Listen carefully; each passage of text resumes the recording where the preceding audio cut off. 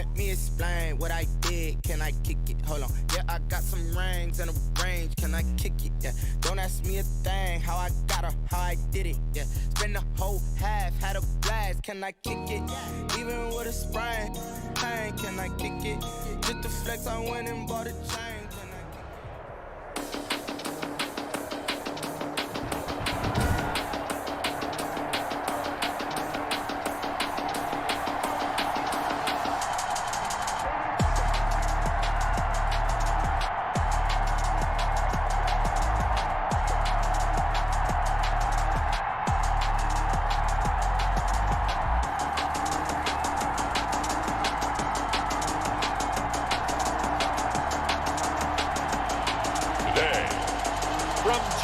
Stadium in Foxborough. This is Madden Football on EA Sports. Cam Newton and the New England Patriots versus Ryan Tannehill and the Tennessee Titans. From a venue that's been sold out since it opened back in 2002, there's a look at the home of the Patriots, Gillette Stadium in Foxborough, Mass. A moment ago, the pride of Massachusetts, the Patriots, introduced to this, as always, sold-out crowd as they get set to go head-to-head with the Tennessee Titans.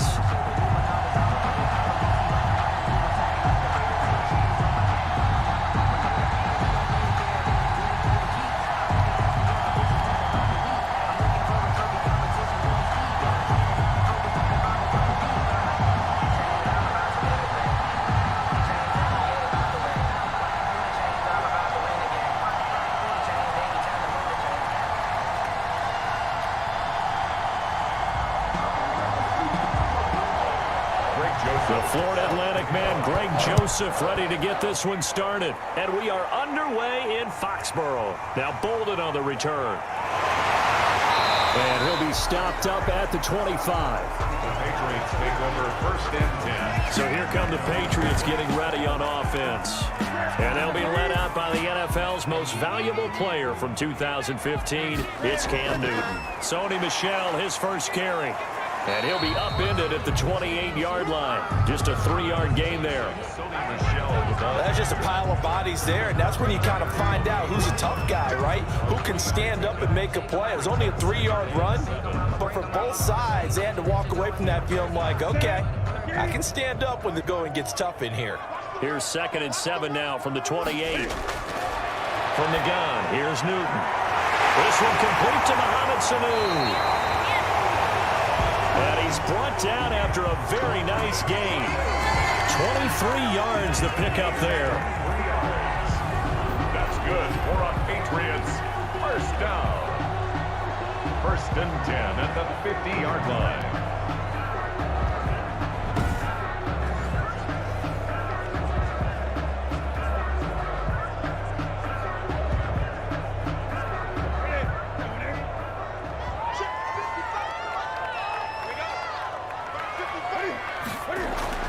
From the 50, Newton. And that is incomplete. He couldn't hold on through the contact. Brings up 2nd down. That's what you're going to need to do against those big receivers. You got to get in there and get physical with them. That time he got in close, got in tight, and knocked the ball away. 2nd and 10.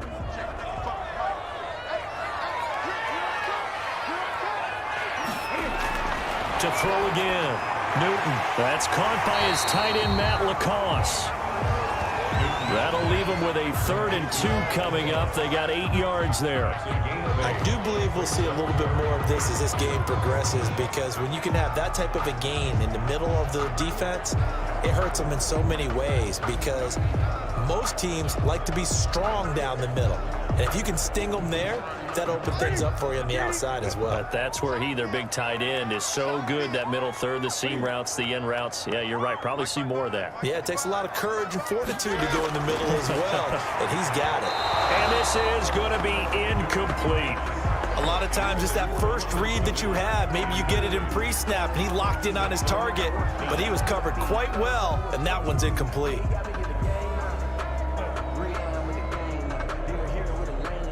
The Patriots send out their punter. Adam Humphries deep for the Titans. And no return here. Where will they spot it? They say just outside the 20-yard line. Here comes the Tennessee offense, and you see Ryan Tannehill leading them out. A terrific athlete, started at wide receiver before becoming the starting quarterback at Texas A&M, and also took his studies pretty seriously as well. He was a biology major at Texas A&M, planned to become an orthopedic surgeon, but being the 8th pick in the NFL draft, that paid just a little bit better. Tannehill on first down. This will be caught by Brown. And he'll get this up to the 34-yard line. A gain of 11 to kick off the drive, and it's a quick first down. And the Titans first down.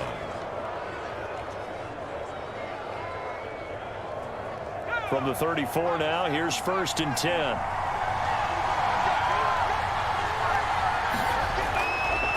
Now a first carry for Derrick Henry. And this defense not giving him anything there. Maybe a yard up to the 36. The ball carrier. No doubt about it. A really nice job there by the defense, not allowing him to get to the perimeter. But that means your defensive ends, your outside linebackers, the guys that you pay big money to sack the quarterback, they also have to have interest in the running game as well. And they did a nice job there of holding the point of attack and not giving ground. On second down, it's Henry, and he'll get this one up to about the 39 here. It's a 4-yard pickup there, and it leaves him with 3rd and 5. Typically, we think it's the strong safeties that are better tacklers, especially closer to the line of scrimmage amidst traffic. But in this case, how about the free safety coming up and making a big-time play?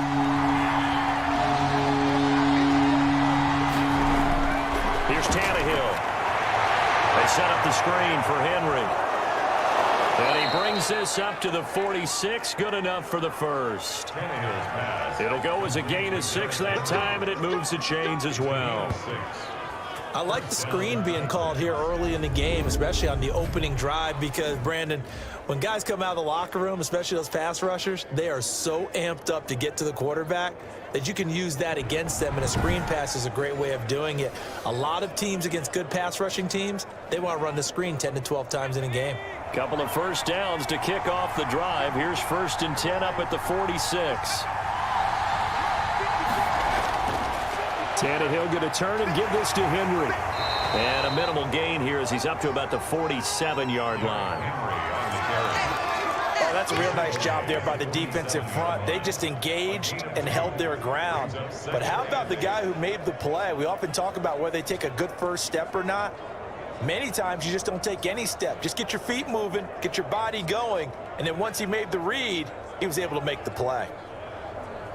The last run got a couple. Here's 2nd and 8. Out of the gun, Tannehill. And this is caught by Evans. Give him 7 on the play, and that'll make it 3rd and 1. Oh, I came to my feet on that one. I thought he was getting close to breaking that one big, but in the end, give some credit to the defense, finding a way to get to him and forcing a 3rd down. An extra corner comes on now for the Patriots D on 3rd down. A shotgun snap for Tannehill. And he's got a man, Corey Davis. And he's got another first down as the tackle's going to be made at the Patriots' 32-yard line. 14 yards through the air. Caught the D off guard on 3rd and 1. How about the start throwing the football? 4 for 4 on this opening drive. Oh, he's slinging it. And oftentimes when you talk about slinging it, you're thinking about a guy throwing it all over the yard, not necessarily accurately. In this case, though, he's honing in on his targets, and he's delivering. Yeah, the opening script, however, they drew it up for this first drive, going to plan so far. From the 32 now, here's 1st and 10. Back to the ground now, it's Henry. John Simon in on the stop. Well, on every play call, you realize it's not going to go for a touchdown. So a lot of your calls are setting things up for maybe later in the game, trying to establish the inside run with toughness now, hopefully get to the perimeter later. And let's face it, you could do worse than a 4-yard run on first down. To throw on 2nd and 6, Tannehill. It's caught. Smith. And down inside the 15, shy of the 10. It's a pickup of 17 and a first down. When this offense can get their tight ends involved, they can move the football. Here, a nice route, able to look it in, and picks up the first down.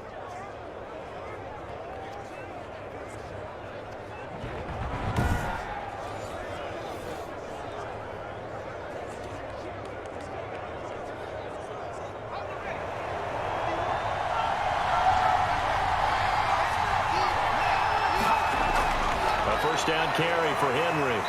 And he's going to be brought down just shy of the 5 at the 6. 5 yards on the carry. Good pickup on first down. A quick burst there, and he nicely bit off a pretty decent gain. Now 2nd and 5. Snap will come from the 6. From the gun, here's Tannehill.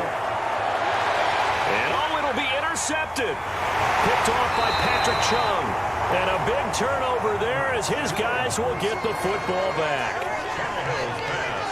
Charles, not only is that an interception, it's one when you were really knocking on the door for a touchdown inside the red zone. You're actually thinking points. No matter what, at worst, you're thinking kicking a field goal and getting 3. We might look back on this in the second half and say, you remember when they didn't get points on that drive? This could cost them. So back onto the field come the Pats for their second drive and hoping to do better than they did their last possession when they punted the football. Appeal to the vanity of your offensive line. Tell them that they control your fate. Leverage guys. Win the line of scrimmage. If you do that, you start to win first down. You win second down. And guess what? You start accumulating first downs. And that's what they need in order to not punt the ball again. 2 yards on the pickup there. It'll be 2nd and 8. Well, any lane that might have been open there was closed pretty quickly, and that was because the defensive front, they won that battle at the point of attack at the line of scrimmage. They used great leverage, held their spot, and stacked him up. On 2nd down now, it's White. And he's taken down, but able to slip across the 35. 16 yards, a first down. How best to describe that one? I'd say right down Broadway on that run. A straight ahead running. I think that might be something we see a lot of between the tackles today. Well, he's enjoying things so far here this afternoon. Sees a crease and bursts through it for a solid game.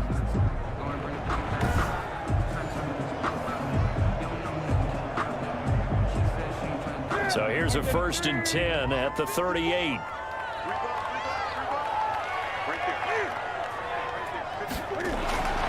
A shotgun snap for Newton. Toward the center of the field, but it's incomplete. He was looking for Julian Edelman that time, and that'll bring up 2nd down. From the snap, he certainly looked like he knew where he wanted to go with the ball, but surprise, that guy was covered. So that took his attention elsewhere to no avail. They work again from the 38 on 2nd and 10. Throwing again. Newton, and that is incomplete. A lot of force bearing down on him there. He could not hang on. It's 3rd down. And he's only hit on 2 of his first 6 passes. Time for a quick quarterback regroup here with a big 3rd down coming up. The threat of a second straight punt to start the game is looming as they come up 3rd and 10.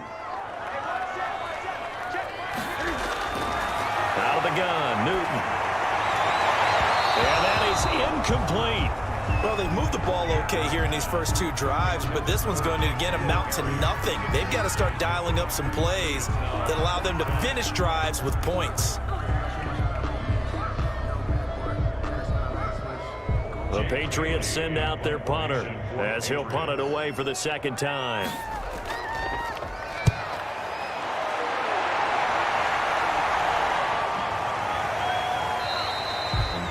They call it 38 yards on the punt, no return, and it'll be Titan football. The Titans coming back onto the field for their 2nd drive. That opening drive ended with the INT. It didn't lead to points, but still not the way they were hoping to begin the game. But how about going and telling your defense, thank you, a huge thank you. You said didn't lead to points, stalled off that drive. Now they've got a chance to redeem themselves and maybe reward their defense a little bit by putting some points on the board on this one. A throw left side to start out. That's complete. And able to get this across the 20 before going out of bounds. 3 yards the gain there, 2nd down. One thing you're hoping for when you run drag routes, you're able to hit a receiver in stride, and he can pick up a lot of yardage after the catch. But in this situation, the defense was effective, able to stop him before he could get a good head of steam going. On second down, here's Henry. And that didn't fool anybody. He's going to be dropped in the backfield. Now they're staring at a 3rd and 8. That last play, backwards a yard. The running lanes have definitely not been there for him here in the first half, and I don't think it's all been his fault. His offensive line hasn't given him much space. A loss results there.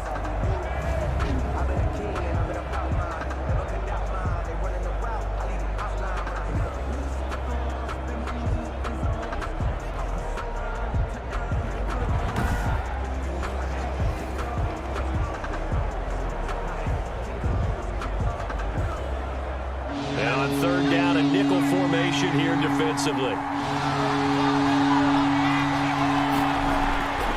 Tannehill now to throw. He gets it to Brown, complete. And they're going to have this across midfield and inside the 45.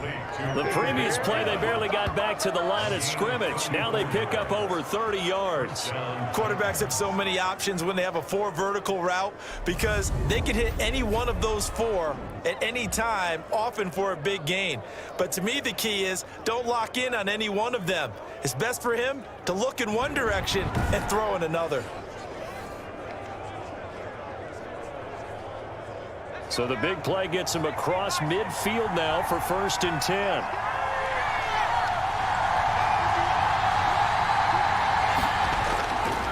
Derrick Henry. And he'll be brought down at about the 42. 2 yards on the carry there. It'll be 2nd down. 42-yard line. A gain of 2. Brings up 2nd and 8. We're scoreless after 1. Second quarter now, Titans in possession of the football as they've got a 2nd and 8 forthcoming.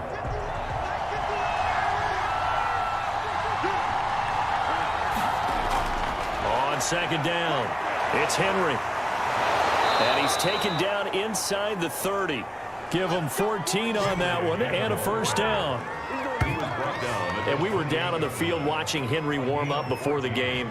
He's a big man. No wonder he breaks those tackles. And you remember what I told you when we were watching? It's not all pads. I Yeah. mean, you get him out of pads and just see him in a regular suit or an outfit. He is a huge human being and a lot faster than what people know. When he gets rolling, he's a lot to bring down. A solid run by Derrick Henry, and here's another 1st and 10. Now Tannehill. Got a man. It's Brown. 5 yards on the catch there. Brings up 2nd down. To A.J. Brown. A gain of 5 brings up 2nd and 5 at the 23-yard line.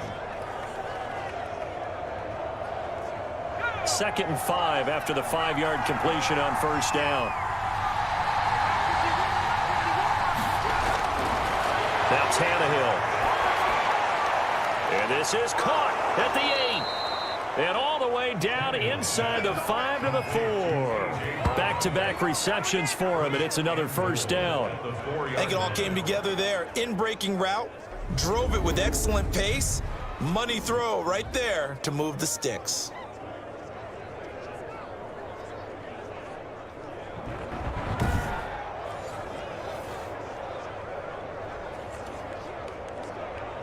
First and goal from just inside the 5. Tannehill. And he's going to score. It's a Titans touchdown. Taking it in from 4 yards out as his guys are first onto the scoreboard here this afternoon. Well, I'd have to say that for him, that was an all-encompassing drive because it was his arm that got his team down to that point, but his legs that finished the deal. Give him credit for making it happen.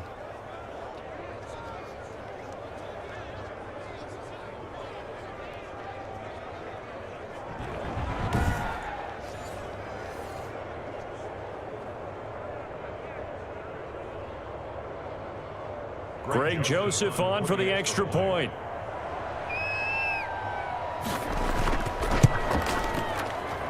And this is good. Our score, 7-0 Tennessee. So an 8-play drive covering 80 yards. And it results in a 4-yard touchdown run.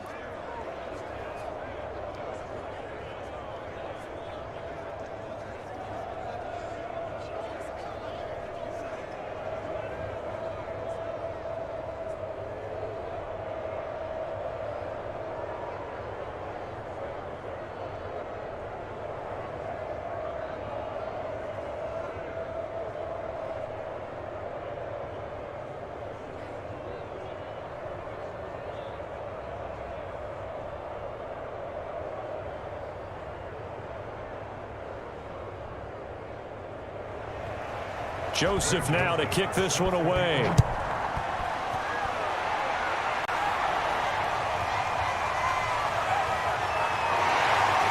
And this return will net positive as he gets past the 25 and up to the 27-yard line.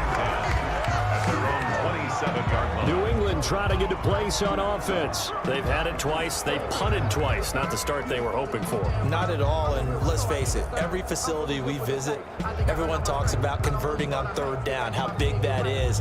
In this situation, they've had to punt it away twice, so they're furiously going over things on the sidelines. What do we need to do to pick up a first down and change our momentum? Throwing on first down, but this one winds up to be incomplete. He was looking for his tight end, Matt Lacoste there, but it's going to be second down. He shook his head right when he released that throw. He knew it was going to be a little off target. Yeah, the excitement got him on that one. Wasn't able to control the fact the receiver was open, and it would have been an easy throw. 2nd and 10 now from the 27. To throw again. Newton gets this into the hands of N'Keal Harry. And they're able to get this one across the 35. It's a first down on a gain of 10. Good throw, good catch, but I really like the route. The drag and being able to run away from defenders. Hard to stick with them for that long. Yeah, better against man than zone, or? Better against man, because now you're running away from someone and you're not running into a defensive player in another zone. And he's going to have the hook up here with Harry. A good pickup there. 8 yards on the first down completion. When you see zone defense and you know you've got a drag route on as your primary call, you got to be really careful as a passer about how far you let your guy go, because he might wander into some tough coverage. More muscle up front for this 2nd and 2. They've got 3 tight ends out there. Off play action. Newton. And his throw's going to be incomplete. Ryan Izzo, the intended target. And it's 3rd and short. I tell you, Brandon, this defense is playing with some confidence. Haven't allowed a point yet. Flying to the football. I'm telling you, it's almost 11 to the ball on every snap. Another nice job there to force an incompletion. After the incompletion, here now, 3rd and 2. Throwing again is Newton. He's got Lacoste, his tight end. And he's going to have another first down as the tackle's made at the Titans' 41-yard line. 14 yards through the air. Caught the D off guard on 3rd and 1. Got to say, I was a little surprised to see him, Charles, come out in the shotgun on 3rd and less than a yard. Yeah, but the way the NFL is nowadays, we hardly ever see anyone really run for it on short yardage.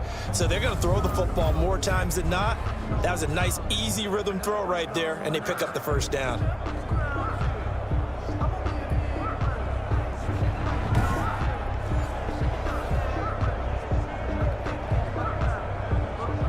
This offense finding its legs now. Here's another 1st and 10. Newton throwing again. And the tip there altered the ball flight, and it falls incomplete. It'll be 2nd down.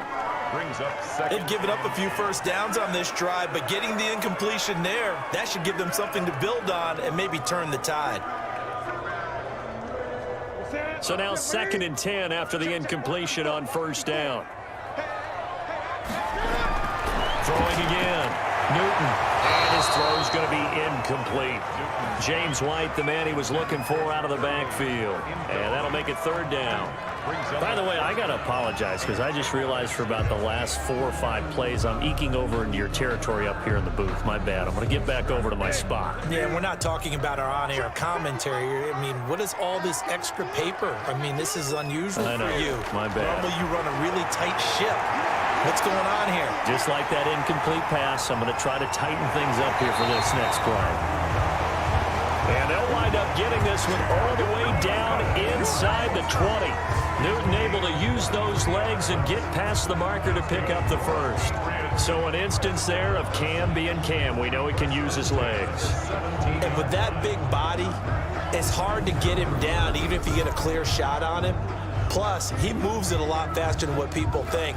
And boy, does he have fun playing the game of football.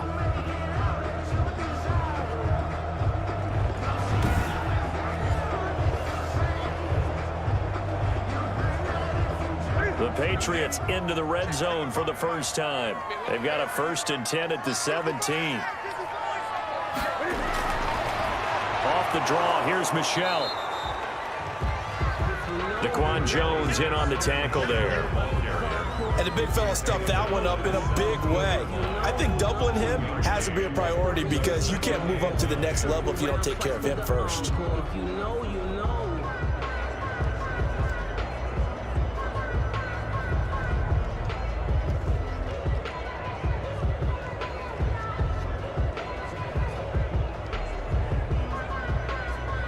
Still 9 remaining on 2nd down.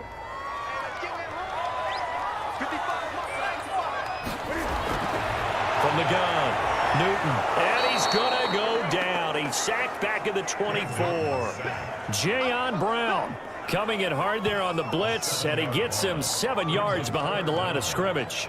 Well, nothing takes a start to have a good drive, quite like a big loss on a sack, does it? Now they're looking at a 3rd and long, and suddenly the momentum shifted to the other side of the football. And old Mo is a very, very fickle man.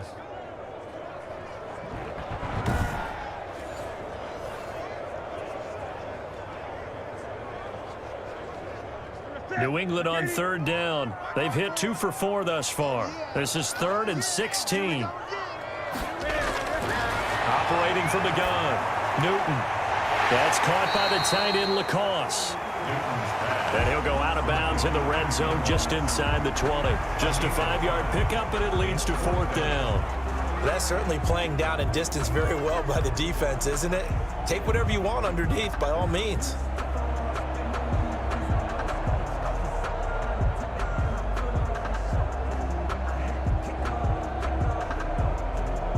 Justin Rohrwasser now for the Patriot field goal. From the right hash, it's a 35-yard attempt. Rohrwasser's kick is good. And they are on the board, but still trailing. It's 7-3. Patriots 3. So a dozen plays on that drive, CD, but in the end, it yields just the 3 points. Well, they were able to keep the defense on the field for a long time, but let's be honest about it. That's about as unsatisfying a drive as you're going to get. 12 plays and you only get 3 points out of it. Not quite the ending they were looking for.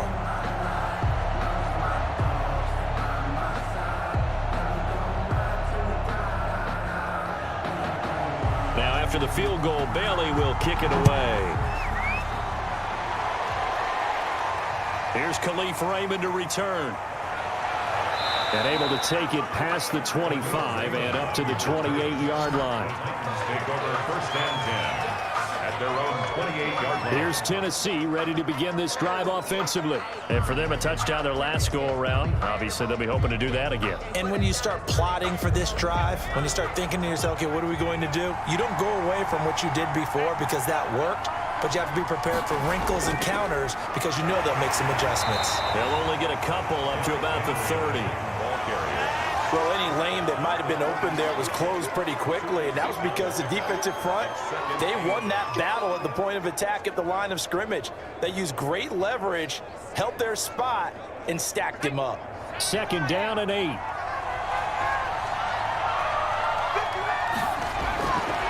Here's Tannehill. And his throw is incomplete. He was trying to get it to A.J. Brown that time, and it's 3rd down. You've always been very good about checking my math. Am I correct? That's the first time that it's been incomplete when they've thrown it to him? Yes, he had caught every other ball coming his way. So they feel like they've got something really good going there, and they're going to continue to go there until the defense makes an adjustment and takes it away. Well, they finally made an adjustment there. We'll see if they can build on that stop.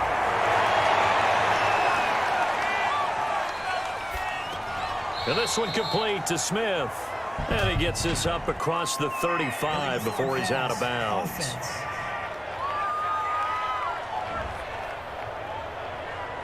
So they decline it as that will bring up fourth.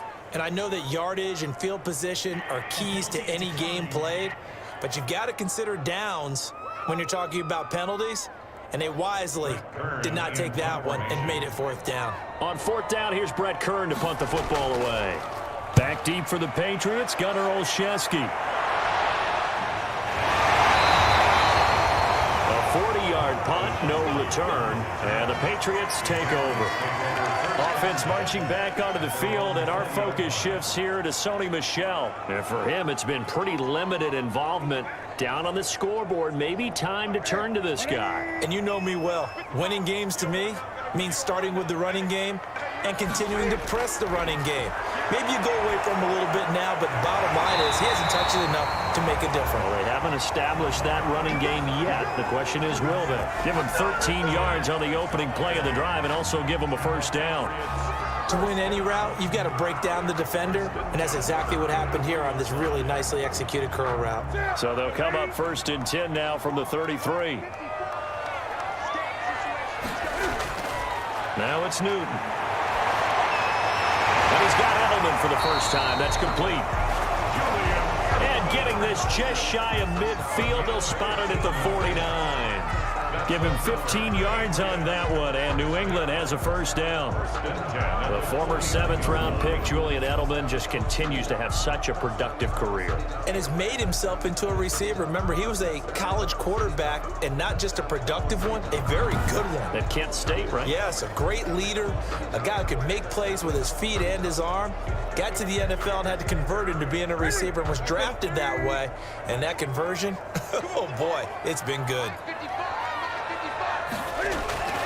On first down, Newton. The tight end Lacoste here out on the right side.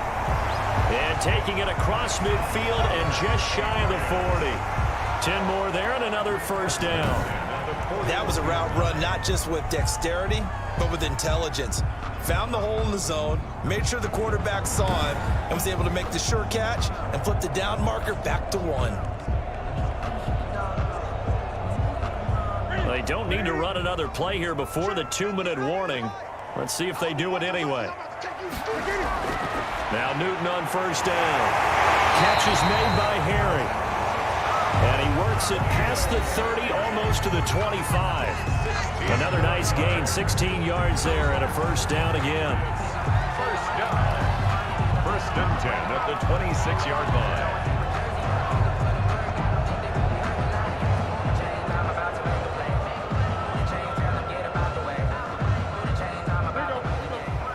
A reminder that when halftime rolls around, Jonathan Coachman will have all the highlights and analysis of this first half of play from our studios in Orlando. And now a throw on first down there, but it's incomplete. Edelman, the intended receiver that time, but it'll be 2nd down. So much about defending the pass is being able to be right there the moment the ball gets to the receiver, and he was right in his hip pocket, helping force that incompletion.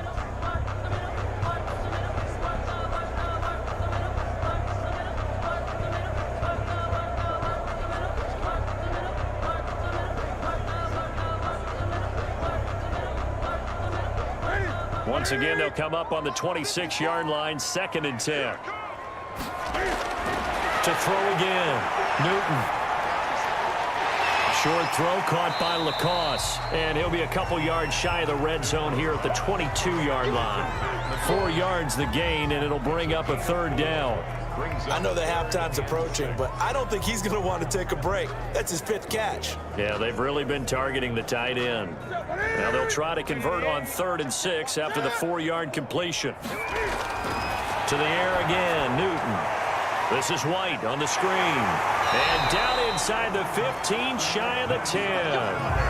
The 10-yard pickup, and it's enough for a Patriot first down. Well, they've had a great, impressive drive going here, and that pickup ensures the drive continues. And not only do you continue the drive, which is demoralizing for the guys on the defensive side of the ball right now, but you make your own defense happy. They're able to get a little more rest over on the sidelines while this one continues downfield. Now the Patriots going to use one of their timeouts as they'll stop it with just over a minute to go before halftime.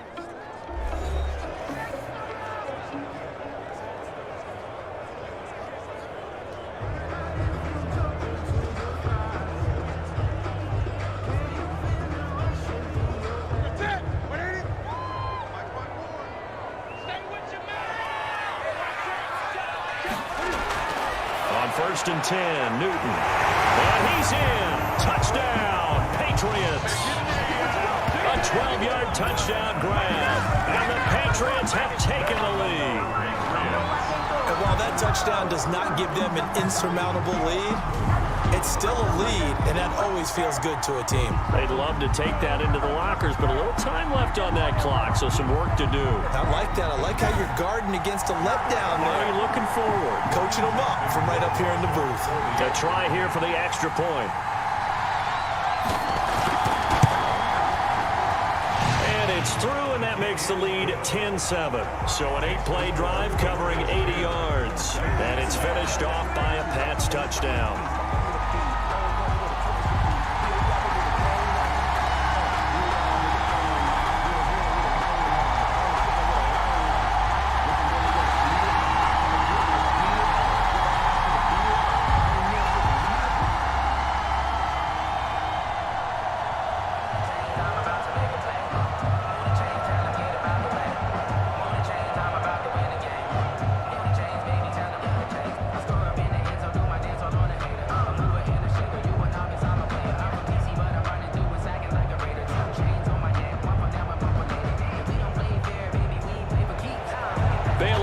Kick it away after the touchdown.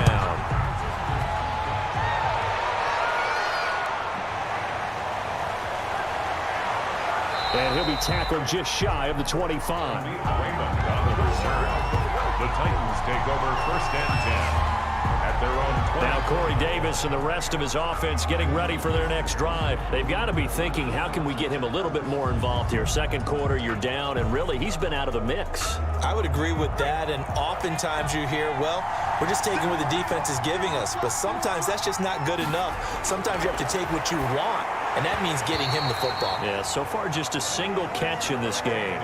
And that's one of those plays where it's hard to keep two eyes on the football when you know the contact's coming, let alone getting two hands around it, hugging it to your body, and absorbing the hit, even for those big tight ends who you would think could absorb that contact. From the 24, they'll go again on 2nd and 10. Out of the gun, Tannehill. It's caught. Humphreys. The Titans going to use the first of their timeouts as they get the stoppage with just under 50 seconds remaining in half number one.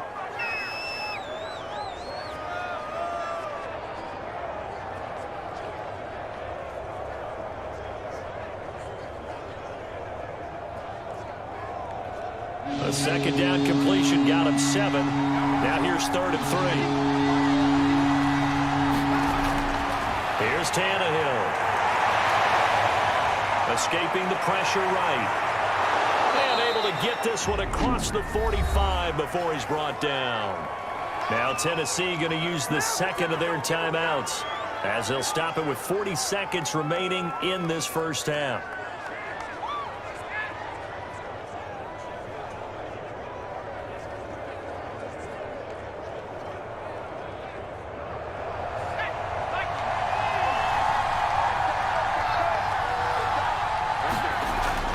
Now a first down throw, Tannehill. He lost 9 there. That's really going to set him back for second down.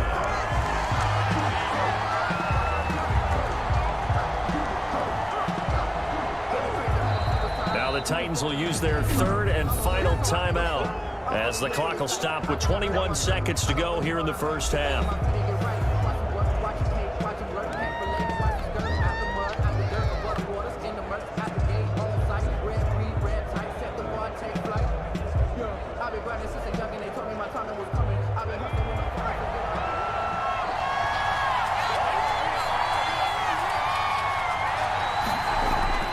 Throwing on 2nd and long.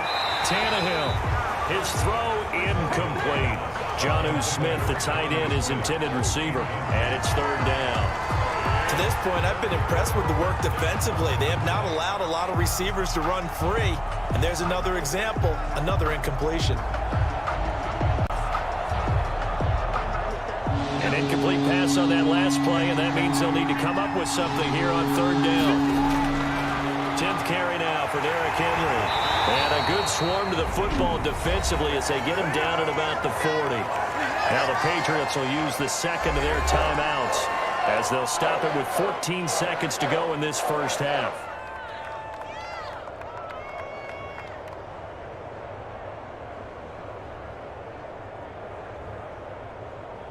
Here's Brett Kern now as he'll kick it away for the second time.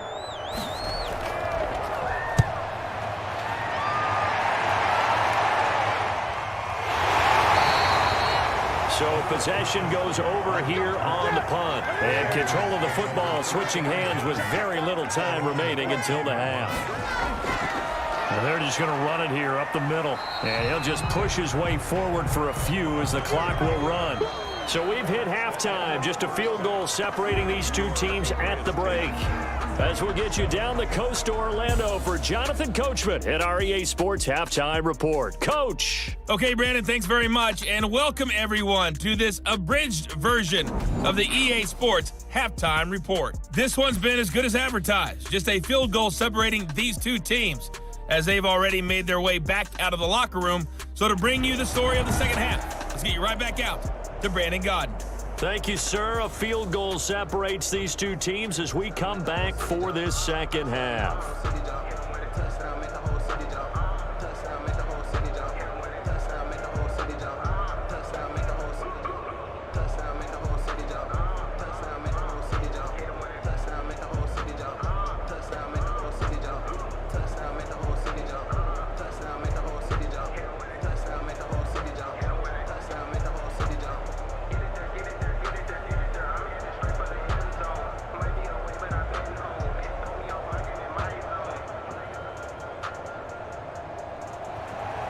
The Titans going to get the ball to start the second half, and they trail here as we get back to it on EA Sports. That'll be taken about a yard deep.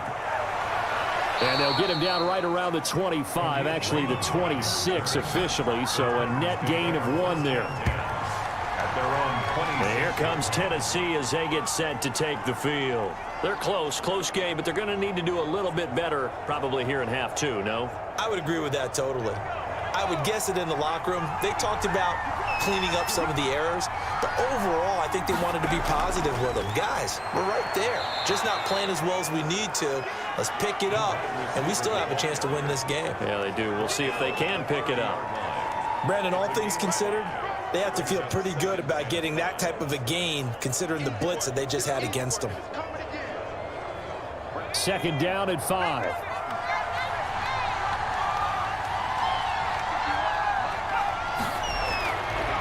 It's Henry. Oh, he's got some breathing room. And able to get this one across the 45 before he's brought down. It's a pickup of 17 and a first down.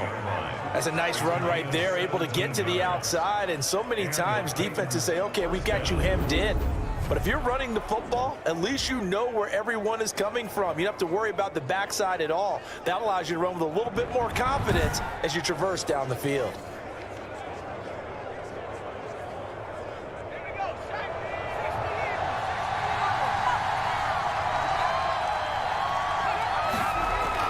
They keep it with Henry on first down.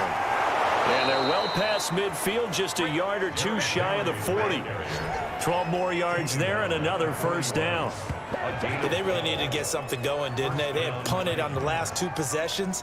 The running game starting to come to the front for them, providing a nice pickup there to keep this drive going.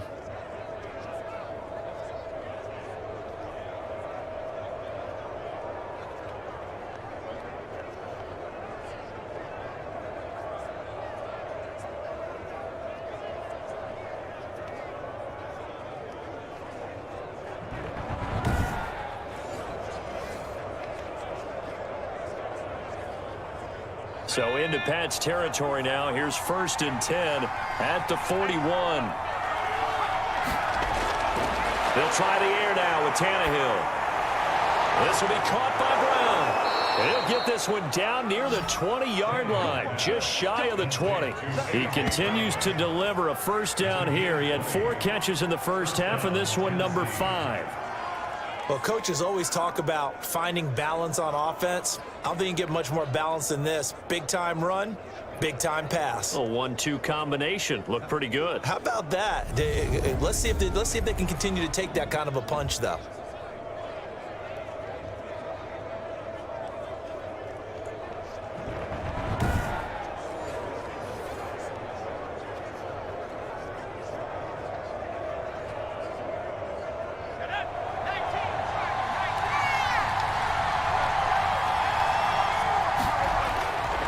They'll run on first down. Henry had a hard-earned yard there as he ran through one would-be tackler. It's second down. Yeah, things were pretty stacked up there in the middle of the line. A lot of bodies, not much space. I think ultimately he was fortunate to get anything out of that run. 2nd and 9.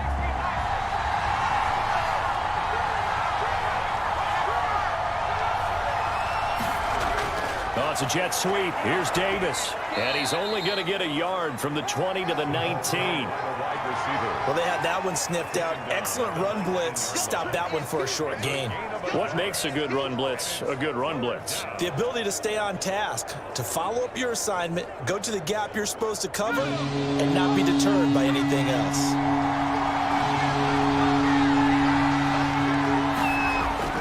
Throwing on third down, Tannehill. This is going to be caught. He won the fight for the football.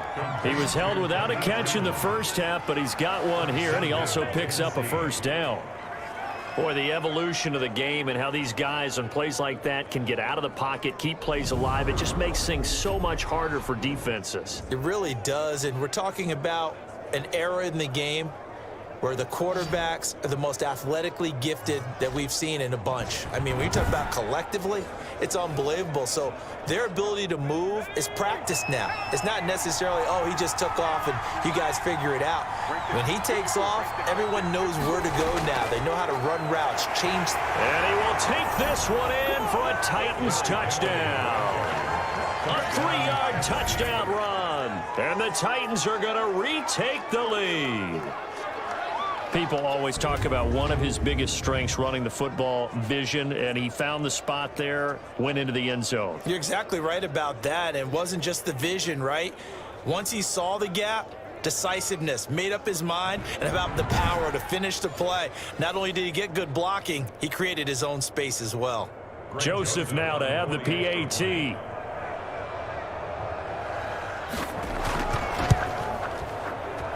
And that makes it 14-10. So that one, an 8-play drive. It spans 75 yards. And Derrick Henry able to finish it off with a touchdown run.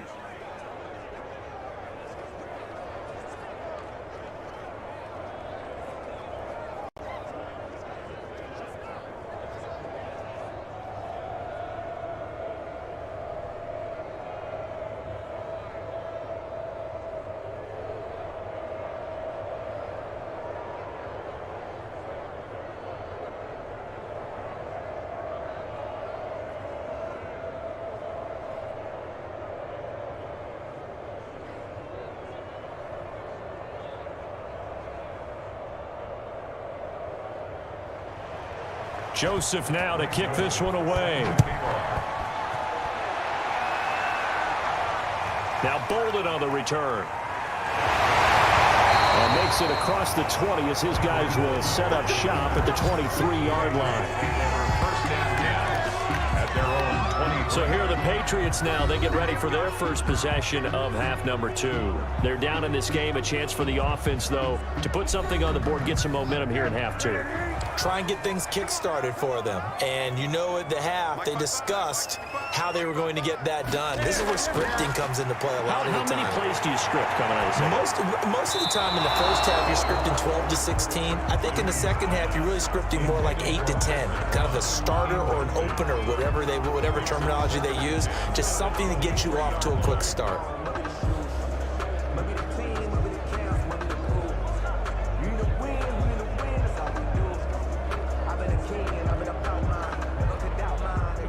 Once again, they'll go from the 23-yard line on 2nd and 10. Throwing again. Newton got a man open. That's Harry. 9 yards, not quite enough, and they'll be left now with 3rd and 1. I always laugh when people say, what's the toughest route to defend? And I'm like, any of them, especially if it's a good receiver. That makes things very difficult. But when you're running a drag route, something short, shallow, going through defenders, using guys almost as screens in order to get open, that makes things tough for guys trying to get to the football. Came up a little short on the last pass play. They did get 9 yards out of it, leaving him with his 3rd and 1. They'll try and run for it. Here's Michelle, and he's going to have the first down, yardage to the 35. 3 yards there, good enough to keep the drive moving. I have to think a major focus of the halftime meetings had to be figuring out how to create space for the running game to get operating. Well, what you pointed out to me at half seems accurate. That line has struggled to sustain blocks. Yeah, I would agree with that totally. They've got to focus on staying on their double teams at the first level, make sure that block's secured before they slide off and try and chip someone at the second level.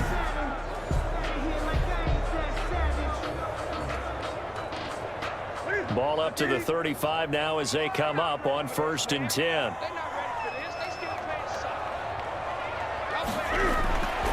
They run the draw play. This is White. Call it a gain of 4 on 1st, and that'll make it 2nd down. End result of that one, a nice 4-yard gain, so you can use that to set up your play-action game, or you can come right back and continue to run the football because as an offensive play caller, you're on schedule and feeling pretty good about your next couple of calls. From the 39-yard line, here comes 2nd down at 6. On the ground, this is Michelle. And showcasing those strong legs on that run, getting through 1 tackle. Now she winds up getting 8 there. We don't talk about it very often, but sometimes there's a dip in intensity when you start the second half, which can manifest itself in some sloppy tackling. And how about right there? He ran right through that weak tackle attempt.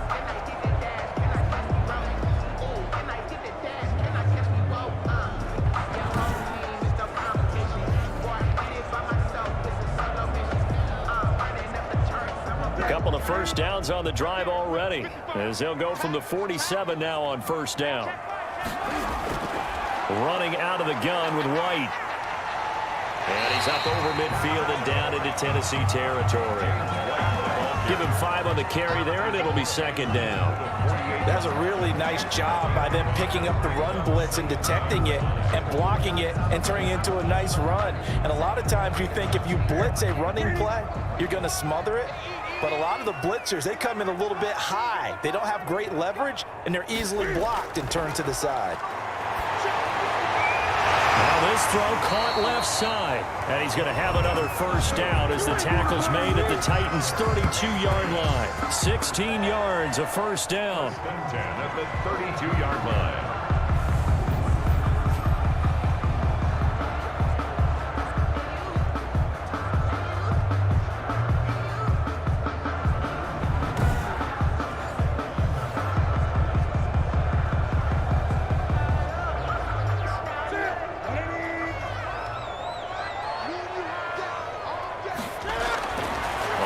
Down, it's Newton. Looking for Edelman, and he hits him. It's complete. 3 yards the gain there, 2nd down. A 3-yard pickup brings up 2nd and 7 at the 29-yard line. 2nd and 7.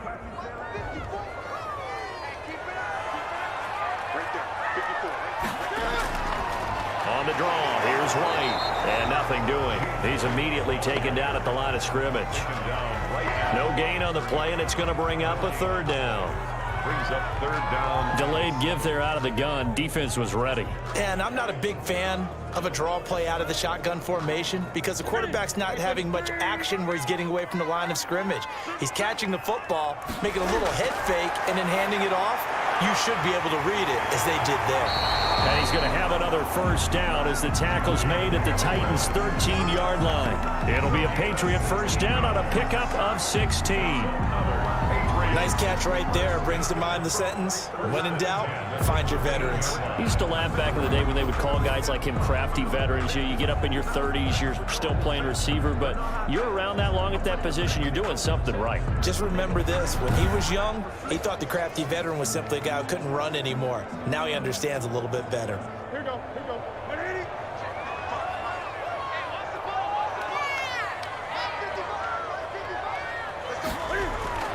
From the red zone now, Newton. He'll be hit and taken down at the 21. Vic Beasley. The blitz works to perfection as he gets in there to dump him for a loss of 8. Got to give him points for the attempt, but there's just a wave of pressure there. A host of people in the area. Evades a few, but couldn't evade all of them.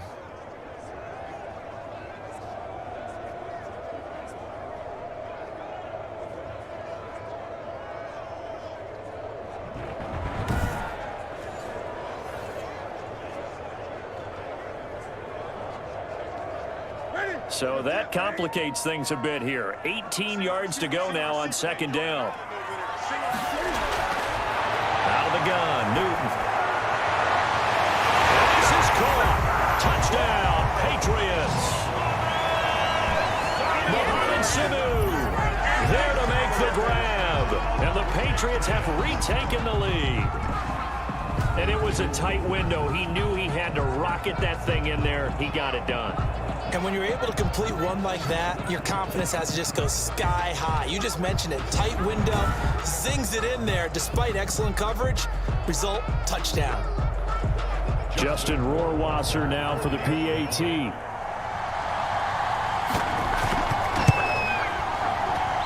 It's good, and they'll take a 17-14 lead.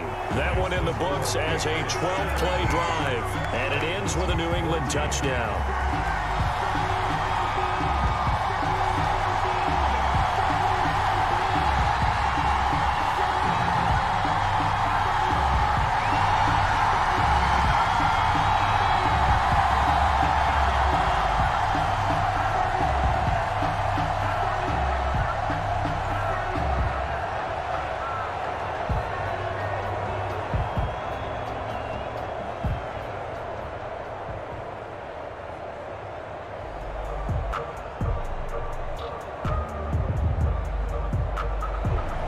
Bailey now to kick it away after the touchdown.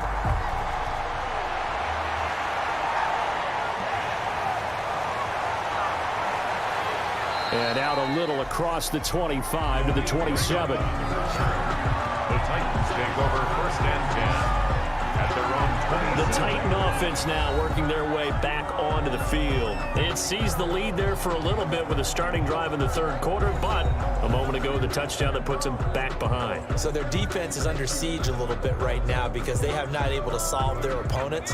So they've got to keep hammering away on offense and try and win this one in what appears to be a shootout. They'll start on the ground. It's Derrick Henry. And they get him down, but not before he takes it across the 40-yard line.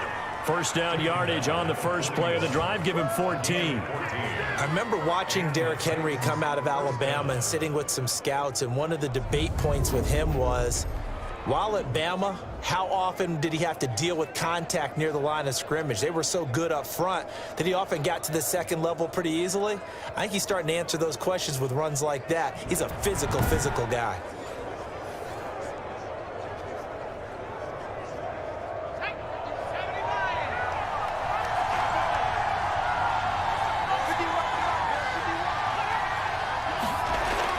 They'll run with Henry.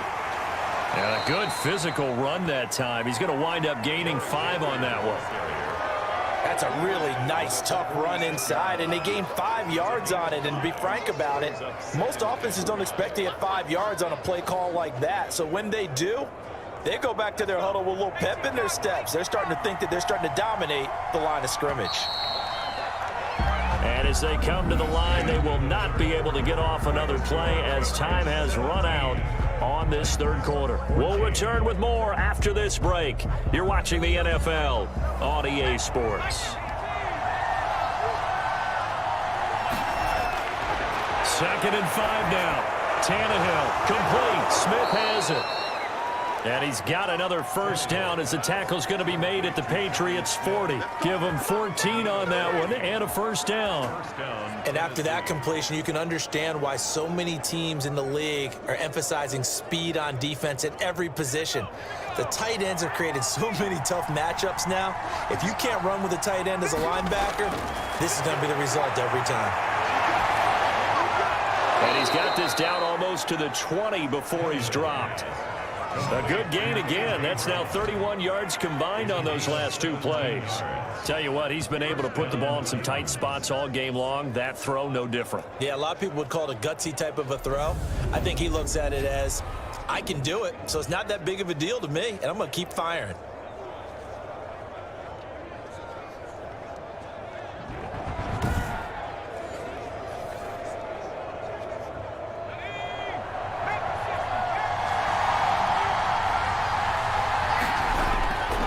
First down, Tannehill. He gets it to Humphreys. And he will be brought down at about the 6-yard line. Another strong gain on the last two plays. They've moved it a combined 33 yards. I know many people like to throw to the tight end, maybe in a little flexed out position because he creates mismatches with his size. But slot receivers do the same thing with their quickness, their speed, and their route running savvy.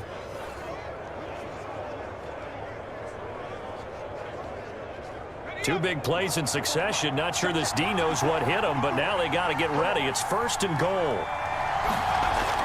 They'll try and run for it with Henry. And that'll get him halfway there as he takes it from the 6 to the 3-yard line. Well, Brennan, we always know that once you score one touchdown, you're without a doubt. And so far today, he's got one, but was denied as he tried to get the second one. Working with a 2nd and 3. A shotgun snap for Tannehill. Under pressure, down he goes. Sacked at the 10. When you're this close to the goal line, you got to expect pressure from the defense, so the ball's got to come out fast. Got to get out of his hands quicker.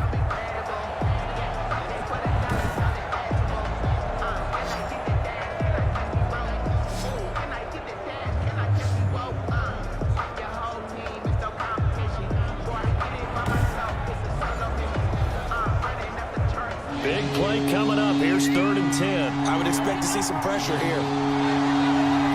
And the blitz does come.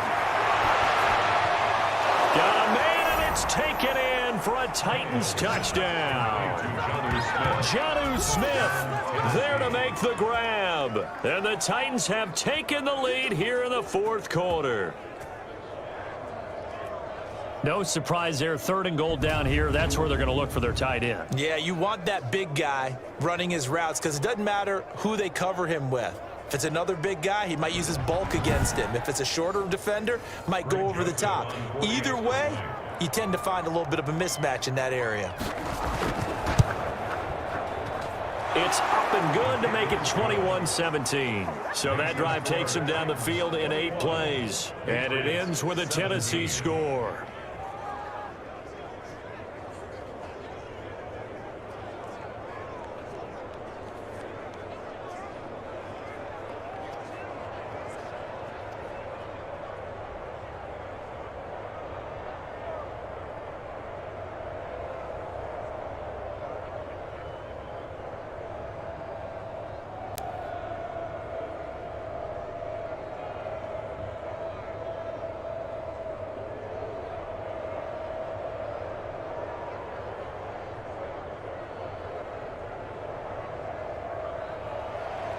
Joseph now to kick this one away.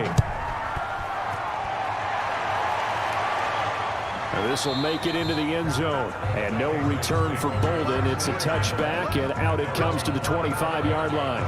And the Patriots gearing up to go now.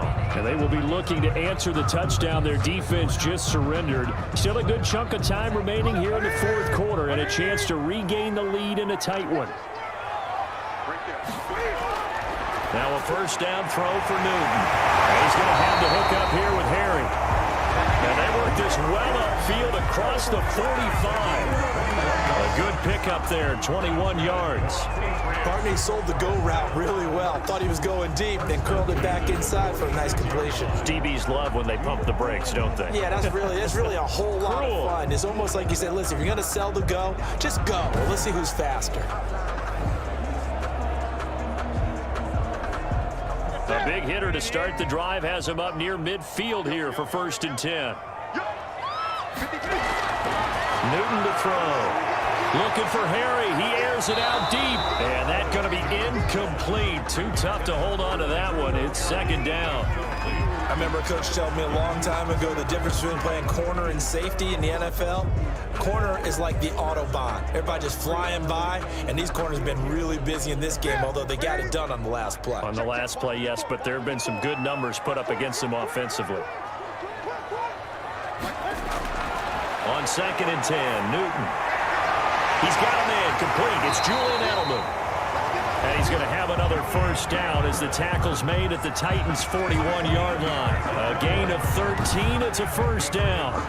Never make the mistake that the slot receivers, especially the little guys like we're watching here, are just quicker than fast. A lot of them combine quickness and speed, and they catch a lot of footballs, as we just saw there.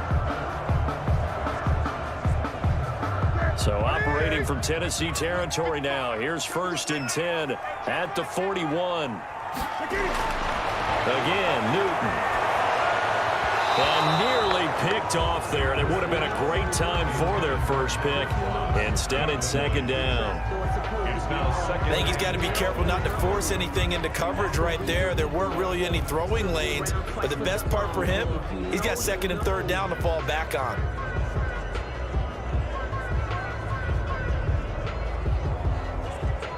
Here's 2nd and 10.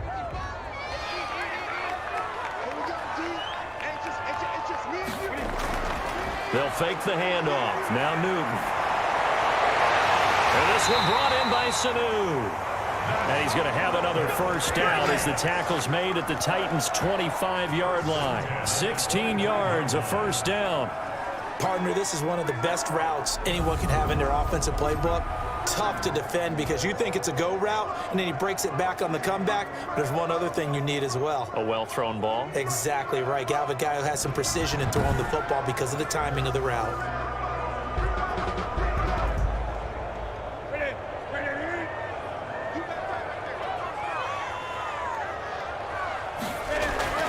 On 1st down, Newton. That's complete to White. They'll contain him to just 4. 2nd down. Well, offensively, that's the mismatch that you want. You want to force a linebacker to try and cover your back out of the backfield, out in some open space. The linebackers nowadays, they run like backs, and they take a lot of pride in covering. What a nice play he made there in the open field. 2nd and 6.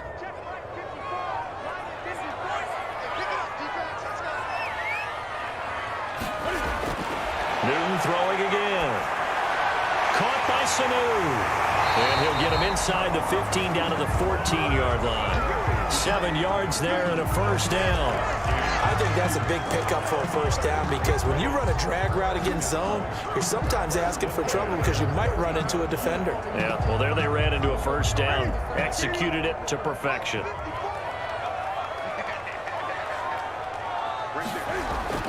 Inside the red zone here. They'll look to throw.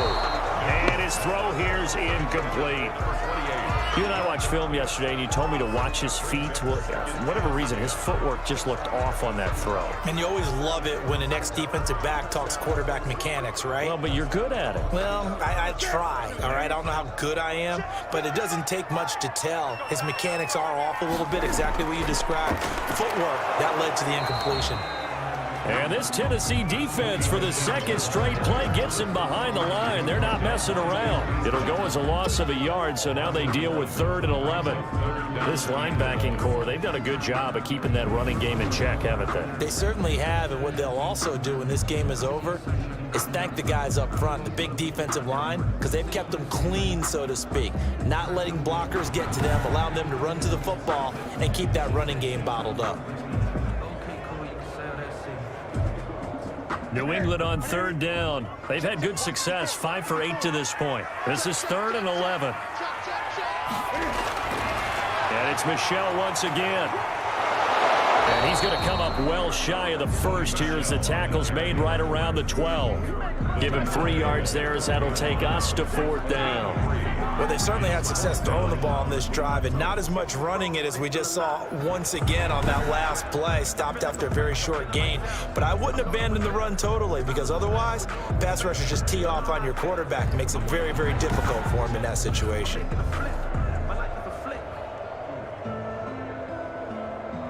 So on 4th down, out trots the kicker in a big spot here. A 29-yard attempt. Rohrwasser's kick is good. And that'll bring him back within a point. 21. Patriots 20. So with that field goal, this one's now back within a field goal. Maybe not the ultimate result they wanted, but gets them that much closer. This game is unfolding like a really good book, isn't it? Because I feel like there's a few more plot twists yet to be revealed before this one is over.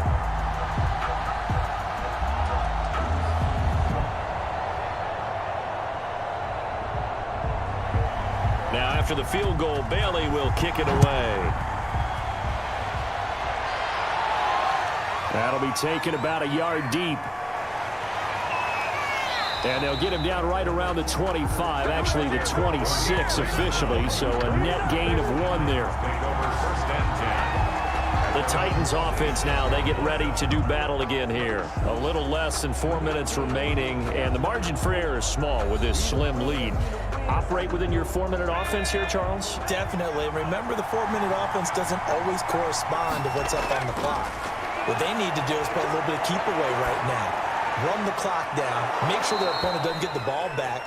Their dream scenario, get enough first downs and make them eat up their timeouts so the game ends when you're kneeling down with the football. Well, it may seem a little unorthodox to some people. Got the lead, 4th quarter, yet he's still firing away. I think he believes that's the best way to go ahead and win the game. Yeah, a lot of coaches say, let's just run the football, be conservative.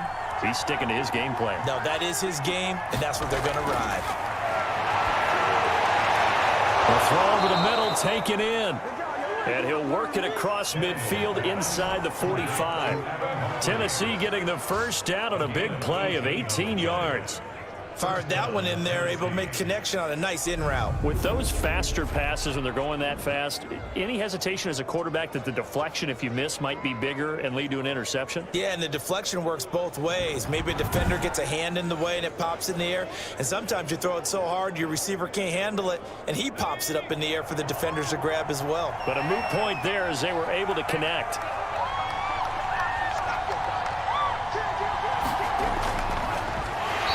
Throw's going to be incomplete. Corey Davis, the intended receiver. That'll bring up 2nd down. Speed is the name of the game when it comes to RPOs, and sometimes you can be a little too quick, thus inaccurate, incomplete. So after the incompletion on first, now 2nd and 10.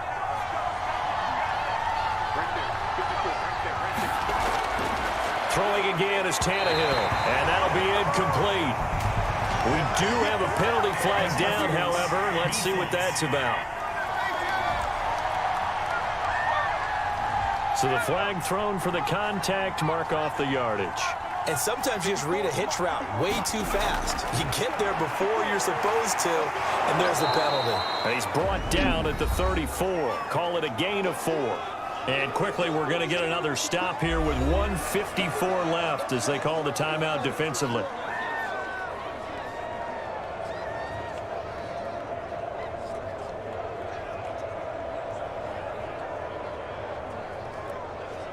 Line of scrimmage, the 24. This is 2nd and 6. Again, it's Henry. Powers through and brought down, but not before they're inside the 25. And now we're going to get a timeout defensively. So another stop, 1:50 left in the football game.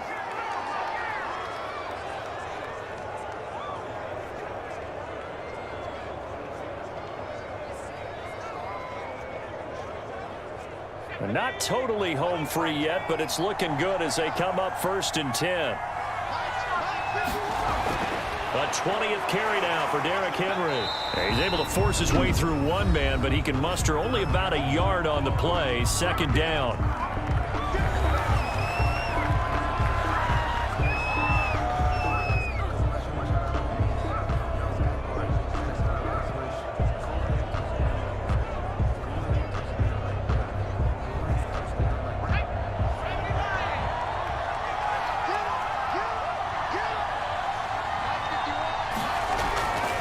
Tannehill going to turn and give this to Henry. And somehow he's going to get a yard out of this as he fought through that first contact. It's 2nd down. I like that run right there, partner. Not the flashiest run, not the one that's going to break for big yardage, but he understands the situation, and taking care of the football, paramount, and he got it done. Nursing that slim lead, you're exactly right. Hold on to that ball.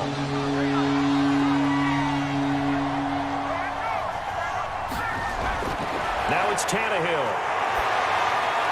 And that is incomplete. And incomplete. It's now 4th down.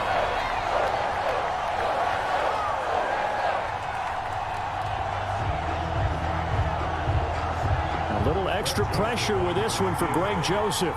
From the right hash, it's a 38-yard attempt. The kick by Joseph is good. And that'll move their lead up to 4 now. 24. Patriots 20. So they get to 3, but you wonder now, is that going to be enough? Excellent question, because when I look at the smiles on that side of the field, they're a little tight, aren't they? If they had scored a touchdown there, those would be big half-moon grins right now because they'd feel a whole lot better about their position. And a touchdown in the other direction, all of a sudden they're down.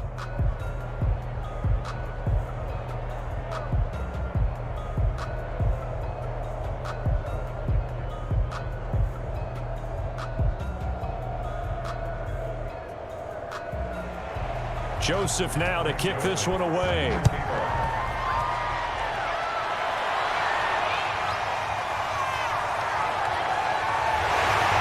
And he's up across the 25 and down at the 28. The Patriots take over 1st and 10 at their own 28-yard. So Cam Newton and his offense down by 4. A little over 50 seconds remaining. They need a touchdown. A field goal is worthless now as they come up on 1st and 10.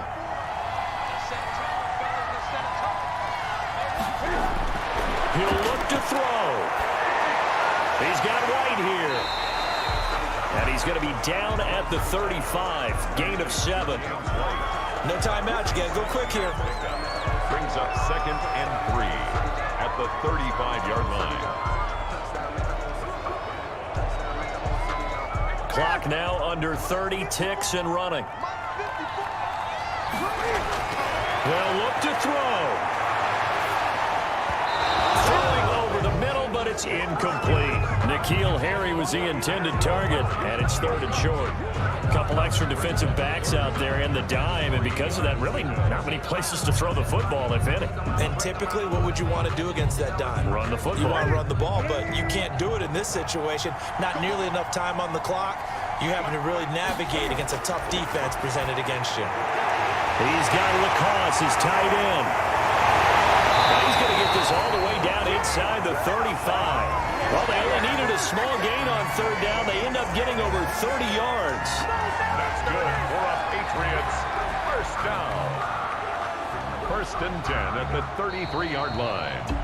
Well, going into the final play of this game, they knew that they needed some type of a miracle there at the very end, but they couldn't get it done. However, we were treated to really a spectacular affair. Even though they didn't finish it off, you're exactly right. They took us down to the last play. You were wondering, could it happen? Possibly, even though we both knew it was a long shot.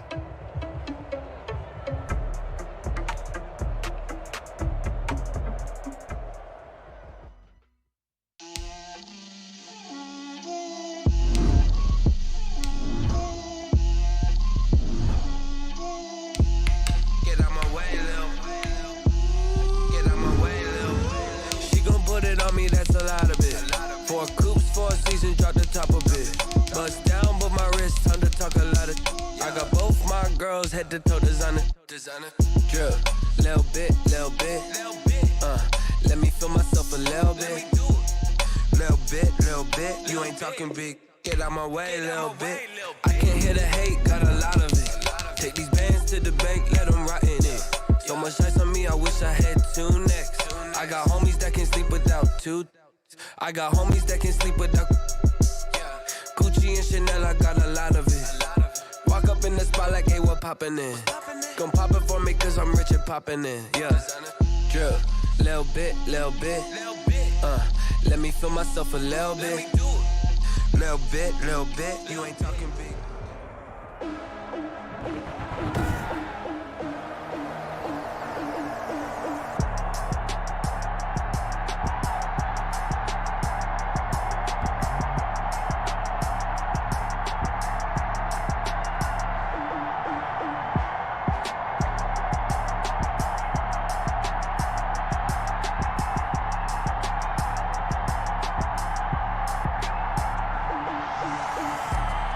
Today, from Heinz Field in Pittsburgh, this is Madden NFL 21. Ben Roethlisberger and the Pittsburgh Steelers versus Josh Allen and the Buffalo Bills. Right at the convergence of the Three Rivers on Art Rooney Drive, we welcome you to Heinz Field in Pittsburgh, Pennsylvania. This was the scene just a few moments ago as the Pittsburgh faithful were fired up by the hometown Steelers taking the field. They're all set as they'll match up with the Buffalo Bills.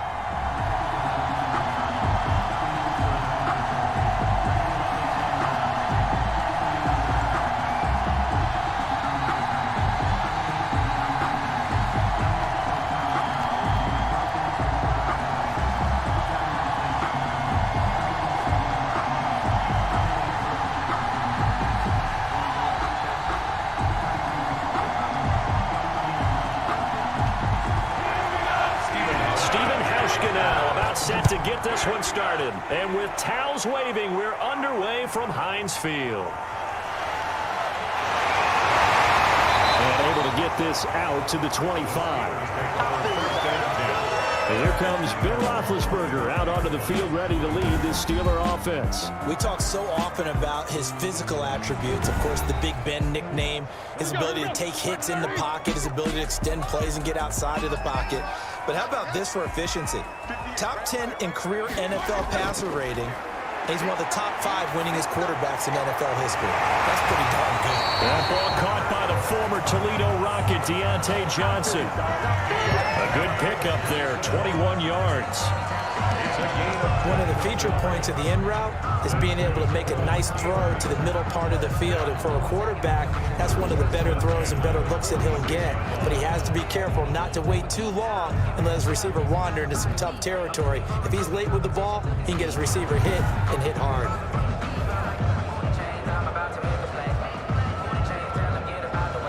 A big hitter to start the drive has him up near midfield here for 1st and 10. From the shotgun, it's Roethlisberger. And now a fumble. The ball's out. Now this is picked up by the Bills.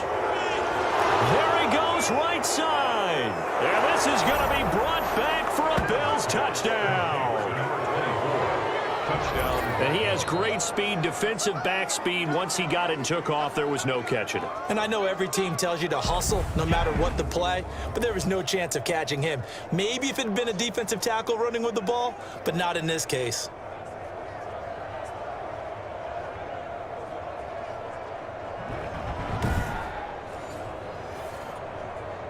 And this is one of those bang-bang plays, Charles. Did the knee hit first or did the ball come out first? This is where you need that 20/20 eyesight, don't you, Brandon? You've got to see which one happened first. If the knee hit the ground, then they will keep possession.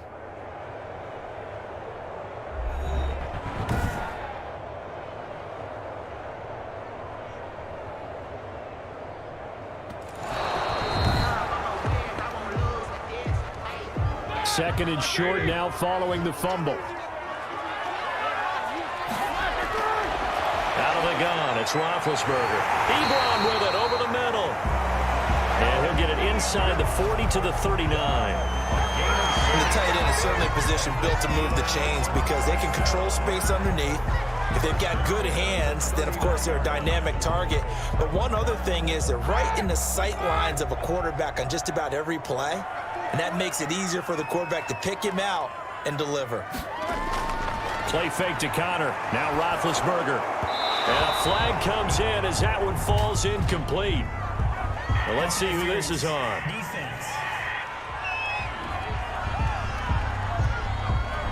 A little too aggressive defensively, and the flag comes out. And no one trying to cover is going to like a call going against them, but you have to like the effort there. Went for the interception, just unable to get it, and the flag did come out. They give him 4 yards there. It'll be 2nd and 6. Well, on every play call, you realize it's not going to go for a touchdown, so a lot of your calls are setting things up for maybe later in the game, trying to establish the inside run with toughness now, hopefully get to the perimeter later, and let's face it, you could do worse than a 4-yard run on first down. They'll run for the first time with James Conner. Give him 4 on the carry, and it'll make this a 3rd and about 2. On any running play that's called, they're always hoping that it's going to break big and go the distance. But when you get a nice gain like that, you're able to do so many things anyway. You can come back and run essentially the same play again, continue to move the ball on the ground, or you can decide to throw the ball now because usually you have the defense back on its heels.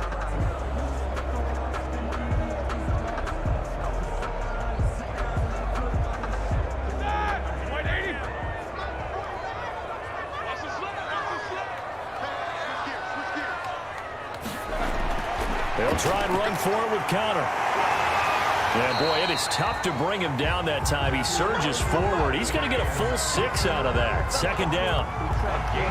Nice job there finding room to maneuver, and he worked his way into another first down. And look, they had great field position to start, but boy, they've done a nice job taking advantage of it. Now they're just hoping to cap it off.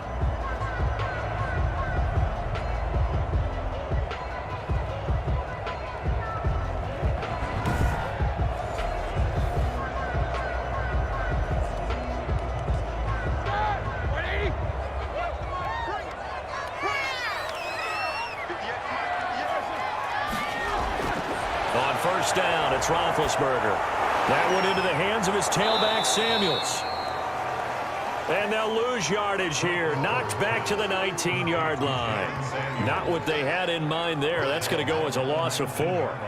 You know what the key to a good screen pass is, don't you? But you're going to tell me, good blocking? Well, good blocking eventually. But first is good acting. You want to let the defenders go past you, leak out to whichever side or even in the middle where you want to set up the screen, and then you do your blocking. How about the read, though, by the defensive guys? They weren't fooled at all and actually ran with the lineman to where the play was and smothered it for a loss of yardage. Throwing again on 2nd down. Roethlisberger, flush to his right. And he's able to work it here to the 8-yard line. Pretty nice gain on the scramble. Gets him 12 yards. Partner, as a quarterback, sometimes you just got to know when the clock has gone off in your head, it's time to go. Tuck it and get all you can. An extra defensive back here for the Bills on 3rd down.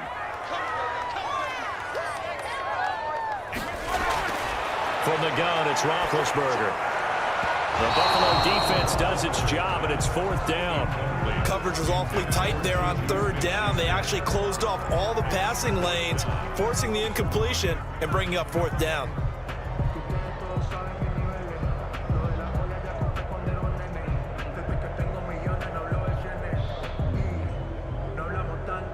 So on 4th down, the Steelers call on the number of Chris Boswell for the field goal try. From the right hash here, should be an easy one. Boswell's kick is good. And the Steelers will jump out to a 3-zip lead.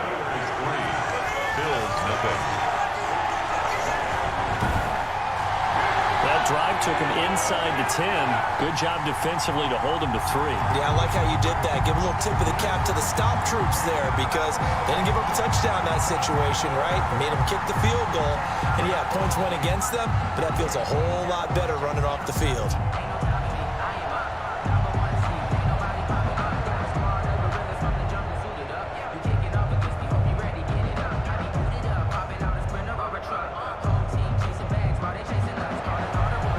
successful field goal try. Here's Boswell to send it away. Andre Roberts now to return it. And they'll start this drive just across the 30. Pretty nice work on the return. So here come the Bills on offense for the first time. They'll be led out by the 7th overall pick in 2018 from Wyoming. It's Josh Allen. And, partner, when you hear about a 6'5", 235, 240-pound quarterback, you don't often think of him being overlooked coming out of high school, do you? That's exactly. Now Brown, he lost the football. And it's picked up by the Steelers. And they will set up shop in enemy territory at the 42-yard line. A lot of talk this week about ball security. In fact, they added an extra period in practice to be more secure with the ball. It didn't work out there. Well, sometimes you just get overexcited during the game. You may all of a sudden make your catch, see some open field, and decide you're going for it, and not realizing that danger lurks while you're doing so. And there's your end result right there. Following the fumble recovery, it's Roethlisberger. And he's going to go down. Back near midfield at the 49. Off the edge, Jerry Hughes gets the sack. Well, they were coming out of the 4-3 defensively. Pressure coming off that right side from the DN. And that's the blind side of most quarterbacks. If you're right-handed, that's the side you don't see quite as well, and that's why you rely on your left tackle, maybe your highest-paid offensive lineman, to take care of you. In this situation, that didn't happen.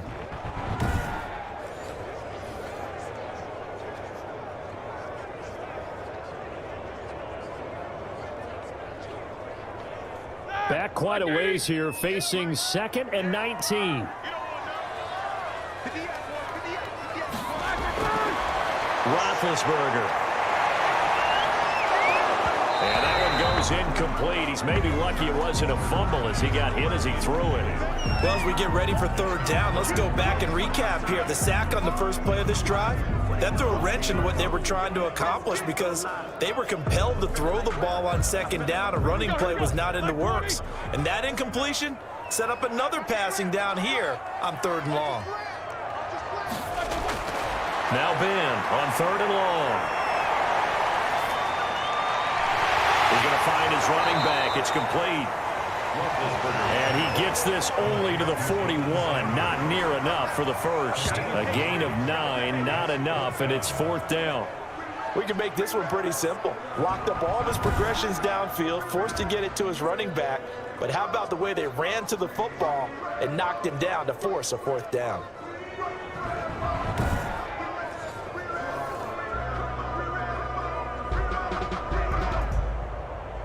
On 4th down, here comes the Steeler punter Jordan Berry to kick it away.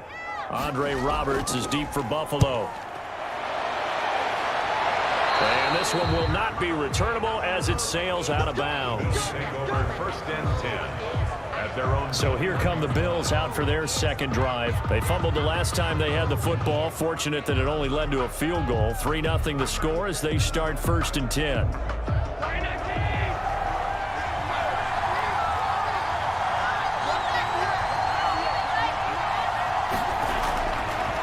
Devin Singletary with his first carry of the game.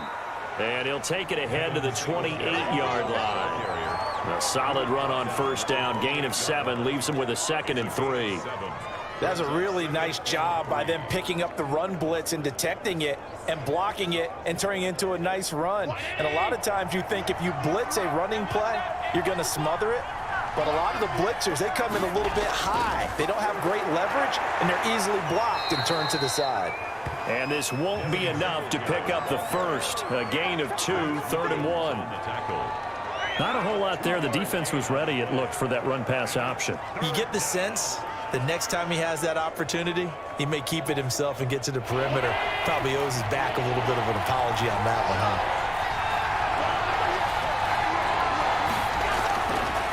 Now the first carry for Zach Moss. And he gets it to the 32. Good enough for a 1st down. They only get 2 there, but on 3rd and 1, that's all they needed to keep the drive going. I liked his focus there because he wasn't thinking about breaking that one big. All he thought about was, I need 1. Let's go get that. Ended up picking up 2.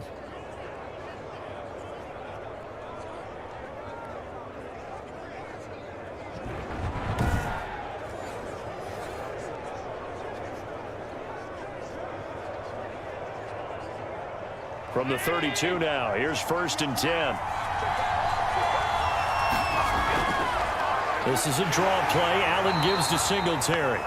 Absolutely nobody fooled there. He's going nowhere fast as he stopped behind the line of scrimmage. When a draw works, it can be a thing of beauty. But when it doesn't, oh, it can be ugly. And in this case, loss of yardage ugly.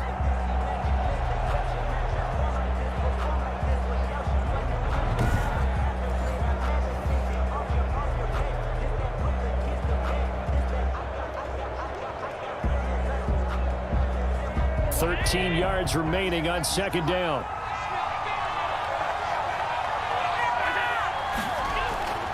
Allen going to give this one to Singletary. And he's going to lose yardage and be backed up to the 25. That 2nd down play nets a -4. They went with the run-pass option, and I don't know if the option really mattered there because the defense was ready. So many times you put the defense at a disadvantage because you have those multiple options, but when they read their keys and play it correctly, sometimes the result goes in their favor.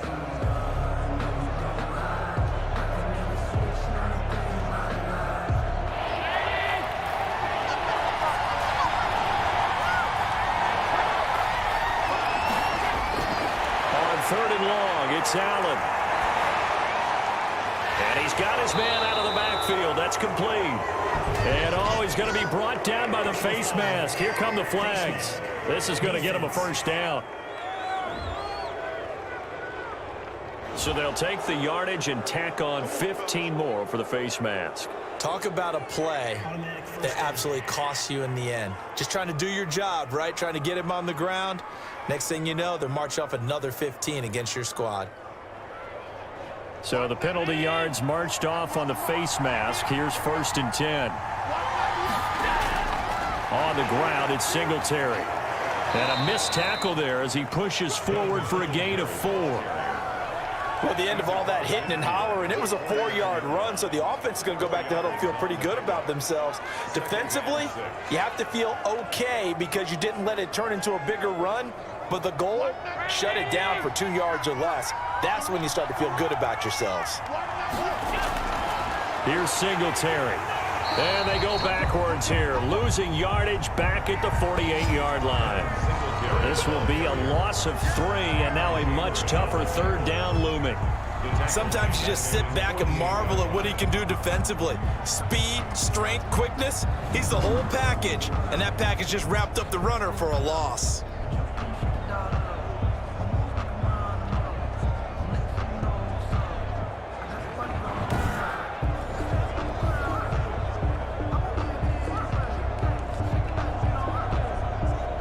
Play number 7 of this drive, but it's a tough 3rd and 9. To throw, it's Allen. Got a man, and he hits him in stride.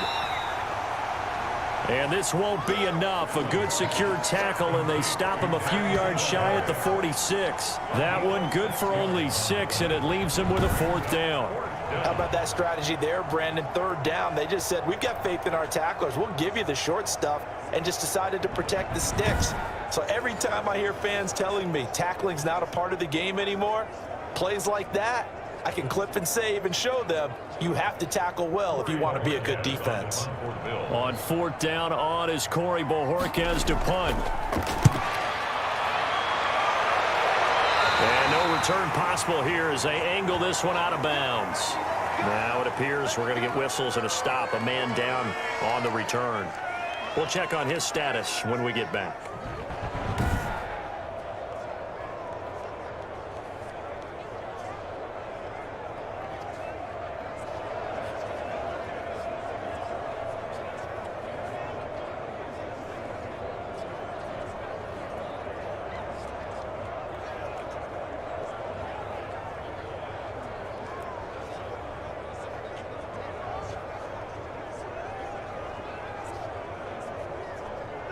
The Pittsburgh offense at the line to start their next drive. They've got a 3-0 lead and the football as they start 1st and 10.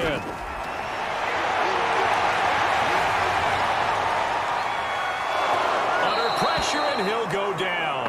They'll sack him on what ought to be the final play of this first quarter. Trent Murphy in there for the sack on what will be the final play of this first quarter.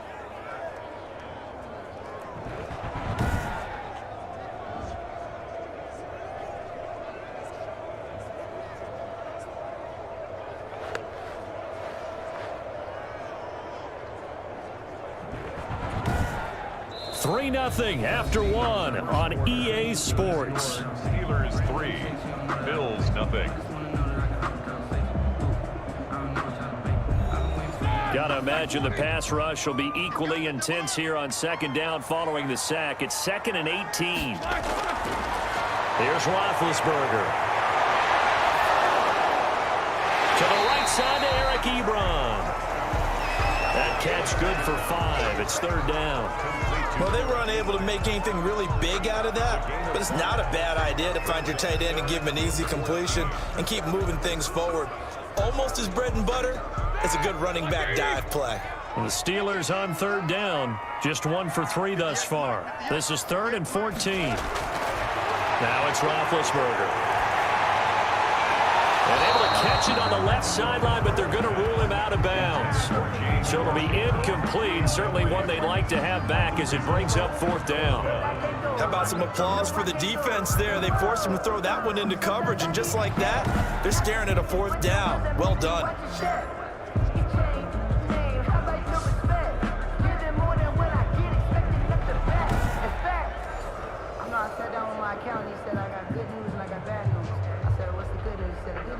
Here's Jordan Berry now as he's on to punt for Pittsburgh.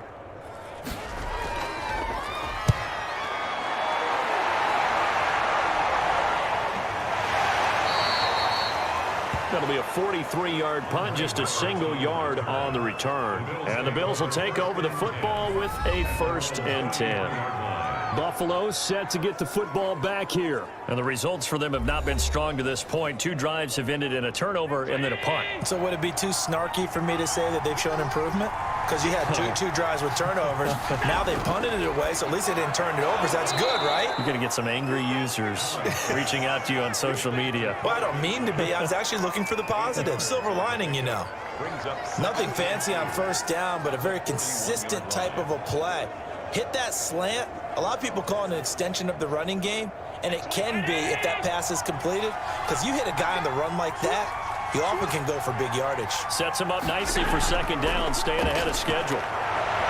They'll roll him out right, and he's going to keep it here. And he'll be brought down just shy of midfield at the 49-yard line. Josh Allen, very athletic at 6'5", showing the versatility, picking up the 1st on the scramble. Offensively, they liked their situation, so they tried to take a shot downfield, but no one was open, so it was tuck it in run time, and he picks up a 1st down.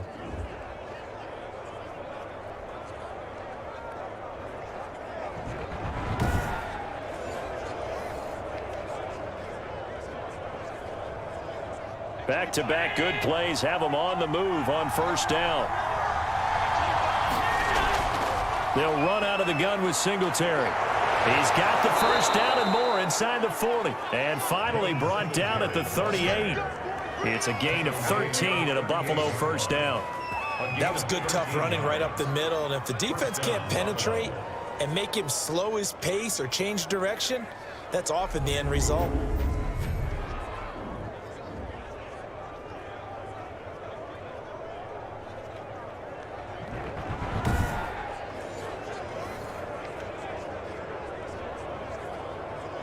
This offense finding its legs now. Here's another 1st and 10. Now a run with Singletary. Fighting his way down to about the 35-yard line. T.J. Watt in on the tackle. Yeah, I don't know if it's exactly a win-win, but if you're on offense, you'll take that kind of a run, all right? It was kind of stacked up, found a little bit of yardage, and frankly, they're pretty close to staying on schedule on offense. The playbook is still open for the coordinator. From the 35 on 2nd down. Allen, that's caught by his tight end, Dawson Knox. The catch and run, good for 18 and a 1st down. I like how they worked the tight end on a nice little under route there, and if you're going to give him that much space, he's not even going to catch the football. He's going to run away from me a little bit, and that's exactly what he just did there, picking up extra yardage.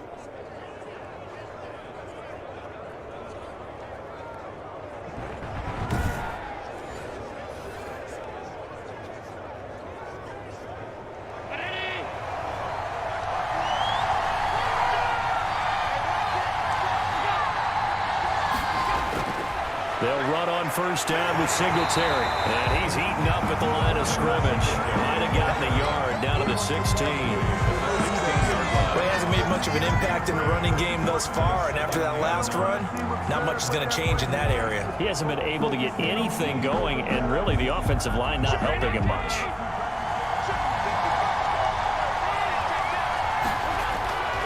On 2nd and 9. Allen, pass incomplete, but the flag in the backfield, and this might be a roughing call.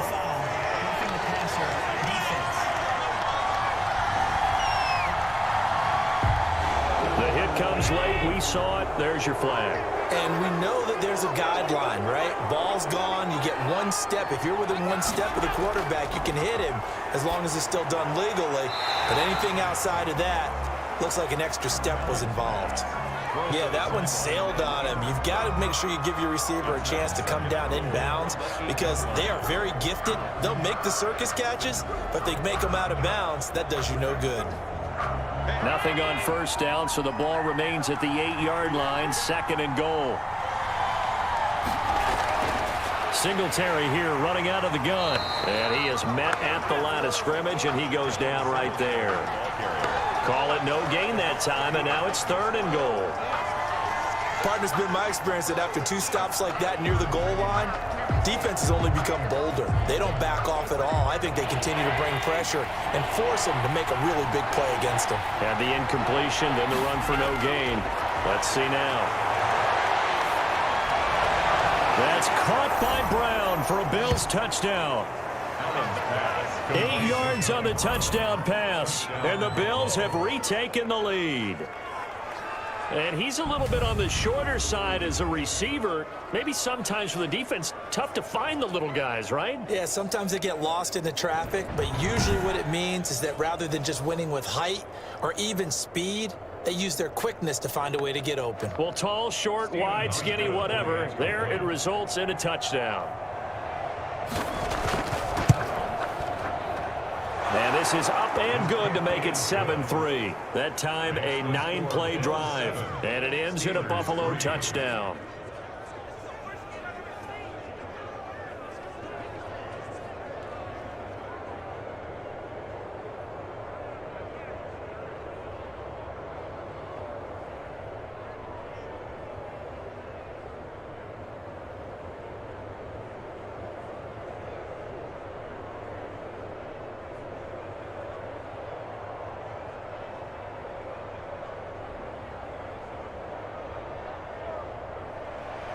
Hauschka now to send this one away following the score.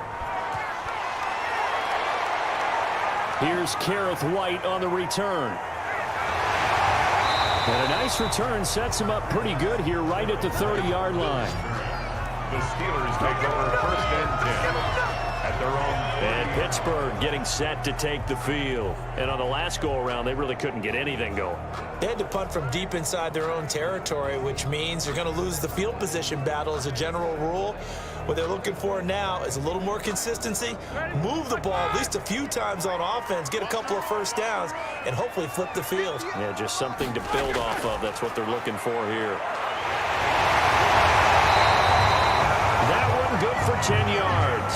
And that'll make it 2nd and a foot or so. On any explosive run, you can almost feel the ground shaking, and that's from the offensive linemen creating space for their runners. I had an old coach tell me before, they always told his runners, run around the offensive line in pregame. Get used to the ground shaking so you don't trip and fall when it happens in a game. On 2nd and very short, Roethlisberger. That'll be taken in there by James Washington. 7 yards there and a first down. 7-yard gain. And the Steelers first down. 1st and 10 at the 47-yard line.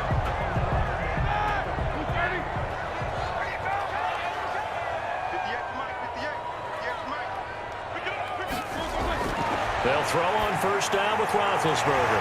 Complete to Washington. And he'll get it down here to the 43.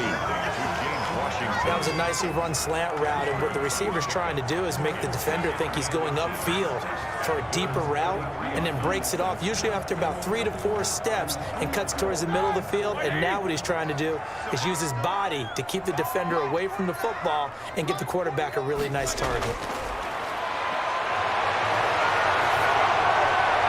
Roethlisberger throwing complete to McDonald. And he's going to get this one down to the edge of the red zone. 23 yards the pickup there. One of the advantages of zone defense, as I remember it, is being able to see the play develop in front of you. One of the disadvantages, when they find those levels where they can hit you with it, sometimes behind the corner and in front of the safety, it makes it tough to defend.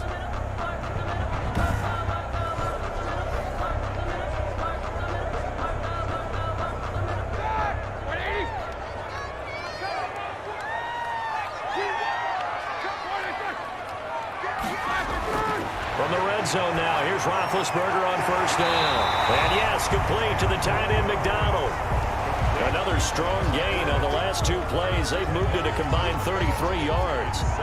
It certainly feels like there are more stars at the tight end position than there were even 10 years ago. And I think it's become more of a glamour position because of the ways it can hurt a defense, and guys want to be involved. They can be in line, close to the line of scrimmage. They can split out like receivers. But hands, route running, speed, and some toughness to go across the middle. You put it all together, you got a heck of a tight end candidate. It's a 3-yard pickup, and that sets up a first and goal.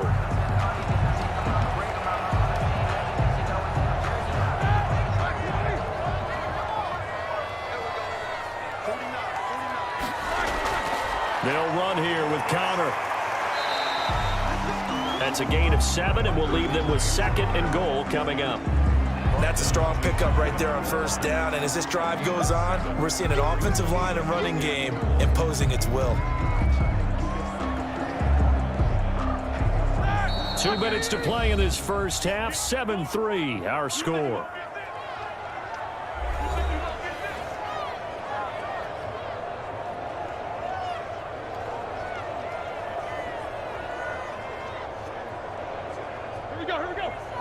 We remind you that coming up at halftime, we'll pay a visit to Jonathan Coachman. He's in Orlando, and he'll have our EA Sports halftime report. And he's in. Touchdown, Pittsburgh. James Conner able to take this in from a yard out. And the Steelers have once again taken the lead. Solid blocking up front from the guys on the offensive line allowed him to get in for the touchdown. Yeah, some might say that the guys on the offensive line were in concert. I used to have a coach who called it marrying up, meaning when you get on a guy, you just stay right there. And each guy has his own assignment. That allowed the runner to make the big move towards the end zone. Chris Boswell now for the extra point.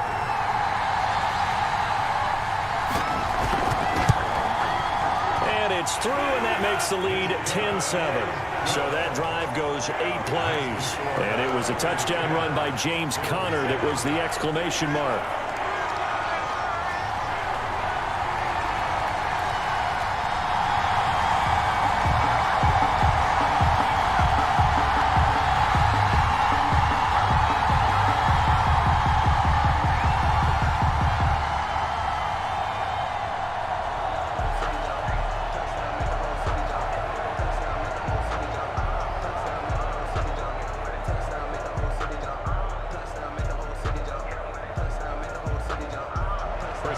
Boswell now to kick it away after the touchdown.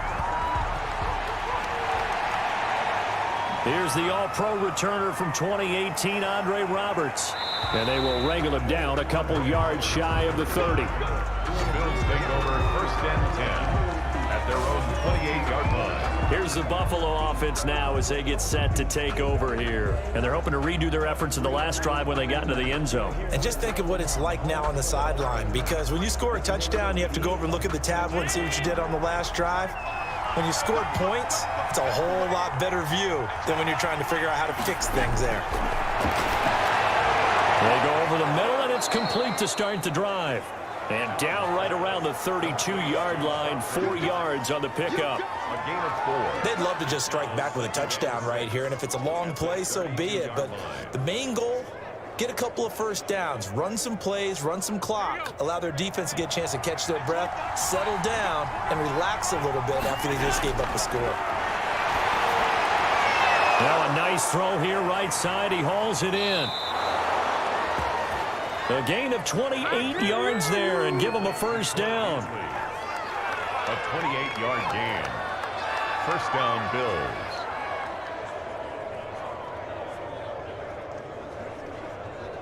First down now, but that clock rolling. A play fake to Singletary, and now it's Allen. And an incomplete pass. That'll stop the clock here with just under a minute to play in half number 1. I like the thought process there. They connected on a big play, and sometimes you find the defense vulnerable. So they went for the bigger shot, went for it all on that one. This time, they were ready for it. So second down and 10. Once again, they'll go from the 40. To throw again. Allen. He finds his target, John Brown. Now the Bills are going to use the first of their timeouts as they get the stoppage with a little over 50 seconds to go in the first half.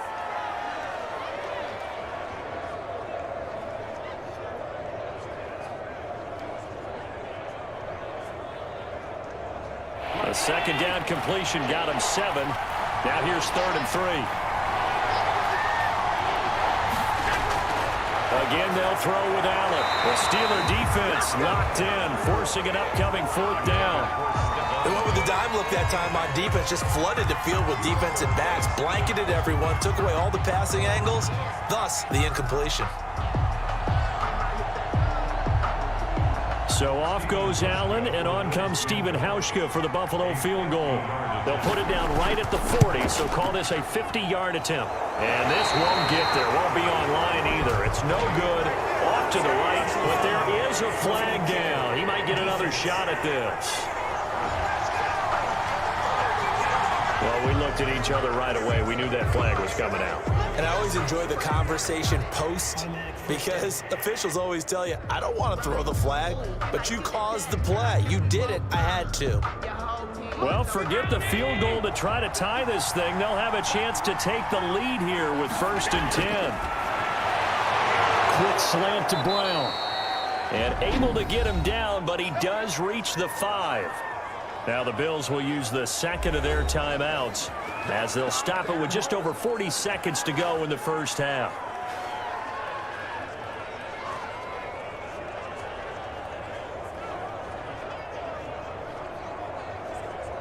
So it's 1st and goal and a great opportunity to get that lead back before the break. Now Allen again. Sliding it, and he will score. Touchdown, Buffalo. Josh Allen with his 2nd touchdown here in this first half as his guys are able to regain the lead. So a quarterback scramble, certainly a pass play, but he saw something, tucked it, and got in the end zone. A lot of quarterbacks, when they scramble, they're scrambling to create more time to throw the ball downfield. In this situation, as you noted, he tucked it and took off. Great play by him.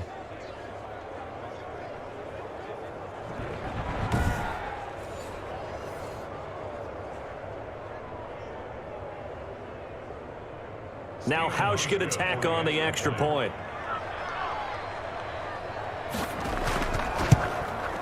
And that makes it 14-10. So that drives 7 plays in length. And it was Josh Allen using his legs to polish things off.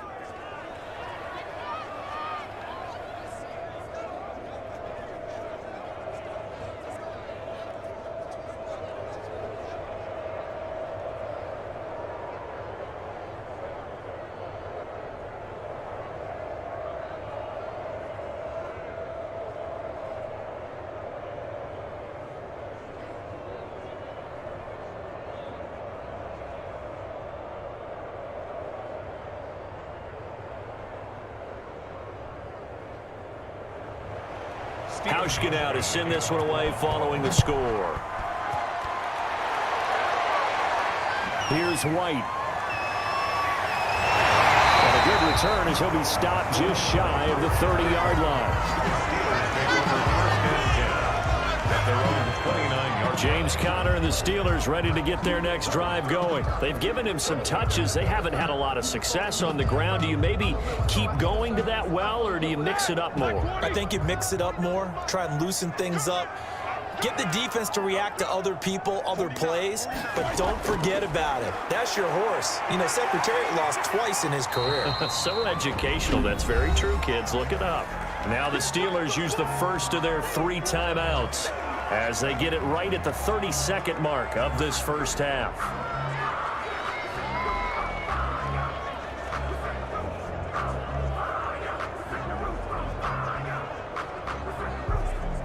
Second and 5.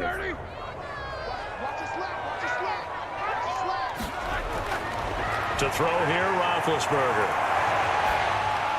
Ebron caught left side. The Steelers signal for the second of their timeouts as the stoppage will come with 23 seconds to go till halftime.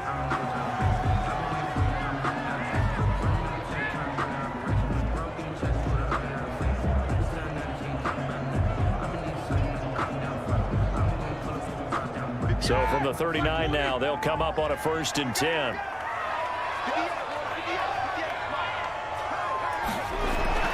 From the shotgun, it's Roethlisberger. Washington's got it. And he'll be out of bounds up near the 45 at the 44. Washington out of bounds at the 44-yard line. A gain of 5 brings up 2nd and 5.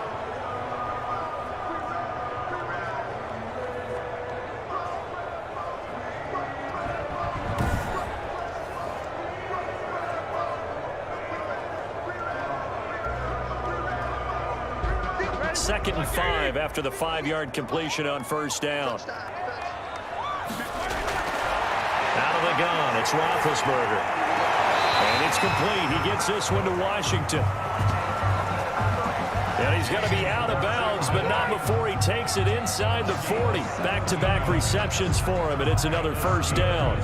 First down. 1st and 10 at the 39-yard line.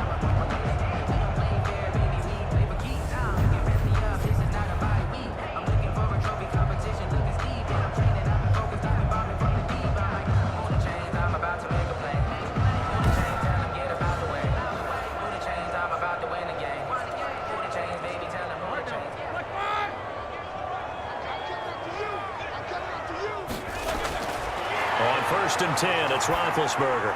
They'll find Juju Smith-Schuster. Now a timeout. 7 seconds left in the first half.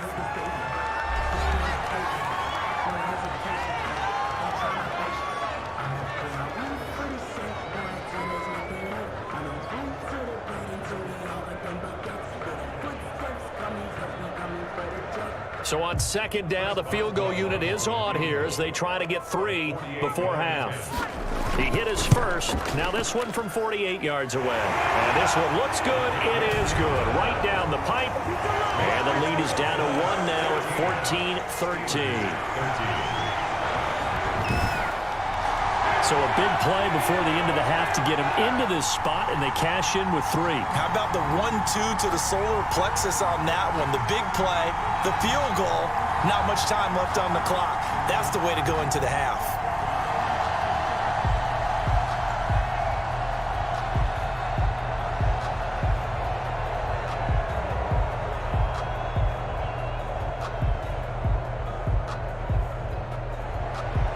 After the successful field goal try, here's Boswell to send it away. Roberts on the return.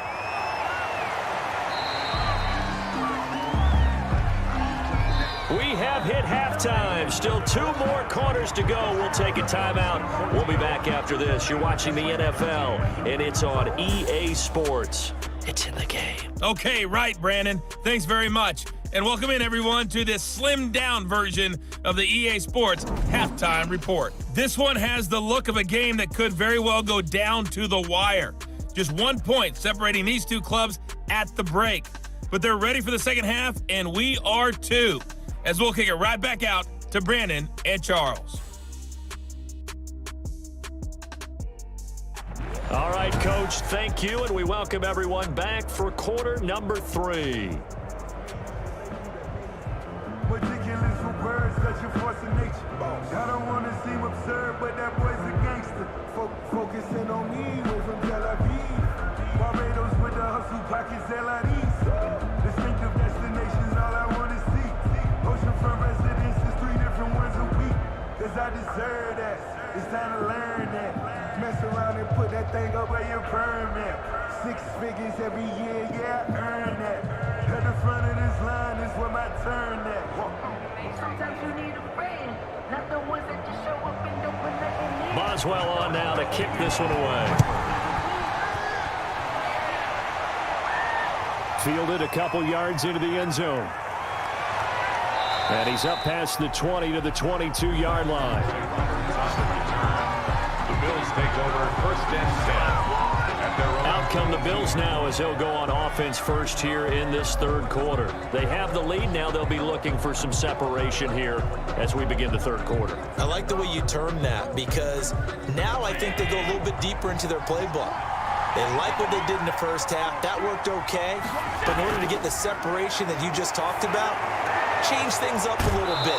Change your tendencies. Try and hit them a little bit more with some things they didn't see in the first half. See if they do just that. Just about every quarterback is trained to really look downfield first before you come back and make a nice, safe throw. And in this case, that's exactly what he did. Found his running back, let him create some space, and it turned out to be a nice play for the offense. Ahead of the chains now, 2nd and 2.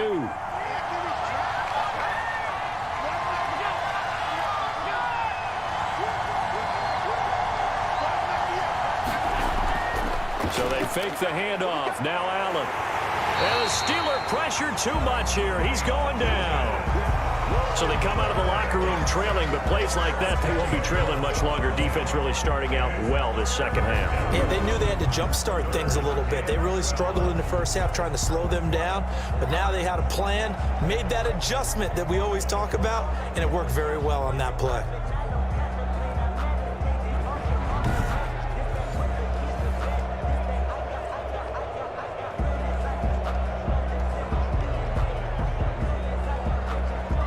So after the sack, Allen and the Bills with work to do on 3rd and long.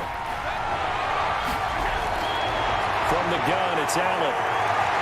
Flushed out right. He may try and run for this. And he will be marked down short of the first as they get to him at the 29. Give him 8 yards that time on the scramble, and now 4th down. I thought he did a pretty good job there to get back what he could, but let's face it, that sack on 2nd down, talk about throwing a wrench into the works. It certainly did. Yeah, he did everything he could there, trying to pick up some positive yardage, and he did, but not enough.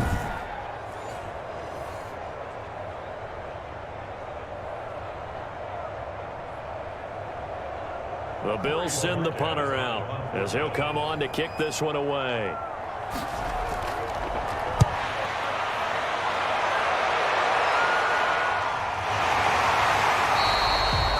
So a change of possession here on the punt. And the Steelers will go on offense here, 1st and 10. Time for the Steelers offense now to get set for their first possession of half number 2. Their defense just came up with a stop right out of the locker room, and now can the offense take advantage? Yeah, we don't want to turn this into something that it's not. It's only a 1-score game, so it's not exactly a crucial possession.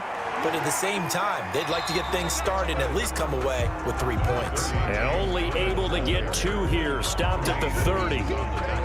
Well, they're hoping that the second half is better for him than the first half. They've got to find a way to get him going. He's a big part of their offense.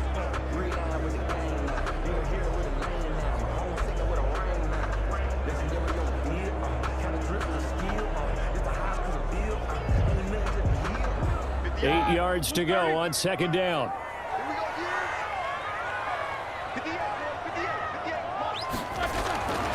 From the gun, it's Roethlisberger. Complete. It's Johnson. And he gets this one just shy of the 40, down at the 39. It's a 1st down on a gain of 10. That's good for us Steelers. 1st down. 1st and 10 at the 39-yard line. So from the 39 now. They'll come up on a 1st and 10. Roethlisberger will hand to Connor. And he's across the 40, 3 extra yards to the 43. It's a pickup of 4, and it'll bring up 2nd down. Sometimes with the running game, you've just got to stick with it. Look, it's the 3rd quarter, no time to panic. But that also doesn't mean you just do it the same way you've been doing it the entire ball game. Maybe change up some blocking assignments or run a few different plays, but stay with the overall essence of the running game. To throw on 2nd and 6. Roethlisberger got an open man. It's Washington. And he's got a 1st down as the tackle made at the Bills' 42. 15 yards on the play, 1st down. You can see the time and effort and thought that they put into their passing game because it was evident right there. It looks like a simple pitch and catch, but you and I both know that they have planned for this and worked hard to make it happen.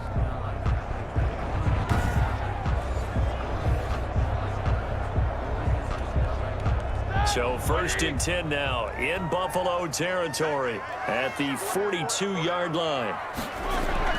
Now Ben going to give this one to Connor. And they went the wrong way there. Losing yardage back at the 43-yard line. He'll lose a yard there, and it's 2nd and 11. With his size, he's a tough man to bring down, but they do a nice job there stopping his progress and not allowing him to get back to the line of scrimmage.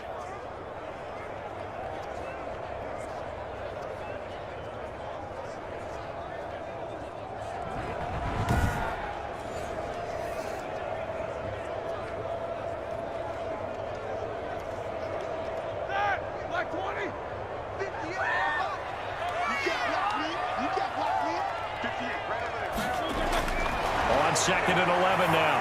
Roethlisberger. That one into the hands of his tailback, Samuels. It's a gain of 5 on the play, and that's going to lead to a 3rd down. That might feel like a little bit of a lost opportunity there for the offense because the defense brought pressure that time. And sometimes against that, you can get out to your running back, and it can turn into a big gain downfield. But what a nice job they did getting to him quickly and holding him to a short gain. The Buffalo defense does its job, and it's 4th down. And those two just haven't been in sync thus far. They've done a nice job against him, but still, with his talent, you would expect them to have more completions to him in this game.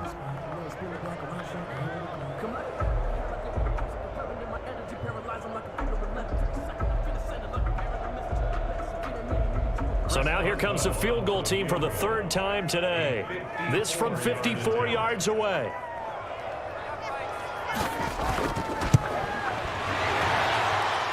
And his kick is good. Oh, he just did tuck it into the bottom of that left corner. And with that, the lead changes hands here in this 3rd quarter. With his 3rd field goal now of the ball game, and they needed his leg. This last one gives him the lead. It's been a back and forth kind of a game, hasn't it? Now you got to tell your defense, guys, need you to make this stand up because we got the momentum going in the right direction, but we need you to make sure we carry it home.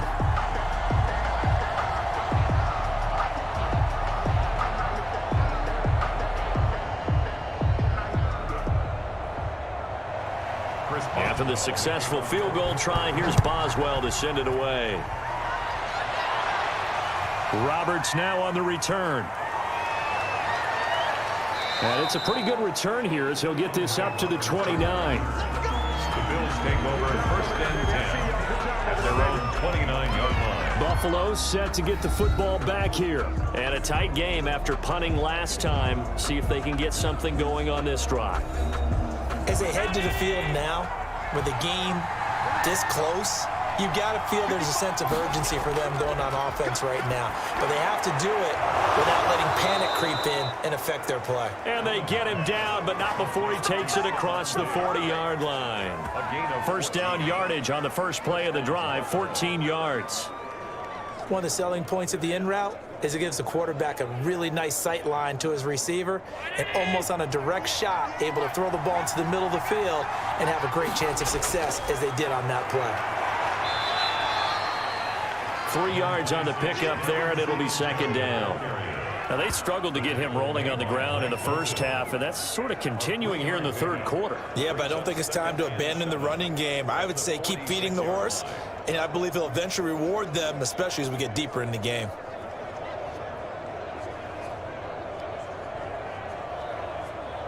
Second down and 7. To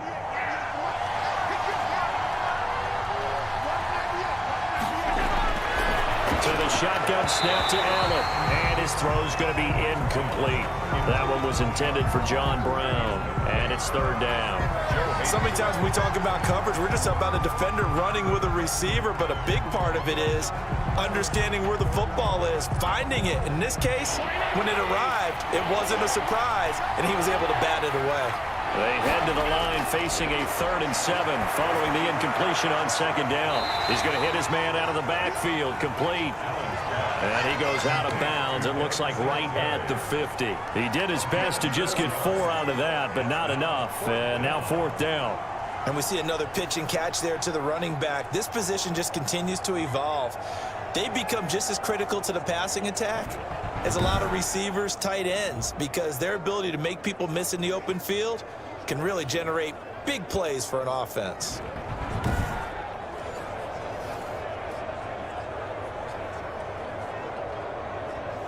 The Bills send the punter out. He'll boot it away from about his 35. This is away, but boy, headed straight for the sidelines. The Steelers take over 1st and 10 at their own 28-yard line. Getting set to go again, Ben Roethlisberger marches onto the field. He is looking to help his team build their lead after trailing at halftime. They've got to like the spot they're in right now. They have to love it, but as you and I both know, cliche alert coming here, you're only as good as your last possession. But I think that they like, as you said, the spot they're in and how confidently they're playing at this point. But again, just a one-possession lead, looking to expand that now. And they get him down, but not before he takes it across the 40-yard line. Solid way to start the drive, 13 yards, picking up the first. Sometimes it's hard to believe, but there are times this game is about patience, isn't it? Has had the game he expected, but that run there, that may get him going. I was just going to say, maybe that gives him a little juice, because you're right, he struggled, especially in that first half. Yeah, and I know the great ones always think to themselves, just hang in there. I'm just one big carry away from busting this open. That's a good start for him.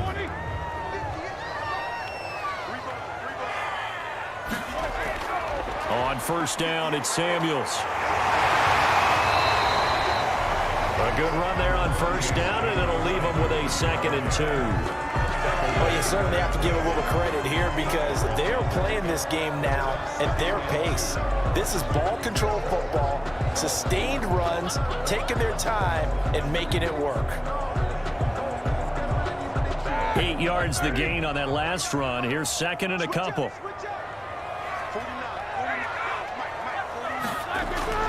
From midfield now, here's Roethlisberger. And this one incomplete. Too much contact to hold on to that one, and it's 3rd down.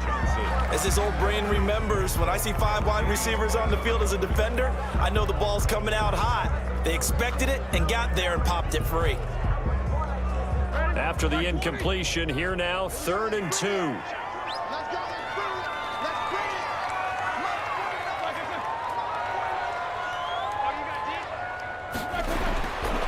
Now it's Connor, runs through the contact, and he gets it down to the 48, enough for the first.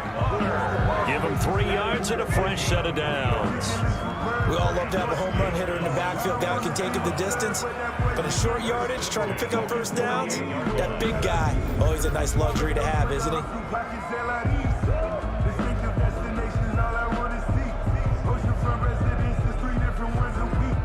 I deserve that. It's time to learn that. Mess around and put that thing up where you burn that.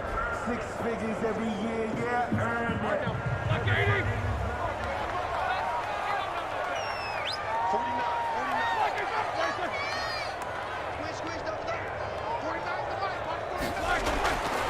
Right back to Connor here on first.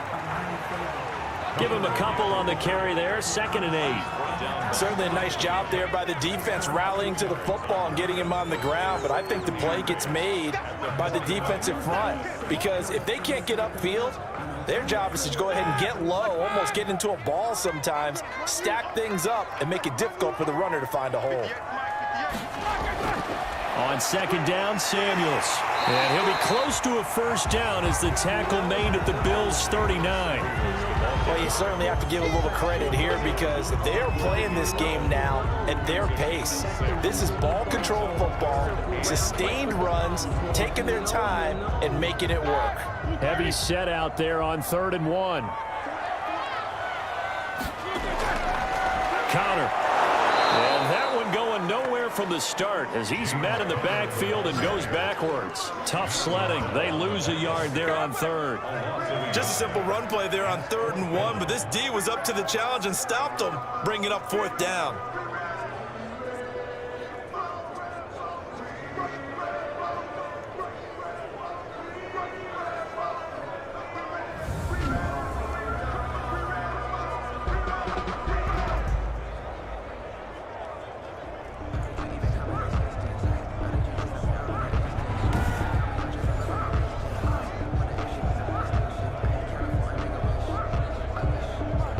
Here's Jordan Berry now as he's on to punt for Pittsburgh.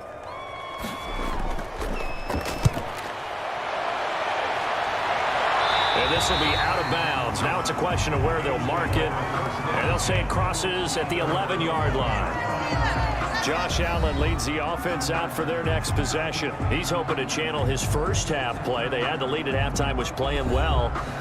Flip the script here in the 3rd quarter a little bit. I think he misses the Pee-wee days, you know, when you just got the orange slice at halftime, right? And remember, there weren't any real adjustments then, right? You weren't looking at some tape, right? You weren't looking at stuff off of the surface tablets. You just went back out and played.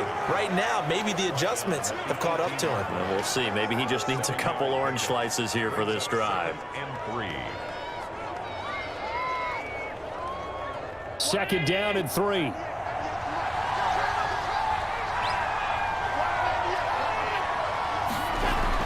They go right back to Singletary.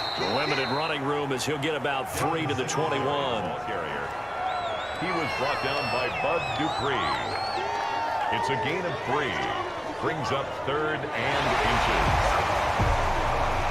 inches. So they'll get a little extra time to come up with his 3rd down play as we played 3 quarters. You're watching the NFL on EA Sports. The offense on 3rd down tonight, 3 for 7 so far in this game. They're looking at 3rd and a few inches. Working out of the shotgun. Here's Allen. And he's able to find Diggs. And they're going to get this beyond the 40 before he's taken down. Nice 3rd down conversion and even 20 yards. If you're going to blitz, likely going to leave you in man coverage with this guy, and that is less than ideal. It is, because just about any offense that has an elite receiver, if you blitz and have him in man coverage, you're going to him, even if he has an elite defender on him, because he usually knows where the ball is before the defender does. So signs of life in what's been a dormant offense in this 2nd half. Here's 1st and 10. From the gun, Allen. Man open, that's Robert Foster, complete. And he'll get it into enemy territory just across midfield at the 49. Another nice gain. That's now 30 yards between those last 2 plays. 49-yard line.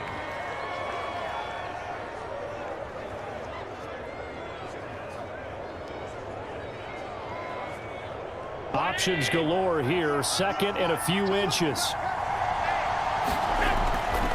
They'll run here with Singletary. And he'll be brought down at the 45-yard line. 4 yards the pickup, 1st down. Well, that was a unit that understood exactly where the 1st down marker was, handed it to their guy who could run it, created some space, and he got there.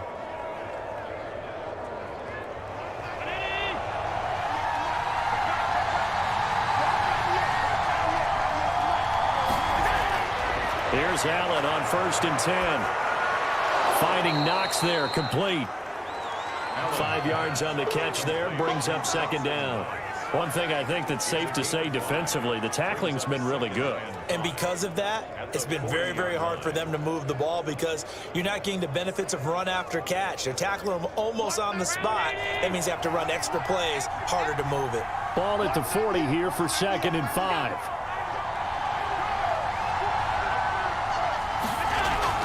On play action, Allen rolling to his right. And he's going to have to eat this one as down he goes. T.J. Watt causing the disruption. He gets the sack.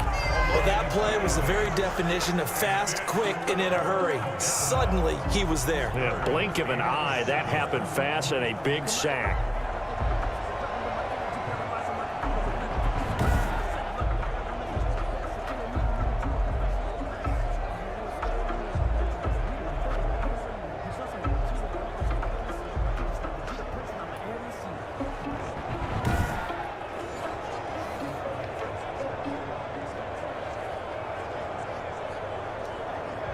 The Bills on third down. They're at 50%, 4 for 8. This is 3rd and 7.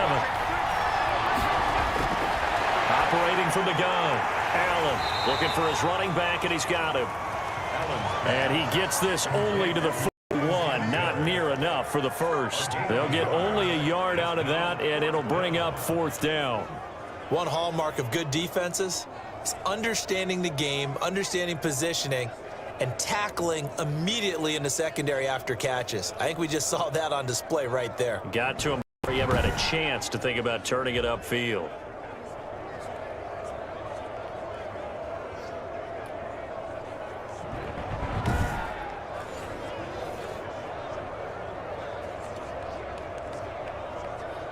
The Bills send the punter out as he'll punt it away for the 4th time today.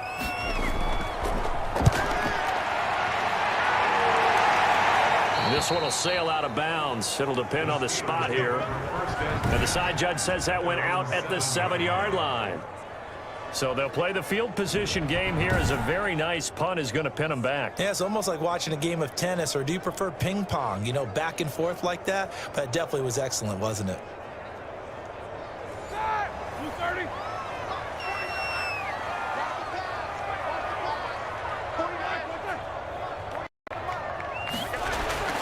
They start with a give to counter.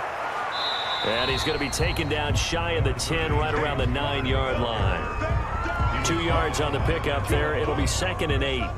I like a guy who understands the situation. I also like a guy who you look at him and you say, that looks like a guy who knows the coach is going to say, guess what? You drop this one, you'll be carrying around the training facility for an entire week. Maybe flashback to high school or college, carrying it around campus, right? The old gauntlet drill, right? Anyone get the ball out while he's sitting in class and bring it back to the coach? He's in big trouble. And that's incomplete. Roethlisberger's pass incomplete on the throwaway. Brings up 3rd down and 8 yards to go.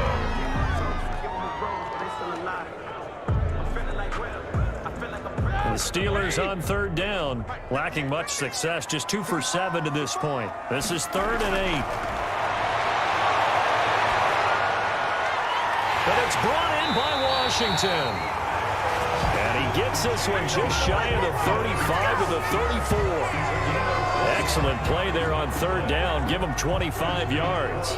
He's been the go-to guy. They needed a big play there on 3rd down. Went his way. It worked out. It doesn't matter whether they've scouted it or that they think he's going to get the ball. He has a knack for finding his way open and completing the connection.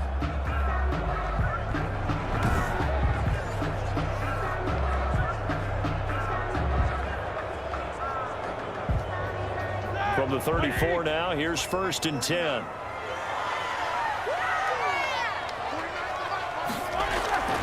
Now Roethlisberger to throw. And he's got his man, the tight end, McDonald. And he slips up past the 45 before being tackled. Back-to-back nice plays, 12 yards that time and a 1st down. These guys are running offense like you drive. The pedal is down, stomp down. How about that? Back-to-back completions. They are rolling. So much for being conservative and running that football. Couple of 1st downs to kick off the drive. Here's 1st and 10 up at the 46. They'll run here with counter. Now he's able to break through 1 tackle, but it slowed him down enough that he could only manage getting back to the line of scrimmage. The defensive line made pretty easy work of the offensive line that time. And people get tired of the cliche that the battle is won in the trenches. But it's a cliche because it's true. And how about the battle right there? One on the edge, and the ball carrier did not benefit. Incomplete, but a penalty flag is down in the backfield. Let's get the call. Offense.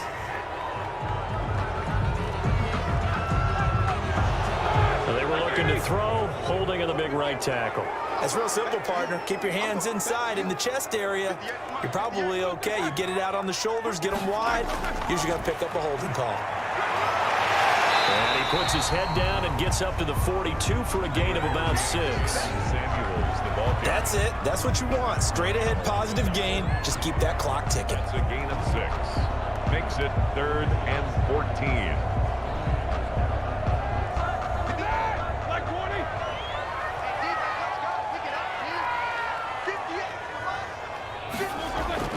Now Ben on 3rd and long.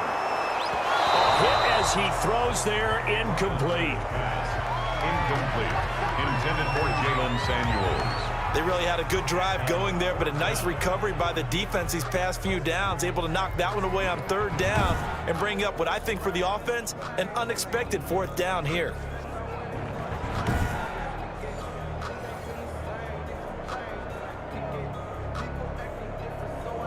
Here's Jordan Berry now as he's on to punt for Pittsburgh.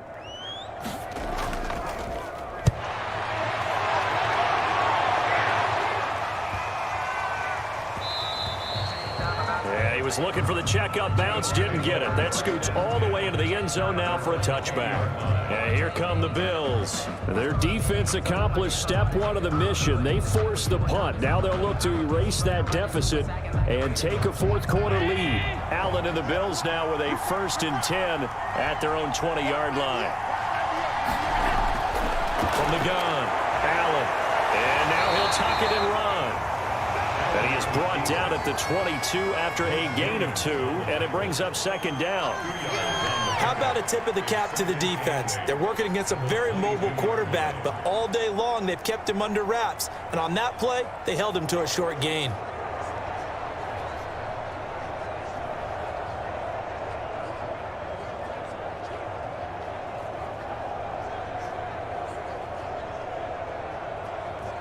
From the 22, here's 2nd and 8.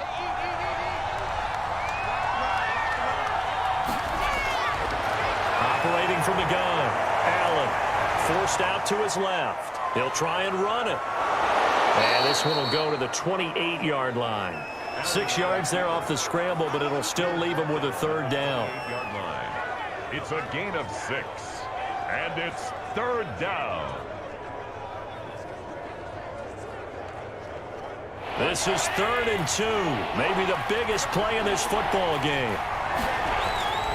They'll try and run for this with Singletary. That's some good hard running there as he'll push his way forward for about 5. He's taken down at the 33. I think I saw a lot of shoulders just drop there. And what I mean by that is they finally were able to relax a little bit because that was an important play call. They needed to pick up that 1st down at this stage of the game. Yeah, couldn't afford another quick drive and out.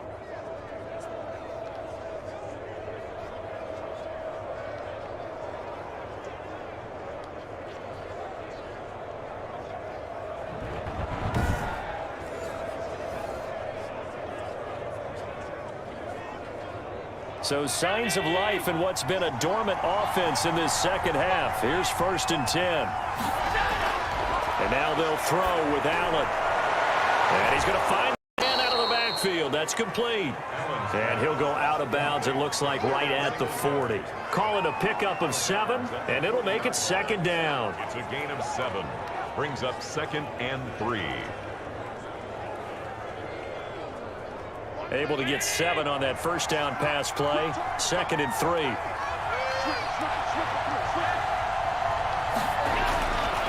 Allen going to give this one to Singletary. And he'll be taken down at the 46-yard line. 6 yards the pickup, and that's a 1st down. At the 46-yard line. It's a gain of 6. And the Bills' 1st down. 2 minutes remain, and that's our score differential as well. 2 points here in the 4th quarter.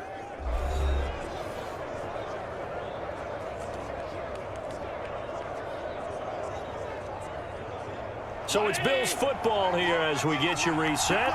They come up on a 1st and 10, desperately needing a score here on what could be their final drive. Allen's throw is complete, and he'll work it across midfield inside the 45. 11 yards and a Buffalo first down. Pardon, you got to like what they're doing right there. Little by little, they're getting closer. Another good pickup. First down now, but that clock rolling. A play fake to Singletary, and now it's Allen. I remember sleeping with my ribs touched. I remember sleeping with my ribs touched. Now I get it and go. Now I get it and go. Now I get it and go. Now I get it and go. Ain't it crazy how them tables turn? You can fold or you can stand firm. I'm a real one, so I ain't concerned. I'm full for this life. I think I earned all my stripes. I don't believe all the hype. Get back on my feet and get right. Watch you work, watch him hate, watch him lurk. Can't relate, watch you skirt. Out the mud, out the dirt, above the waters, in the murks, at the gate, on site. Red breed, red tight, set the bar, take flight. Yeah, I've been grinding since a youngin'. They told me my timing was coming. I've been hustling with no fun and forget all the fame, get the money. I'm out in LA where it's sunny. I've been eating since a youngin', since we ain't have food in our tummy. The life we was living ain't funny, but you cannot take nothing from me. Put that on my mama, my daughter, my cousin, my brother. I'll show you. Way better than I can tell you. The type of dreams that they sell you. That's why I learned from my failures. Don't do the handouts or the favors. Told my brother I'ma get this paper. Was left behind, I'll see it later. To keep it real, you don't need to wait up. Lay it out on the line, ain't no looking back. Giving my all with no strings attached. Came from the bottom, rose through the cracks. Spotlight on you, but how you gon' act? I remember sleeping with my ribs touched. I remember sleeping with my ribs touched. Now I get it and go. Now I get it and go. Now I get it and go. Now I get it and go. I remember sleeping with my ribs touched. I remember sleeping with my ribs touched. Now I get it and go. Now I get it and go. Now I get it and go. Now I get it and go. I remember sleeping with my ribs touched. Now I get it and go. Now I get it and go.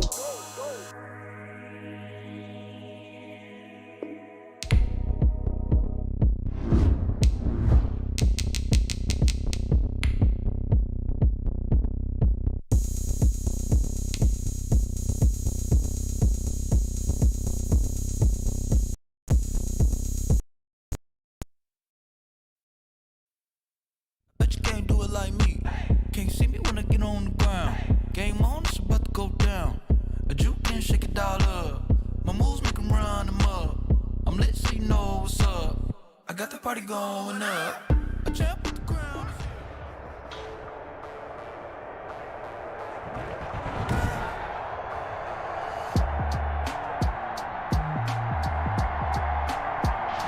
EA Sports coverage of the NFL brings us to the steel capital of the world, Pittsburgh, PA, and Heinz Field.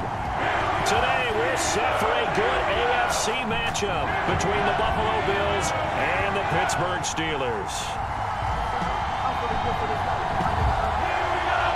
Stephen Hauschka now about set to get this one started. And with towels waving, we're underway from Heinz Field. And this will go as a touchback, and they will begin things at the 25. And here comes Ben Roethlisberger out onto the field ready to lead his Steeler offense. We talk so often about his physical attributes. Of course, the Big Ben nickname, his ability to take hits in the pocket, his ability to extend plays and get outside of the pocket. But how about this for efficiency? Top 10 in career NFL passer rating. And he's one of the top 5 winningest quarterbacks in NFL history. That's pretty darn good. Well, on every play call, you realize it's not going to go for a touchdown. So a lot of your calls are setting things up for maybe later in the game, trying to establish the inside run with toughness now, hopefully get to the perimeter later. And let's face it, you could do worse than a 4-yard run on first down. Now a man open down the middle of the field. And he gets this one just shy of the 40. They'll mark him down at the 39. It's a first down on a gain of 10. Steelers first down. First and 10 at the 39-yard line. So from the 39 now, they'll come up on a first and 10.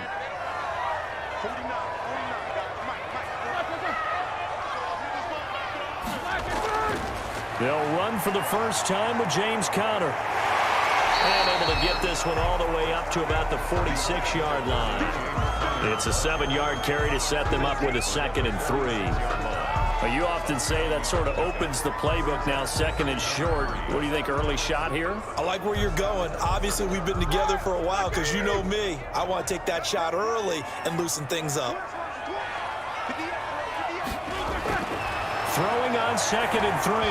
Roethlisberger looking middle, and it's incomplete. Eric Ebron, the big tight end, is intended target, and it's 3rd and short. I didn't like the look of that play right from the beginning. I thought he should have seen the coverage that was there, tried to force it in. That one, he's fortunate, just fell incomplete. So the incomplete pass on the last play, and that leads us to a 3rd and 3. Out of the gun, it's Roethlisberger. Open man, Smith-Schuster, it's complete. It'll be a pickup of 4, good enough to earn him yet another first down.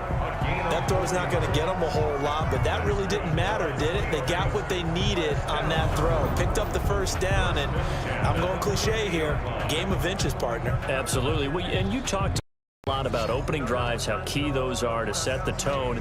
You kept the drive alive. 3rd down conversion here's big.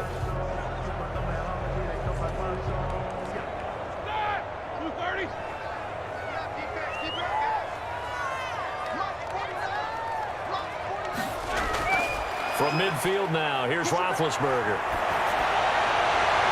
Open man completes it to Smith-Schuster. And he is out of bounds inside the 35. He's been a one-man wrecking crew these last couple of plays. This time 18 more and a first down. I don't believe that this opening drive is surprising to either one of us after the time we spent with the coaching staff and players prior to the game. What about you? Absolutely. Not only that, but that big article in the paper this morning about their philosophy on starting games like you're shot out of a cannon, and that's what they've done. Very methodical here on this first drive. Yeah, so many teams talk about that fast start. We're actually seeing it happen right here in front of us. But now the kicker. Can they cap it off by putting the ball in the end zone?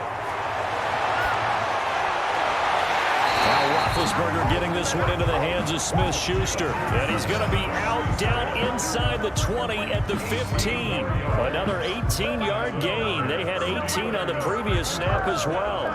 Well, I know from past experience, before you actually play a game, you visualize what's going to happen.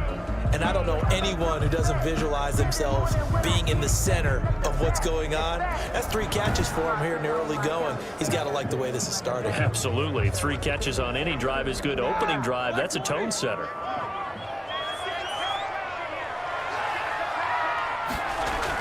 On first down, it's Samuels.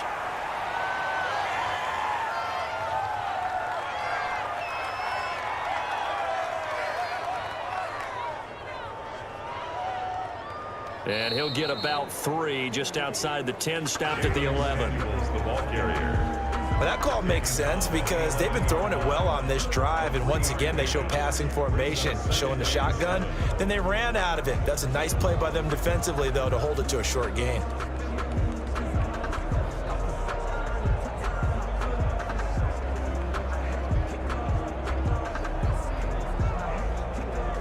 Coming up on 2nd and 7.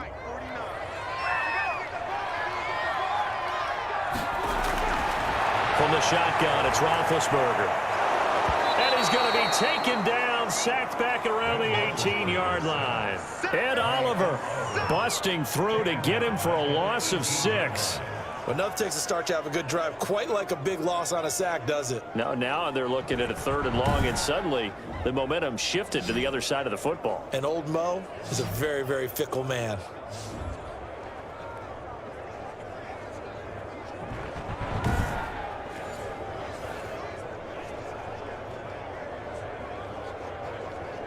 So the sack, and now a 3rd and long situation for the Steelers and Ben Roethlisberger. From the gun, it's Roethlisberger. And he fires one that's intercepted.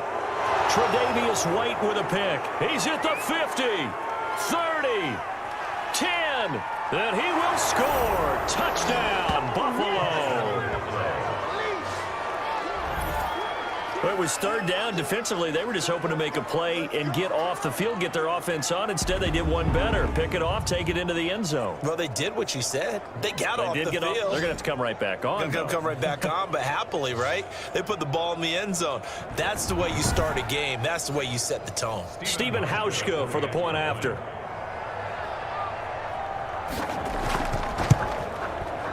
it's 7-0 Buffalo.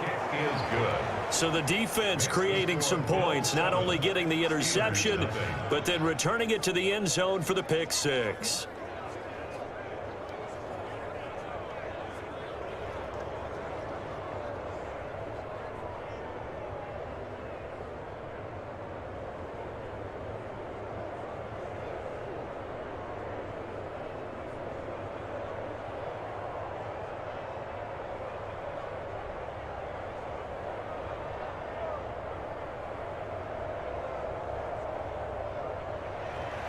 So they'll get another shot on offense following that pick six. And now the kick is away.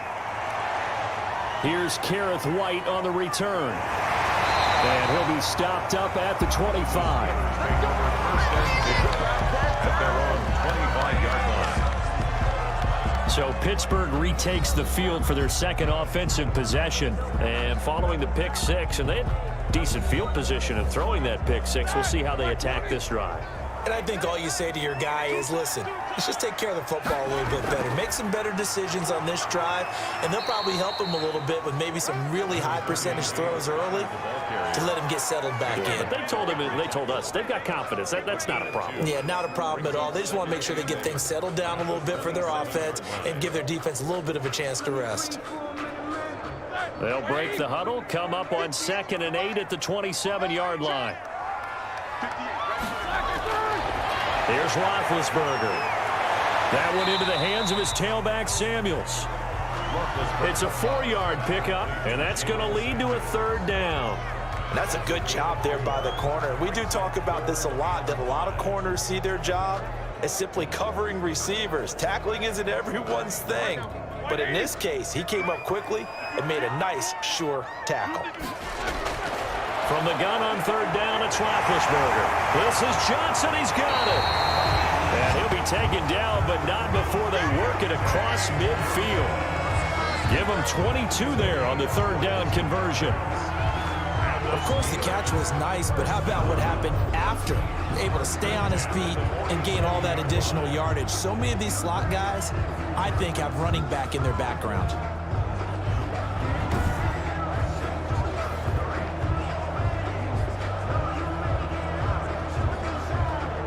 So 1st and 10 now in Buffalo territory at the 47. Roethlisberger. That'll be taken in there by James Washington. And he's corralled, but not before getting it inside the 35. Back-to-back nice gains. That one for 14 yards and another first. 1st and 10 at the 33-yard line.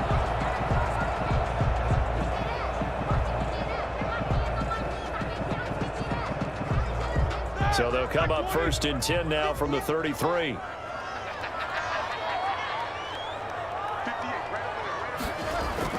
Play fake to Connor. Now Roethlisberger. His throw incomplete. James Washington was the intended target, and that'll bring up 2nd down.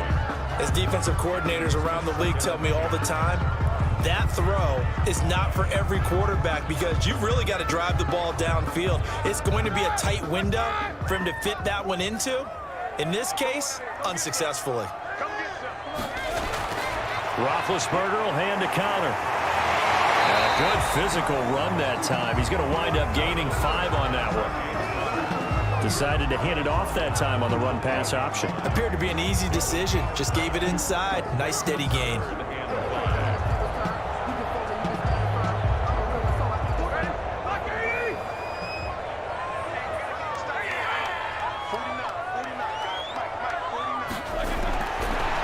Roethlisberger. And a catch made by Johnson. And he will have the first before he's brought down right on the chalk of the 20. A busy first quarter. His 3rd catch of the afternoon is a 1st down. One thing you're hoping for when you run drag routes, you're able to hit a receiver in stride and he can pick up a lot of yardage after the catch. But in this situation, the defense was effective, able to stop him before he could get a good head of steam going.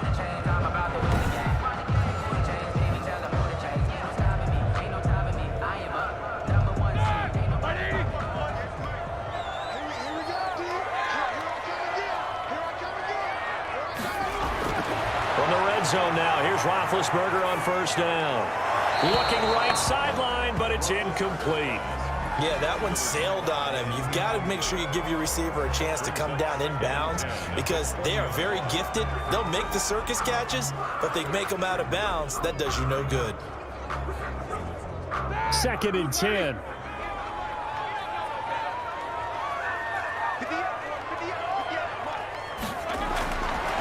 Now it's Roethlisberger. Under pressure, and he'll go down. Sacked back at the 31. The sack there by Trent Murphy. And we say it all the time, have to be able to get rid of the ball sooner than that. You have to help your offensive line out. They're going to protect you as best they can.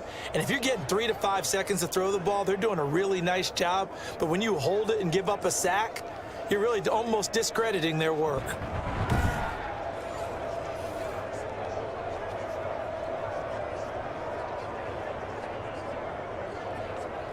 So the sack, and now a 3rd and long situation for the Steelers and Ben Roethlisberger. To throw here, Roethlisberger. Well, the pressure too great, and he goes down once more. Off the edge, Jerry Hughes gets the sack. And that is the 3rd sack this offensive line has allowed this first quarter. Yeah, that puts him on pace. Let me do the rudimentary math here. To be sacked 12 times in a game, I know he's not going to go for that. I wonder if it's going to reshape what they decide to do on offense in terms of play calling. Well, I can tell you what, when he popped up, shaking his head, frustrated right now behind center.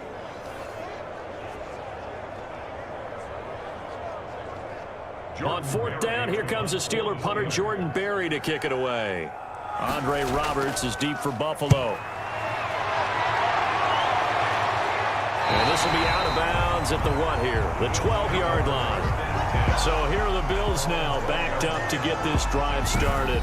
They'll be led out by the first Wyoming quarterback to go in the first round, standing 6'5". It's Josh Allen. And, partner, when you hear about a 6'5", 235, 240-pound quarterback, you don't often think of him being overlooked coming out of high school, do you? That's exactly what happened to Josh Allen. Overlooked, ended up going to a junior college, Reedley Community College out in California, before matriculating to the University of Wyoming, and the Cowboys were so glad to get him. And a very short pickup there across the 15 to the 16. A gain of 3, 2nd down. Give credit to the defense for stringing that play out, and they gave up no cutback angle. You know he was trying to dart through. No place for him to go. A nice job there, only giving up a 3-yard gain. From the 16, Allen looking for his running back, and he's got him.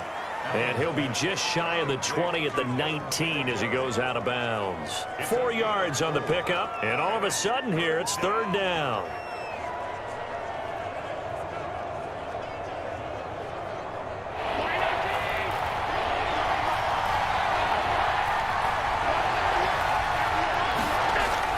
They'll try and run for this with Moss. And he will be very close to a first down, but I see the closed fist of the referee, and that means 4th down. A gain of 3 yards. It's now 4th down.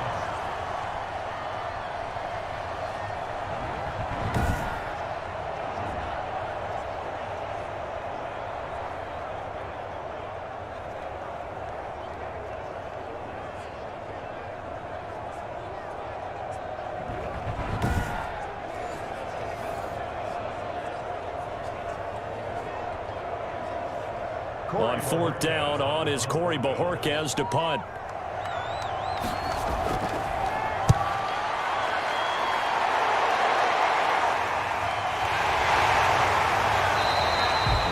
A 47-yard punt, maybe a couple on the return.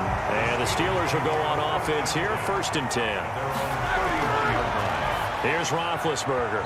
And that'll be knocked away. It's incomplete. Tremaine Edmonds, the linebacker, able to break that one up. It's 2nd down and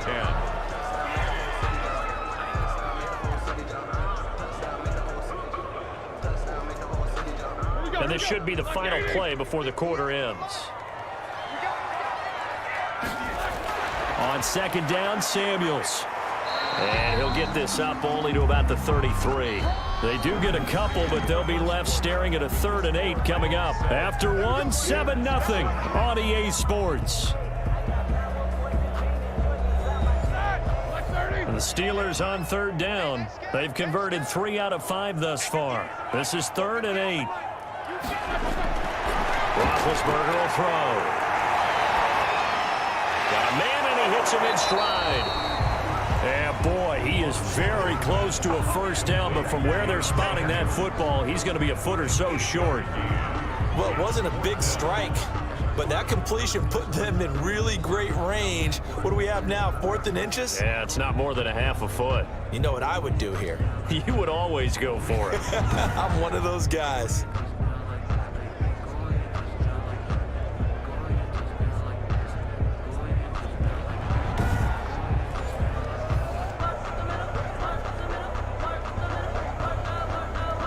Here's Jordan Berry now, as he'll kick it away for the 2nd time.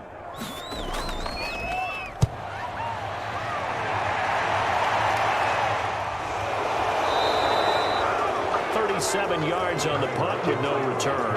And the Bills will take over the football with a 1st and 10. So here come the Bills out for their 2nd drive. And a 3 and out on that 1st drive. We'll see if they can do better here. They should have a better opportunity because the nerves should be settled now. That first series, everybody goes out with a little extra emotion. So now they get a chance to go back out and say, okay, now we're into the game. Let's go play and play as best we can. You almost get a mulligan then on that 1st drive? Sometimes it absolutely serves that way. You get a 2nd opportunity. Nothing big happened. But then again, you didn't commit any mistakes either. Off you go.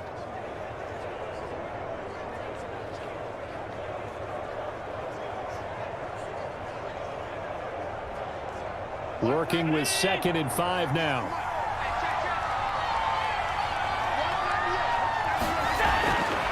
Working out of the shotgun. Here's Allen. It's Knox, the tight end, making the catch. Call it a gain of 5. And that's going to make it 3rd down and less than a yard. Let's not quibble about the gain there on 2nd down. That was a positive play because that was a take-what-you-can-get situation. Got out to the tight end. Now it gives a much better opportunity to convert on 3rd down.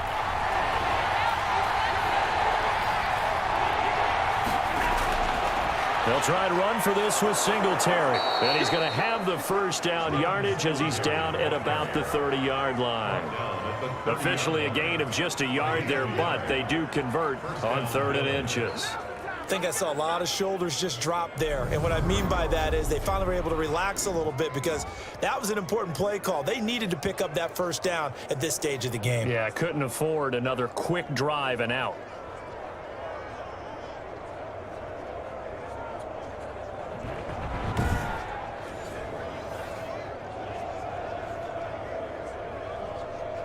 So 1st and 10 now from the 30.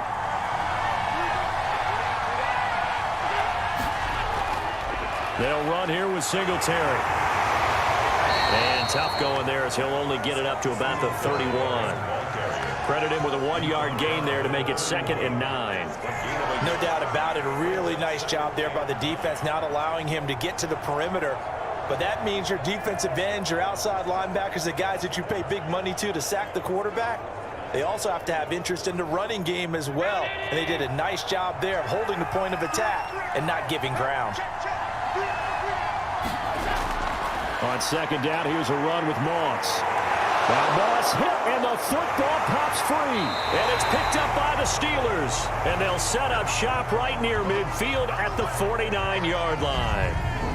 Obviously, you got to hold on to the football, but I've got to give credit to the defense there. Good job of knocking it free. Yeah, because a lot of the time we just blame the offensive players for not taking care of it. How about the effort of the defensive players knowing that guys are going to, and if they're good, anticipate the contact coming and try and cover up the football. And they still find ways to knock it free.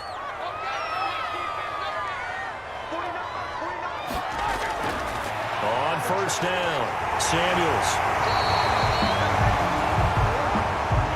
A solid run on 1st down. Gain of 7 leaves him with a 2nd and 3. Well, no matter how they phrase it, staying on schedule, staying ahead of the sticks, whatever you want to call it, 7 yards on 1st down, that fits the bill.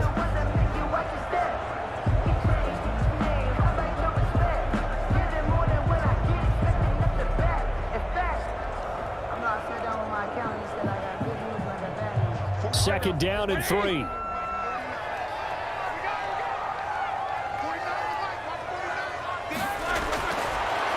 Roethlisberger. He'll find Smith-Schuster. That's complete. And he works it past the 30, almost to the 25.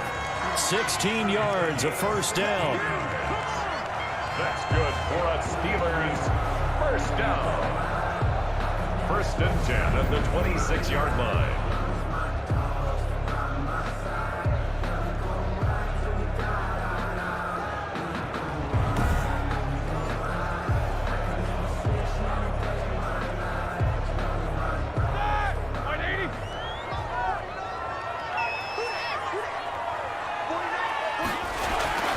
Now Roethlisberger on first down. Over the middle, hauled in by Smith-Schuster.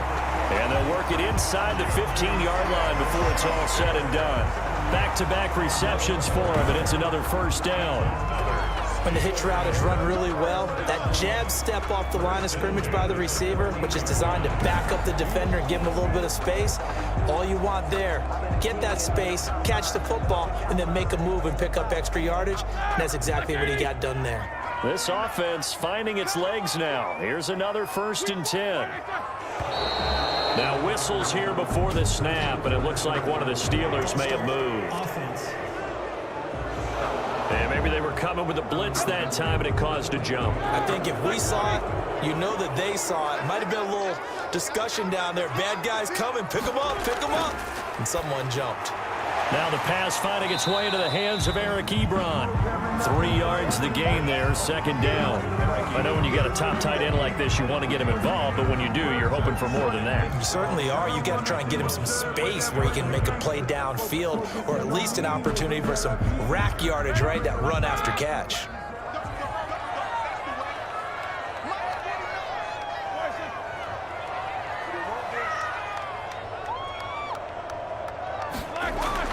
Looking to throw again on 2nd down. Roethlisberger. And he's going to take it in for a Steeler touchdown. From 17 yards out. And the Steelers are an extra point away from tying this thing up.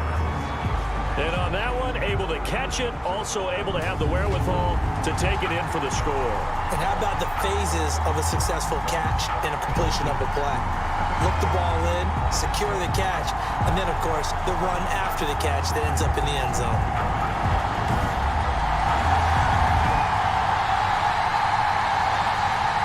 Chris Boswell now for the extra point.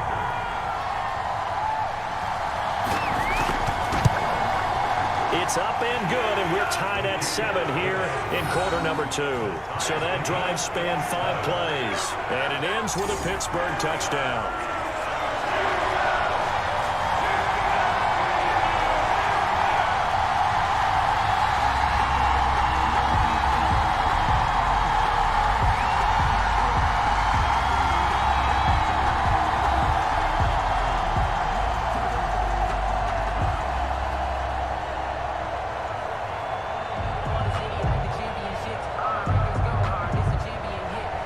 So I'll leave it at 7 now as they kick it away.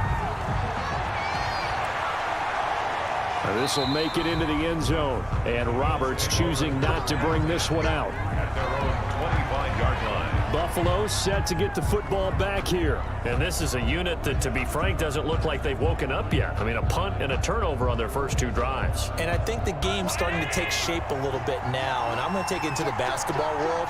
When you're having trouble scoring or moving the ball in basketball, what do? Get it to their best player, right? Find a matchup, create it, exploit it, and try and move the football. And he's brought down, getting this one up to about the 35. 10 yards there to start the drive, and just enough by about the length of the football for a first down. We often give credit to the O-line there. 2 tight end formation. Those tight ends block pretty well also. Yeah, and that's one of the most dynamic positions in football now. The tight ends who can block at the line of scrimmage at the point of attack, and they can also get downfield and catch the football. Ball up to the 35 now as they come up on 1st and 10. Here's Singletary. And the hole closes quickly there. He gets maybe a couple up to the 38. Well, any lane that might have been open there was closed pretty quickly, and that was because the defensive front, they won that battle at the point of attack at the line of scrimmage. They used great leverage, held their spot, and stacked him up.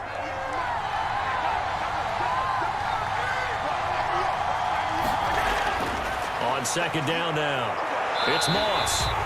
Chalk that up as a 4-yard loss, and now it's third down. This defense has really flown around in the first half. They've gotten to the ball carrier before they can really get started. Offense going to have to come up with something else in order to try and get this running game going.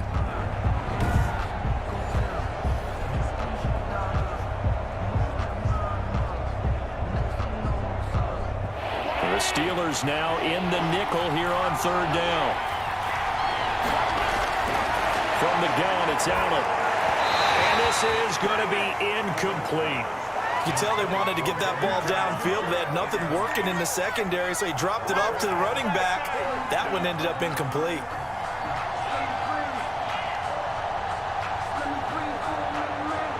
The Bills send the punter out as he'll punt it away for the second time.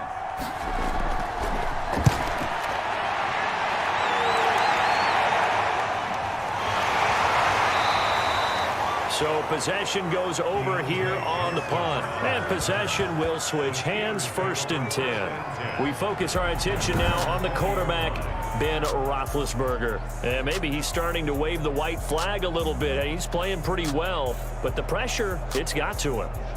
Has to find a way to step around it, step through it, or just handle it. Because as you mentioned, he's having a pretty good day overall. Just the hits keep coming and taking those sacks. That's not the way that they want to finish a ball game with their quarterback on the ground so much. Well, he'd like to stay upright. When he's been upright, he's been pretty good. And he's going to get this one across the 30-yard line. Right off the bat, it's a first down to start the drive, 12 yards. What makes a draw play like that successful? Well, we did see where he made the first wave miss, and that was a big part of it. But a lot of it is just being actors back there, making the defense think it's going to be a pass.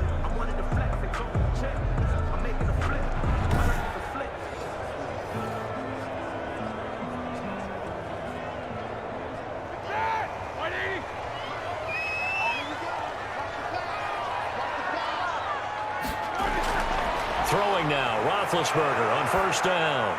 Throw left side, complete to Smith-Schuster. And he'll bring it up here to right at the 40-yard line.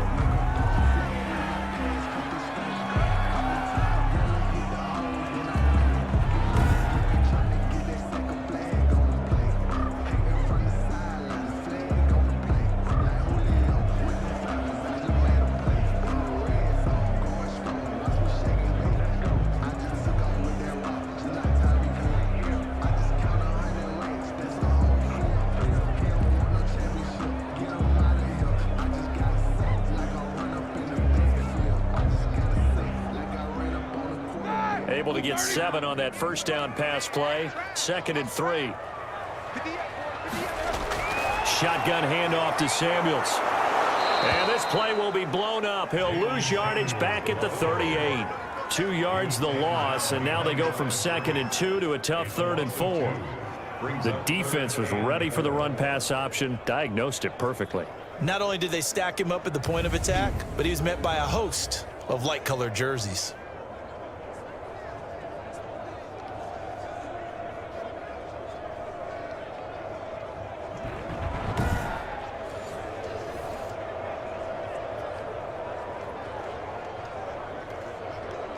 The Steelers on 3rd down. They've hit it 50%, 3 of 6 to this point. This is 3rd and 4.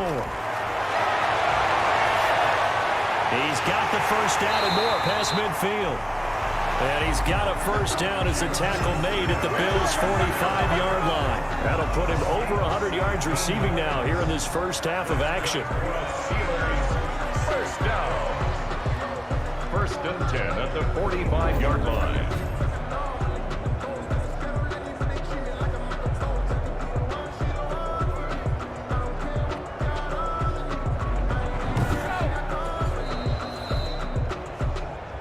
Second quarter, 2 minutes to go. Tie ball game.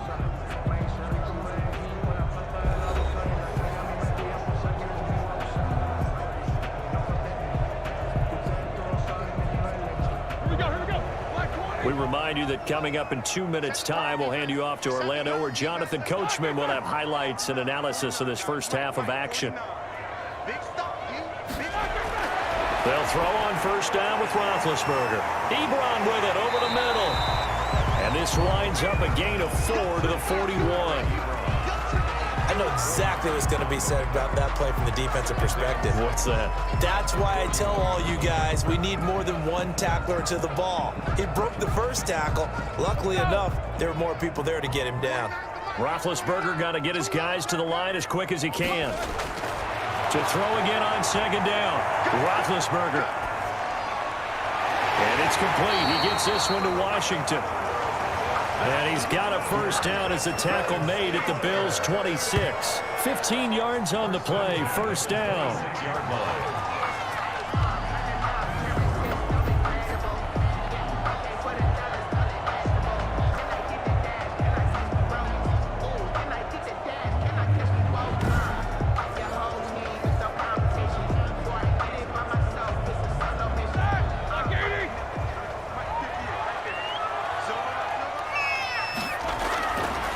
First and 10, it's Roethlisberger. Open man completes it to Smith-Schuster. And down inside the 15 he goes. Now the Steelers use the first of their 3 timeouts, as they'll stop it with exactly a minute to go before halftime.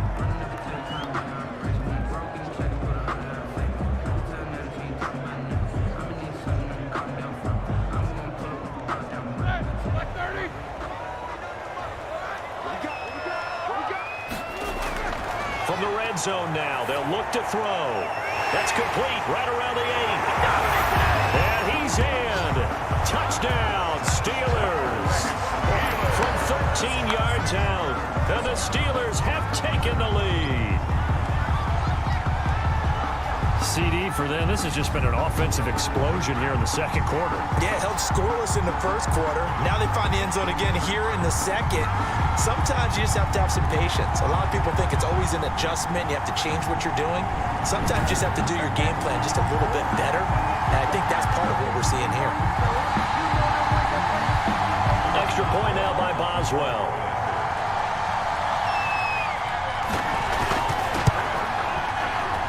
And he's got it. It's now a 14-7 ball game. So that drive in total 8 plays. And it ends with the Steelers finding the end zone.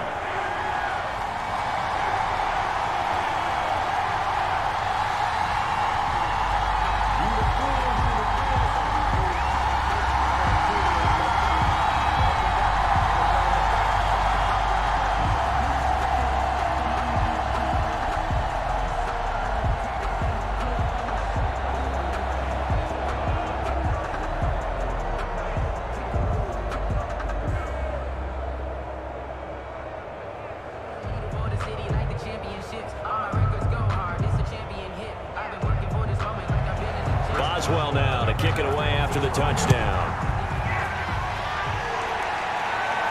Andre Roberts now to return it. And out a little across the 25 to the 27. The Bills take over first and 10 at their own 20. Here's the Buffalo offense now as they get set to take over here. Inside of a minute left in the half, does the fact that you're down on the scoreboard influence what you do, or I guess don't do on this final drive? It certainly does, but what influences me even more is who I've got running my football team out on the field and the weapons around him. Can he make a play? Can he get into someone that we're going to trust to take care of the ball? If that's the case, I might push it a little bit here and try and get something before the half runs out.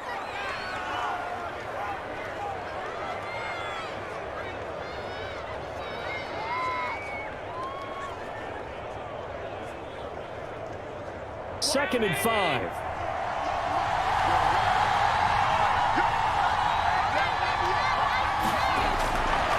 So the shotgun snap to Allen. Finding Knox there, complete. And getting this just shy of midfield. They'll spot it at the 49. Now the Bills will use the second of their timeouts as they'll stop it with just over 40 seconds to go in the first half.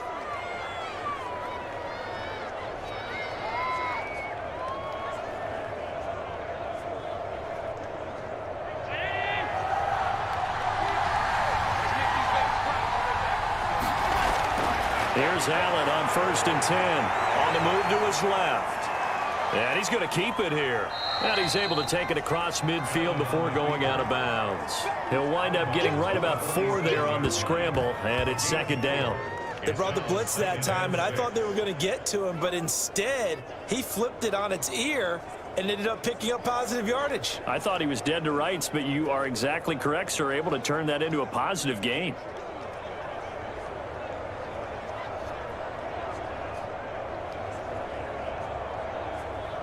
Coming up on a 2nd and 6.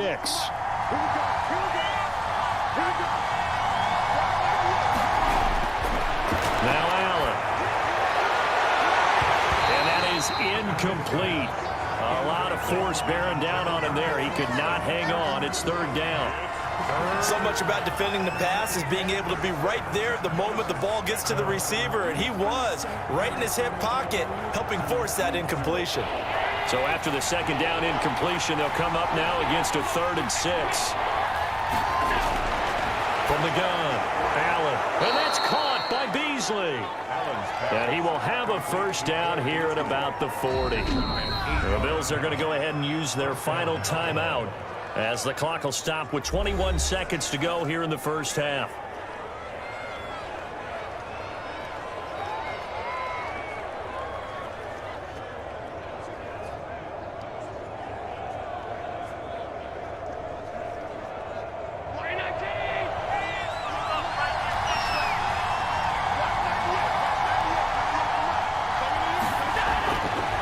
Down, and they're going to throw with Allen.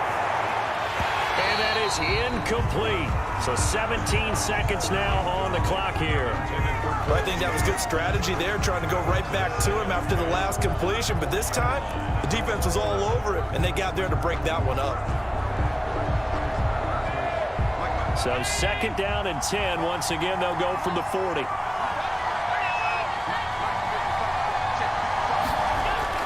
To throw again. Allen.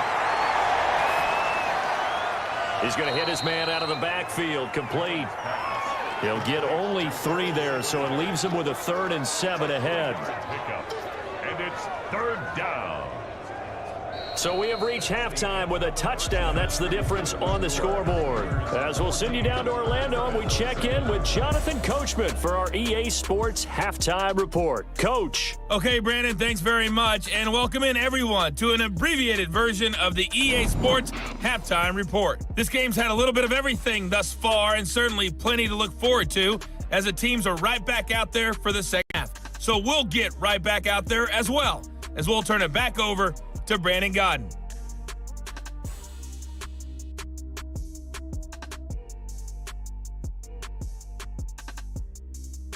Okay, Coach, appreciate it. A 1-touchdown game here as we get set to resume play in the 2nd half.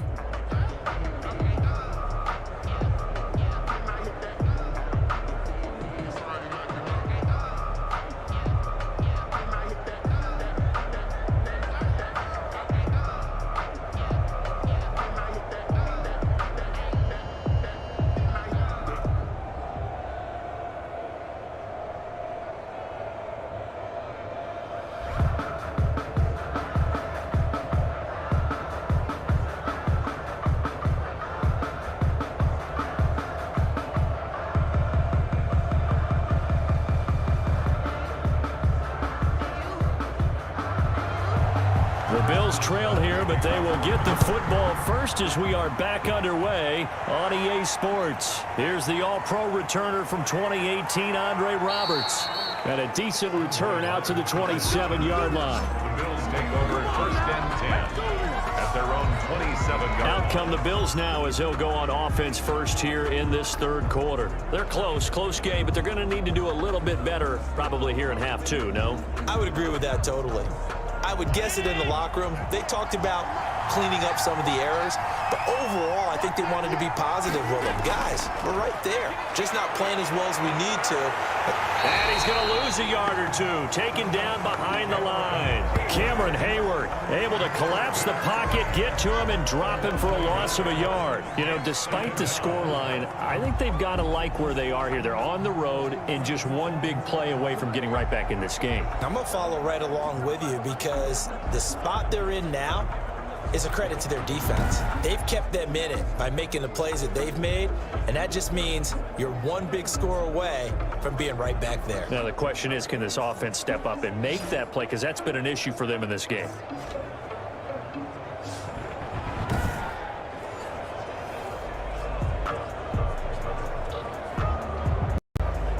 Second and 11.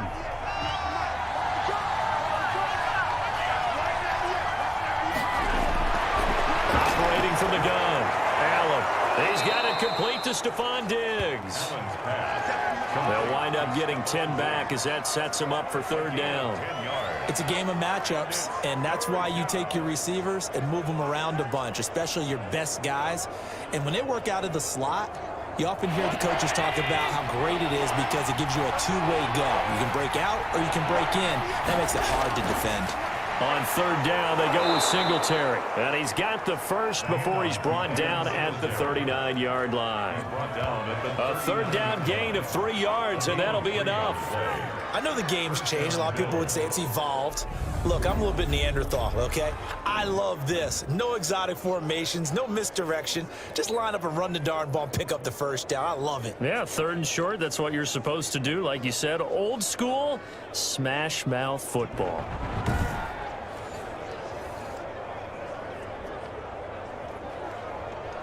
So from the 39 now, they'll come up on a 1st and 10.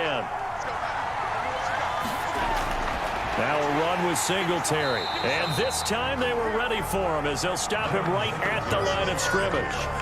That's going to wind up a loss of a full 3 yards on 1st down. This defense is just flat getting after it. They have not given up much of anything in the run game. Case in point right there.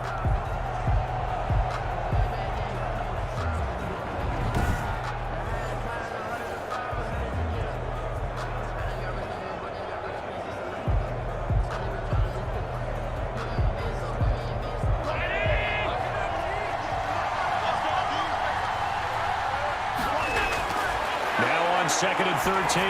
Allen, he's going to go deep for Beasley. Incomplete, almost intercepted. They haven't picked him off yet. Would have been a great time for the first, but instead it's third down.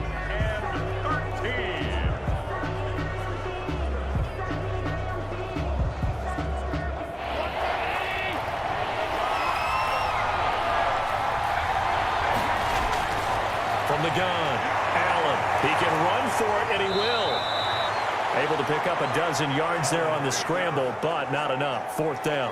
I liked his effort there. He got it done on his own. But let's face it, he puts defenses in a really stressful spot when he takes off and runs because a lot of guys have coverage responsibilities. Good job of rallying, though, because I thought when he first took off, he might pick up the 1st down.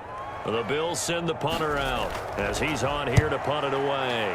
He's averaging just under 50 yards a punt as he gets this away. Just 34 yards on the punt there, no return. And the Steelers are going to take over 1st and 10 deep in their own territory.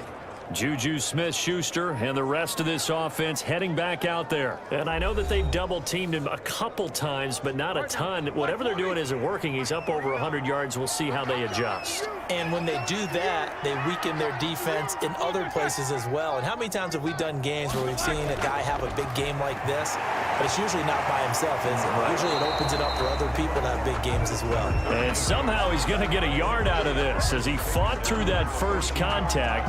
It's 2nd down. No doubt about it. A really nice job there. The defense not allowing him to get to the perimeter.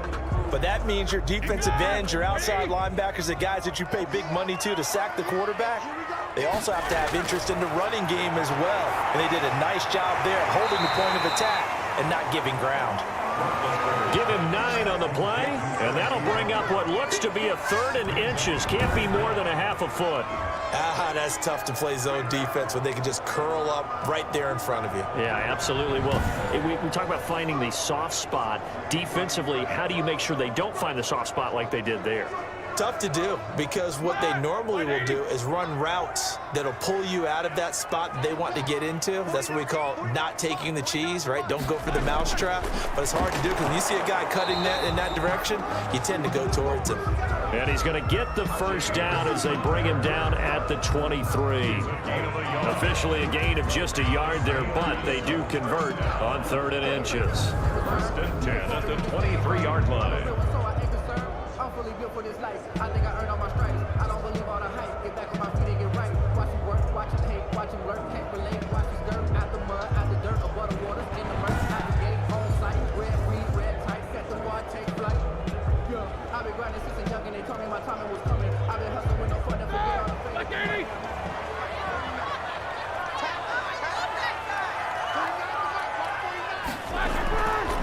They'll run on 1st down. Samuels takes this to the 27, give him 4 yards. Well, you certainly have to give a little credit here because they're playing this game now at their pace. This is ball control football, sustained runs, taking their time and making it work.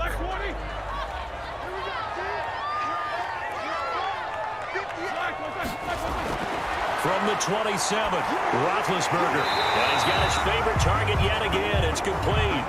7 yards there and a first down. A 7-yard gain. That's good for a Steelers first down. 1st and 10 at the 34-yard line. From the 34 now, here's 1st and 10.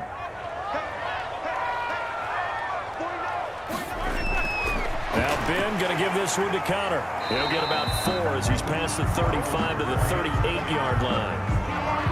Well, at the end of all that hitting and hollering, it was a 4-yard run, so the offense is going to go back to huddle and feel pretty good about themselves. Defensively, you have to feel okay because you didn't let it turn into a bigger run, but the goal, shut it down for 2 yards or less. That's when you start to feel good about yourselves.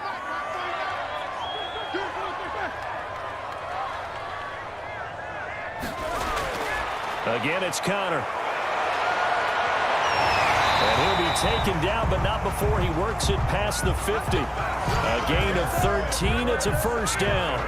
Well, you certainly have to give a little credit here because they're playing this game now at their pace. This is ball control football, sustained runs, taking their time and making it work.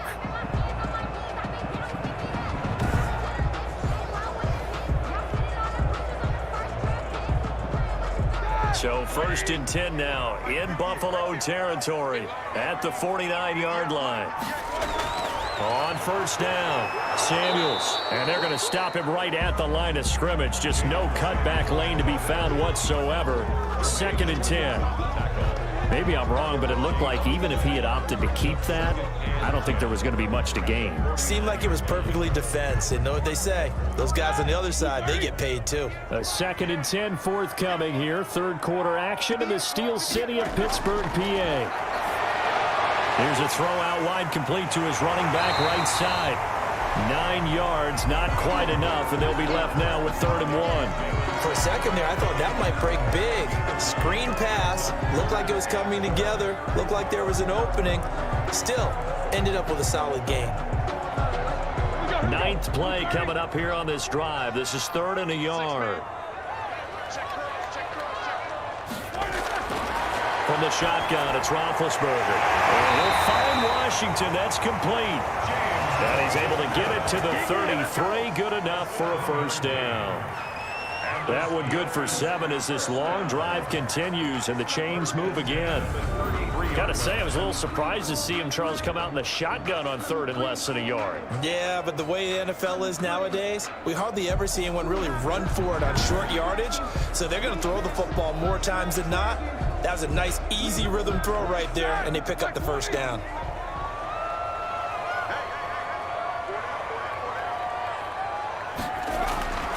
On 1st and 10 is Connor. And they'll get this one down to about the 20-yard line. It's a Pittsburgh first down, a gain of 13. Looks to me like maybe there's a little attrition setting in with this drive, because when you see that type of a run, I get the feeling the defense gets a little bit tired. And that's the last thing they need, especially when they look up at the scoreboard.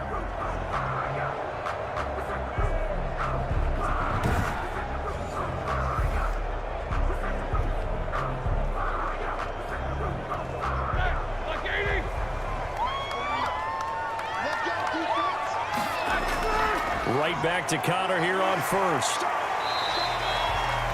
Tremaine Edmonds there to bring him down. When you find that kind of yardage, you couldn't be more confident as a ball carrier. And guess what? You're going to go back and tell your offensive coordinator, I'd like to keep carrying it, thank you. 6 yards left on second down.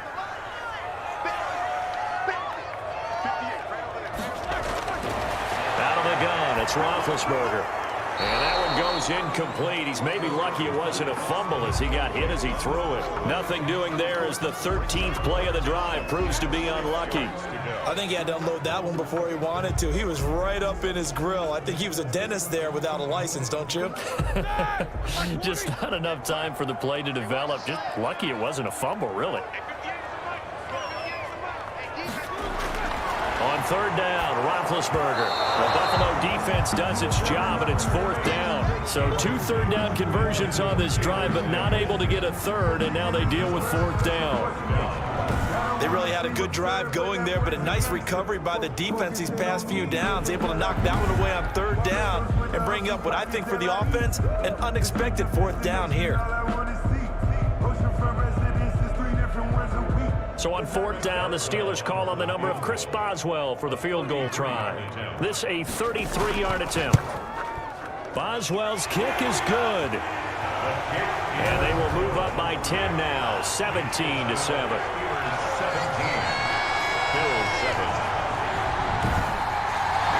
That will go down as a 15-play drive, and it results in 3 points. So some disappointment?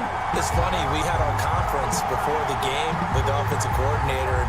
What did he tell us? I just want every drive to end in a kick, right? An extra point, a punt, or a field goal. Well, in this case, I think it is a little bit of a disappointment because it did end in a kick, but that type of a drive should end in the end zone. After the successful field goal try, here's Boswell to send it away.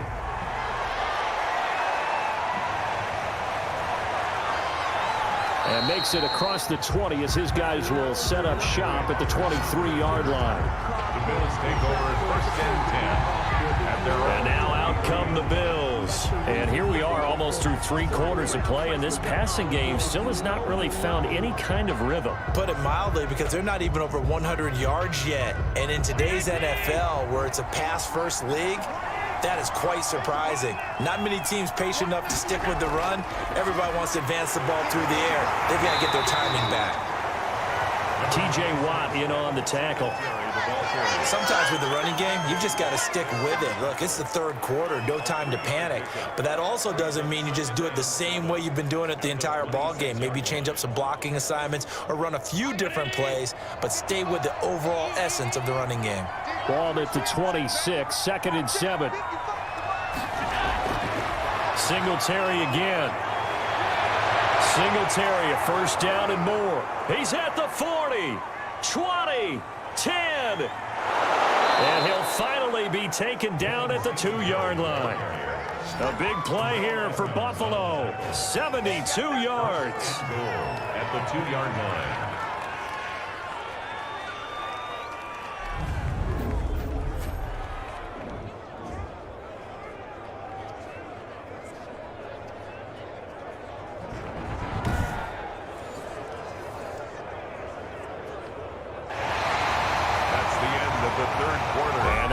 Going to do it for this third quarter of action. We'll return with more after this break. You're watching the NFL on EA Sports. First and goal, and they got to be thinking a chance to get right back into this football game. They'll look to run with Singletary, and he'll actually lose a little bit of yardage here. Back to the 2. It's a loss of a yard there, and now second down. Good job there defensively to push them back on first down.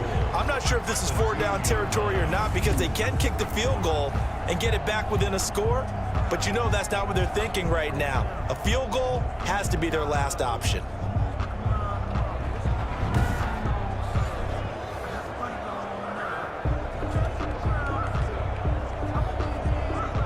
Ahead of the chains now, 2nd and 2.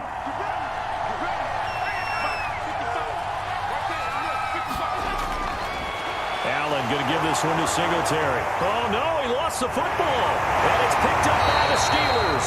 And he returns it here to his own 18-yard line.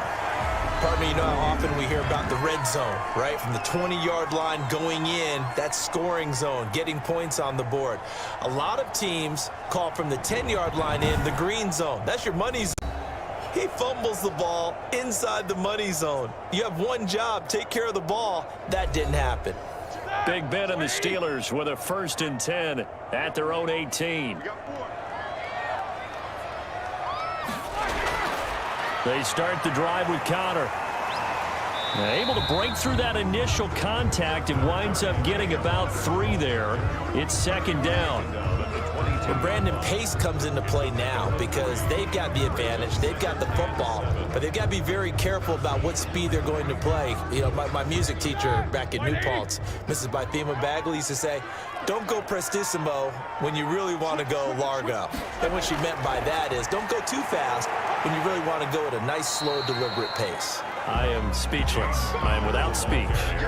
2 yards the gain there, and now they're left with a 3rd and about 4 for a 1st. Brandon, I've got to think this offensive line has got some smiles on its faces. And I know it sounds crazy, but they practiced for this back in training camp. They knew they'd be in situations where it'd be extra defenders in the box coming after them, trying to keep them from locking down a game.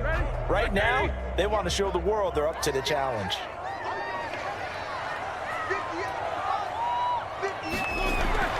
From the gun on 3rd down, it's Roethlisberger.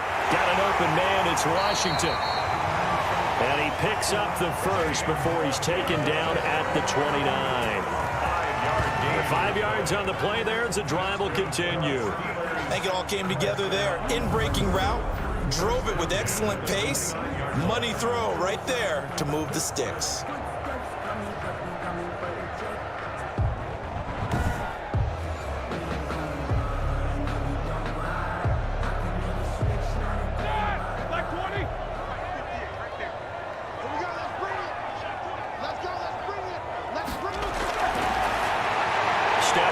He's going to keep it. And he gets this one just shy of the 40, down at the 39. A gain of 10 as they look to add on to this 10-point lead. All right, I don't want to get too poetic here where they talk about, you know, the eyes being the windows of the soul. You know what else the eyes do? They see the open spaces on a field, and those eyes carry your legs to those spots, and that's what happened on that play. He saw an opening and went and got it. Well, he really hasn't ran the ball all game. 4th quarter here, need a big play, able to pick it up. So whatever the eyes saw and created, it worked. So from the 39 now, they'll come up on a 1st and 10. Connor. Nowhere to go that time. He maybe got a yard up to the 40. Run blitz there defensively, something we might see more of here in the 4th quarter. I think we'll see a lot of it, and the difference between that and a pass blitz, you're just trying to get to the quarterback. You're trying to scheme someone open who will get to the QB and make sure he gets on the ground. In a run blitz, you're actually trying to cover up gaps, trying to cover up holes so they can't run the football. Now left side on the swing pass. And he'll lose yardage on the play back at the 37-yard line. 2 yards the loss, and now 3rd and 12. Time to give a little credit here. That was an excellent read by the guys on the defensive side of the ball. Oh, you're crediting your defense. Got to credit them on that one because they tried to fool them, right? Tried to trick them. Ran a screen, and they went to it and smothered it for a loss of yardage.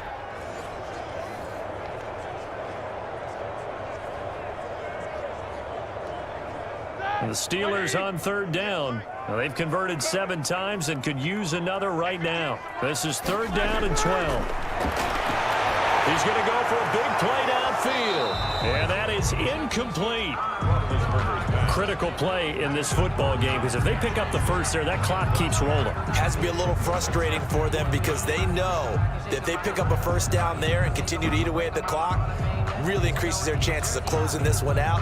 Now they're likely going to have to give the football up and sweat it out on the sideline.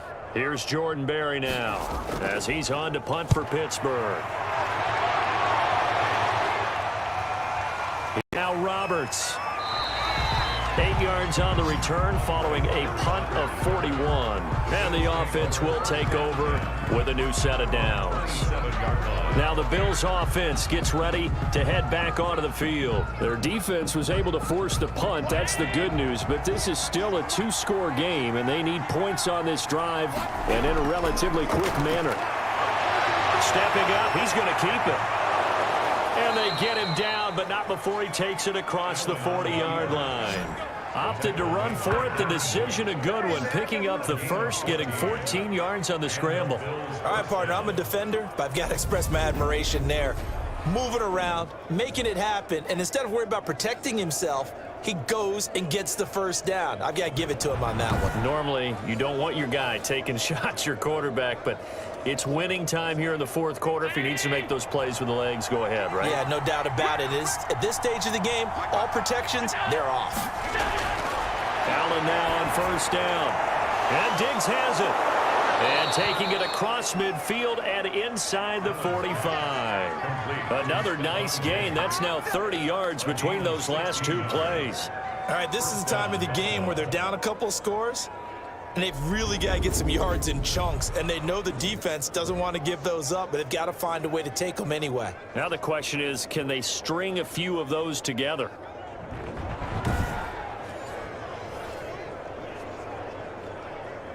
Back-to-back good plays have them on the move on first down. Working out of a shotgun. Here's Allen. He's going to take off with it. First down and more for Allen. And finally taken down at the 20-yard line. 23 yards on the tuck and run. Containing him is becoming a big problem. We've already seen this one clear on this drive. Yeah, and so now 2 times this has happened. Do you adjust something? Yeah, I think you do. I think you got to start thinking about your rush lanes. Try not to either get too wide or too narrow. Make sure someone is there waiting for him to take off.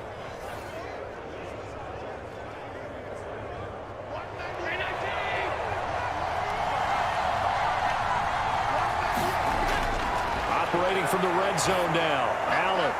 And he's going to find his man out of the backfield. That's complete. And he'll get it here to the 10-yard line. That'll be a pickup of 10 as they try to recover from this 10-point deficit. Just about every quarterback is trained to really look downfield first before you come back and make a nice, safe throw. And in this case, that's exactly what he did. Found his running back, let him create some space, and it turned out to be a nice play for the offense. On second down, here's a run with Singletary. And here he'll get it down to the 7. It's a 3-yard pickup, and that's set up first and goal. I hope we give enough respect to the big guys up front because they have been getting it done on this drive. The holes have been large, and they've been barreling through them, picking up first downs.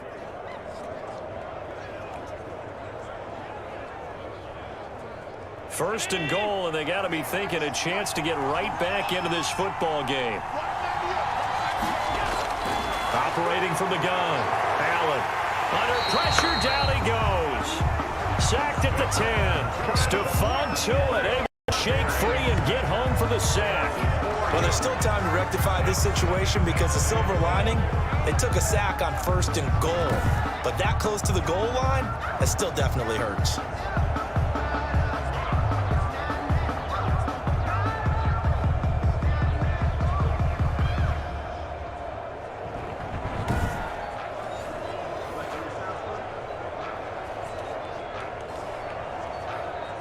Moved back to the 10. They'll try on second and goal here.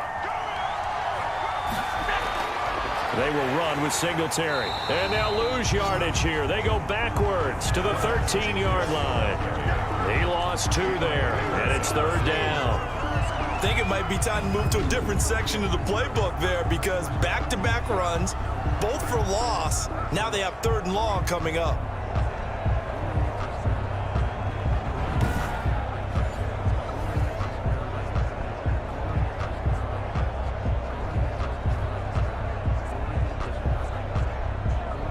Big play forthcoming. Here's 3rd and goal.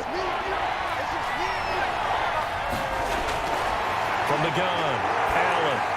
And that will be incomplete. I think that was a good job there defensively. They did allow them to drive all the way downfield, but once they got their backs to the goal line, They really turned up the pressure. Yeah, they let them get all the way down here. Now the field shrinks. They've struggled to convert, and that last incompletion brings up fourth. So on fourth down, out trots the kicker in a big spot here.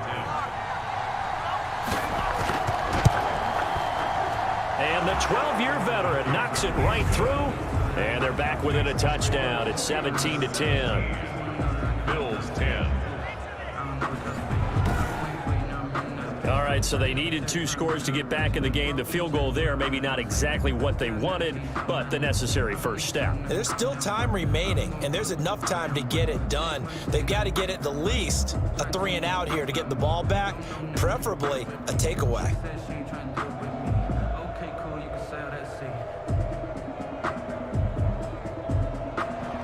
Now after the made field goal, Hauschka back out onto the field to kick it away.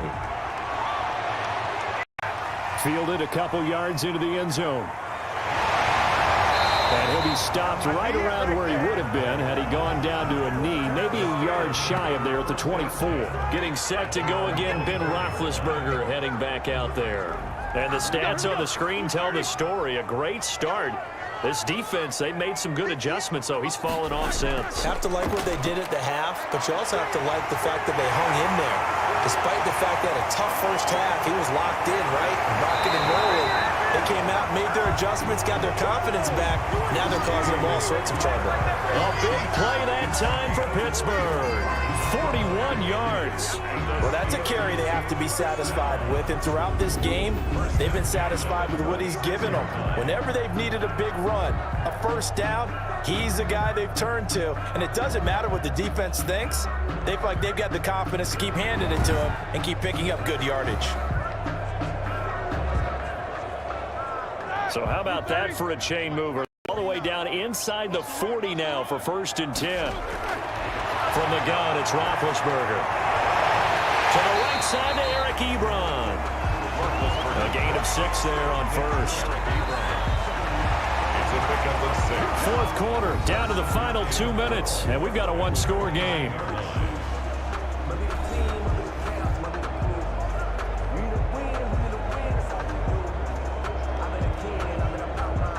So the Steelers with the football as we get you reset. They've got a 2nd down now as they search for a way to get this one to the finish line. And he's able to get it to the edge of the red zone at the 20-yard line. So fresh out of the 2-minute warning, and here's another timeout taken with 1:55 remaining.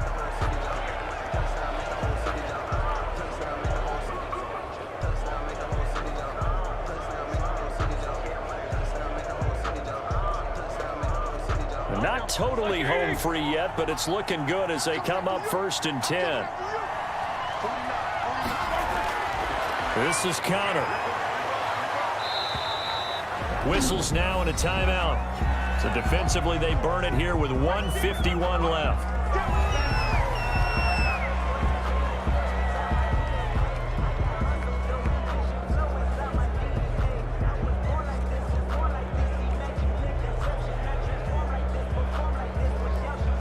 So from the 17, here's 2nd and 7.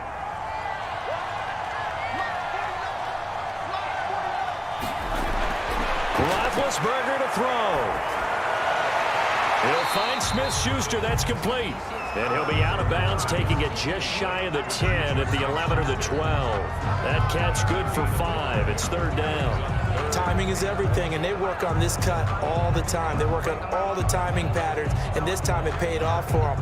Worked him to the center of the field, cut it to the outside, ball's delivered, gets both feet down for the completion. They'll try and run for it with Connor. And he picks up the first as he's able to take it down to the 7-yard line. And the Bills are going to go ahead and use their final timeout. And they'll be disappointed to have to burn one there after giving up the first down.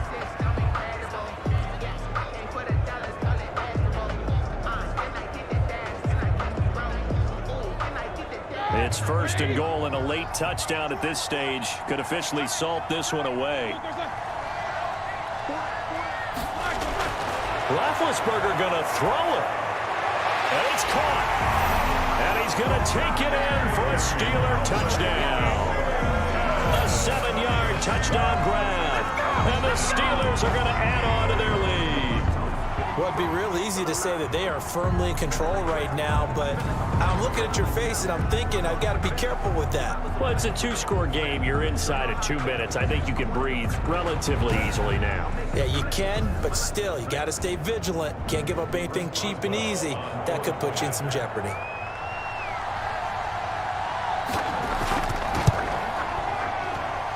And the lead is up to 14. So that drives 7 plays in length. And it ends with a Pittsburgh touchdown. Bills 10.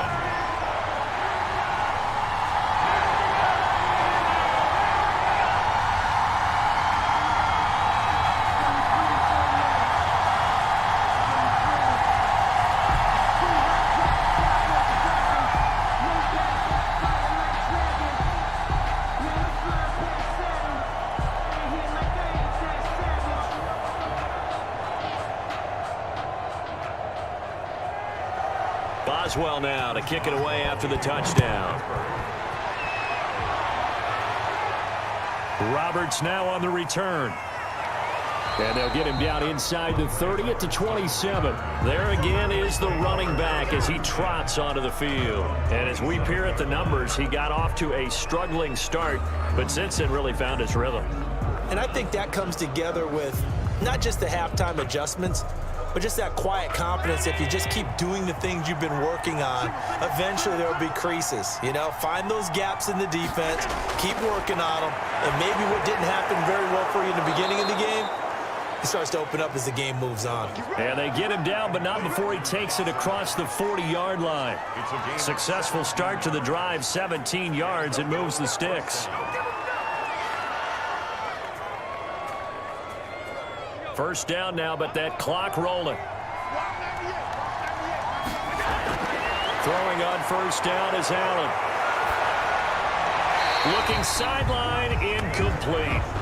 Got out of the pocket, didn't look like he had anybody open, Charles, so just gets rid of it. And a good play by him. If no one's open and you don't have a running lane that you want to take, make the right choice. Get rid of it, live to fight another down. So second down, still 10 yards to go. Ball on the 43. Throwing again. Allen. Pressure comes, and the Steelers take him down. Devin Bush in there to take him down, and the clock will roll. And we talk about players blitzing all the time. I often laugh and sometimes call it just straight-ahead pursuit. What a running start right back to the backfield for him. Yeah, it really didn't give anybody a chance to get up there and stop him. No, I mean, that's really, really difficult. You're asking a whole lot anyway, but when he gets that kind of a start and comes through clean, oftentimes the advantage. And at the 7-yard line, the catch is made. They're able to convert on third down, and that sets up a 1st and goal. And at this stage, down in the second half, looks like they just wanted to find a way to get it in the hands of their playmaker, and they did. I think you're exactly right. I don't think the coordinator's looking at his play sheet and trying to figure out which play will work well. He's trying to figure out how to get the ball to the playmaker that you just described. And this is caught, so it's a late touchdown, but maybe too late. Still a little time left on the clock, however. Coming from where they were, they knew this was going to be tough, but they got the touchdown. Now they need the miracle, the onside kick and a little extra. Yeah, and you have to get the onside kick and not have the ball bounce around a lot and eat up time. You want to be able to grab it, possess it, and get your offense out there for what you just termed a miracle last chance.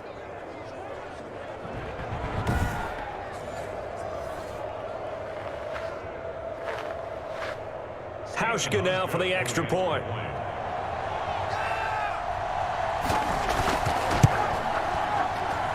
He's got it, and it's 24-17. So the drive there, 5 plays, 80 yards. And it culminates in a Bills touchdown.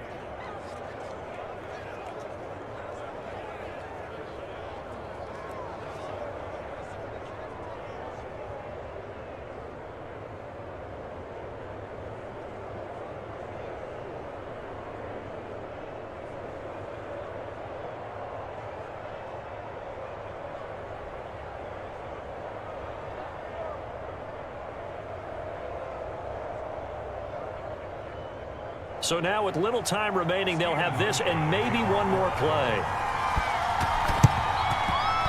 And this is going to be recovered by the hands team. And that should just about put a capper on this one.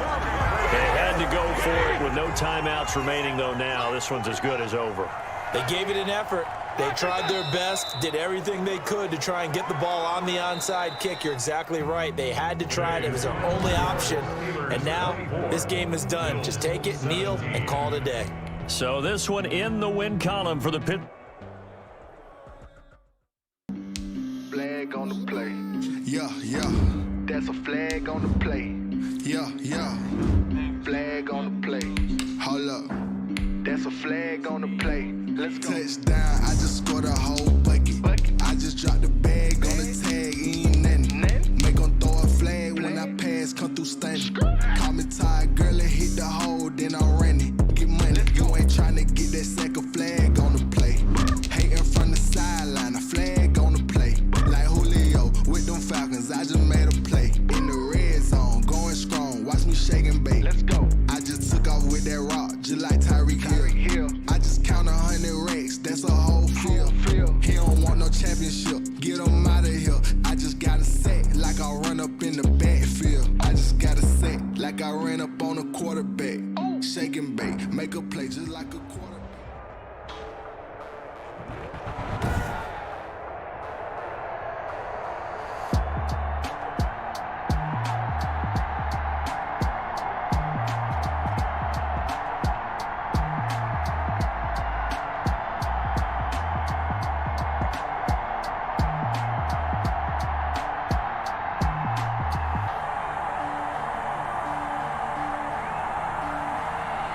Today, from TIAA Bank Field in Jacksonville, Florida, this is the NFL on EA Sports. Gardner Minshew and the Jacksonville Jaguars versus Tyrod Taylor and the Los Angeles Chargers. EA Sports coverage of the NFL brings us to the Sunshine State in TIAA Bank Field here in Jacksonville. A few minutes prior to us coming on air, this crowd was jolted into action with the introduction of these Jaguars. They're set for football as the Jags are ready to match up with the Los Angeles Chargers.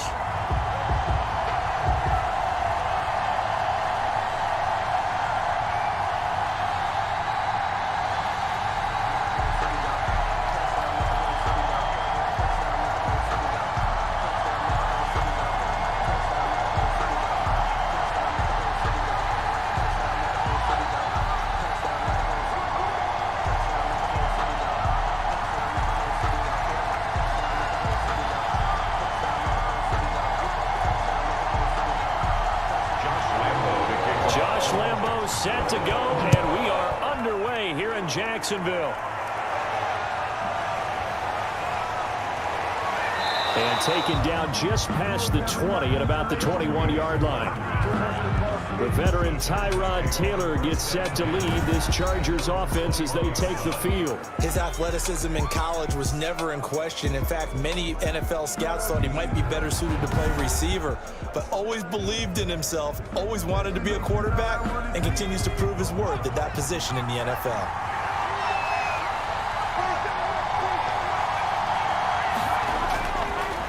Here's the first carry for Austin Eckler. And a short gain there as he'll get it up only to about the 24. Give him 3 there on the first play of the game, and it's second down. Well, that's just a pile of bodies there, and that's when you kind of find out who's a tough guy, right? Who can stand up and make a play. It was only a 3-yard run, but for both sides, they had to walk away from that feeling like, okay, I can stand up when the going gets tough in here. They go play action with Taylor. His throw's going to be incomplete. Keenan Allen, the intended receiver, and it's third down. From the snap, he certainly looked like he knew where he wanted to go with the ball, but surprise, that guy was covered. So that took his attention elsewhere to no avail. A tough spot here on their opening drive. This is 3rd and 7. Out of the gun, it's Taylor. He may try and run for this. Taylor able to use those legs of his to pick up a first. A gain of 15. first. We just saw a nice example of why teams often bring in baseball guys to teach quarterbacks how to slide in key situations. You want to protect your franchise guy. Make sure he doesn't get hurt. He did exactly that on that play. A perfect slide to avoid the big hit and pick up a first down. So from the 39 now, they'll come up on a 1st and 10. From the gun, it's Taylor. Rolling to his right. He'll run it. Taylor hit. He lost the football. And the Jags grab it. There he goes, left side. And he brings this one back. A fumble return for a Jacksonville score. Huge play by the defense, not only to force the fumble, obviously, but to return it for a touchdown. And I know it's no fun for anyone who plays offense, but isn't it fun to see how a defense rallies when there's a fumble return and everyone tries to find someone to block and bring it all the way home? I always like their celebrations because they don't get there that often. No, they're not choreographed very well usually.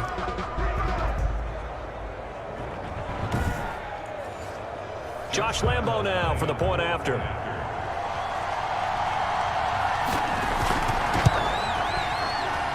And this is up and good. The score now 7-0 Jaguars. So not only the cough up, but then the pickup on the other side, the scoop, and the score the other way. The fumble return for a touchdown.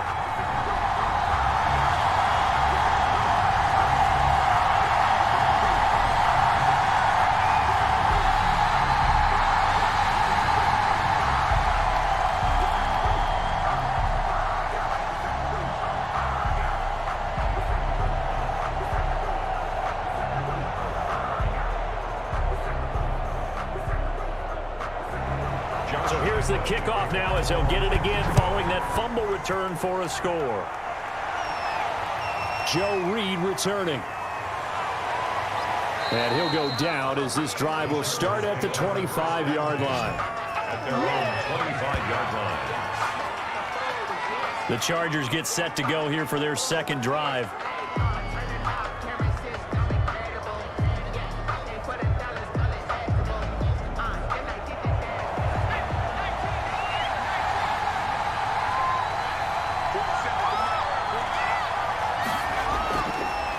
Here's Eckler to begin the drive. And he'll get this from the 25 to the 30 for a pickup of 5. The Charger ball carrier. A quick burst there, and he nicely bit off a pretty decent gain. It's a gain of 5. Brings up 2nd and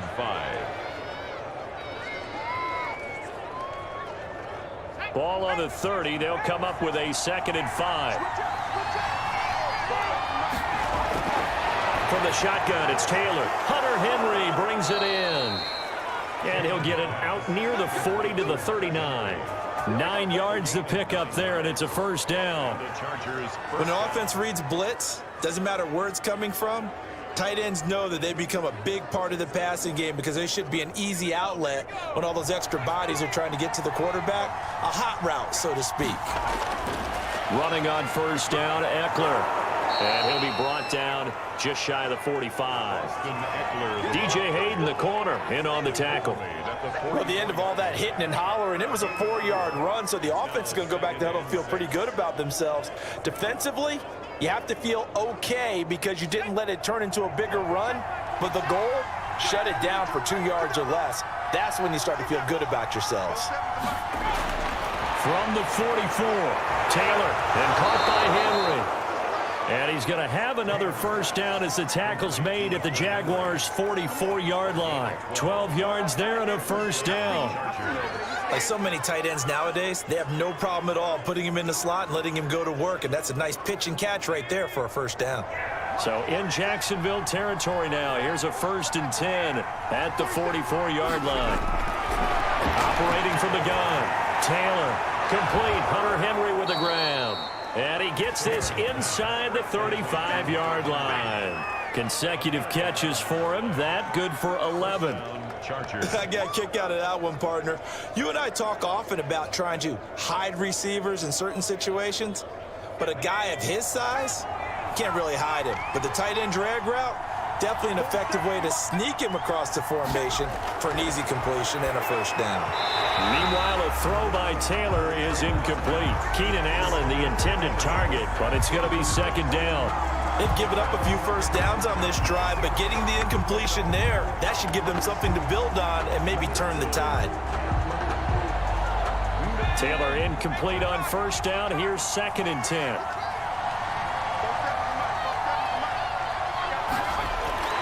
To throw again. Taylor. Right back for Allen. This time he finds him complete.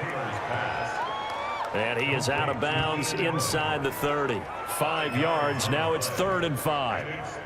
Boy, the evolution of the game and how these guys on plays like that can get out of the pocket, keep plays alive, it just makes things so much harder for defenses. It really does, and we're talking about an era in the game where the quarterbacks are the most athletically gifted that we've seen in a bunch. I mean, when you talk about collectively, it's unbelievable. So their ability to move is practiced now. It's not necessarily he just took off and you guys figure it out. When he takes off, everyone knows where to go now. They know how to run routes, change things, make themselves presentable for the quarterback. It's a lot of time that they put in on it. It's not just your static 1, 2, 3. This is where the ball goes anymore.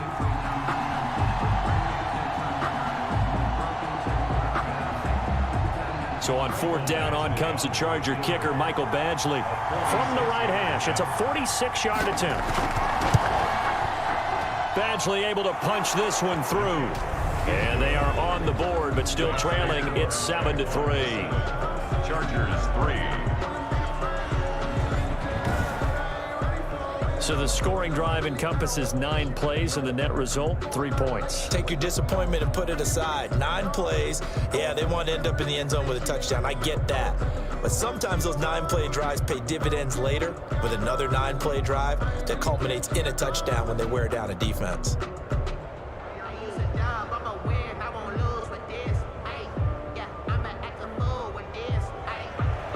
The lead cut to just 4 as they kick it away and turn things over to their D. And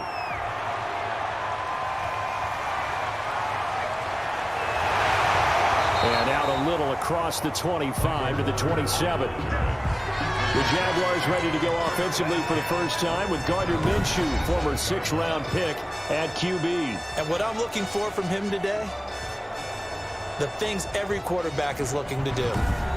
Lead his team to a victory. Doesn't matter whether he's throwing it, running it, handing it off, however he has to do it, as well as exhibiting some leadership, that's what he's trying to accomplish. Well, pass there, complete to Westbrook. And down he goes, but he takes it up to the 40. Solid way to start the drive. 13 yards, picking up the first. I know many people like to throw to the tight end, maybe in a little flexed out position because he creates mismatches with his size. The slot receivers do the same thing with their quickness, their speed, and their route running savvy. Clock rolling as we hit the midway point of this first quarter. A first carry now for Thompson. And he'll push this forward only to about the 42-yard line. Just a yard on the first down carry, so it's 2nd and 9. Well, sometimes you just have to give credit to the defense. Great job there at the point of attack, holding up. They won their battles at the line of scrimmage, left him no space to try and run. A really nice job swarming to the ball carrier. On 2nd and 9, Minshew. He's got Thompson here, complete. And he'll lose yardage on the play back at the 37-yard line.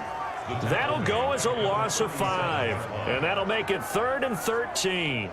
Now, that screen there on 2nd down certainly didn't develop how they had hoped. Is that one they should have even tried, or is that one the quarterback sticks in his pocket? I think the latter. I like what you said there because trying is one thing. We can second-guess just about every call. But in this case, when you realize that it's broken down, just throw it at the feet of your intended receiver so that no one can pick it off, right? You don't have the ball tipped up in the air, and you come back and try and pick up the first down on 3rd down. Chargers able to get the pressure and bring him down. Jerry Tillery drops him for a loss of 12, and it also brings up 4th down. They were trying to set up that screen, trying to get that screen to formulate. Took too long. Ends up taking a sack, and that leads you to a couple of other questions. Number one, why don't you just get rid of the football near the screen guy so that you don't take an interception? But really the big one, they just took everything away, and he was really kind of flummoxed on that play and ended up taking the sack.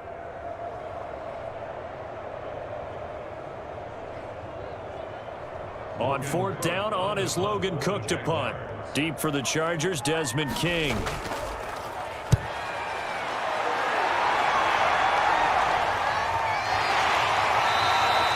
We'll call that a punt of 38 yards officially, and it'll be Charger football here as they take over. Here's the Los Angeles offense as they get set to take possession. And after the field goal last time, we'll see what they can get here. At least they got points out of the last drive, Charles. I never met an offensive coach that didn't want to drive to end with a kick. Most of them wanted to end with a PAT, right? In this case, a field goal, they'll take it. Way better than the alternative, which is a punt. Yeah, but you met fan bases that wanted that weren't happy with that field goal. I haven't met a fan base yet that wants to drive to end with a kick, other than the extra point. That's it. The run got 4. Now they deal with a 2nd and 6. From the gun, Taylor. And that'll be incomplete. Took a pretty good shot as he tried to pull that one in. Couldn't hang on 3rd down. Well, they've got man coverage on the outside, and my scouting report on these DBs tells me that they love to take matters in their own hands. They want man coverage, not zone. And there was good coverage there that forced the incompletion. So after the 2nd down incompletion, they'll come up now against a 3rd and 6. Sliding out of the pocket. He can run for it, and he will. And he's going to get this down to the 35-yard line. Turns out to be a great idea to tuck that one. Good for 24 yards. That's something you have to be aware of as a defense and have to find a way to account for him. And if you're not going to use a spy, you're telling your guys to keep your eyes on him, because when he breaks out and makes plays like that, all he does is hurt you. Have to at least be able to contain him somewhat. There they could not.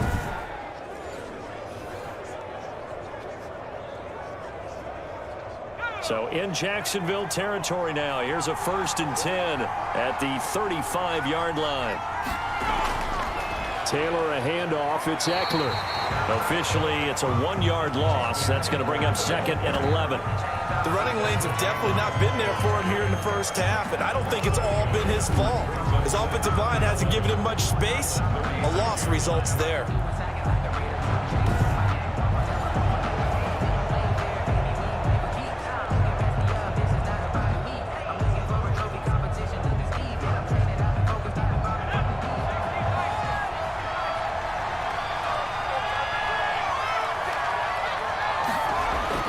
On 2nd down, Eckler, and he won't get much. Maybe a couple. Down inside the 35 to the 34. 34-yard line. Well, so many times we look at a short run and we praise the offense for trying to set the tempo and establish things, but the defensive guys, hey, they just won the battle there. It wasn't a big run given up. They don't always have to absorb the body blows. Sometimes they dish them out themselves. On 3rd down, Taylor on the screen. This is Eckler. And the play goes nowhere. Losing yardage back near the 40 at the 39. Well, you can see what they wanted to do. They wanted to set up the screen there, but it got blown up. It's hard to run that play if you're not getting a lot of pressure at the quarterback because the space doesn't open up. They were able to read that one and slow it down and stop it before they could get a 1st down.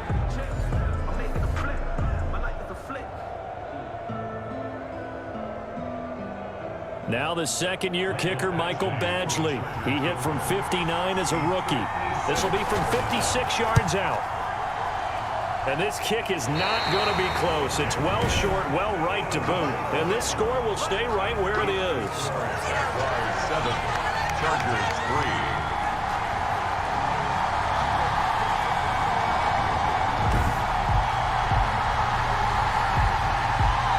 So time to see Jacksonville again on offense for the 2nd time here in this game. And on the last go-around, they really couldn't get anything going.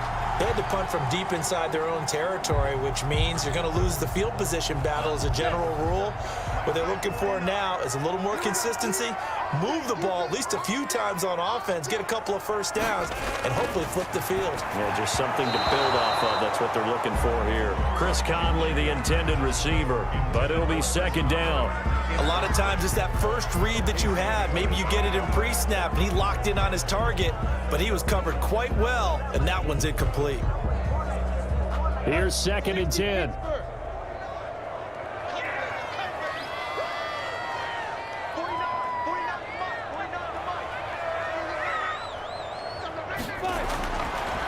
first carry for Leonard Fournette. And here's another tackle made at the line, so they're converging well on the football now. Call it no gain on the run there, and now they'll be looking at a third down. Brandon, I think you and I were both raised the same way in the game of football. You run to set up the pass, but I think we've discovered in this NFL, a lot of teams pass to set up the run. And that's what they've done throughout this game. They've aired it out, thrown it around the yard. Now they've come back to the running game, and they found a way to be successful with it. And that is incomplete. Thrown to the sideline and incomplete. It's fourth down.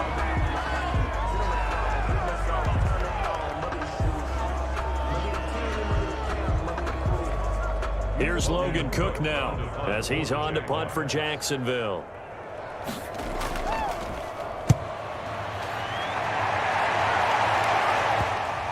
And that'll kick and go out of bounds just outside the 15 at the 16-yard line. At their own 16-yard line. The Charger drive about to get going. Last time out, they had that long 50-plus yard field goal that they missed. And I'm sure on their sideline, they're thinking to themselves, okay, do we still want to try one if we're in that position again? And I would say that the answer would be yes. They're going to have a lot of confidence in their kicker. But just to be on the safe side, I'm sure they told their offensive guys, can we get a little bit closer this time? Closer. Yeah, you know, I'd rather get in the end zone first and foremost. But if all else fails, less of a field goal attempt for him. The run only got a yard. Here's 2nd and 9. Now it's Taylor. Allen's got it complete. 8 yards on the completion, but now they face third down. A gain of 8 yards. And it's third down.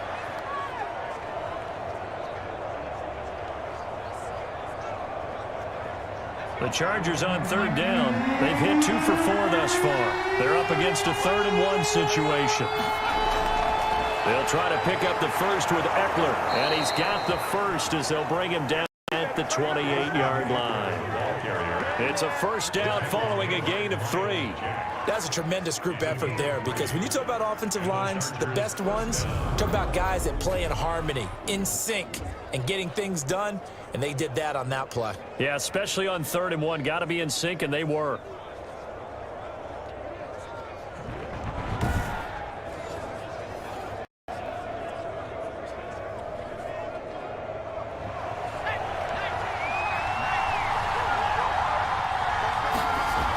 First down, and they stick with Eckler.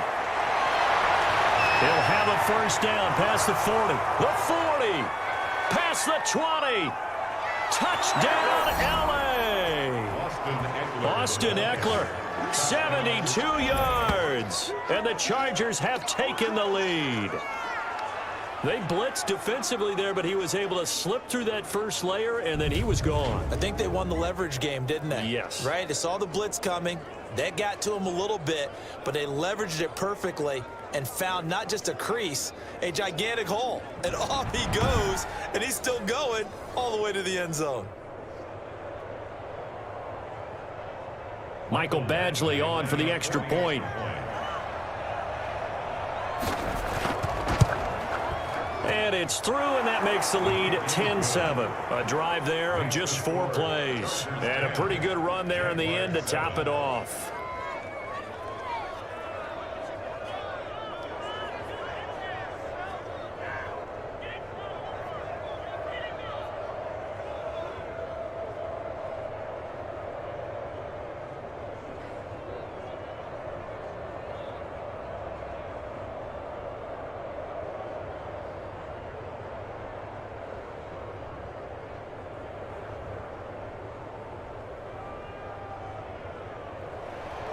The kickoff team on the field now as they will send this one away. On the return, Walker. And they'll start this drive just across the 30. Pretty nice work on the return. Out comes the Jacksonville offense as they get set to take over here. They've had it twice. They've punted twice. Not the start they were hoping for. Not at all. And let's face it, every facility we visit, everyone talks about converting on third down, how big that is. In this situation, they've had to punt it away twice, so they're furiously going over things on the sidelines. What do we need to do to pick up a first down and change our momentum? And he'll be tackled just past the 35 at the 36. 6-yard line. Now, Brandon, that's the way you want to run the football. It should almost be quote bubbles above the offense right now. Bam, boom, biff. That's how they feel good about moving the football.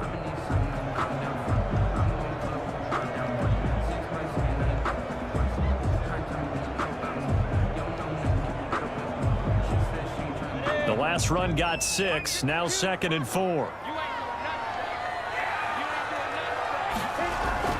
They keep it on the ground. This time it's Fournette. And he'll get up to the 43-yard line. 7 yards there and a first down.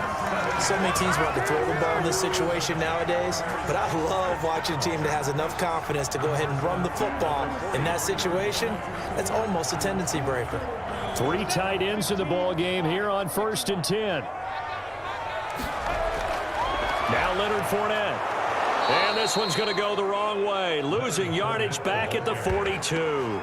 They'll lose a yard there, and it's 2nd and 11. I like the strategy. Extra tight ends, extra beef. They want to run the football, but that means they probably want to run it inside. If you get strung out on the perimeter, you're in peril. Yeah, we saw the result, negative yardage.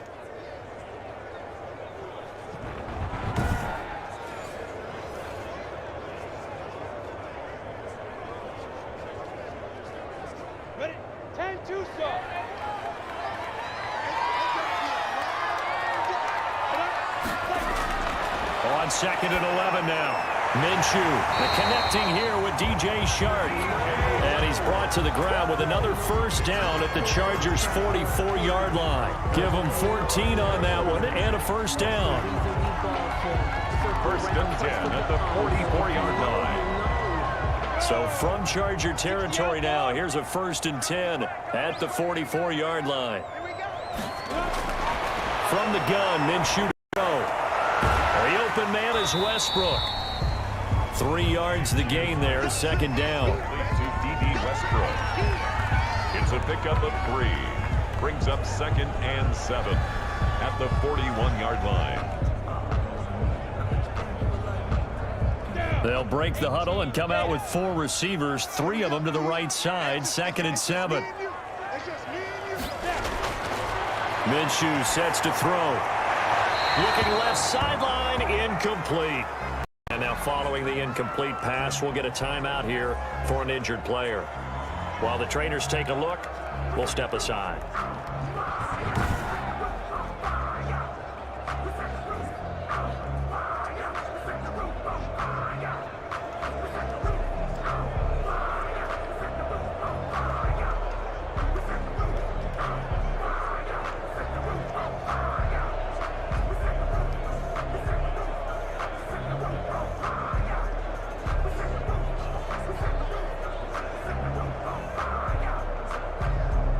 First down line at the 34 here on 3rd down.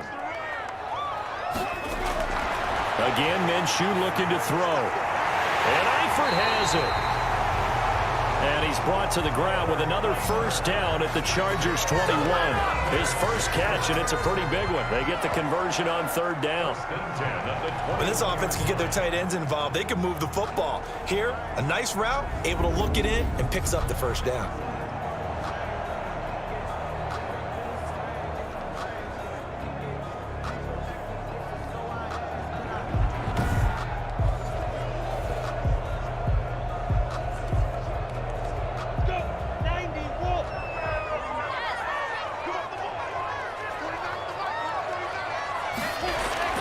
Throwing on first down is Minshew.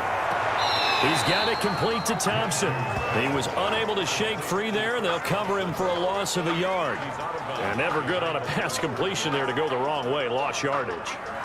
No, for some reason it seems to work better when you throw it downfield or you can move the ball downfield running it that way, doesn't it? But in this case, if you're the defensive guys, you're energized, executed well, and you caused a lost yardage play. That's going to feel good and look great in film.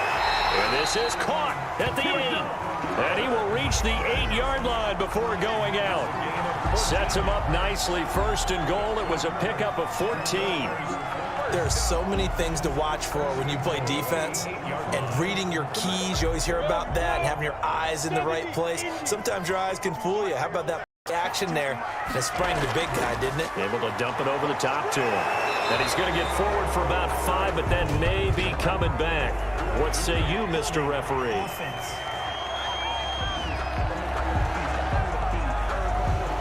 So he was holding from that left tackle position. Everyone tries to keep their hands inside when they're blocking ever since they liberalized the rules where you can extend them out. But sometimes they get out a little wide and they get detected grabbing some cloth. And power running here down to the 6-yard line. A good run, 8 yards there, and it'll be 2nd and goal. That's a really nice job by them picking up the run blitz and detecting it and blocking it and turning it into a nice run. And a lot of times you think if you blitz a running play, you're going to smother it. But a lot of the blitzers, they come in a little bit high. They don't have great leverage, and they're easily... And that is caught. Touchdown, Jacksonville. Tyler Eifert there to make the grab. And once again, the Jaguars are back out in front.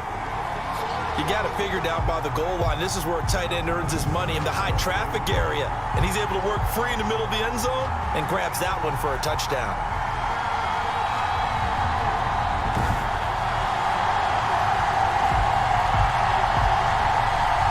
Lambo to add on the extra point.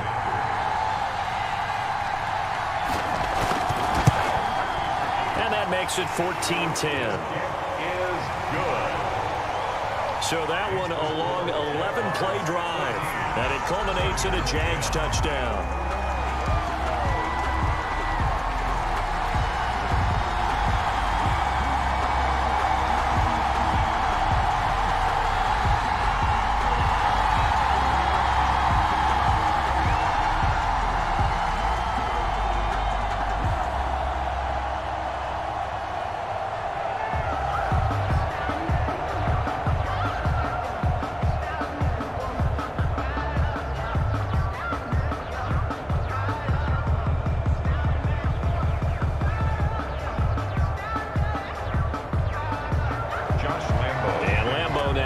Touchdown.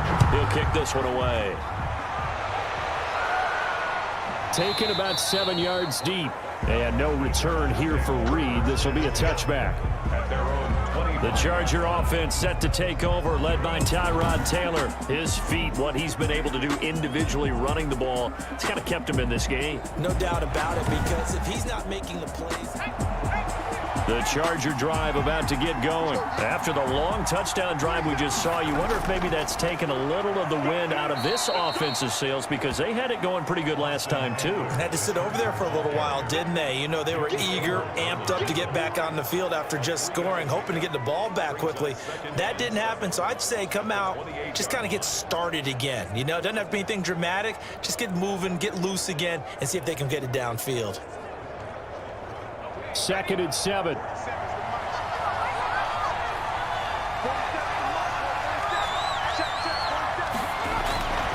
Operating from the gun, Taylor.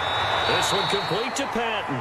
And he gets this up to the 34 out of bounds there. A gain of 3 last play. This time they double it and pick up 6.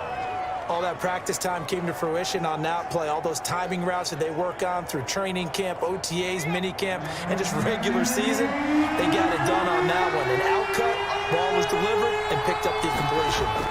On 3rd down, here's Eckler. And he will have a 1st down here at about the 40. 7 yards the pickup. 1st down, L.A. Boy, where would these guys be without his performance on the ground? That puts him over 100 yards now for the afternoon, and I tell you, he seems to be getting stronger as the day goes along.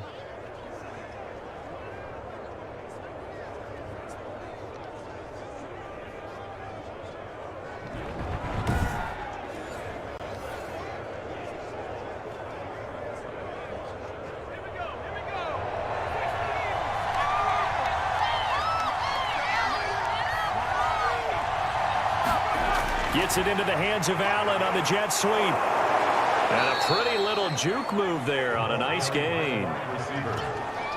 He was taken down at the 50-yard line. 10 yards on the pickup. It's 2nd and inches.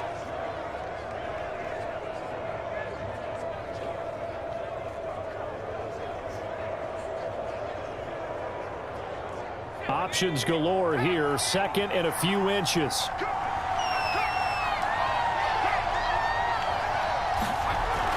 Out of the gun, Eckler running it. He pushes through a would-be tackler to get about 3 yards. 2nd down. 2nd and inches is oftentimes an invitation for an offense coordinator to take a big shot downfield because he feels like he can come back on 3rd down and pick up the 1st down.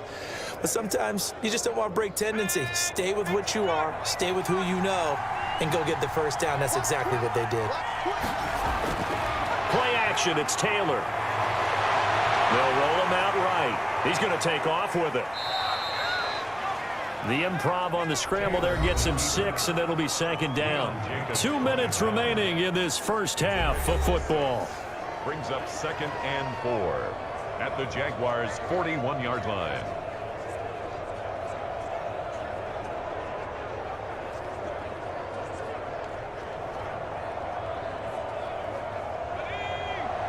Fans, a reminder, I have a note card here that says ad-lib halftime previews, so I guess let's do just that as we'll hand things over to Jonathan Coachman in Orlando when this one and the Jags get to him as down he goes.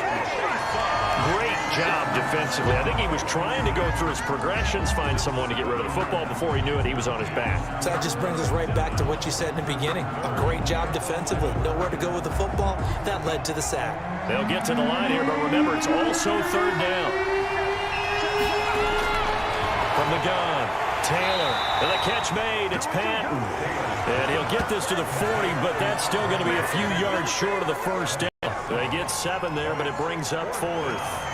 They didn't get the 1st down, but I have to say I do like the call. I like what they were trying to do. Try and hit your receiver on the run and see if he can pick it up. Keep it on his feet, get a little rack yardage.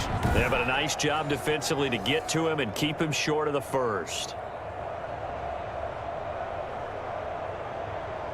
4th down, and on is Ty Long to punt.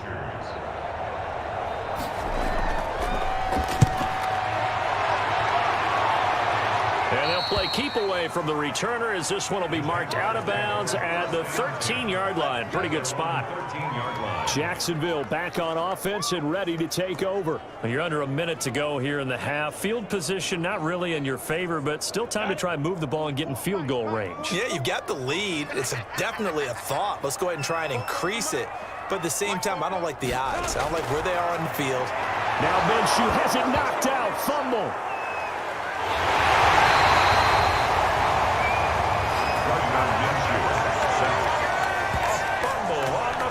Dangerous spot for them to cough it up. Lucky to have recovered because had the defense gotten it, they were already within a shadow of the goalpost. Yeah, and then you're yelling at your own defense. Sudden change, sudden change.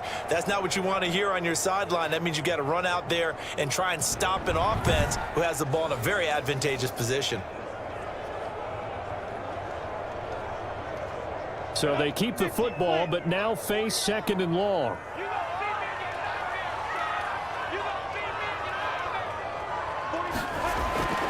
They don't want to repeat a 1st down. They'll keep it on the ground. And he'll just keep 2 hands on the football as he'll be taken down after a short pickup. And now they'll take a timeout defensively. After the 2nd down play, they burn the timeout, making him sweat out the final few ticks here in the 2nd quarter.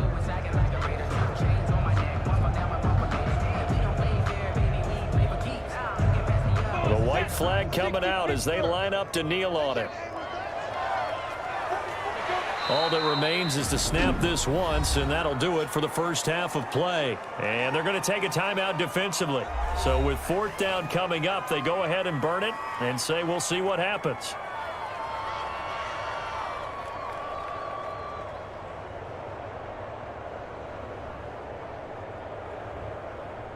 Here's Logan Cook now as he's on to punt for Jacksonville. He's been a busy man here in this first half as he gets it away.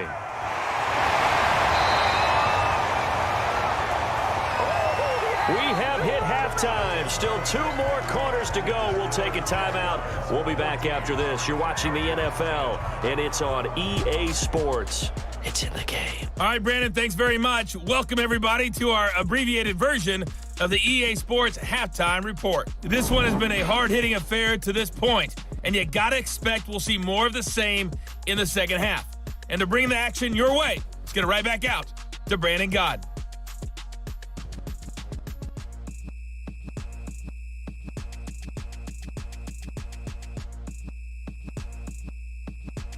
All right, Coach, thank you, and we welcome everyone back for quarter number 3.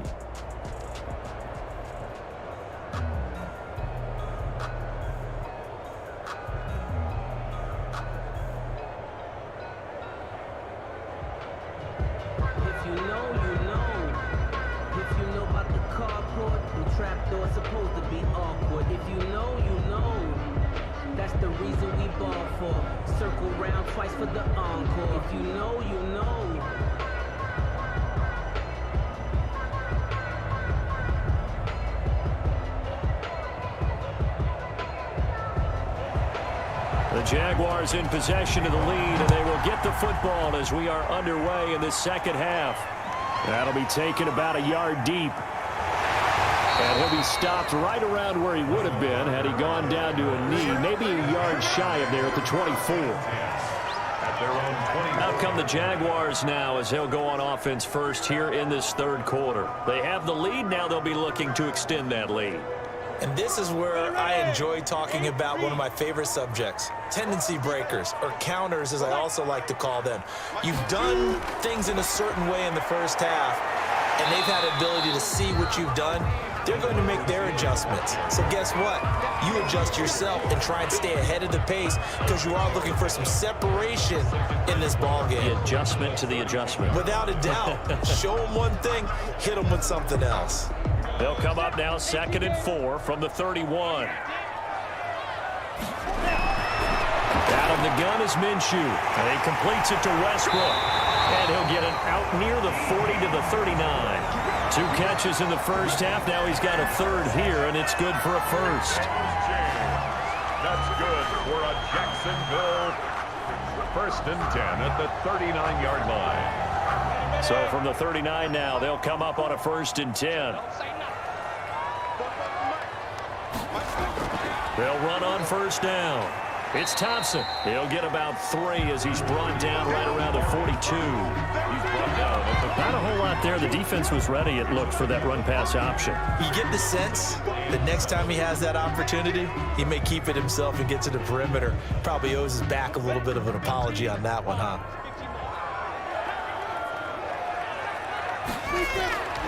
Again, a run with Thompson. And that didn't fool anybody. He's going to be dropped in the backfield. It'll go down as a 2-yard loss, and it brings up a 3rd down.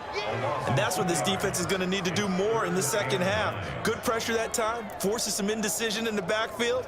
He's going to wind up being taken down for a nice loss.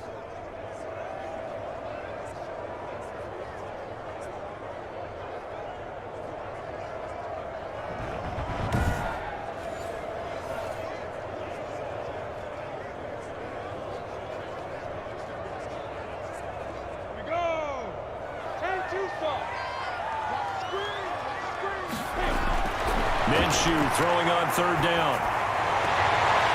And he's got his man out of the backfield. That's complete. 3 yards, all they could muster there, and it'll bring up 4th down. We can make this one pretty simple. Walked up all of his progressions downfield, forced to get it to his running back. But how about the way they ran to the football and knocked him down to force a 4th down?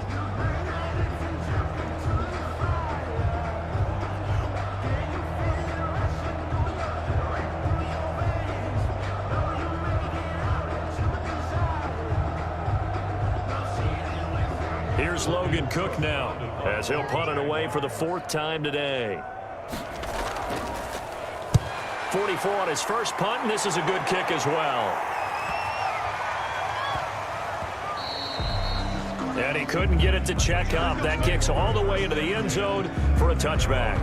Now we'll look at the Chargers offense. They get ready for their first possession of the second half. Their defense just came up with a stop right out of the locker room, and now can the offense take advantage? Yeah, we don't want to turn this into something that it's not. It's only a one-score game, so it's not exactly a crucial possession. But at the same time, they'd like to get things started and at least come away with 3 points. And he'll be upended after a gain of 5, up to the 25-yard line. Brandon, 5 yards on that run. Let's get back to the huddle and make sure if you're a back, you spend time with your offensive line and give them credit. Hard to move those 300-plus pounders at the line of scrimmage, and they did for a significant chunk of yardage. From the 25 on second down, Taylor complete. It's Henry. And he takes this up to the 40-yard line before being corralled. 15 yards on the play, first down. And there's a completion to the tight end. And look at the size of these players nowadays. At that spot, 6'4", 6'5", and up.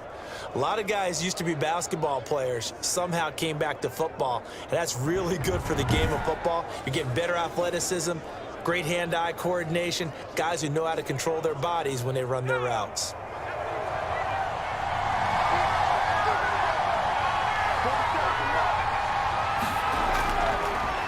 They'll run here with Eckler. And they'll get to him after a gain of 7 to the 47. Good yardage there on first down. Exactly what you want. Get yourself set up to keep making first downs, keep the clock running. And if they're smart, you're starting to milk the clock. No hurry before you run your second down play.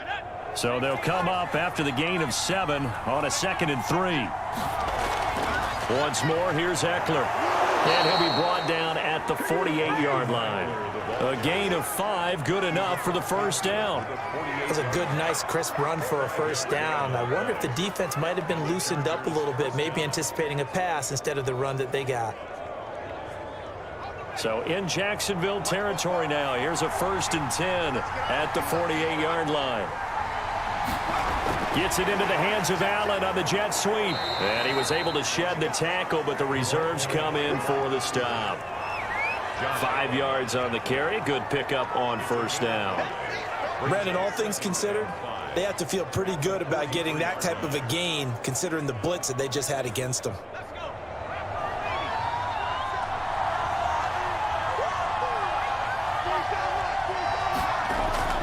Second and 5 now. Taylor, he completes it to Henry. And he'll go down here at the 35-yard line. That one, a first down pickup of 8. 5th catch of the game for him there. Yeah, and the tight end position is now becoming a volume pass catcher. Used to be occasional, right? Safety valve. Throw one to him every so often, but mainly they want him out there to block. Nowadays, an integral part of the passing game, and they create such great mismatches that they often become the leading receiver. And maybe a measure of revenge there. He's had his way in this one, but this time they get him behind the line. Officially, it's a 1-yard loss. That's going to bring up 2nd and 11. Well, that was one of the few times they've been able to contain him thus far. He's over 100 yards for the game, but he lost a bit off his total on that carry.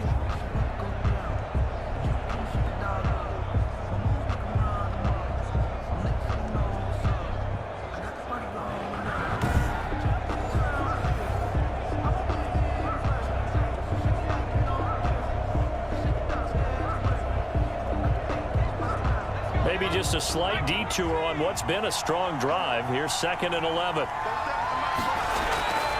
It's Eckler again. And he'll be upended at the 33 following a gain of 3. And guess what? It brings up 3rd down.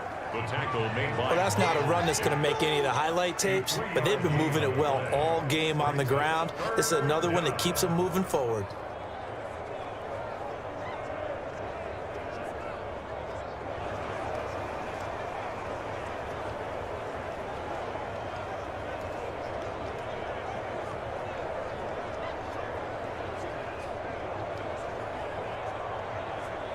Eighth play of the drive forthcoming, and they need 8 yards on 3rd down.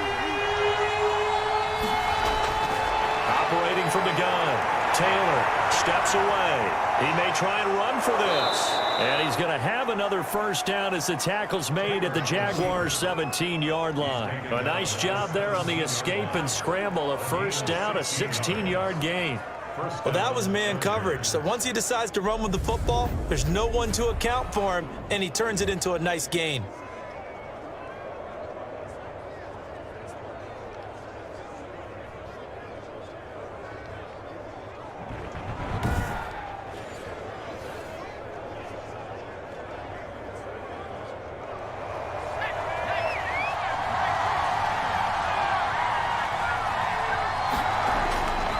the red zone now. Here's Taylor on first down. He'll find Williams on the slant.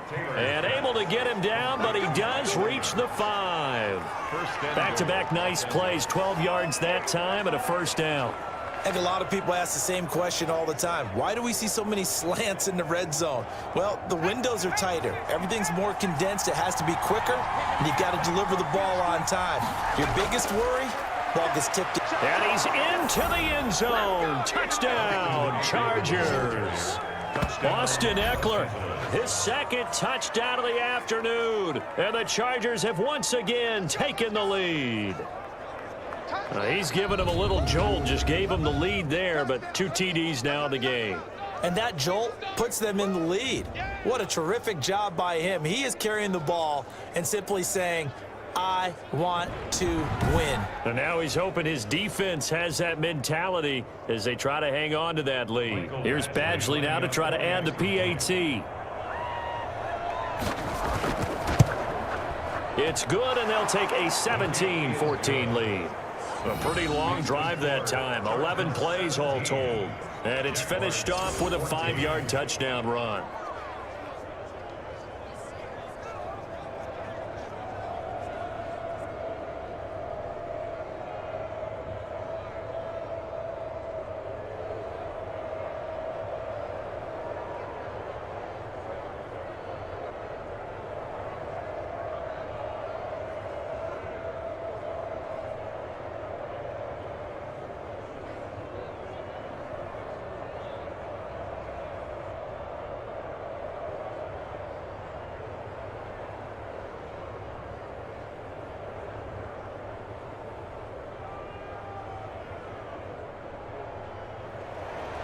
Out is the kickoff unit as they run up and send this one away.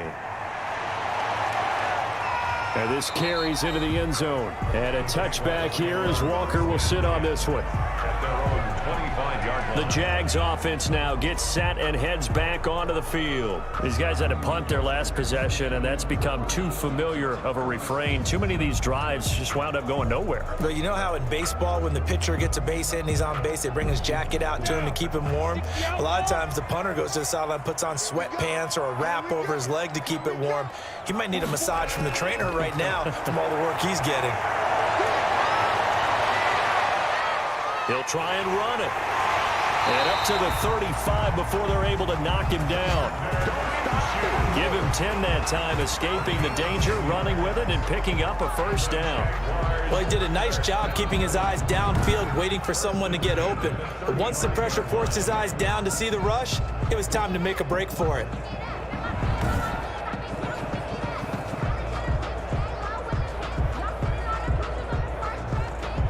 Ball up to the 35 now as they come up on 1st and 10.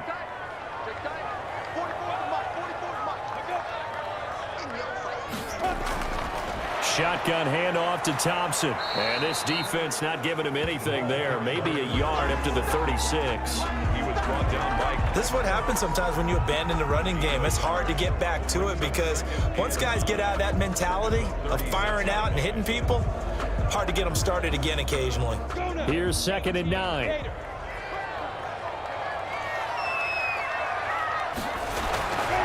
Looking to throw it. Minshew.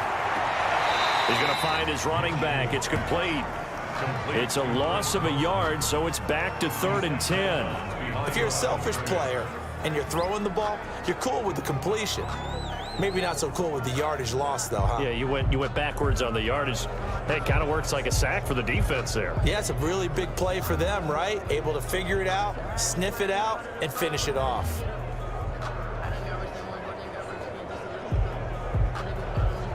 Big play coming up. Here's 3rd and 10. I would expect to see some pressure here. The pressure drops off as they'll look to throw. Open man is Westbrook, complete.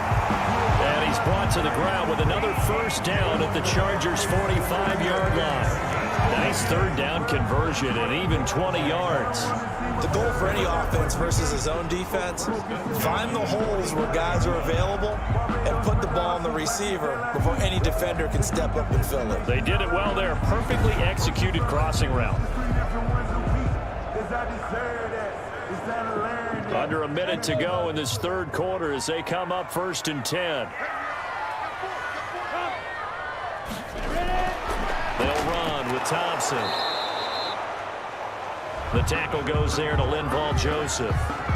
Now, they struggled to get him rolling on the ground in the first half, and that's sort of continuing here in the third quarter. Yeah, but I don't think it's time to abandon the running game. I would say keep feeding the horse, and I believe he'll eventually reward them, especially as we get deeper in the game. 2nd and 9 from the 44.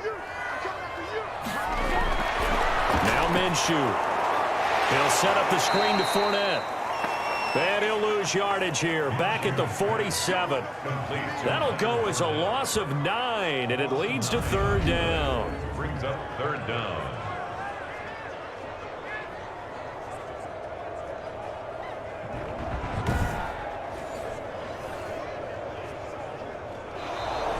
That's the end of the third quarter. And as they come to the line, they will not be able to get off another play as time has run out on this third quarter. We'll return with more after this. This is the NFL, and it's on EA Sports.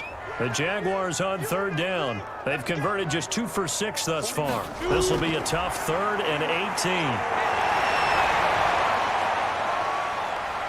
He's going to go deep for Conley. That's caught inside the 20. And he's going to be taken down here with a penalty flag on the field. Let's make it happen, baby. Let's make it happen. It's time. So the big play nullified, illegal forward pass. And maybe we know why they were able to get such a good chunk of yardage on that play. That pass was illegal.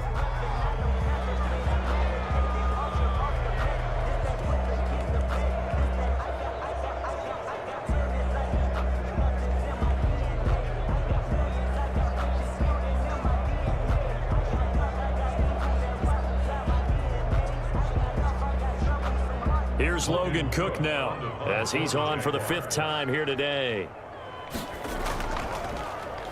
And he deserves a bronze leg as he gets this one away. Shreds the tackle. 42-yard punt, 6 on the return. And out will come the offense as they take over. L.A. readies for its next possession. Their defense got the stop, forced the punt, and now you really start to monitor the clock as they nurse this slim lead.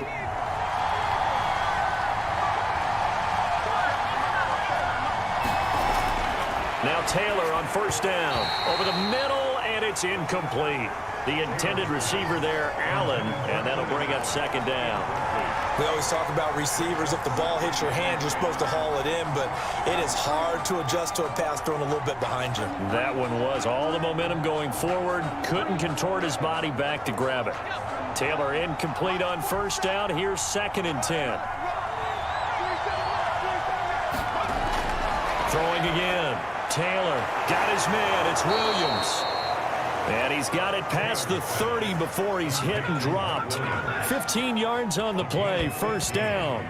That was a nicely run slant route, and what the receiver's trying to do is make the defender think he's going upfield for a deeper route and then breaks it off, usually after about 3 to 4 steps, and cuts towards the middle of the field. And now what he's trying to do is use his body to keep the defender away from the football and give the quarterback a really nice target. So they'll come up 1st and 10 now from the 33.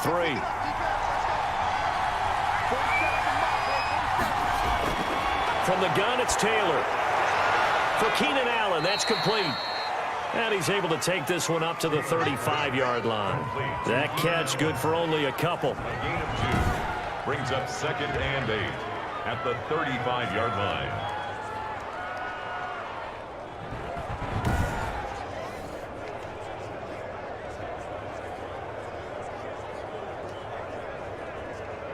Second and 8 coming up.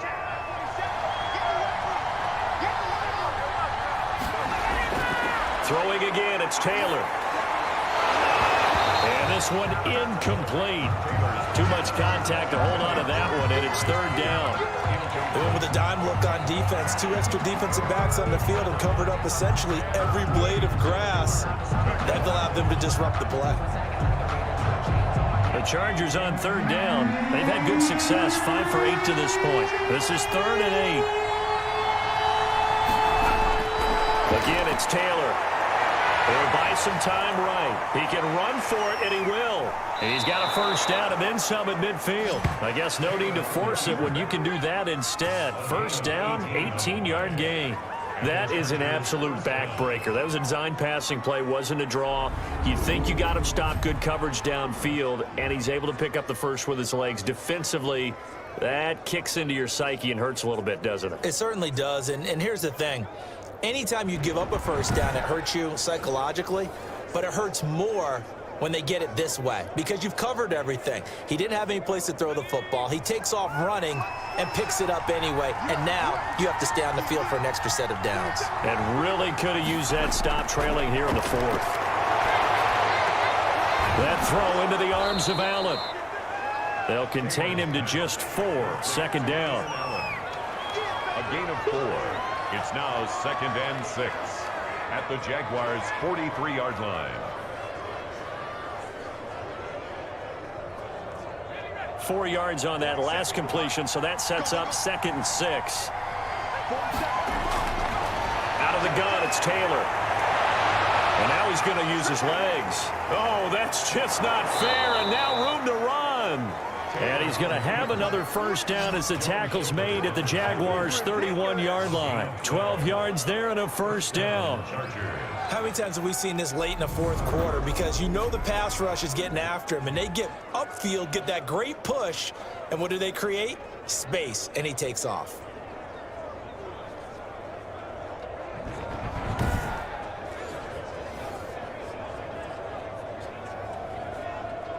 Line of scrimmage, the 31 now on 1st and 10.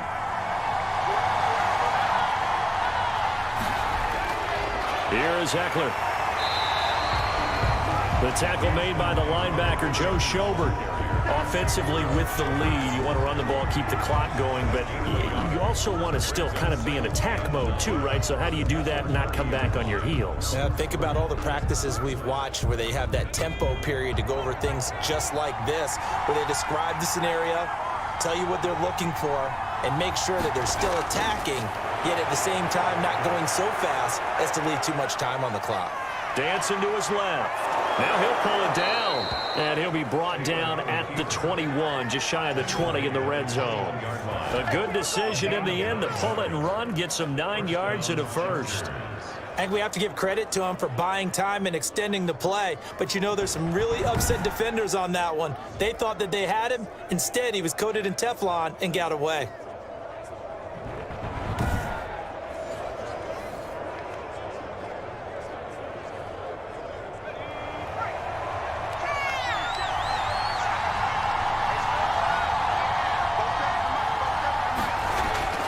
They'll throw on first down with Taylor. And that's complete. It's Green here.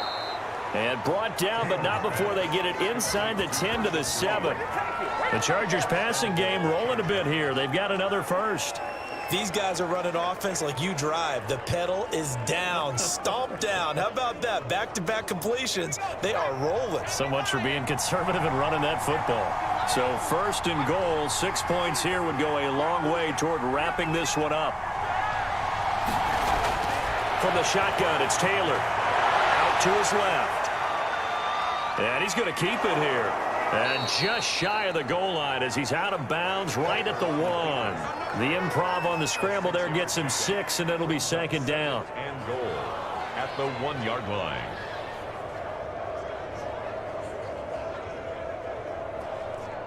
Second and goal from the 1. Trying to punch it in with Eckler. And they'll bring him down after just a short pickup. Calling a gain of a yard as they get a little bit closer here. It's 3rd and goal. That didn't just feel like good defense there. That felt like pride, didn't it? He's already gotten into the end zone twice, trying to get there for a 3rd time. No one likes to have the hat trick against them. Big play coming here. It's 3rd and goal.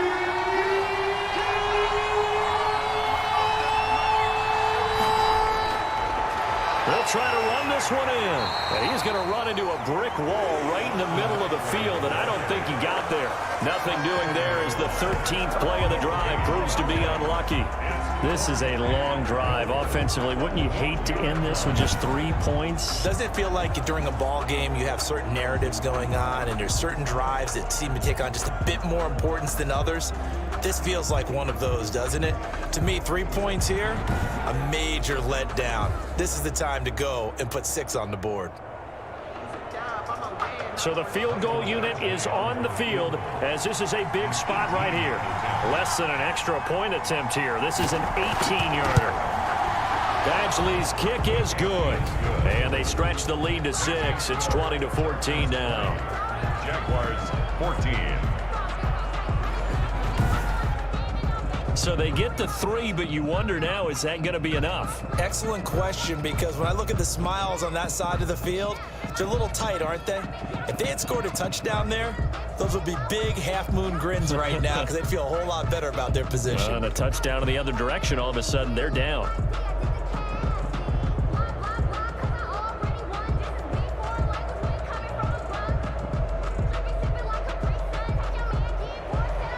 Set now to kick this one away, and off it goes. On the return, Walker. And a good return as he'll be stopped just shy of the 30-yard line. The Jaguars take over first and 10. So now out come the Jags. And right now these guys, they're shuffling a little bit, maybe doubting, because 3 straight drives have ended with them punting the football away. Yeah, so you start pointing fingers at each other a little bit, asking a lot of questions. What are you seeing? What are you getting? Maybe trying to narrow down your playbook a little bit and maybe get simpler rather than more complex in order to try and fashion together a drive. Escaping the pressure right. And they get him down, but not before he takes it across the 40-yard line. Opted to run for it. The decision a good one. Picking up the first, getting 14 yards on the scramble. So there you go. Save your best scramble of the day for a big-time situation in the fourth quarter. Picking up the first. You don't want to use it up early, right? You want to make sure you save it for that exact moment, that key time. And that's what he did, although you and I both know it wasn't planned that way. But what a nice job using his eyes, scanning the field, and realizing when it was time to exit the pocket and go. Now Minshew on 1st and 10. Eluding the pressure right. He's going to take off with it. And he'll be taken down, but not before he gets into enemy territory. Give him 10 that time, escaping the danger, running with it, and picking up a first down. Normally we're talking about a quarterback duel where they're matching each other pass for pass. How about the footwork in this one? Both of these guys running the ball well. Yeah, they've mixed in the run game. You're exactly right. Now, both coaches might not like how much their quarterbacks have taken off, but another example right there of just good mobility. So signs of life in what's been a dormant offense in this second half. Here's 1st and 10. From the gun, Minshew to throw. And this one into the hands of DJ Shark. And he'll be brought down, it looks like right at the 40. 7 yards to pick up on the pitch and catch. One thing I think that's safe to say defensively, the tackling's been really good. And because of that, it's been very, very hard for them to move the ball because you're not getting the benefits of run after catch. They're tackling them almost on the spot. That means you have to run extra plays, harder to move it. Looking left sideline, but it's incomplete. DJ Chark, the intended target, and it's 3rd and short. Looked like he had a couple of different options as far as who to throw to on that play, and who am I to say this, but I'm not sure he made the right decision. Well, the window of opportunity is always going to be small in the NFL. That's why those quarterbacks who make quick decisions and have quick releases have the most success in this league. They'll try to throw for it with Minshew. To Thompson on the screen. And he got blown up, losing yardage on the play back at the 44. That'll wind up going for a loss of 4. And that's going to make it 4th down.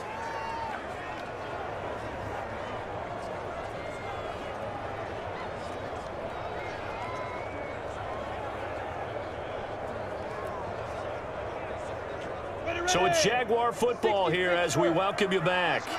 And let's see what they've come up with offensively after having time to talk it over. Now a desperation throw deep. And this is caught inside the 5. this into the end zone for a Jaguar touchdown. DJ Chark, 44 yards. And the Jags are an extra point away from taking the lead. I don't think there's any great secret or mystery here. We're in the fourth quarter. You've got to take that shot, especially since you're down on the scoreboard.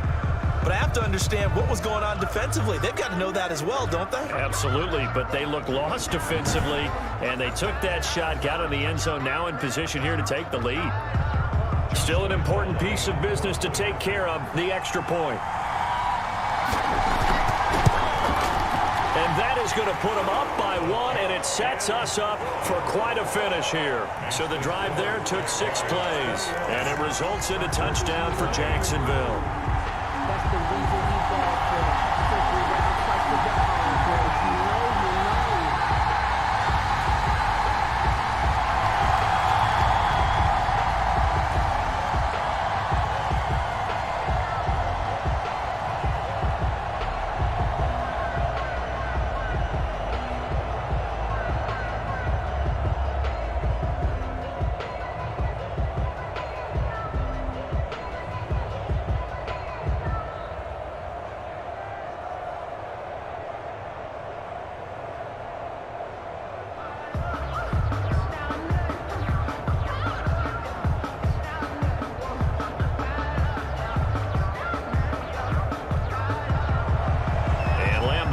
After the touchdown, he'll kick this one away. Fielded a couple yards into the end zone. And ultimately cannot get this out to the 25-yard line as he's dropped at the 23. At their own 23-yard line. So now Tyrod Taylor and the Chargers down 21-20. A minute 52 to play. Needing at least 40 yards, you'd have to think, to have a shot.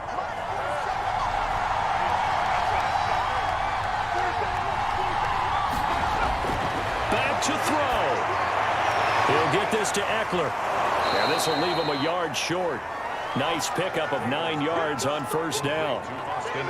Well, that's a good first step, but several steps still to go. They still have time for the possible game-winning field goal. Time for them to be quick and hurry at the same time. The clock still runs. We're at 90 seconds now. He'll look to throw. Throwing for his running back, and he's got him complete. And he'll be brought down right around the 37. A gain of 5, good enough for the first down. Obviously a big first down right there. Yeah, they still got to hustle. They got to get up to the line of scrimmage and get set. But I don't think necessarily you need to spike it, but they've got to continue to move quickly. First down now, but that clock rolling. Back to throw. Oh, he's able to outmuscle him here as he pulls it in.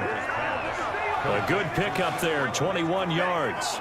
Now you're right on the edge of field goal range. You've still got time, but get up to the line of scrimmage and get set.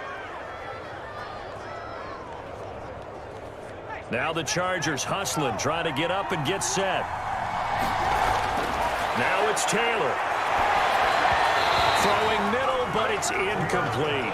He was trying to get that back to Allen, and now it's second down. Second and 10.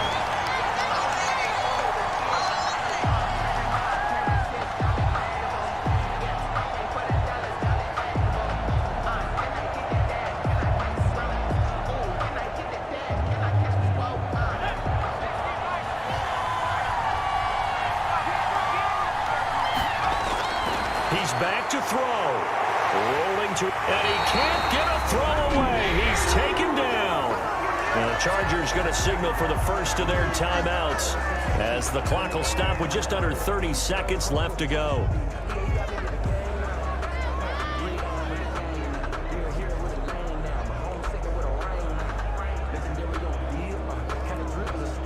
Third and long. Taylor and company hoping to regroup after the sack. Here's Taylor. He may try and run for this.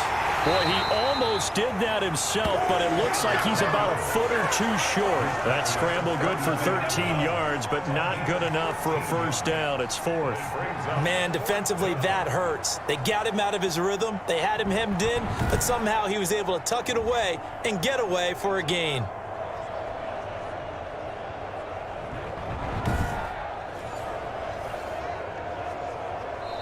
Now the Chargers will use the second of their timeouts as he'll stop it with 11 seconds remaining in the ball game.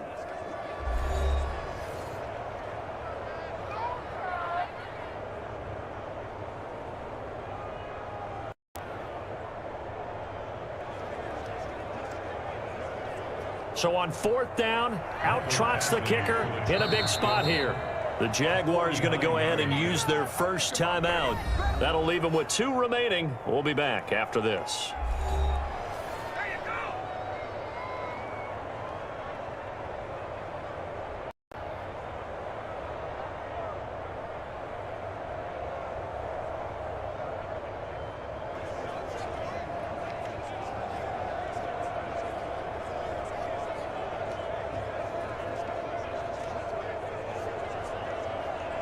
So on fourth down, out trots the kicker in a big spot here.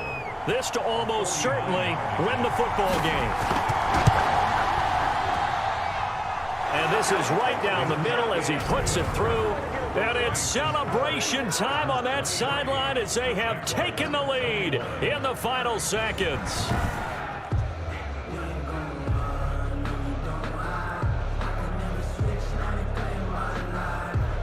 So he's able to come through in a hostile environment, and you'd have to imagine that's the game winner. Yeah, how about that? And the way that this game's gone, you think they really wanted to get to overtime and take their chances there. They wanted to get this thing done. When you're the visitor, you don't want to play into overtime. You want to knock it down, get it done, and go home.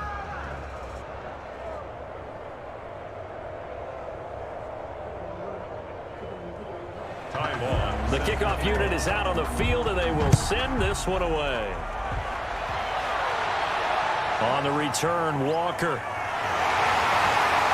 And they'll start this drive just across the 30. Pretty nice work on the return. Jaguars take over first and 10 at their own 31. The Jacksonville offense set to begin their next drive. Look at the clock. Everyone knows the situation. Probably time here for one final play.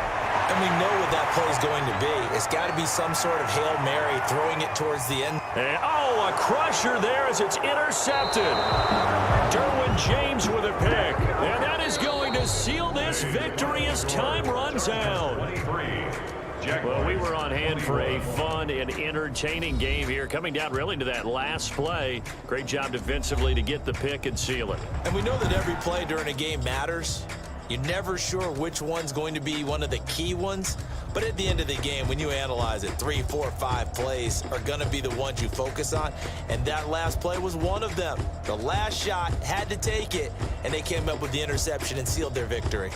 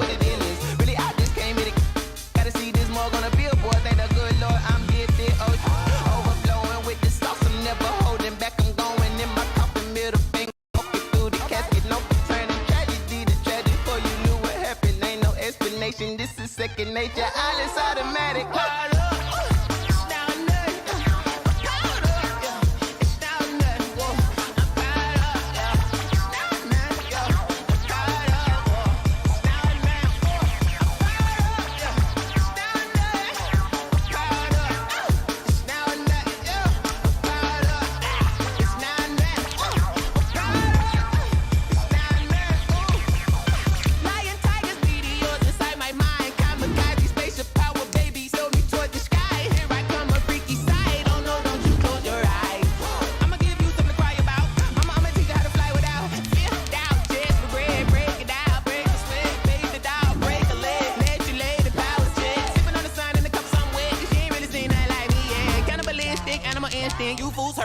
this way.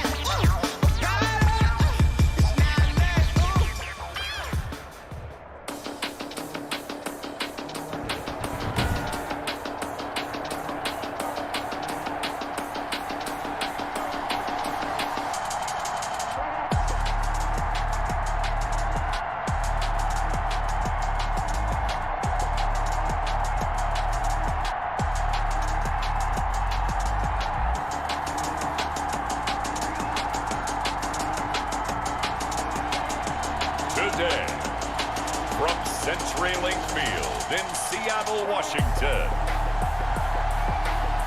this is Madden NFL 21. Russell Wilson and the Seattle Seahawks versus Teddy Bridgewater and the Carolina Panthers. We are just about set for football at CenturyLink Field here in Seattle. A few moments ago, they raised the 12th man banner, and this place, as usual, rocking and rolling.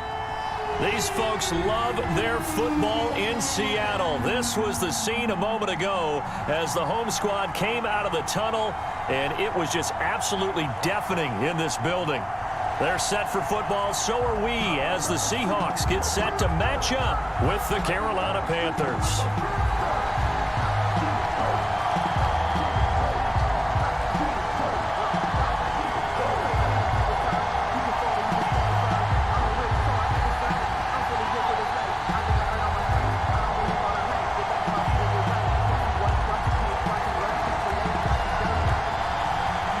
Kicker Graham Gano set to put his foot into this one. And off we go from Seattle. That'll be taken about a yard deep. And he'll be stopped right around where he would have been had he gone down to a knee, maybe a yard shy of there at the 24. Russell Wilson leads out the Seattle Seahawks offense. The veteran Wilson, a third-round pick back in 2012. Gave the commencement address at the University of Wisconsin a couple of years ago. One of the most popular players ever to pull on the uniform there. Beginning of his career, he was a so-called game manager. Take care of the football, rely on the defense. Now, in this stage of his career, the offense runs through him, and it runs very well. 3 yards on that last carry. Here's 2nd and 7.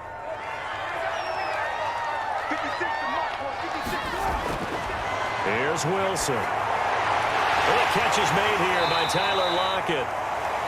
That catch good for 5. It's 3rd down.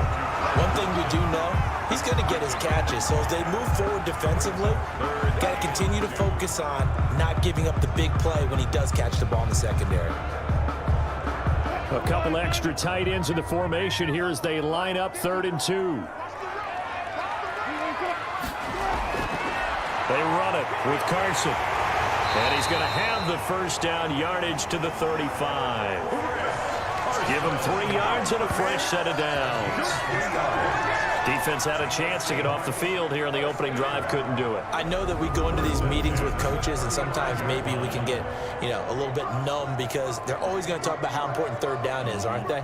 Offense and defense. In this case, one capitalized, and the other, as you said, had a chance to get off the field and didn't get it done.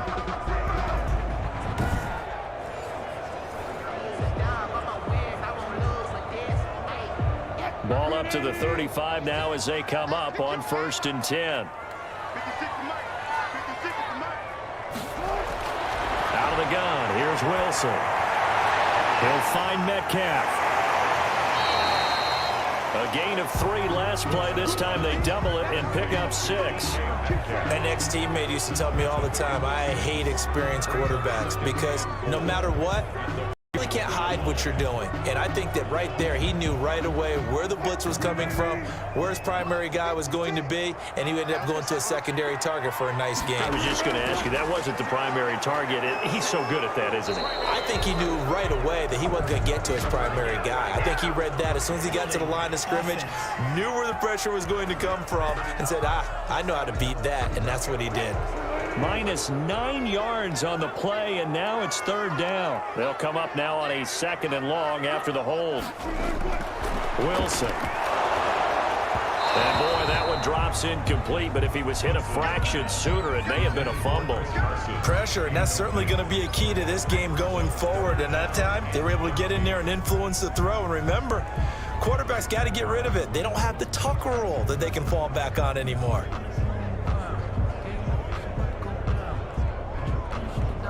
An incomplete pass on that last play, and that means they'll need to come up with something here on 3rd down. From the shotgun, Wilson. That's complete. Hits Carson out of the backfield.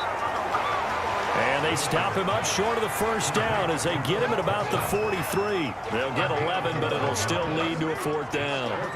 And they're getting him involved early.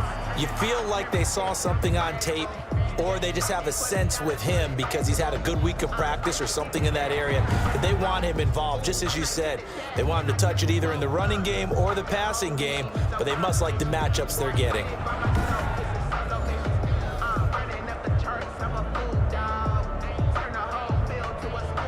On 4th down, ready to punt, Michael Dixon. Back deep, the dangerous Pharaoh Cooper.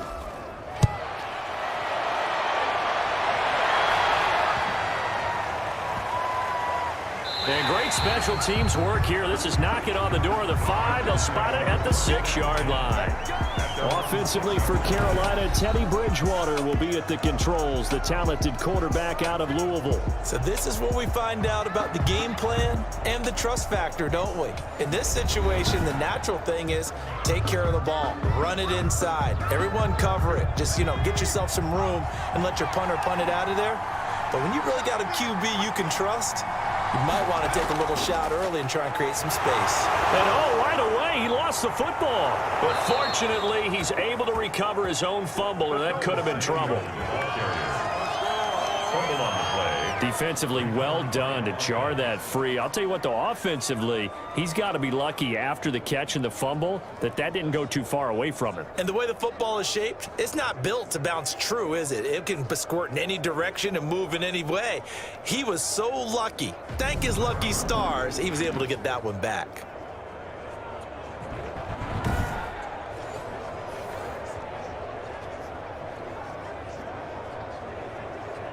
The fumble on 1st down. Now here's 2nd down. First carry of the game for Christian McCaffrey. And good job of just fighting through one tackle there to pick up about 3. 2nd down coming up. Some of the most unselfish players on any football team, defensive tackles, because we ask them to just eat up blocks and allow other people to make tackles. But when he can make a play himself, as we just saw there, that's a big day.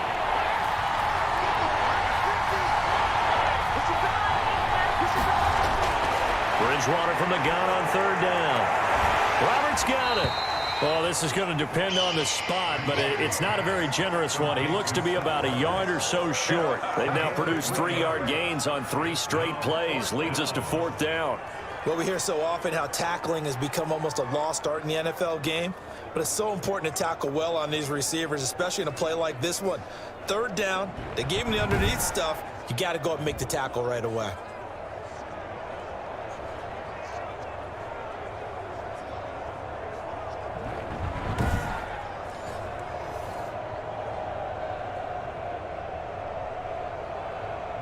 So on 4th down, kicking it away here, Michael Pilardi. Back deep for the Seahawks, Tyler Lockett.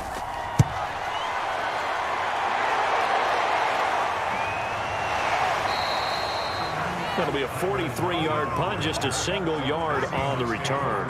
And it'll be Seahawk football, 1st and 10. Seattle's offense coming back onto the field, ready for their 2nd drive. They punted last time they had it. What steps, Charles, you think they have to take to make sure they don't do that again? Well, let's just go to the football 101, the trite expression 101. Win 1st down. Make 5, 6, 7 yards on 1st down and make it a 2nd and 3, 2nd and manageable. Keep accumulating 1st downs that way. Keep moving the football. You don't want to get behind the sticks because then the defense has the advantage. First play of the drive, a success, 19 yards. That's good. Well, it certainly feels like there are more stars at the tight end position than there were even 10 years ago. And I think it's become more of a glamour position because of the ways it can hurt a defense, and guys want to be involved. They can be in line, close to the line of scrimmage. They can split out like receivers. But hands, route running, speed, and some toughness to go across the middle, you put it all together, you got a heck of a tight end candidate. On first down, Wilson. And his throw here is incomplete. Tyler Lockett was the target there. That'll bring up second down. I think he's got to be careful not to force anything into coverage right there. There weren't really any throwing lanes. But the best part for him, he's got second and third down to fall back on. So second down, still 10 yards to go. Ball on the 43. Here's Carson. And he'll lose yardage on the play back at the 45-yard line. 2 yards the loss, and now 3rd and 12. Part of the thinking when you bring in extra tight ends, you're hoping that each of your guys gets those one-on-one blocks and creates a crease for your runner. You know what the converse is, though? You've got to win those one-on-one blocks, and when you don't, that's the result you end up with.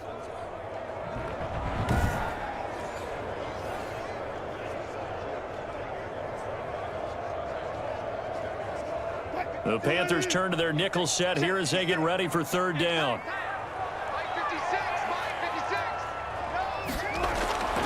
To throw is Wilson. Wilson hit. It's loose. It's out. Fumble. And the Panthers have recovered. That's a down and distance coach is always talking about trying to avoid, isn't it? I mean, that's 3rd and long. And you just know they're pinning their ears back and coming after him, sometimes even with extra pressure. And he knew that. I mean, he knew they were coming. He just fumbled it. Yeah, he knew it. The offensive line knew it. Everyone did, yet the pressure was still there, and he ended up coughing it up.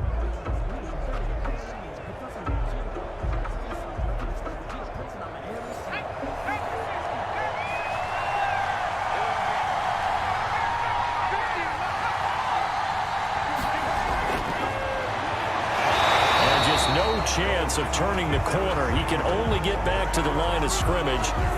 2nd and 10 coming up. No gain on the play. 2nd and 10 at the 46-yard line. 2nd and 10.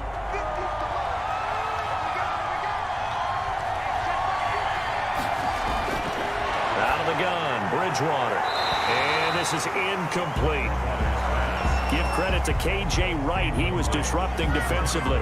Receiver coaches preach to their guys all the time. Separation, that's what's going to make the play successful.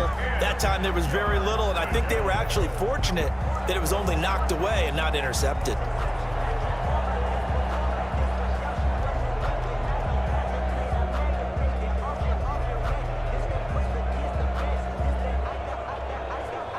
They come up to the line now facing a 3rd and 10 after the incompletion. From the gun, Bridgewater. And the throw there going to be incomplete. They certainly had good starting field position on that drive, but couldn't do anything with it after 3 plays. Have to admit that that's a disappointing end to excellent field position. When that drive started, they had 6 points that they were thinking about. Here's Michael Pilardi now as he'll punt it away for the 2nd time.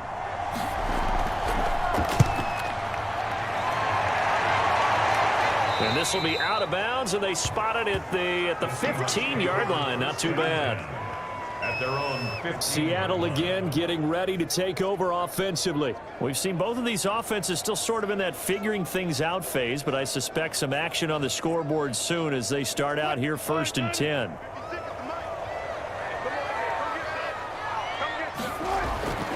From the gun, it's Wilson. And they've got the hook up. This is Olsen.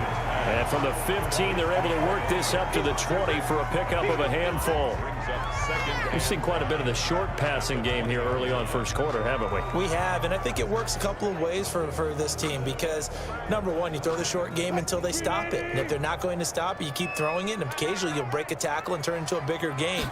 Also, if they start to creep up, start to pressure receivers, now you go over the top, take it deep, and now you get some of those big shots downfield.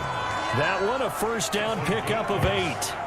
Well, there's plenty of real estate for him to maneuver on that run, and let's face it, it shouldn't be a surprise. He's one of the better backs in the league. Had to come into this game with the idea, slow him down, otherwise it's going to be a long afternoon.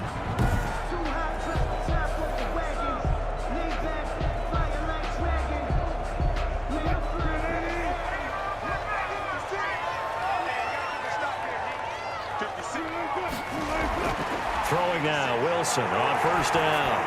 That's into the hands of his tight end, Will Dissly. And they're able to get this one across the 35. 11 yards there and a first down for Seattle.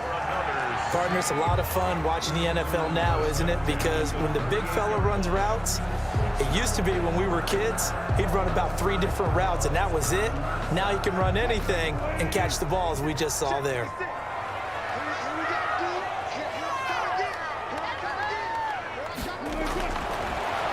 Stepping up, he'll try and run. Wilson hit, it's loose, it's out, fumble, and it's picked up by the Panthers. And his guys are going to get the football at their own 47-yard line. There are 2 words that we hear coaches say all of the time. One starts with a B, one starts with an S, ball security. And they preach it. They have it up in meeting rooms, right? You see the signs. They talk about it all the time.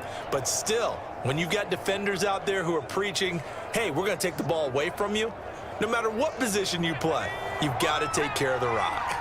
Good starting position for the Panthers as they come up 1st and 10 on their side of midfield at the 47. They throw right away, and that's complete out on the right side. Give him 9 there on the first down completion. A gain of 9 brings up 2nd and 1 at the 43-yard line.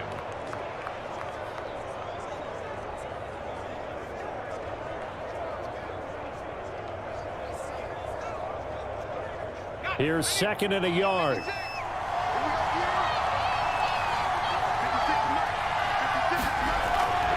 Play fake. Bridgewater. He gets it to Thomas. He's got the first down here inside the 30. And finally taken down at the 20-yard line. 23 yards the pickup there. For many teams, the evaluation of tight ends has really changed. We used to wonder about how they would block first and foremost.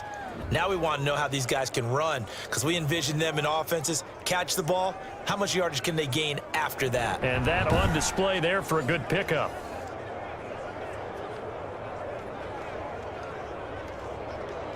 The first red zone opportunity for the Panthers thus far. 1st and 10 right at the 20. From the shotgun, it's Bridgewater. And Anderson's got it. And he'll get it here to the 10-yard line. Another strong gain on the last 2 plays. They've moved it a combined 33 yards. Well, if you do read man coverage, Brandon, the drag route's a pretty good one to run against it because you're running away from people on it. A good position to be in here, 2nd and inches. Bridgewater going to give this to McCaffrey. And now they're inside the 10 as he's brought down at the 9. Give him 2 yards. That sets him up. 1st and goal. Bobby Wagner. 1st and goal, Carolina. That's the end. We're scoreless after 1. No score. Panther football to start quarter number 2 as they go to work on a 1st and goal.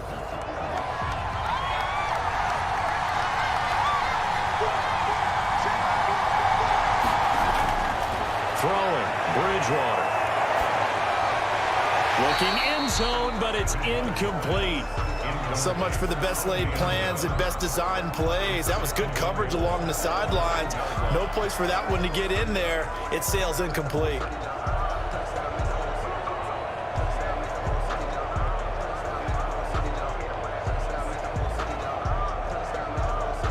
Another shot from the 9 on 2nd and goal.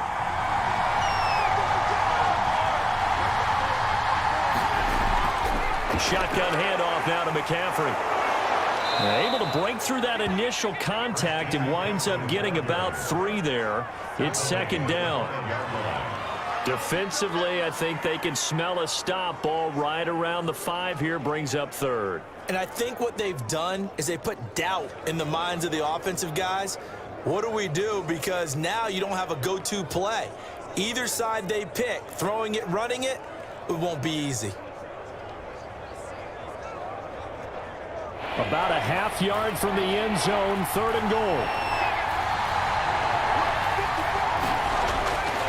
To throw, Bridgewater. And he's got it. Touchdown, Panthers. Robbie Anderson there to make the grab as his guys are first onto the scoreboard here this afternoon. And down near the goal line here, they're able to throw it in. And the key word, quick. Quick hitter. Out of his hands fast, into the receiver's hands even faster.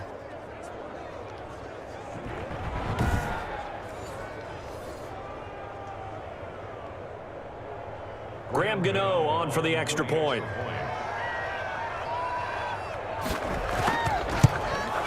And this will be good to give the Panthers a 7-0 lead. So this drive spans 7 plays. And Carolina scores to cap it off.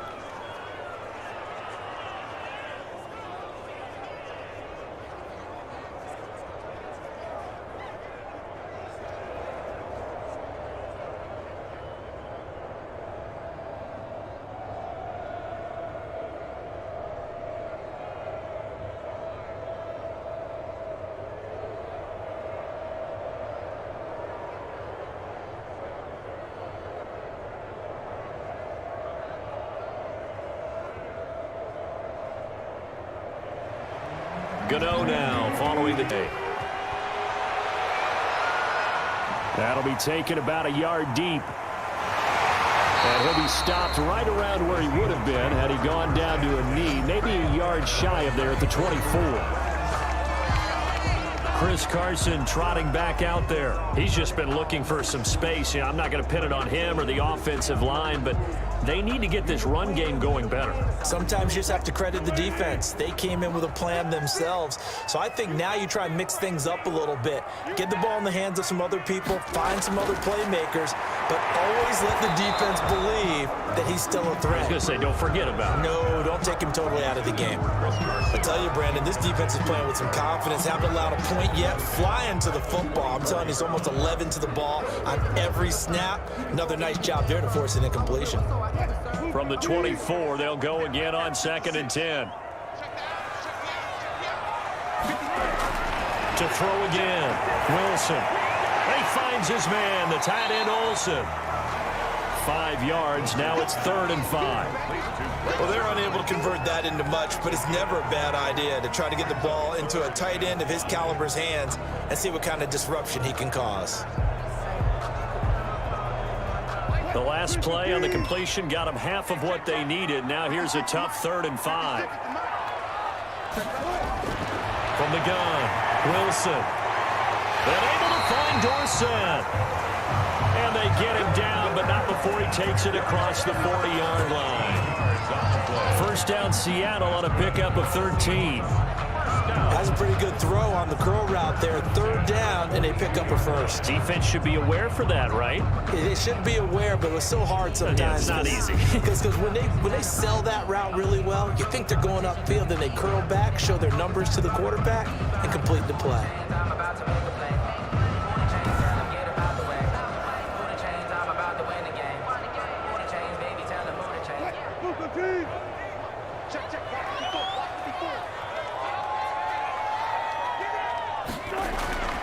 On first down, it's Carson. He gets it forward for 4, maybe 5, but the flags fly, and this one could be coming back. That one whistled against a big right tackle. You'd think being able to fire out and block would be a lot easier to not commit a holding penalty, but it's tough to keep those guys right in front, isn't it? Flushed out right. He'll run it. And he'll be taken down at the 46-yard line. If they didn't have that penalty a moment ago, it'd be a first down. Still a nice 13-yard pickup. Partner, as a quarterback, sometimes you just got to know when the clock has gone off in your head, it's time to go. Tuck it and get all you can.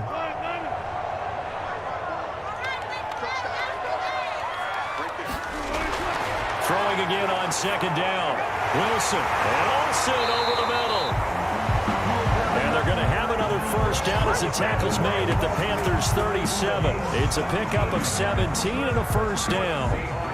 But when you hit him on the move like that, he's able to get into open field with a full head of steam. Oh, boy, it's going to be tough to get him down. Yeah, there was a big window. They're lucky they did get him down.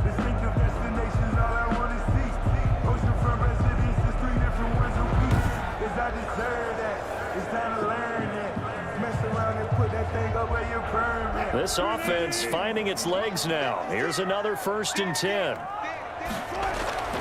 Wilson after the play fake to Carson. Oh, a scrap for the football, and he's going to come down with it. Another good gain. That's now 35 yards combined on those last 2 plays. Never make the mistake that the slot receivers, especially the little guys like we're watching here, are just quicker than fast. A lot of them combine quickness and speed, and they catch a lot of footballs, as we just saw there.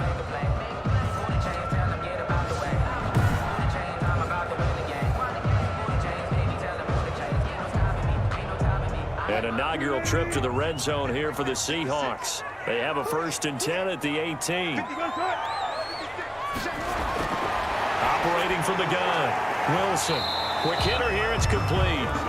And he'll get it down this time to the 17. That catch good for only a couple. I know the halftime's approaching, but I don't think he's going to want to take a break. That's his 5th catch. Yeah, they've really been targeting the tight end.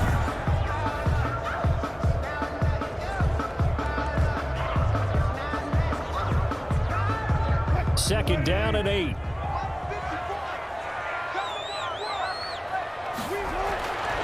Throwing again here, Wilson. And his throw's going to be incomplete. The intended receiver was DK Metcalf, and it's 3rd down. I know in every game we do, we talk about momentum. That was a momentum play lost. And now there could be a letdown because they didn't get the interception. Yeah, you could almost hear the collective gasp on the sideline as he could not come up with that football. And the Seahawks on 3rd down. They've been okay, 2 for 3 thus far. This is 3rd and 8. Again, Wilson. He can run for it, and he will. And the tackle made at the 13. He is well short of the 1st. He'll wind up getting 4 yards there on his own, but it also brings up 4th down.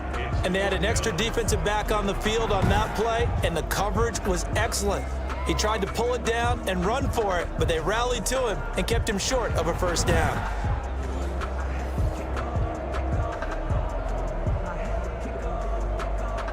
On comes the Seahawk kicker here on 4th down. It's Jason Myers. Myers' kick is good. And they are on the board, but still trailing. It's 7-3. Seahawks 3. So the drive stalls out inside the 15-yard line, but they do get 3. And I've talked with enough players nowadays that when they have these types of kicks, that no one says to their guy, hey, that's just like making an extra point, piece of cake. Because the extra point is not a piece of cake anymore. But kicking a field goal from that distance, just give him confidence and let him knock it through.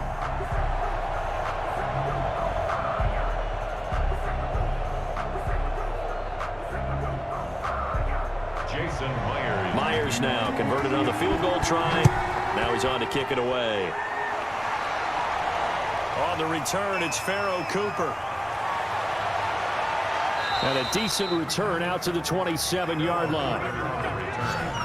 The Panthers take over 1st and 10 at their own 20. Carolina getting set to take the field. And for them, a touchdown their last go-around. Obviously, they'll be hoping to do that again. And when you start plotting for this drive, when you start thinking to yourself, okay, what are we going to do? You don't go away from what you did before because that worked, but you have to be prepared for wrinkles and counters because you know they'll make some adjustments.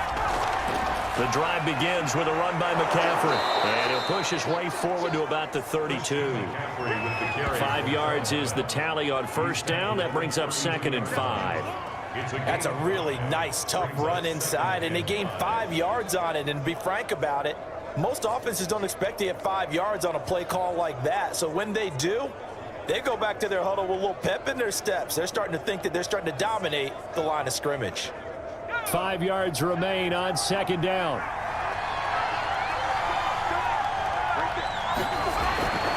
Here's Bridgewater. And on the left left sideline. He caught it, but out of bounds, according to the headlines, but incomplete. So the ball a little late getting there, and it's third down. I don't know about you, but I wanted to reach out of the booth and snatch that pass myself. That thing floated forever up there. I think that threw off the timing of the receiver. That's why he couldn't get his feet down even though he caught the ball. You know, Charles, I would have liked to have seen that. Yeah, me too. For you. I wanted to see you reach out and catch that. Yeah, you heard about my hands, huh? And able to get this one across the 45 before he's brought down. 14 yards, good for a Panther first down. Now that tight end position, it just seems to continue to evolve every year in the NFL. Yeah, you're getting really terrific athletes. A lot of them maybe were wide receivers at one point. They continue to give you speed, great hands, and big bodies, which make them excellent targets for quarterbacks. On first down, this is McCaffrey pushing forward for 3 up to the 48. Christian McCaffrey. Yeah, I don't know if it's exactly a win-win, but if you're on offense, you'll take that kind of a run, all right? It was kind of stacked up, found a little bit of yardage, and frankly, they're pretty close to staying on schedule on offense. The playbook is still open for the coordinator.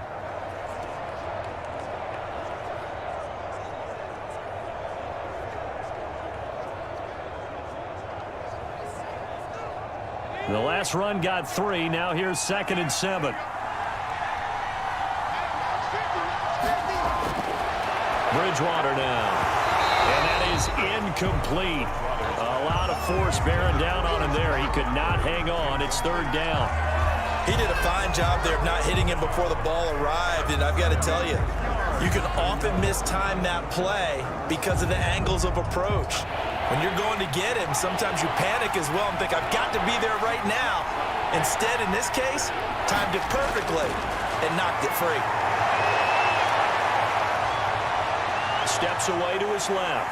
And he'll go down inside the 45 before going out of bounds.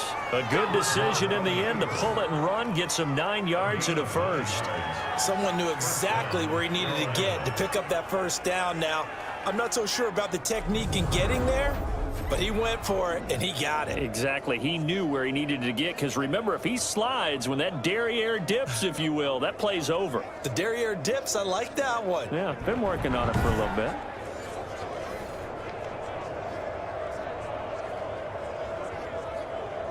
So from Seahawk territory now, it's 1st and 10 at the 43. On play action, it's Bridgewater. He's going to air one out for Anderson, and this will be incomplete. Physical play on the football there, and it's 2nd down. They're going for a receiver there. Already has 1 touchdown in this first half, a 2nd one not to be. I like where their headspace is, though. I mean, I really like the thought process, right? You got a guy who's already scored 1, right? You want to go back to him, continue the hot hand, and make them adjust to you defensively. I like what they were trying to get done, even though they weren't successful. And now a throw here secured by his running back out of the backfield. 9 yards, not quite enough, and they'll be left now with 3rd and 1. Oh, I came to my feet on that one. I thought he was getting close to breaking that one big, but in the end, give some credit to the defense, finding a way to get to him and forcing a 3rd down. The Panthers on 3rd down. They've converted 3 out of 5 thus far. They need just a yard here. It's 3rd and 1. Incomplete. So 2 3rd down conversions on this drive, but not able to get a 3rd, and now they deal with 4th down. From a defensive perspective, they had exactly what you want anytime they want to throw the football. There was pressure on the quarterback. They were getting after him, and they tightened down on the receivers and forced the incompletion.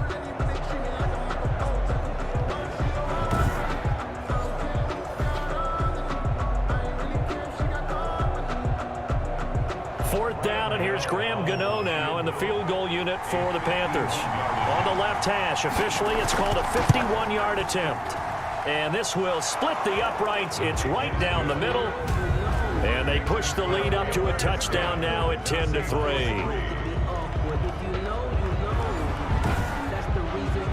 These kickers now, it used to be that a 50-plus yarder was cause for celebration. Now seemingly automatic. Yeah, isn't it funny when we prepare for a game, You look at the backgrounds of these kickers, it's interesting, isn't it, to find out they were all-state quarterbacks, receivers, defensive backs, all-state wrestlers, right? Baseball players. We're finding athletes all along, and now they're just specialists putting it through the posts. After knocking through the field goal, here's Gano back out there now for the kickoff.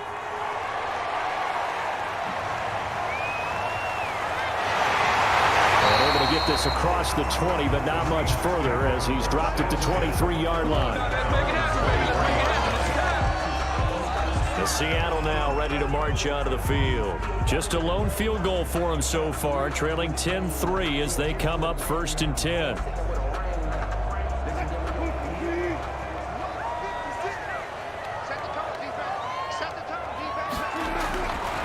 The gun. Here's Wilson. Dorsett's got it.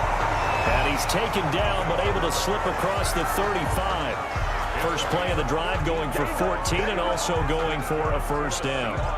Now that was pretty. They executed that curl route versus zone coverage, and that changes things a little bit because against man, it's often a tight curl, tight, sharply run route. Against zone, you're just looking for that open spot, that dead area, so you may curl it a little bit wider just to get to that place. And usually a tight window. He fired a bullet in there for the completion. 1:58 left to play till we hit halftime.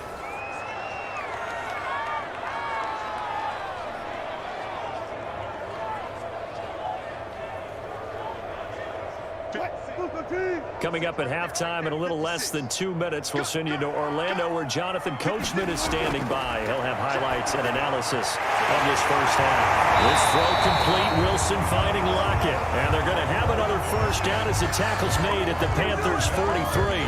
15 yards on the play. First down. Some think the teams really won't throw a slant route unless you have a receiver that has a lot of stature to him. But sometimes the little guys, they get lost in there. People can't really locate them, and they run that quick cut on the slant, and oftentimes they can turn it into big plays. And the throw left sideline here is caught, but they'll rule it incomplete. Couldn't keep his feet in. Second down. Well, the incompletion, yes, but maybe here not the worst thing in the world? No, not on 1st and 10. It actually gives them a chance to regroup, relax just a little bit. They huddle up, talk it over. Then they get a chance to continue their drive. So second down, still 10 yards to go. Ball on the 43.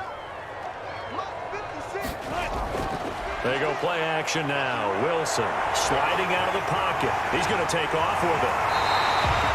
The improv act there, good for 9, and now they'll be looking at a 3rd and short, 3rd and 1. A gain of 9 brings up 3rd and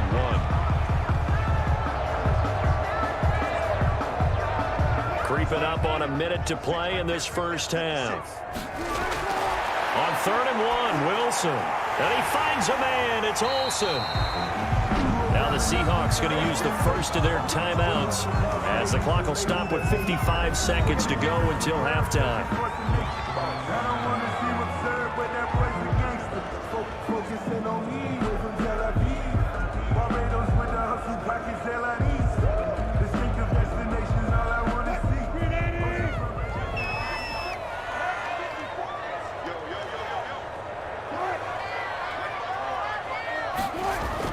They'll throw on first down with Wilson. This one into the hands of Metcalf. Now the Seahawks call the second of their 3 timeouts as the clock shows 50 seconds to play here in half number 1.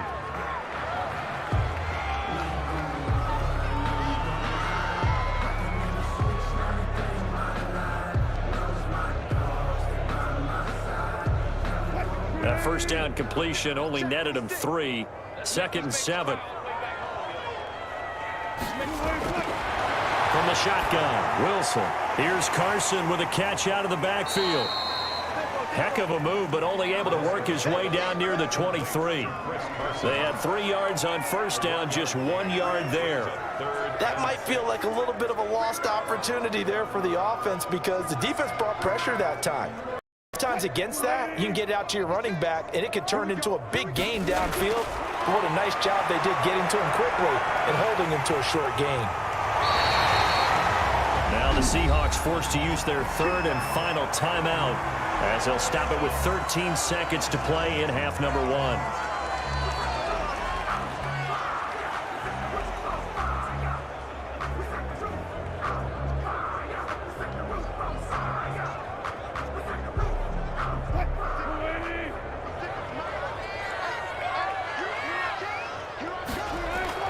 From the red zone now, here's Wilson on first down. And they've got the hook up. This is Olsen. And now they're inside the 10 as he's brought down at the 9. They'll contain him to just 4. Second down. Well, the strategy was evident there. Get it to your tight end and make it a one-on-one play with a cornerback. Who's usually going to win that one? The tight end, but not there. Not in this situation. How about the corner defeating that logic and making a really nice tackle?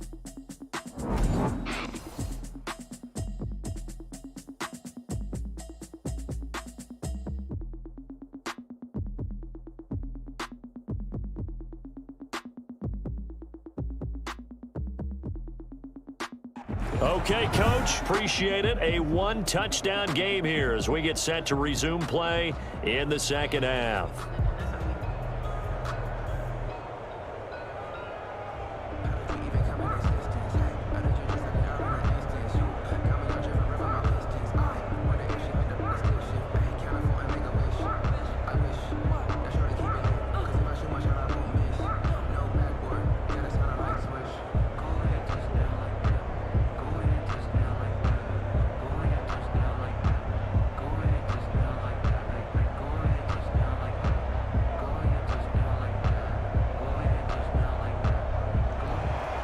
The Panthers out in front, and they will get the football first. Second half action underway.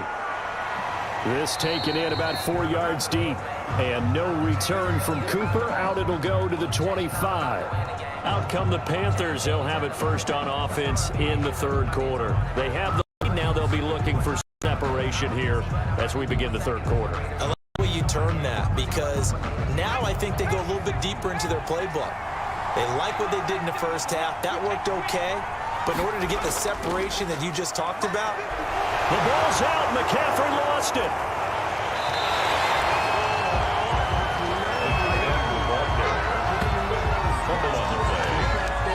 Wow, that ball gets knocked free, but a teammate comes along and scoops it up. It's almost like baseball. Guys at bat, people are on base in scoring position. One guy doesn't get him home. The next guy comes through and picks him up. And avoids the turnover.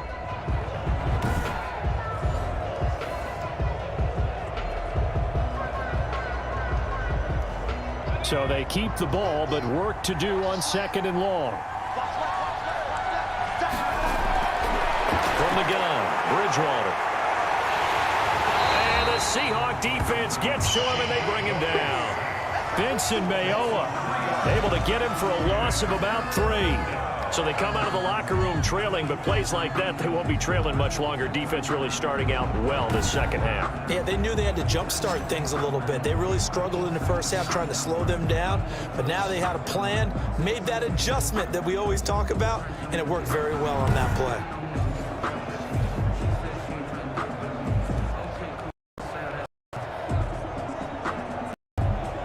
So Bridgewater needing to work a little magic after that sack on a third and long.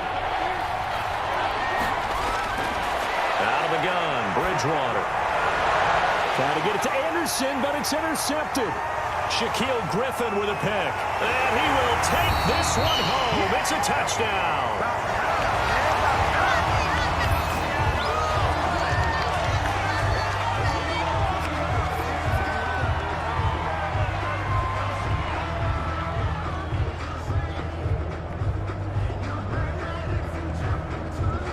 Jason Myers now for the extra point.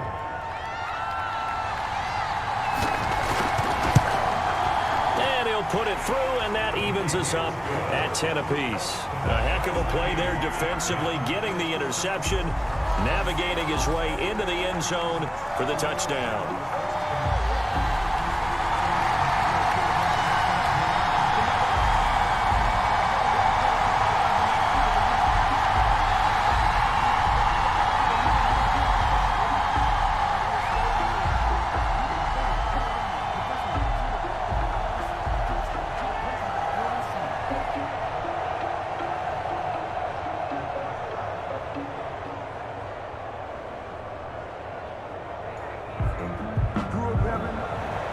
Nothing separating these two teams on the scoreboard as the kick's away here.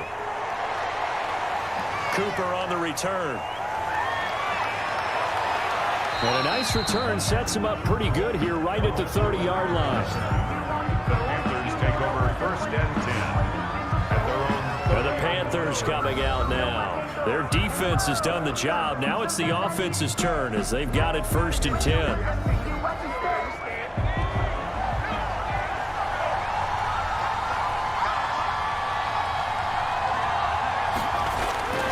Back to it after the pick six. Bridgewater gets this to his running back. It's Christian McCaffrey. And he will lose yardage here back at the 23-yard line. So that one a disaster. A big loss there with 2nd down coming up. You know what the key to a good screen pass is, don't you? But you're going to tell me, good blocking? Well, good blocking eventually. But first is good acting. You want to let the defenders go past you, leak out to whichever side or even in the middle where you want to set up the screen, and then you do your blocking. How about the read, though, by the defensive guys? They weren't fooled at all and actually ran with the lineman to where the play was and smothered it for a loss of yardage. Toward the left sideline, but it's incomplete. Curtis Samuel, the one he was looking for. But now it's 3rd down. How about the defensive effort from both of these teams that we've seen in this game? Would you say it's like a high-stakes chess match right now? Chess is one way to go. Yeah, I like it. Okay, the only reason I say that, you feel like they're contemplating their moves before actually making one, and none of them being done very confidently. Truth be told, I've never played chess, and I know that I'm not smart enough to play chess. Guys like you with your IQ, you can pull that off. How about that? They weather the storm of a 3rd and 17 to pick up the 1st. You know I'm going to lean towards the defender, right? You know I'm going to do that. I know. That's a tough situation for him as I see it. But the truth of the matter is, that ball was not streaking towards him. Had a little arc on it. He's got to find a way to get his head around to make a play on the football. So the big play gets him across midfield now for 1st and 10. Bridgewater again. Into the hands of his receiver, Anderson. And they're able to get this one past the 30 down to the 25. Give him back-to-back catches now. That one for 16 and another 1st down. Great change up there on the route and got that inside release, made it a successful pitch and catch. Well, the first thing you want to do is have him thinking that you're going outside, make a move in that direction. Then you really don't run the route against the whole body of the defender. You run against a half of him, and the inside half, and he took it right across his face, got inside, and won that route in a big way. A 1st down throw for Bridgewater. And he's got the hook up to Moore. And down inside the 15, shy of the 10. Another nice gain, 13 yards that time, and another 1st down. Well, they obviously red man coverage their partner, and he got downfield, broke down the defender, made him What do you mean by that? Yeah, he made him think he was going to run a different route. Probably thought he was going to take it upfield, and then he curls back inside for the completion.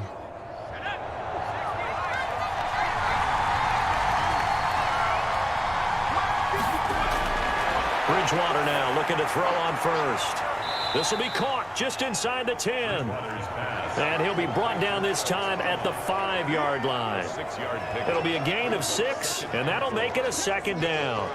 It's interesting because when I'm watching college football and I'm evaluating guys for the draft now, my list of fullbacks, pure fullbacks, it's a very short list. I'm probably evaluating more punters and kickers now than I am fullbacks. But it doesn't matter what you call the position, it's who you put there, and there we saw completion. Bridgewater's pass incomplete, out of the end zone. It's 3rd down and 4 yards to go. A field goal would get them the lead, but that's not what they're shooting for as they come up on 3rd down. And again, it's Bridgewater. He's got it for a Panther touchdown. Bridgewater's pass. Robbie Anderson, his 2nd touchdown of the afternoon, and the Panthers have taken the lead. There was no going through the progressions on that touchdown pass. Yeah, nor was it necessary. His receiver won that route early, presented himself, no reason to wait. Go ahead and put it on him and score a touchdown.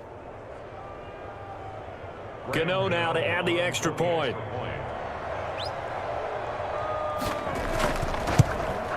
He's got it as they go up by a total of 17-10. So that drive goes 8 plays. And the end result, a Panthers touchdown.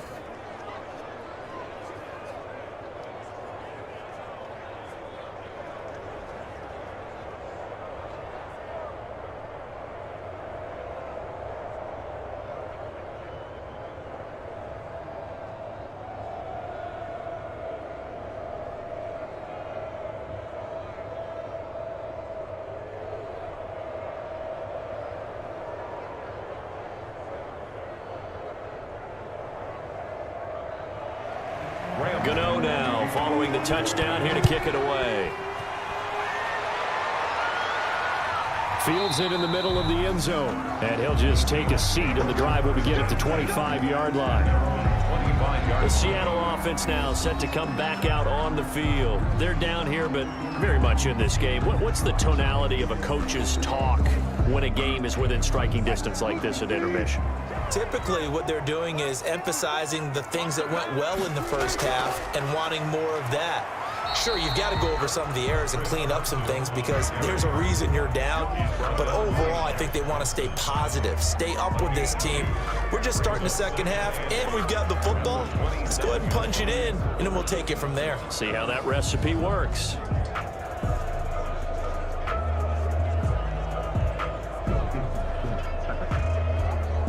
They'll break the huddle, come up on 2nd and 8 at the 27-yard line. They stay on the ground. Again, it's Carson. And he's going to be met at the line of scrimmage and taken down. 2 runs in a row, but only 2 yards to show for it. He continues to struggle to find a crease to break off a big one and might need to just put that aside and just try and ram his way forward and get what he can.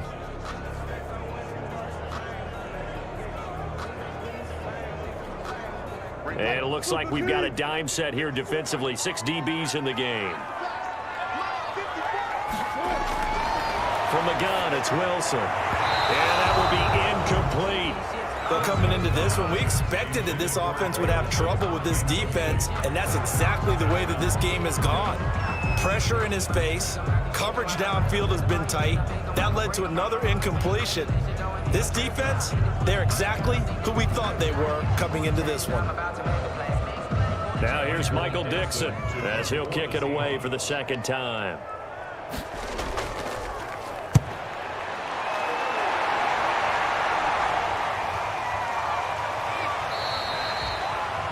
So a change of possession here on the punt. And the Panthers will take over now 1st and 10. Here's the Carolina offense as they get ready to take over here. And they're hoping to redo their efforts in the last drive when they got into the end zone. And just think of what it's like now on the sideline, because when you score a touchdown, you have to go over and look at the tablet and see what you did on the last drive.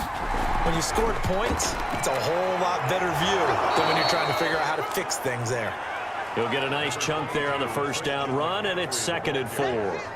Running lanes were at a premium in the first half, but he's able to find some room there, and he's hoping that that's a precursor of a big second half. At the 32-yard line. 6 yards on that last play. Here's 2nd and 4.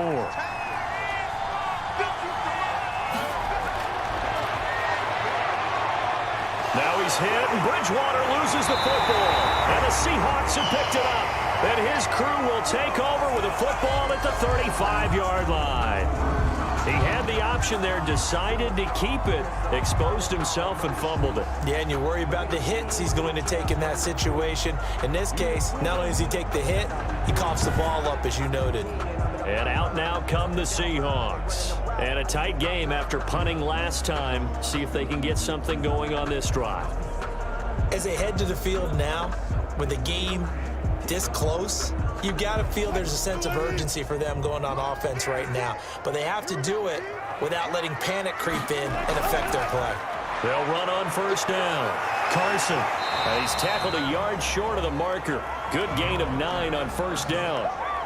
He was getting out a ton of success here so far, but you get the feeling that he might be on the verge of popping one. Yeah, even on that one, there was a little bit of a hole, but it closed there quickly at the end. And just a yard to go here on 2nd down.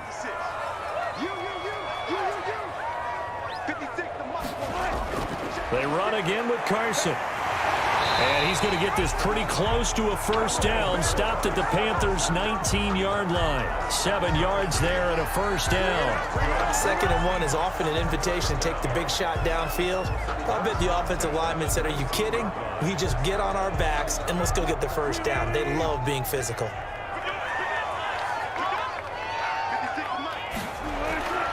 On first down, it's Carson.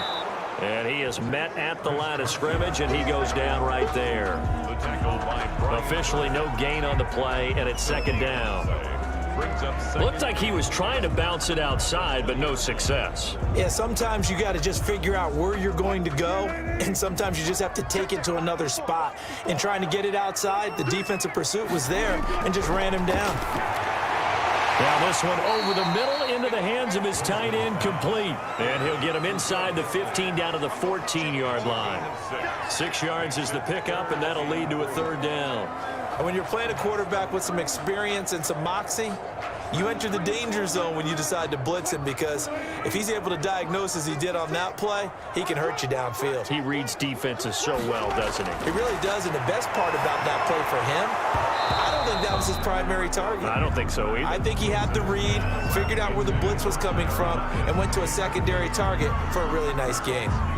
And those two just have been in sync thus far. They've done a nice job against him, but still, with his talent, you would expect them to have more completions to him in this game. So out comes a field goal team now for the 2nd time here today. A 31-yard attempt. And the holder's going to keep it. Going to try to run for it. Oh, it's out. Smith lost it. And a big turnover there as his guys will get the football back. They pass up the 3, fake it. It doesn't work. And the Panthers will get the football back. The Carolina offense about ready to go. And last drive, obviously not what you're looking for. You've got the lead. You got to protect the football. So in other words, someone got lucky because they've been moving the ball really well and wearing them down. In this case, though, giving up the football doesn't make them very happy. They can't wait to get back out there and atone for it. Yeah, try to atone for it here on this drive. They'll contain him to just 4. 2nd down. All defenses worry that whenever anyone catches the ball and has a head of steam come out of the backfield, it can turn into a big play with missed tackles or he runs through people. But they were right there waiting, and they stopped him for a minimal gain. 4 yards on that last completion, so that sets up 2nd and 6. Now he's hit, and Bridgewater loses the football. And the Seahawks have picked it up. And they're going to set up shop at the 27-yard line. Always costly to cough up that football. These defenders, they become so adept, though, at jarring it free. Yeah, it's amazing that there aren't more fumbles caused, because now, if you're an offensive player, you go through ball security drills every single day. It's really not out of line to think that you should take the ball to bed with you and just hold on to it. But the bottom line is, no matter how much you try to protect it, these guys are pretty good at finding ways to knock it out. Following the fumble recovery, it's Wilson. And this a quick slant to Lockett. And he will score. Touchdown, Seattle. Tyler Lockett, 27 yards. And the Seahawks just an extra point away from tying this thing up. Well, this offense only mustered 3 points in the first half on that field goal. They picked up the pace now. 2 third-quarter touchdowns. Hey, you remember that appearance we had last week in front of that crowd, and they asked about halftime adjustments and all that was going on. And remember what I said. It's not always an adjustment at halftime. Sometimes just remembering the game plan and playing better, tuning it up and just working through it methodically. They got it done in this case. Of course, I'll always remember that appearance because I had on a brown belt with black shoes, and you pointed that out in front of the crowd. So thanks for that. I said that out loud? You did. Yeah, my bad.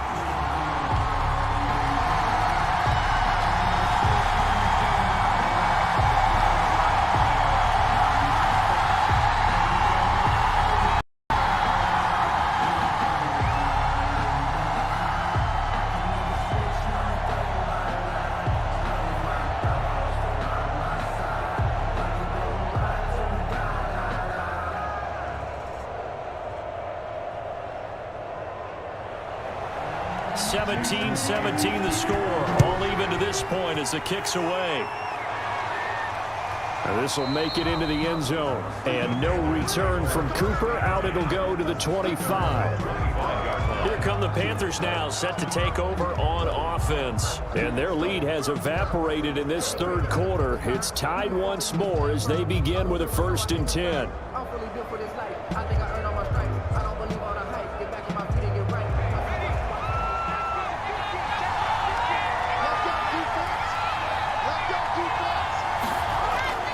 On 1st and 10, Bridgewater.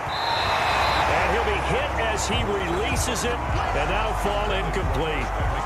Quarterbacks work all the time on manipulating a defense with their eyes and their head movement. In this case, he just stared the receiver down. That allowed for excellent coverage, able to knock that one away. We sit in quarter number 3 out in Seattle, a 2nd and 10 now. From the shotgun, it's Bridgewater. Open man is Robbie Anderson. And he'll be taken down, but not before they work it across midfield. 27 yards there, a 1st down. 1st down, Panthers.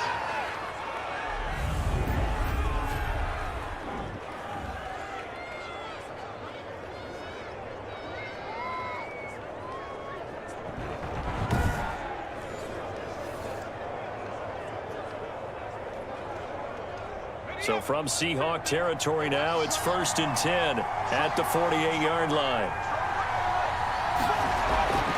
Here's Bridgewater. Over the middle and into the hands of his receiver Moore.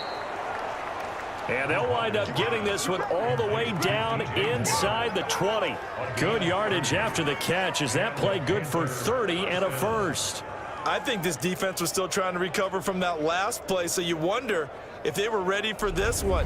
You have to imagine their defensive coaches are yelling at them to get focused, because if they don't, more plays like that will result in giving up points.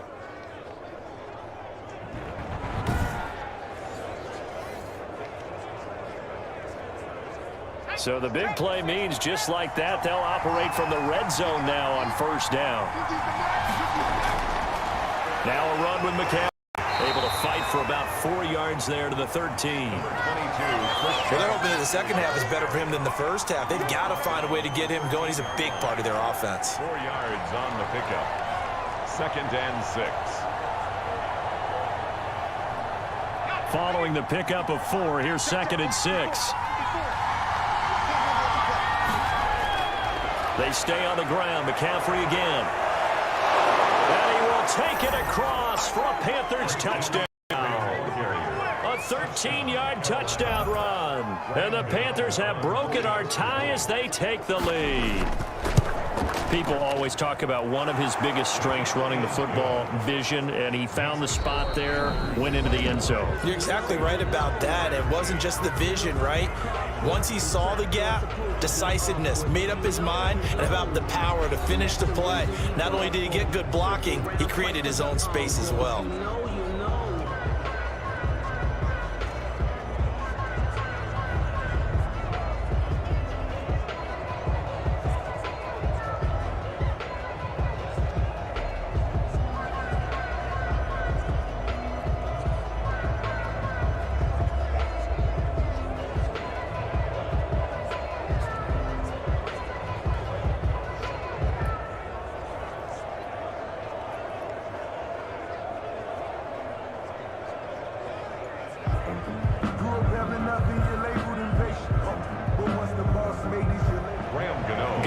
To kick this one away. Fielded a couple yards into the end zone. And he returns this to the 22. The Seahawks take over 1st and 10. Their own 22-yard line. The Seahawks offense now, they get ready to head back onto the field. And now after the touchdown a moment ago, they work from behind in a 7-point game in this 4th quarter. Plenty of time on the clock. Wilson and the Seahawks take over now 1st and 10 at their own 22. Wilson. The Panther rush too strong. They get there and take him down. Brian Burns, credit him with a sack, and it goes as a loss of 6. Boy, he came in off the edge so quickly there. Look out, because that's exactly what it was being shouted by the offensive lineman to his quarterback, because he had no chance to block him.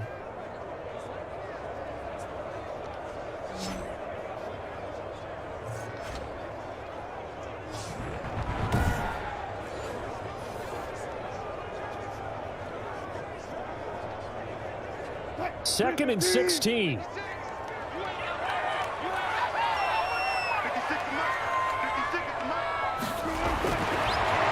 it's Wilson. And that one goes incomplete. He's maybe lucky it wasn't a fumble as he got hit as he threw it. Well, as we get ready for third down, let's go back and recap here. The sack on the first play of this drive, that threw a wrench in what they were trying to accomplish because they were compelled to throw the ball on second down. A running play was not in the works. And that incompletion set up another passing down here on third and long. Third and long, it's Wilson. He finds his man, the tight end Olsen. And he's not going to sniff the first down here. He stopped at the 25. They do get 9, but it leads to fourth down. Well, that's certainly playing down a distance very well by the defense, isn't it? Take whatever you want underneath, by all means.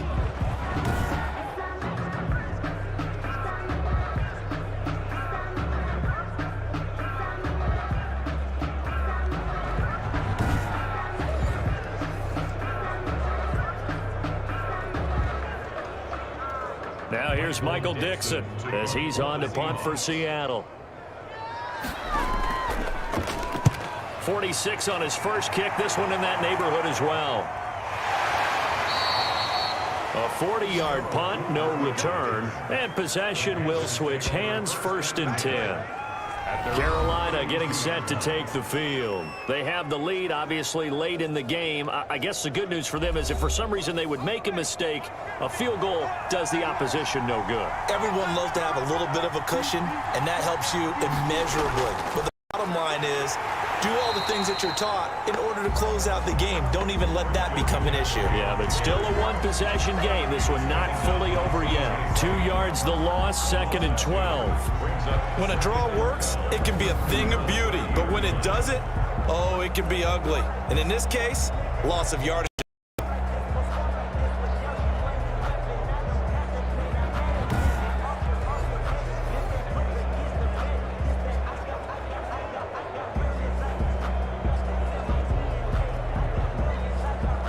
Yard line, second and 12.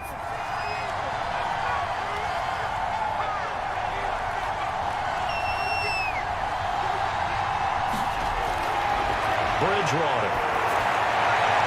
That'll be taken in by Anderson. And he slips up past the 45 before being tackled.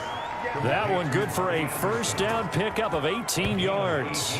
Another nice pickup through the air, and I think a lot of people might expect them to run the ball in this situation, Brandon, but with this lead, they're electing to throw the football. Swings, slants, quick outs, things that they consider safe.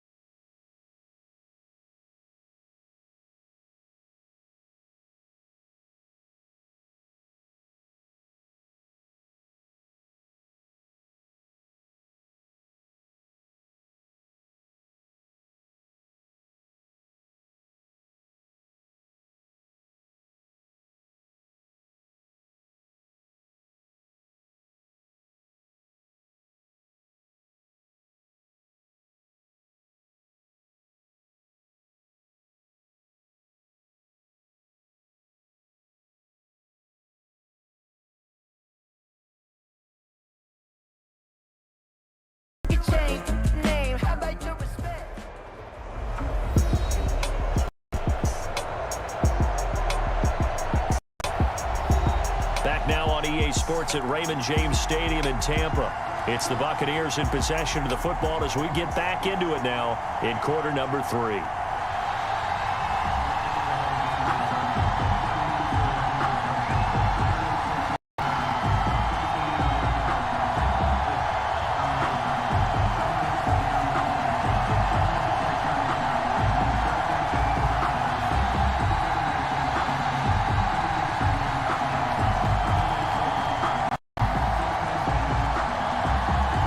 Big play forthcoming. Here's 3rd and goal.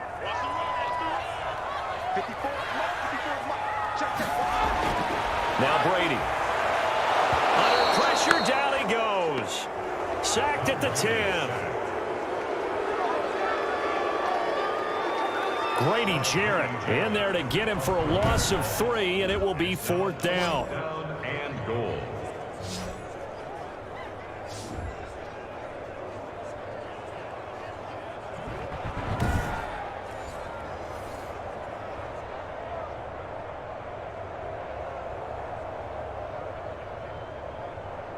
So on 4th down, on comes the Buccaneer kicker, Matt Gay. 7-yard attempt. And Gay knocked this one through. And the lead grows to 14 at 24-10. Buccaneers 24, Falcons 10. So put another 3 on the board. All things considered, a good opening drive to begin the 3rd quarter. And as a defense, the way that this game is going, you're excited to see those points go on the board. Gives them a little bit of leeway to play with when they're out on the field, but they're real excited to see their offense score. Now they get to go out there and do their part.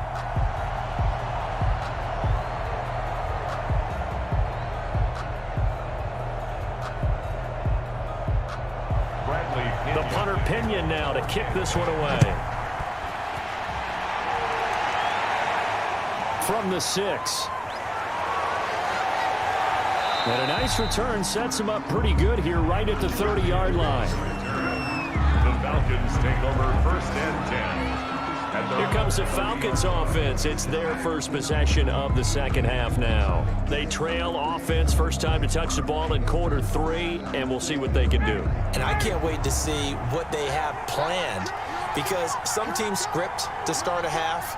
Other teams just go, okay, these are the sequence of plays we want to run. These things worked well for us. And sometimes they throw in that big chunk play right away. Shocker. Try and get after them early and try and create a big play to give themselves some momentum. See what they have up their sleeve. Well, coming into this one, we expected that this offense would have trouble with this defense, and that's exactly the way that this game has gone. Pressure in his face. Coverage downfield has been tight. That led to another incompletion. This defense, they're exactly who we thought coming into this one. And they get him down, but not before he takes it across the 40-yard line. 11 yards there, 1st down. Well, if you do read man coverage, Brandon, the drag route's a pretty good one to run against it because you're running away from people on it.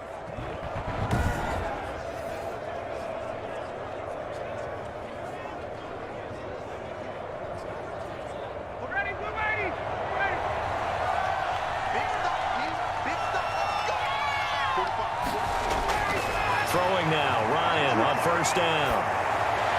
And that's incomplete. Yeah, that one sailed on him. You've got to make sure you give your receiver a chance to come down inbounds because they are very gifted. They'll make the circus catches, but they make them out of bounds. That does you no good. 2nd and 10.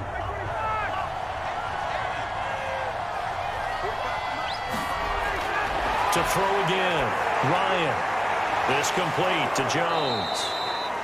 And this is going to lead to another 1st down as the tackle's made at the Bucs' 44-yard line. Give them 14 on that one and a 1st down.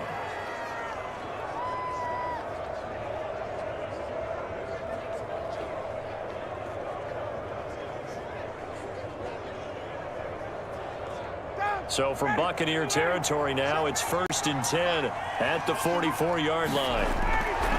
Here's Gurley. Good move by Gurley. And brought down, but able to get it to their 30-yard line. A 14-yard pickup. That's 14 yards on 2 straight plays. And a nice little broken tackle run there by Todd Gurley, the 10th pick in the 2015 draft. And that's what you get with him, that full package of speed, power, able to catch the ball in the backfield.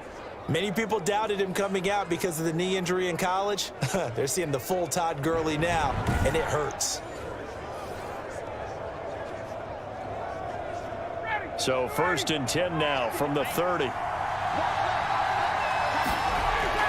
Now it's Gurley.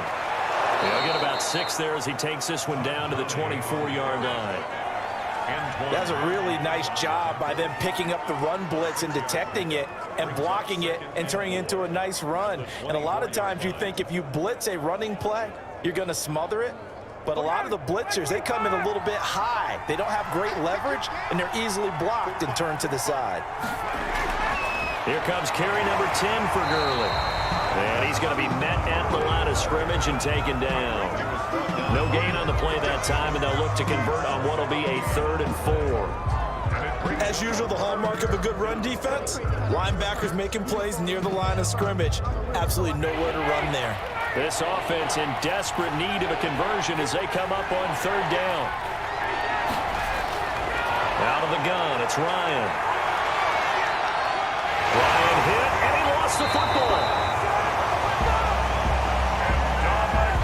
Fortunate to get that football back because trailing here in the second half, last thing they needed was to lose the possession. And the word I think of here is opportunity, because it could have been lost there, their chance to score points. But the opportunity for the defense was to go ahead and really close this game down if they were able to get possession.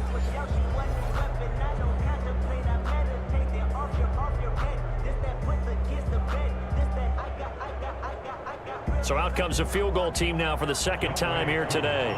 This officially a 55-yard attempt.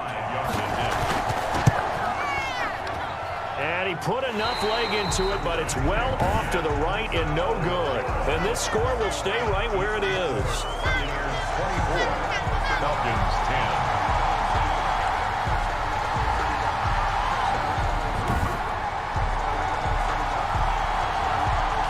Back now comes Tampa Bay. And last time they got 3 points, but it was a chip shot field goal. And when you go to the sideline after a chip shot field goal, maybe the offense not too happy. It's a balancing act, isn't it? Because you're exactly right. They're none too pleased that they didn't punch it in for 6 points. But you also have to remember they did put points on the board. 3 points is 3 points. And he will be hit from behind and run over. Wow. Tack McKinley getting him once again his 3rd sack of the afternoon.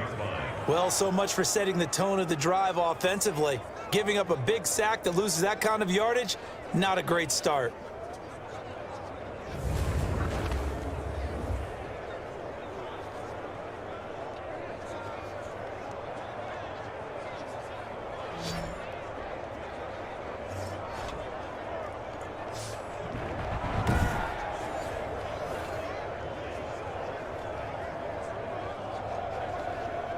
So now 20 yards to go on 2nd down after the sack. Work to be done.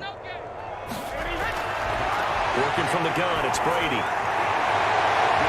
Well, this one taken in on the right sideline, but not in the field of play. They say it's incomplete. The throw led him a little too far. It brings up 3rd down. Well, as we get ready for 3rd down, let's go back and recap here. The sack on the first play of this drive, that threw a wrench in what they were trying to accomplish because they were compelled to throw the ball on 2nd down. A running play was not in the works. And that incompletion set up another passing down here on 3rd and long. And that is incomplete. And absolutely zero surprise that that one was incomplete, huh? I mean, truthfully, how many OCs have we seen but 3rd and 20 on their play sheet and go, oh, I've got the exact play to dial up? Now, that's just a head scratching down when you're facing a 3rd and 20. Tried to complete it, couldn't get it done. Here's Bradley Pena now as the drive goes backwards, so he's on to punt it away. They'll score that a 36-yard punt, and the Falcons will be taking over 1st and 10. Atlanta now coming out on the field. Last time out, they had that long 50-plus yard field goal that they missed. And I'm sure on their sideline they're thinking to themselves, okay, do we still want to try one if we're in that position again? And I would dare say that the answer would be yes. They're going to have a lot of confidence in their kicker. But just to be on the safe side, I'm sure they told their offensive guys, can we get a little bit closer this time? Closer. Yeah, you know, I'd rather get in the end zone first and foremost. But if all else fails, less of a field goal attempt for him. It's a gain of 8. Playing against a 3-4 front is really challenging for offensive linemen because they can do so many different things. But when you're running the football, if you can handle the nose tackle up front and it may be a guard can slide up to the second level and block a linebacker, that's when you have success running the football. Another carry now for Gurley. And he'll only get a yard to bring up 3rd and 1. The good run on first down followed up by a not-so-good run on second down. Now let's find out if they're going to stick with the run here on 3rd down. A lot of people would love to see some play action here. I say go with your best running play over your best blocker.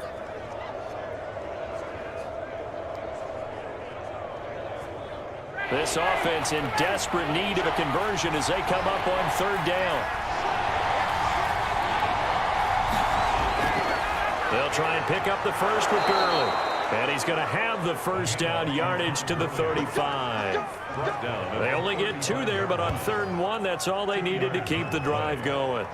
There are a lot of different formulas to winning football, but one constant over the years, winning on 3rd down. That pickup there was big because they had struggled throughout this one.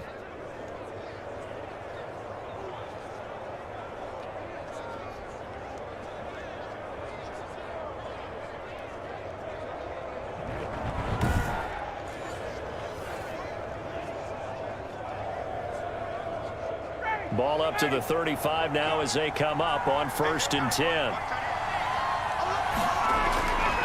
Now they'll throw it with Ryan. Jones has it. And he'll be taken down, but not before he gets into enemy territory.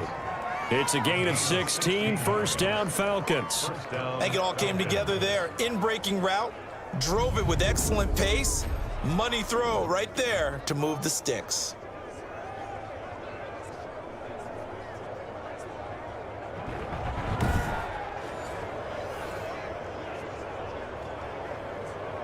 So from Buccaneer territory now, it's 1st and 10 at the 48-yard line. Now it's Ryan. He gets it to Gurley, complete. And they'll get him down as he's inside the 40. 10 more there and another 1st down. Another catch for him there on this drive, Brandon, and it looks like they're going to utilize him out of the backfield any way they can. And that time they pick up a 1st down. So now on defense, do you assign a man to him and try and cover him before he gets going? On 1st down, it's Gurley. Just a yard on the pickup there, and it'll bring up a 2nd and 9. No doubt about it. A really nice job there by the defense, not allowing him to get to the perimeter. But that means your defensive ends, your outside linebackers, the guys that you pay big money to sack the quarterback, they also have to have interest in the running game as well. And they did a nice job there of holding the point of attack and not giving ground. Here's a quick hitch route and the throw complete. And he's going to be stopped here for no gain. And that's going to take us to the end of the 3rd quarter play. Back now in Tampa. It's the Falcons. They'll have the football, but trailing on the scoreboard as we get set to begin the 4th. The Falcons on 3rd down, lacking much success, just 2 for 7 to this point. This is 3rd and 10. Complete to Jones. And a good tackle there right around the 30, stops him short of the 1st down. That was the 8th play of the drive, so a somewhat fitting pickup of 8 yards. So much about offense is what you call hidden yardage. You know, you throw the ball to someone, they catch it, and then they can make a big play. You know, they create a play, run after catch. They did a really nice job there of limiting that and keeping him from a 1st down. Yeah, stopped him in his tracks. Okay, so thought they might go for it here, down late. Instead, they trot out the field goal unit. This will be spotted at the 37, so it's a 47-yard attempt. And his kick is absolutely perfect. And that will get the disadvantage now back down to 11. Falcons 13,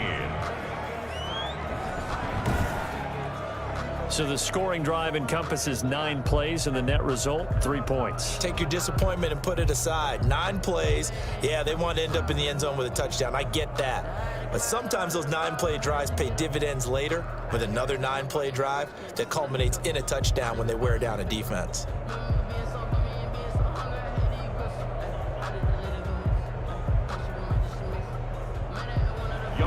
Here's Koo to kick it off.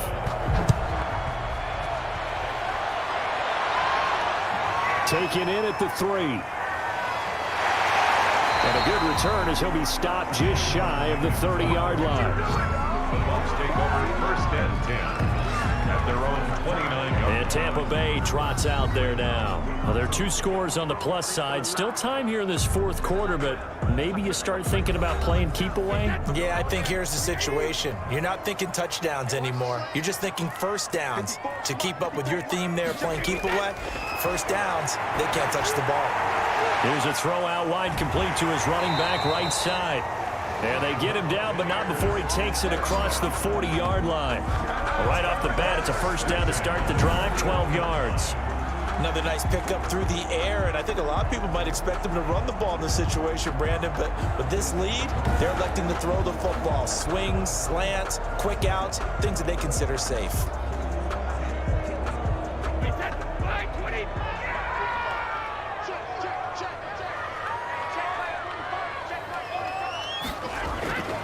On play action, now Brady. Pressure brought in, and the Falcons get there for the sack. Tack McKinley. Who else? He's in there for his 4th sack of the afternoon. Defensive end gets in there that time. They were in a 4-3. What's the responsibility of the ends versus the tackles there, Charles? Well, most of the time when you talk about the ends, they're your pass rushers. They're the guys that you turn loose to try and get to the guy who's going to throw the football. The tackles, usually more of the run-stuffing variety. But the way this game is advanced, you're wanting a little bit of everything out of all of your guys. But let's just go ahead and break it down and make it simple. The guy who's the right defensive end versus a right-handed quarterback, that's the blind side. He's going after the quarterback. He's going to put him on the ground. On second down, it's Logan. And a missed tackle there as he pushes forward for a gain of 4. Brandon, I've got to think this offensive line has got some smiles on its faces. And I know it sounds crazy, but they practiced for this back in training camp. They knew they'd be in situations where it'd be extra defenders in the box coming after them, trying to keep them from locking down a game. Right now, they want to show the world they're up to the challenge. The Bucs on 3rd down, lacking much success, just 2 for 7 to this point. This is 3rd and 16. Brady's throw on 3rd down there is incomplete. Critical play in this football game, because if they pick up the first there, that clock keeps rolling. Has to be a little frustrating for them because they know that if they pick up a first down there and continue to eat away at the clock, really increases their chances of closing this one out. Now they're likely going to have to give the football up and sweat it out on the sideline. And he deserves a bronze leg as he gets this one away. 46 yards on the boot. The coverage holds him to just 3 on the return. And out will come the offense as they take over. Here comes the Atlanta offense now ready to take over here. Their defense was able to force the punt. That's the good news. But this is still a 2-score game, and they need points on this drive and in a relatively quick manner. Now this one into the hands of the tight end, Hayden Hurst. Down he goes at the 23, a pickup of 4. Decent start to the drive there. Of course, they need the touchdown, 2-point conversion, and a field goal. Yeah, those guys are into it. How about the guys on the sideline? Do you see the coaches signaling? All the personnel groups up on the sideline ready to go in and out of the game. They've got to condense their time now in order to try and get back into it. To throw again on second down. Ryan. Oh, he's got a man wide open, complete. And they'll get it all the way up about 5 yards shy of midfield. 22 yards there, a first down. You cannot write these guys off just yet, not with a quarterback like that under center. You mean it actually crossed your mind with him running the team that you could actually maybe write this game off? Not yet. Not a chance. Not with him. We've seen it too many times.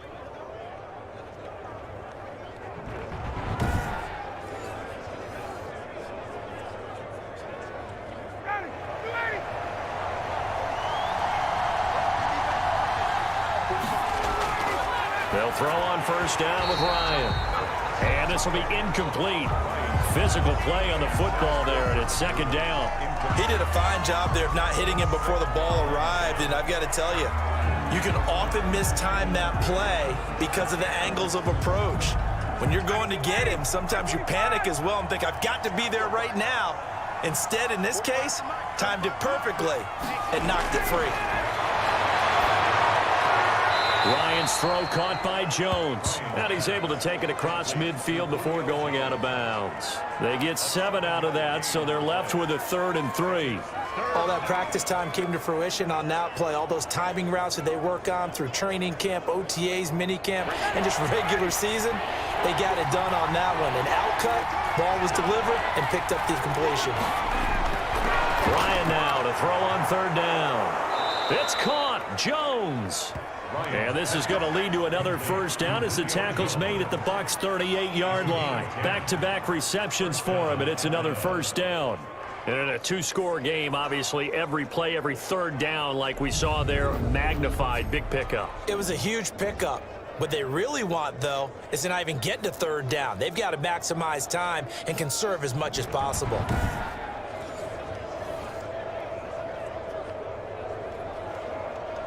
So here's a 1st and 10 at the 38.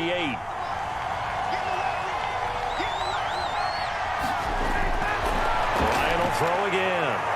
A very quick pass to Ridley. A good pickup there. 8 yards on the first down completion. Nothing fancy on first down, but a very consistent type of a play. Hit that slant. A lot of people call it an extension of the running game, and it can be if that pass is completed, because you hit a guy on the run like that, you often can go for big yardage. Sets him up nicely for second down, staying ahead of schedule. This pass into the hands of the running back, Todd Gurley. It'll be a loss of a yard, and that's going to lead to a 3rd and 4 coming up. If you're a selfish player and you're throwing the ball, you're cool with the completion. Maybe not so cool with the yardage loss, though, huh? Yeah, you went backwards on the yardage. It kind of works like a sack for the defense there. Yeah, it's a really big play for them, right? Able to figure it out, sniff it out, and finish it off. The Falcons on 3rd down. They've converted a 1/3 of their opportunities, 3 for 9. This is 3rd and 4. Caught by Jones. And this is going to lead to another first down as the tackle's made at the Bucs' 19. Ryan to Jones, the Falcon connection there for a first. Now, correct me if I'm wrong. You're down 2 scores. I don't think you need to rush just yet, but you can't take your time either. Yeah, even if you don't want to commit to full 2-minute offense, you have to up the tempo, up the urgency. Maybe you're starting to call 2 plays in a huddle each time you snap the ball.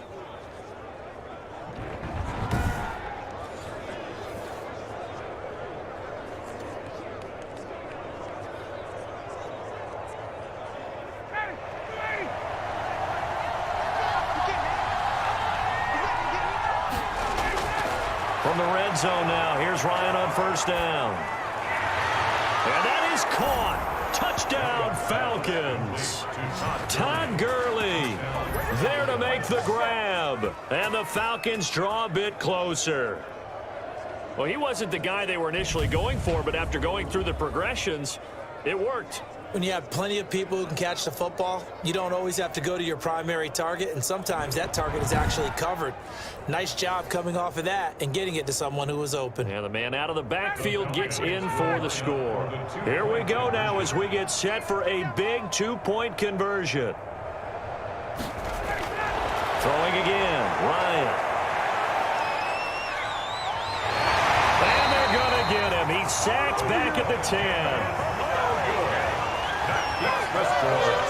Tried to roll out, make a play outside of the pocket, but couldn't get it done.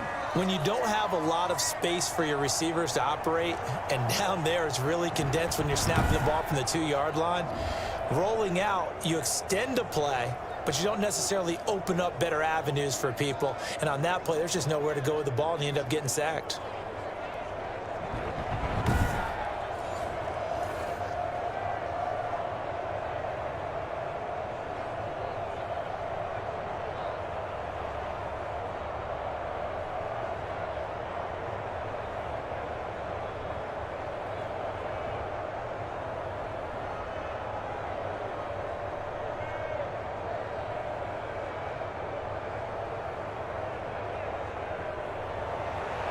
Here's Koo to kick it off. Takes it at the 7. And with a marker down, he's up just past the 25-yard line, but I think they're going to be going backwards. Let's check the call. That holding call set him up with not great field position. Not at all when you tack on the penalty. But that field position after the return wasn't terrific. It's not a great starting field position as well. Here's a throw caught by Gronkowski. And the result here, a pickup of 8. Leaves him with 2 to go on second down. Brandon, perfect defense in this situation would have meant that there was an incompletion that would have picked it off. Okay, so they gave up the completion. But I really enjoyed watching how the defense stayed in sync, stayed in great communication, and as he dragged across each zone, you see him pointing, communicating. There he is, and they passed. And now a fumble. Brady loses the football. But it looks like a Buccaneer was able to corral it. Yes, the Bucs have it. Tampa Bay keeps the possession. Able to fall on it, but look where they recovered it. That's a big loss. A lot of bad news on that play for them, wasn't there? Lost the football, lost a lot of yardage, but I think the good news outweighs it. Able to retain possession. That was big for them.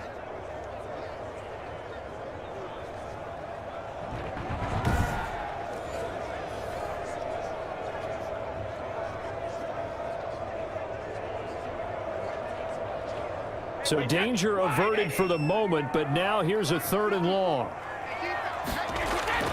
Brady now to throw. Now they go screen. It's complete. And he'll go down after losing yardage at the 10. That'll wind up going for a loss of 4. And that'll bring up 4th down. I hate to surrender the football when you're nursing a slim lead, but they're going to have to punt it away. Trust that defense. It's the right play at this stage of the game as well. You don't need to press it here because you do have that little bit of a cushion, and you count on your D to make it stand up. Here's Bradley Pinion now as they're forced to kick for the 6th time today.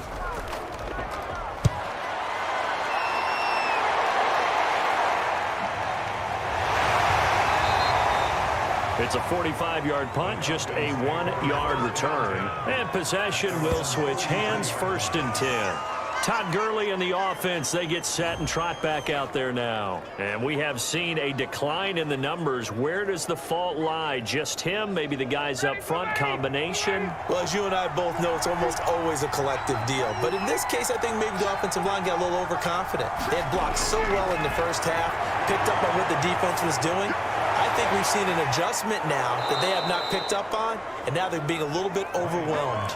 7 yards, the pickup on the pitch and catch. That's a staple of this offense. Drag route to the tight end. Yeah, he's unable to use his size to break off much more yardage after the catch, but still an effective gain nonetheless. Able to get 7 on that 1st down pass play. 2nd and 3. Here's Gurley now out of the gun. And he'll get it down to the 47 here.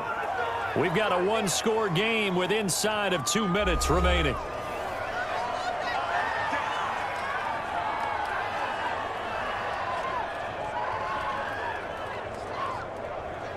So it's Falcon football as we welcome you back. They come up on a 1st and 10, desperately needing a score here on what could be their final drive. Lions pass taken in by Ridley. And he's got this down a yard or 2 shy of the 40 before he's out of bounds. People worry about throwing the out route because often it can get jumped, and that can turn into either an incompletion or an interception. But not on that one. Everything came together, and he catches it and goes over the sideline. 2nd and 5 after the 5-yard completion on 1st down. He'll look to throw. He's going to dump it off to Gurley. And here he'll be brought down a little shy of the 35 at the 36. 6 yards the pickup, and that's a 1st down. Nothing open downfield. They went underneath. Yeah, see if you can get it to your running back. See if you can make someone miss in the open field. 1st down now, but the clock continues to move. They'll look to throw. To the right side and complete to Hurst. And inside the 20 before he's brought down. A nice pickup there, 18 yards, 1st down Falcons. And now all of a sudden the shoe's kind of on the other foot. Maybe you pull the reins back here a bit? Yeah, a little bit, because you got to make sure that you don't score too quickly. First down now, but that clock rolling. Inside the red zone here. They'll look to throw. Throwing the out route incomplete. That's Jones. Another strong gain on the last two plays. They've moved it a combined 33 yards. And two big plays, one after the other. Now all of a sudden, they're on the march. Got to feel good about what they've just gotten done, and now feel really good about what's in front of them. Time a factor as Ryan will hustle him to the line. Here's Ryan. And this is caught. Touchdown. And they've taken the lead here in the final minute. Wow, I know it's a never-say-never situation, but to me, that looks like that's the one that's going to finish them off. The score that puts them in front here late, but now you got to rally your kick team, don't you, and say the last thing we need is a big return. And what happens is guys get overeager, get out of their lane because they're so excited they want to make the last tackle. You mess up, could come back at you a long way. Now Ryan leading the Falcons up to go for two. Here's Ryan. And this is caught. And it's a three-point game. So that effort gives them a three-point cushion and guarantees that a field goal going forward won't beat them. Yeah, that's really good strategy because that's all you care about, not getting beat at this stage. At least give your team a fighting chance.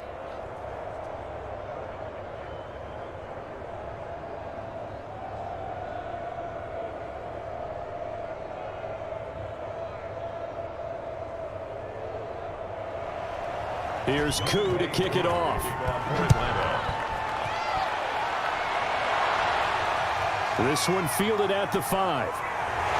And they will wrangle him down a couple yards shy of the 30. On the return. The Bucs take over first and 10. Tom Brady in the offense. Down by a field goal. A little over 30 seconds remaining. They've surrendered a double-digit lead but can rescue themselves late as they come up on first down.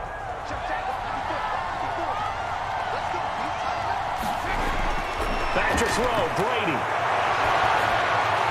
He gets it into the hands of Gronkowski, complete. And he gets this up across the 35 before he's out of bounds. A good pickup there, 8 yards on the first down completion. The pickup brings up second and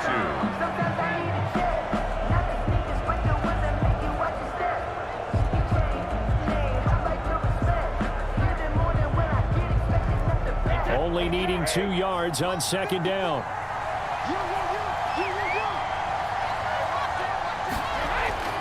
Now Brady. And this is caught by Evans. 20, 10, and he takes it down deep into enemy territory. Now the Bucs going to use the first of their timeouts as they get it with just 19 seconds left on the clock.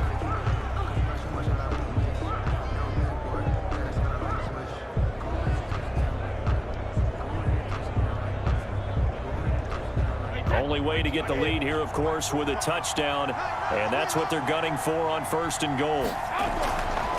They'll try to run this one in, and he'll take it into the end zone. Touchdown, Tampa Bay. T.J. Logan with time running out, and the Bucs have taken the lead. How many people are watching this one right here who gave up? Because that score, they might want to try and rush back into this stadium. Yeah, what looks like is going to be the game-deciding score, although a little bit of time left, so you can't count your chickens before they're hatched. Well, they better come back in here and watch this one because you and I, we're not going anywhere. We want to see this one play out. Here's Gay now to add the extra point.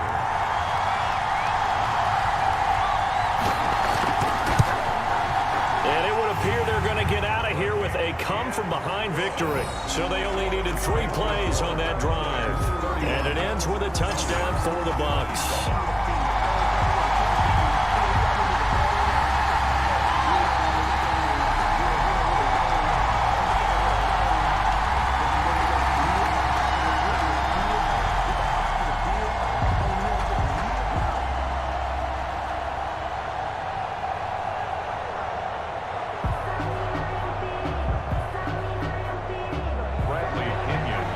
Touchdown now. It's Bradley Pinion on to kick this one away.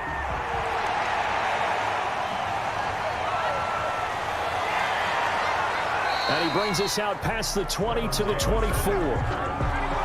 About set to begin their next drive. The Falcons offense at the line. Critical condition here, obviously. Got to hope to get something quick right and then maybe take that shot deep.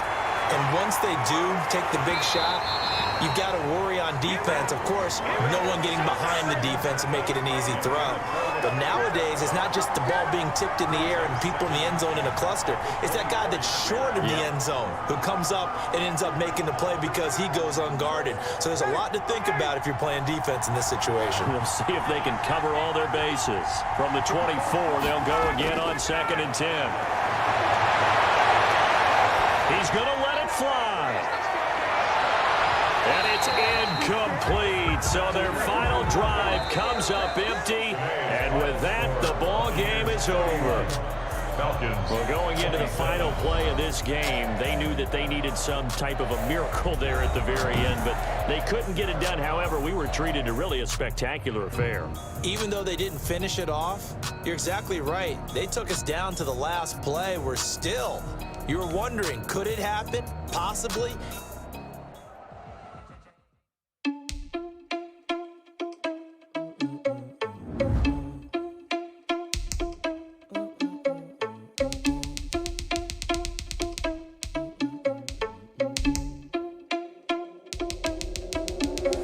Are you irresponsible without your money or not? Thought he had a plan, but we gon' foil his plot. Heard him sneaking in, so we just ran in the spot. And then we spin the block around just like the hand on the clock. Are you irresponsible without your money or not?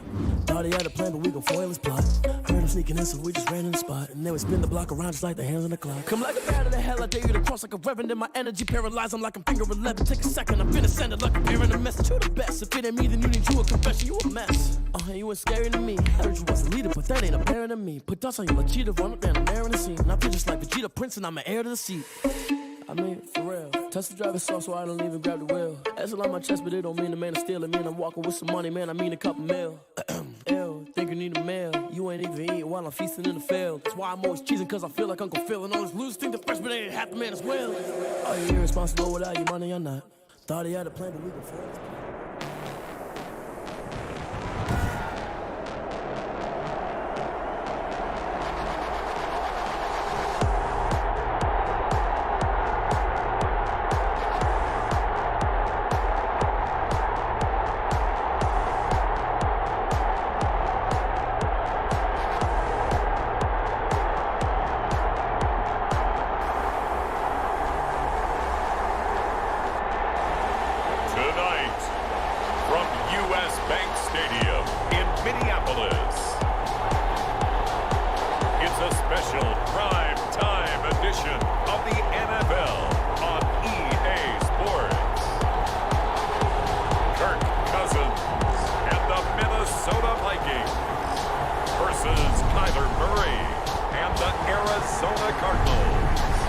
Between 4th and 6th Streets in downtown Minneapolis, we welcome you inside spacious U.S. Bank Stadium.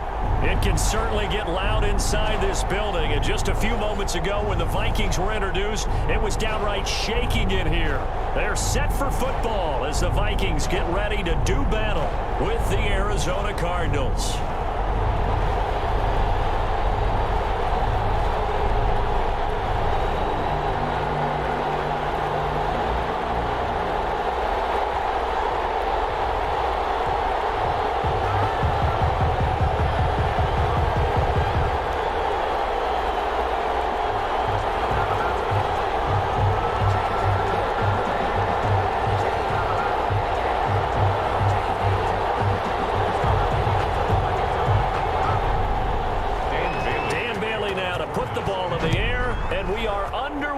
Downtown Minneapolis.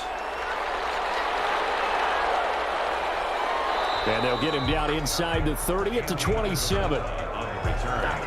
The Cardinals making their way out, and it's the #1 overall pick in 2019, Kyler Murray at the helm. It's pretty much become the norm when we see guys come out before a game and go through the route tree with their receivers. I thought it was exciting for us to see the exact same thing happen in practice. He's so ridiculous, isn't he? He really is, and that tells me it's not just a one-time-a-week thing. They work on it all the time, trying to hone that fine edge. They want to see if they can get inside and stay in sync in this one. And an early how do you do right there as they're going to bury him in the backfield. It'll go as a loss of a yard on the game's first play. Second down. Anthony Barr got a real education at UCLA in playing not just his normal position of stand-up outside linebacker, but down defensive end. So he had to incorporate a variety of moves, take on bigger people. So he learned great leverage while he was there. That really helps him when he's trying to stop people running the ball. Born in South Bend, Indiana. Thought about going back to go to Notre Dame, but you're right. Great career at UCLA and now a great career in the NFL. A loss of a yard there to start out. That leads to a 2nd and 11. Out of the gun, here's Murray. And this one caught by Max Williams.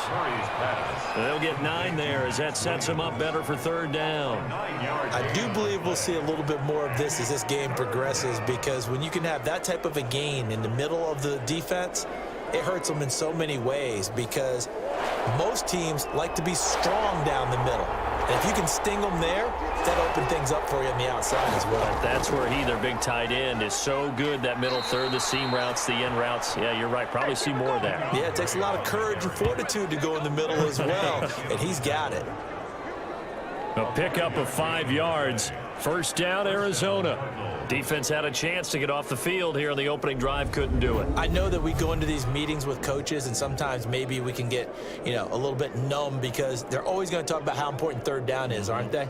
Offense and defense. In this case, one capitalized, and the other, as you said, had a chance to get off the field and didn't get it done.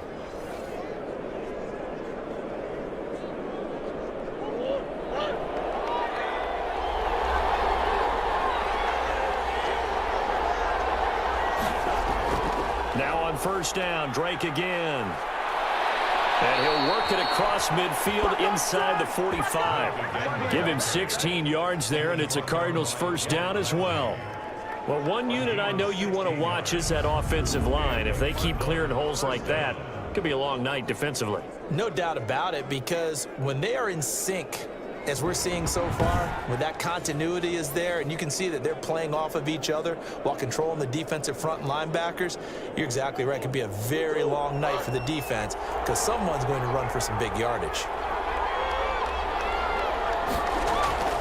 Play action. Now it's Murray. The catch made by DeAndre Hopkins. And he goes down, but not before getting this inside the 25. Chewing up big yardage. Another nice gain there. This one goes for 20. Nice methodical opening drive here. They're already into field goal range. They're in a good spot. You know that people like to take a shot in this part of the field. But at the same time, as methodical as they've been, they might want to run the ball a little bit here too. And just on the outskirts of the red zone, they have options now. Either way, though, they've come out with a purpose.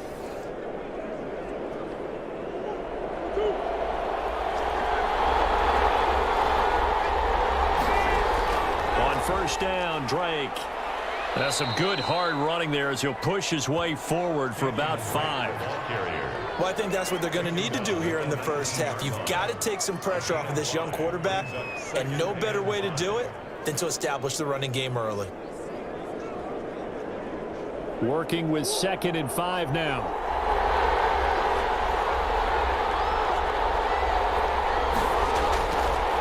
Shotgun now for Murray. He'll buy some time right. He'll try and run it. It's just a gain of a couple there on the scramble, and now it's third down. They brought the blitz that time, and I thought they were going to get to him, but instead he flipped it on its ear and ended up picking up positive yardage. I thought he was dead to rights, but you are exactly correct, sir. Able to turn that into a positive gain. It's been a 7-play opening drive, and this is 3rd and short. He can run for it, and he will. And he gets the first down yardage before he's brought down just outside the 10 at the 11. He has enough for the first down on the keeper, a gain of 6. And this is one of those plays that if you can use it to keep the chains moving, it's a good play. And not only that, it tends to tamp down the pass rushers because they have to recognize this play and stay at home. The quarterback uses it well. Read option, keeps it, and picks up a first down with some nice running.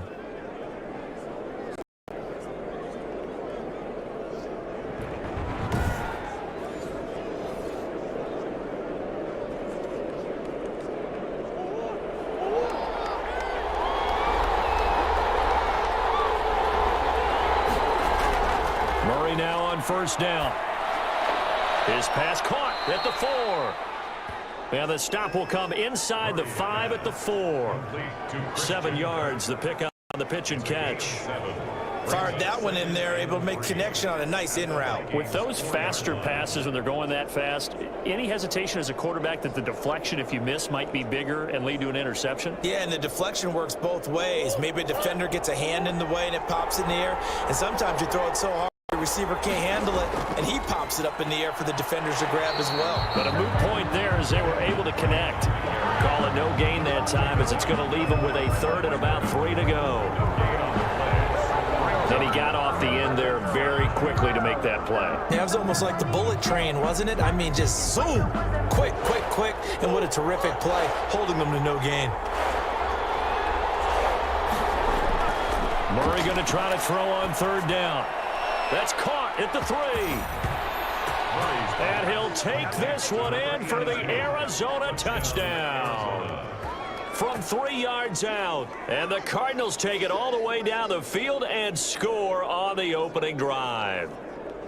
You get down near the goal line, this is where having a sure-handed tight end becomes a luxury, and it pays off big time, especially when the defense sells out against the run, and he finds himself open for an easy touchdown.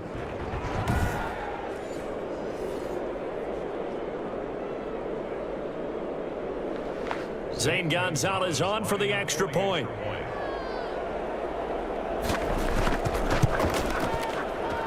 And the Cardinals will go up 7-0. A pretty long drive that time. 11 plays all told. And the Cardinals cap it with a touchdown.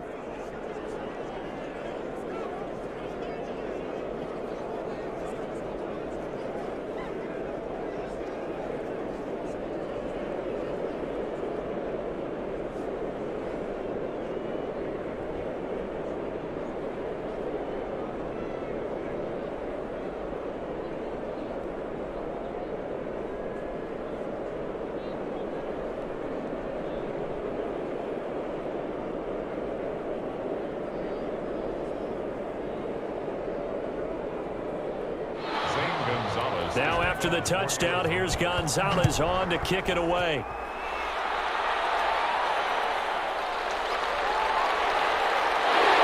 And he'll be tackled just shy of the 25. Under center for the Vikings, out comes the former Michigan State Spartan and longtime veteran Kirk Cousins. Leadership skills apparent early in his life, carried over not just in high school but in college, where he was a 3-time captain of the Michigan State Spartans, and learned the art of the comeback early in his career there, and actually capped off his career with a big comeback in a bowl game before going off to the NFL. Now the first carry for Dalvin Cook. 2 yards on the carry there. It'll be 2nd down. Well, it's time for them to be good teammates right here, and what I mean by that is possess the ball for a little while, get at least 2 first downs, give their defense a chance to settle down a little bit after they give up a touchdown.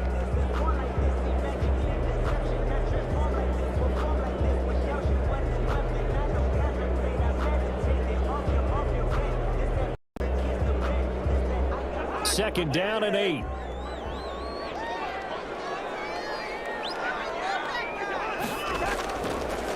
Working out of the gun, Cousins. And Rudolph has it, the tight end. And he's taken down, but able to slip across the 35. 11 yards there, first down. Now, Charles, what's the mindset here offensively? You gave up the touchdown pretty quickly. Would it have changed if you had gotten a stop and it would be 0-0 right now, or no? I wouldn't think so. I think in most cases, just down a touchdown, you know, I mean, we're getting started here. It should be a long way to go. You think to yourself, stick with the game plan, all the things you worked on in practice. But you have some teams that when they get down, their natural tendency is to aggressively strike back. And let's see if they want to get outside of the game plan we expect and try and be aggressive on their first series. That was well defense right there. He saw the play in front of him and able to hold the point of attack. Then he sheds him and goes and makes a tackle for a loss.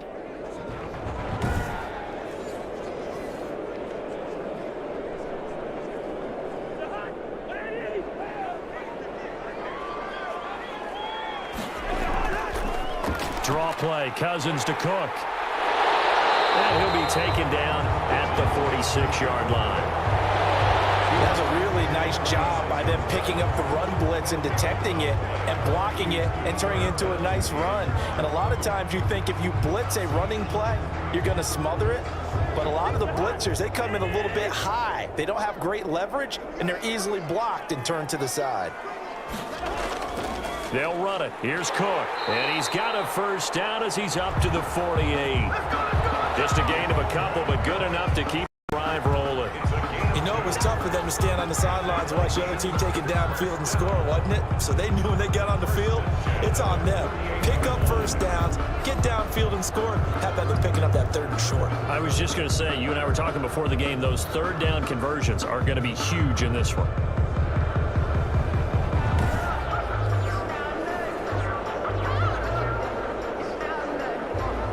Two first downs have them up near midfield now on 1st and 10.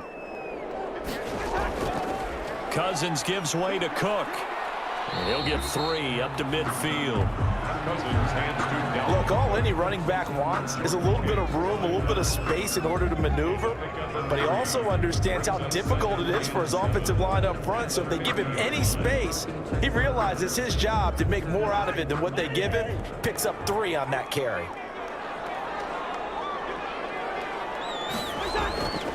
On 2nd down now, it's Cook. And he was able to shed the tackle, but the reserves come in for the stop. They had 3 yards on 1st down, just 1 yard there. He's definitely tough to get down. We just saw it right there. But how about what we did see? Pursuit, wrap up, and then the big finish with the tackle.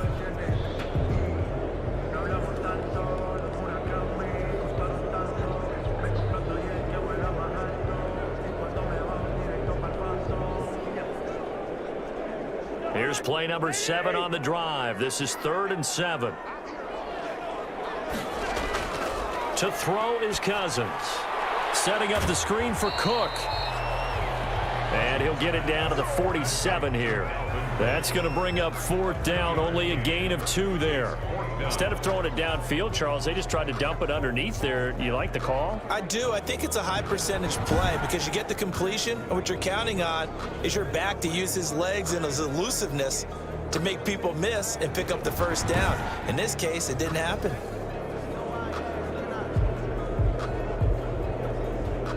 So on 4th down, Britton Colquitt on to punt.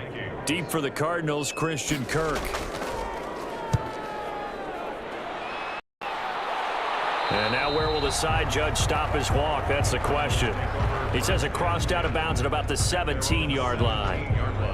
So the Cardinals offense back onto the field here for their 2nd drive of the game. They'll be looking to duplicate that first drive, the one that got them that 7-0 lead. Of course they would. And look, they're on the road. So getting the 7-0 lead was huge for them, right? Imagine getting up 2 touchdowns on the road, taking the crowd out of the game. It'd be ideal. And he's going to be taken down with a marker on the field.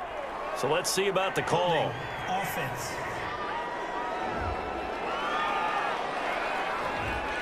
That hold coming from the middle of the line, the center. And it's difficult for him because sometimes you've got people right over you, and as soon as you snap it, trying to get your hands up and block them, you can be a little bit late getting it done. And space opens a bit as he gets it across the 15 to the 17-yard line. A good productive run there on 1st down. He winds up getting 8. Well, they're making an effort to get the ground game going tonight. So far, it's working. I like what we're seeing from the offensive line. They seem to have the leverage going, and they're controlling things and reestablishing the line of scrimmage, moving that defensive front backwards, but also like what the runner's giving us, too. It appears that he's been waiting all day long to get out here and take off. And he's going to be brought down on what will be the final play of this first quarter. After 7-0 on EA Sports.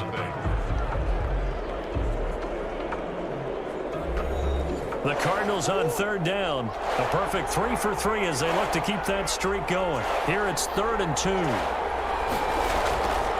From the gun, Murray. And that will be incomplete. That's an excellent job right there on 3rd down. Like any defense, you never want to let them get anything started, and that would have been a first down. Instead, you saw the contact on time, no penalty, and before this drive could get wings, it's 4th down.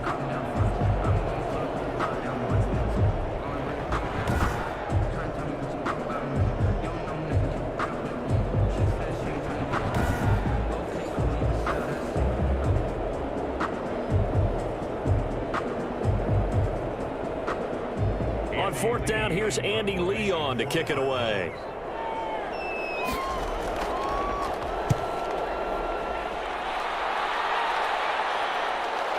Fielded at the 33. It's a 39-yard punt, 8 on the return, and the Vikings will take over here 1st and 10. The Vikings taking the field here for their second drive game and hoping to do better than they did their last possession when they punted the football. Appeal to the vanity of your offensive line. Tell them that they control your fate. Leverage guys. Win the line of scrimmage. If you do that, you start to win 1st down. You win 2nd down. And guess what? You start accumulating 1st downs, and that's what they need to not punt the ball again. And this one hauled in by Rudolph. 15 yards is the pickup there, and the drive starting very nicely. 1st down.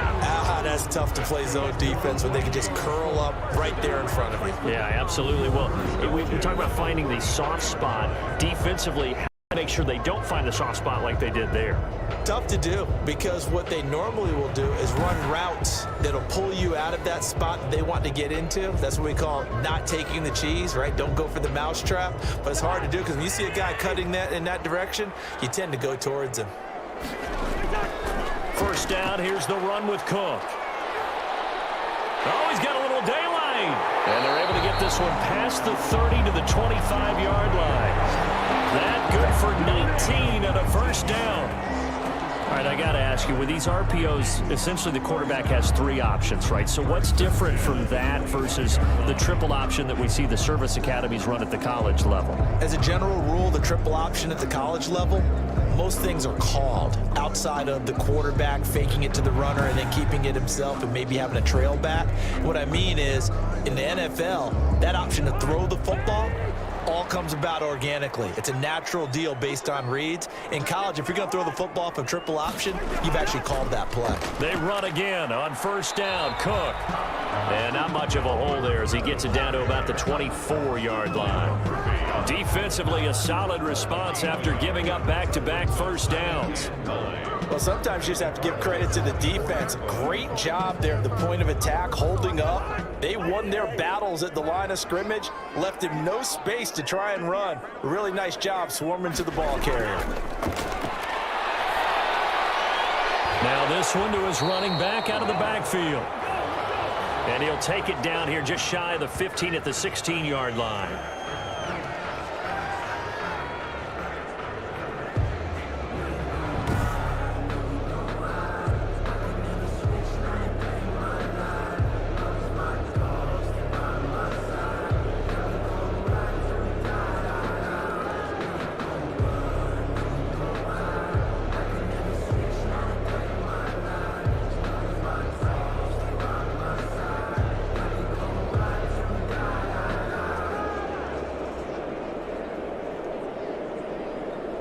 The last catch nearly got him a 1st, but it did not, and they'll try to convert on 3rd and inches.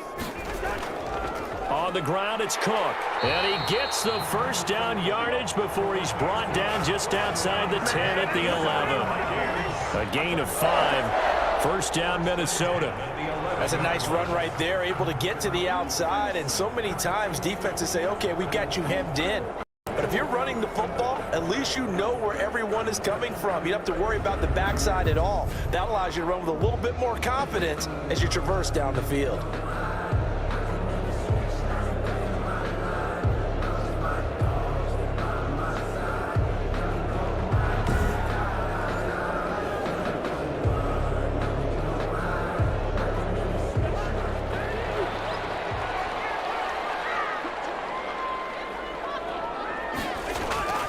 Cook. And a good physical run that time. He's going to wind up gaining 5 on that one. You know what really fires up offensive linemen? The guy that is carrying the ball behind them can create his own speed and break a tackle along the way. 2nd and 5.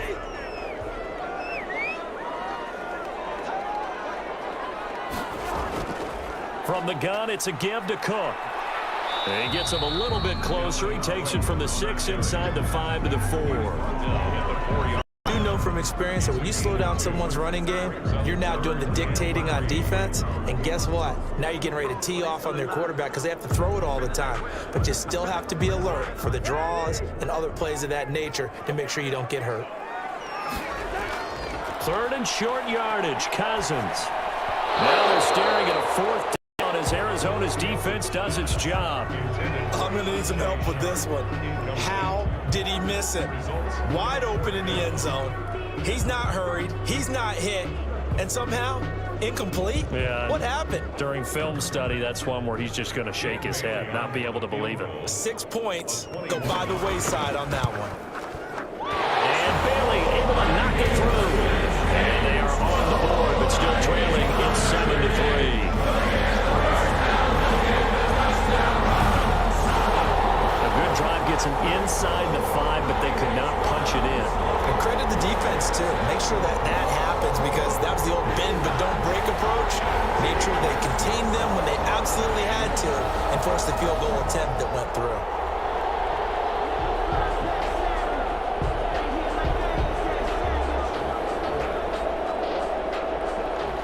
Now, after the field goal, Bailey will kick it away. On the return, Andy Isabella.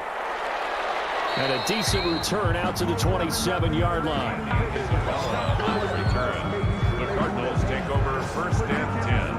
Arizona getting ready to go as they take the field. And on the last go-around, they really couldn't get anything going. They had to punt from deep inside their own territory, which means you're going to lose the field position battle as a general rule.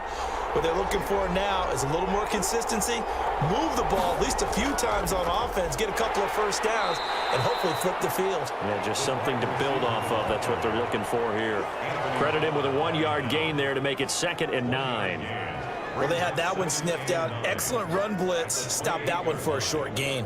What makes a good run blitz a good run blitz? The ability to stay on task, to follow up your assignment, go to the gap you're supposed to cover, and not be deterred by anything else. Here's 2nd and 9.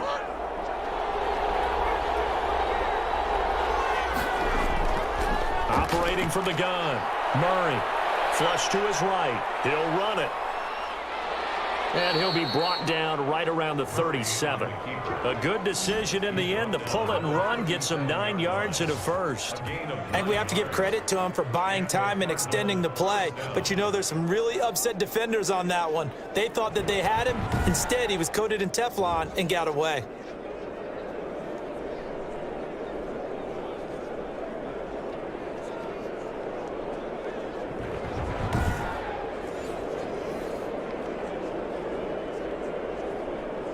Line of scrimmage, the 37 on 1st and 10. From the gun, Murray on the slant, complete to Hopkins. And he'll be taken down, but not before he works it past the 50. That goes for 14 yards, 1st down Cardinals. You can see the time and effort and thought that they've put into their passing game because it was evident right there. It looks like a simple pitch and catch, but you and I both know that they have planned for this and worked hard to make it happen. Stepping up, he'll try and run. The improv on the scramble there gets him 6, and it'll be 2nd down. Now, that was not a bad scramble there on 1st down. He didn't force it, nor did he throw it away. He was able to take off, and now he made it a very manageable 2nd and short.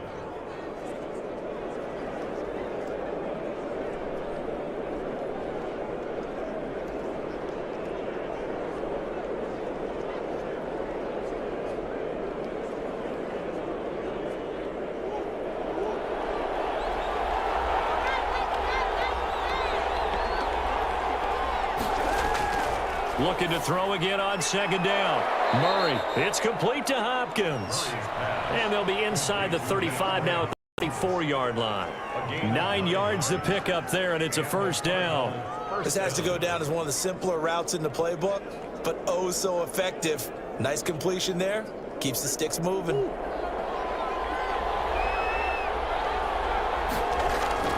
On 1st and 10, here's Murray. And he'll take it across midfield to the 46-yard line. Before we came up to the booth, last thing he said as we were walking off the field, want to play mistake-free football. Well, that just went out the window there with a pick. And do you remember what you said to me when we were walking up to the booth after he said that? You're like, oh, fatal last words. Every time we hear that, things tend to fall apart a little bit, and that's what we saw there. Didn't get enough on that throw, and it turned into an interception.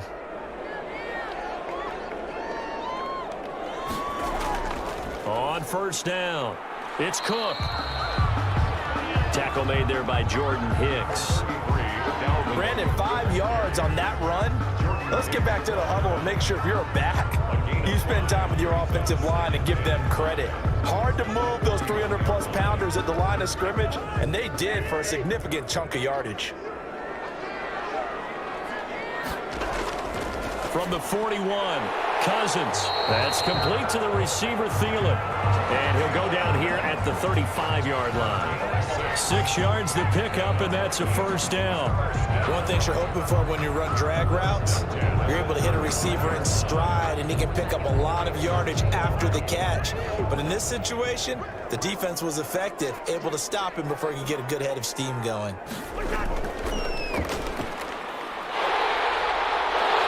And brought down, but not before they're inside the 25. 12 yards there, first down Vikings. I like watching the wide receiver screen because it's a real teamwork play. Because guess what? The guy catching the ball, he'll get all the credit. But how about the people up to block in front of him, either fellow receivers or offensive linemen? That makes that play a really nice timing play, and sometimes it can break big.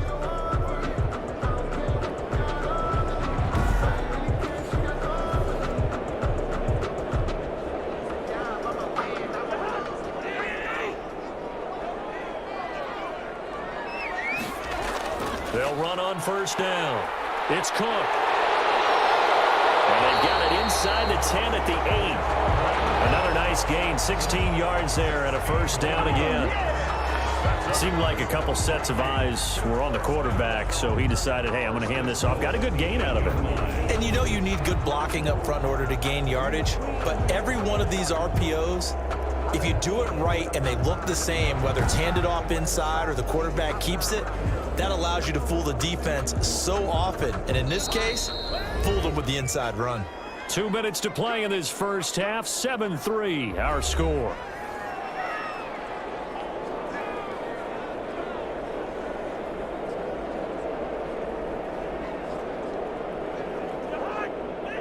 A reminder that when halftime rolls around, Jonathan Coachman will have all the highlights and analysis of this first half of play from our studios in Orlando. He's got his man. It's taken in for a Viking touchdown. Tajay Sharp there to make the grab. And the Vikings have taken the lead. It's never fun for a defense to run on the field knowing that they're having to defend a short field. Just the idea of trying to limit an offense in that position, daunting for a defense.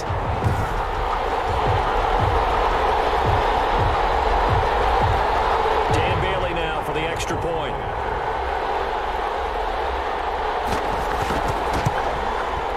And it's through, and that makes the lead 10-7.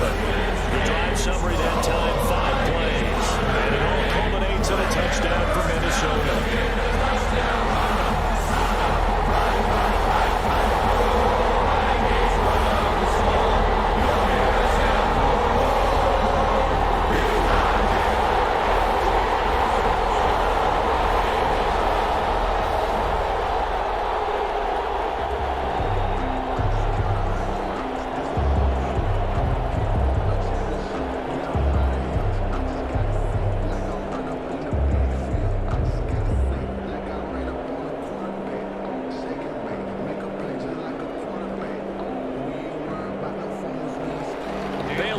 Kick it away after the touchdown. On the return, Isabella. And he's up across the 25 and down at the 28. The Cardinals take over first and 10 at their own 28-yard line. Now out comes their leader and the captain of this offense back onto the field. He's had a solid start to this game, but bottom line is they're losing, so he doesn't care about his stats. He just wants to right the ship on the scoreboard. He wants to actually increase his stats because he feels like if he does, that means things will get better for his team, maybe get him back into the ball game or into the lead. In these situations, I remember playing with a quarterback once where he actually ran out onto the field first ahead of everyone else just to say, guys, let's go. Try and create that energy, create that spark. Well, so far he has 1 touchdown, 1 interception. He'll be looking for that 2nd touchdown now.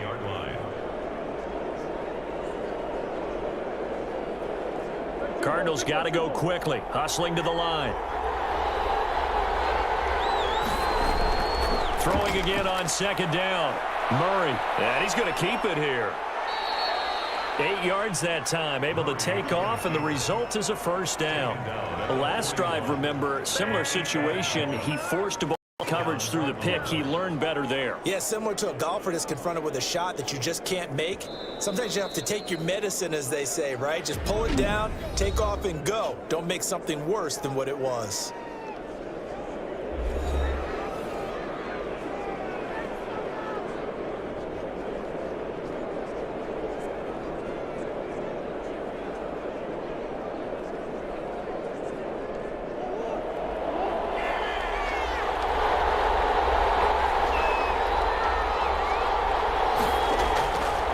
Now on 1st down. And an incomplete pass. That'll stop the clock here with just under a minute to play in half number 1. You can tell they wanted to get that ball downfield, but they had nothing working in the secondary, so he dropped it off to the running back.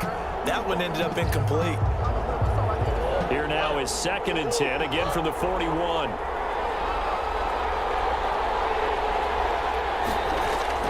Throwing again. Murray. That's going to be caught by Kirk. And taking it across midfield and just shy of the 40. Now the Cards going to call another timeout, their 2nd, as they get the stoppage with a little over 50 seconds to go in the 1st half.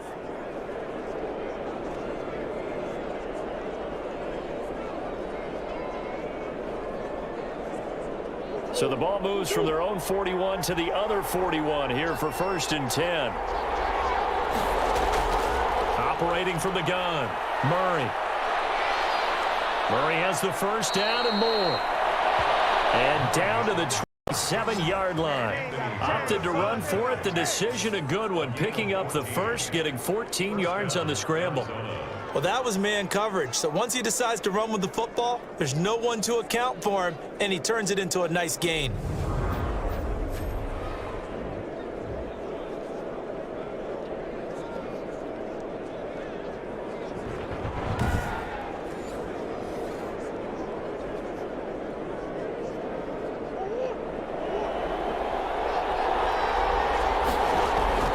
Throwing on 1st down is Murray. And his throw's going to be incomplete. Christian Kirk, the man he was looking for. That'll bring up 2nd down.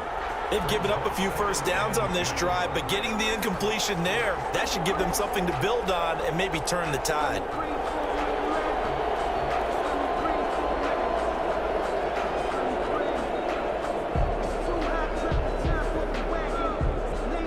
So now 2nd and 10 after the incompletion on 1st down. To throw again, Murray. The improv act there, good for 9, and now they'll be looking at a 3rd and short, 3rd and 1. The Cardinals forced to burn their 3rd and final timeout as they stop it with 16 seconds to go in half number 1.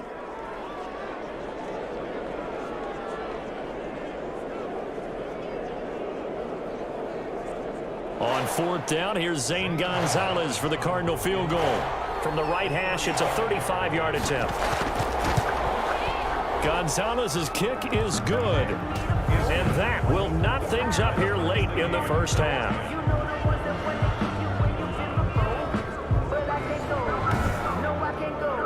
Maybe a nice psychological boost there just to get back to even with that field goal as we head towards half. Coaching 101 always says at halftime, play it like it's 0-0 on the scoreboard. Well, in this case, it's level, right? Same score each side. Just start over. Now you get the 2nd half to play.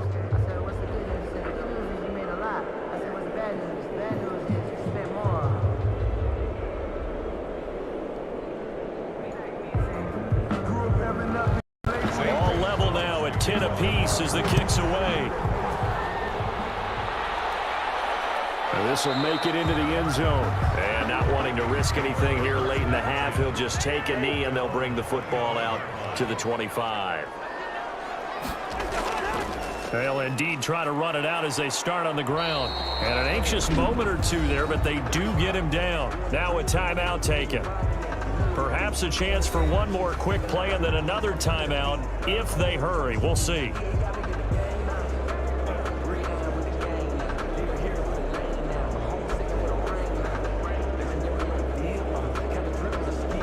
Ball up to the 35 now as they come up on 1st and 10. Cousins to throw it. To Jefferson on the slant. And he'll be taken down, but not before he gets into enemy territory.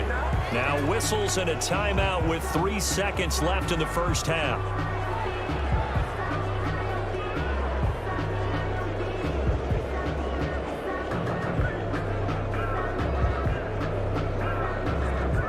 Back-to-back good plays have them on the move on 1st down.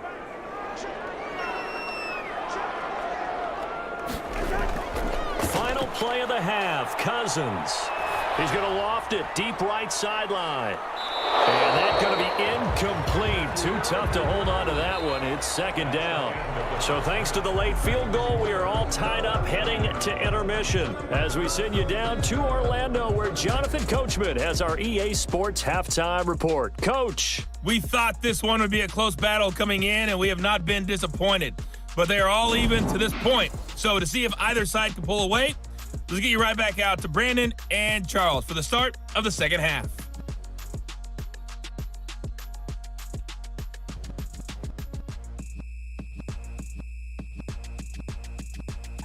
All right, Coach, thank you, and we welcome everyone back for quarter number 3.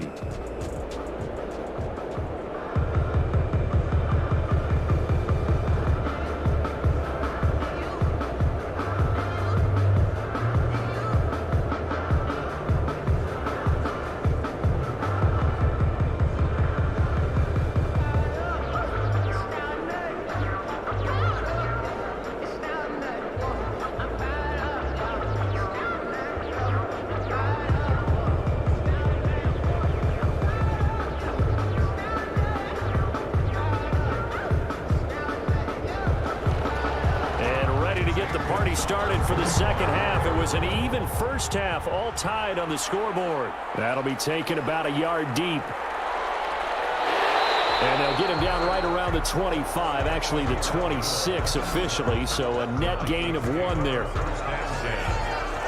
Out come the Vikings. They'll have it first on offense as we begin the 3rd. They have a chance to break our tie here as we get a look at the first drive of quarter 3.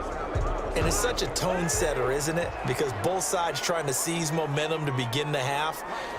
What do they have dialed up that'll give them an advantage to move the ball downfield? Let's find out what they have dialed up. 2 yards on the pickup there. It'll be 2nd and 8. Well, any lane that might have been open there was closed pretty quickly, and that was because the defensive front, they won that battle at the point of attack at the line of scrimmage. They used great leverage, held their spot, and stacked him up. Got it here at the 29 on 2nd and 8. Again, it's Cook. And he'll slip his way up across the 30 to the 32. So many times we look at a short run and we praise the offense for trying to set the tempo and establish things, but the defensive guys, hey, they just won the battle there. It wasn't a big run given up. They don't always have to absorb the body blows. Sometimes they dish them out themselves.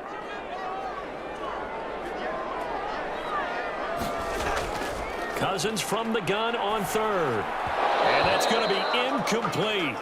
The coverage too good there. The contact popped the ball free, and it's 4th down.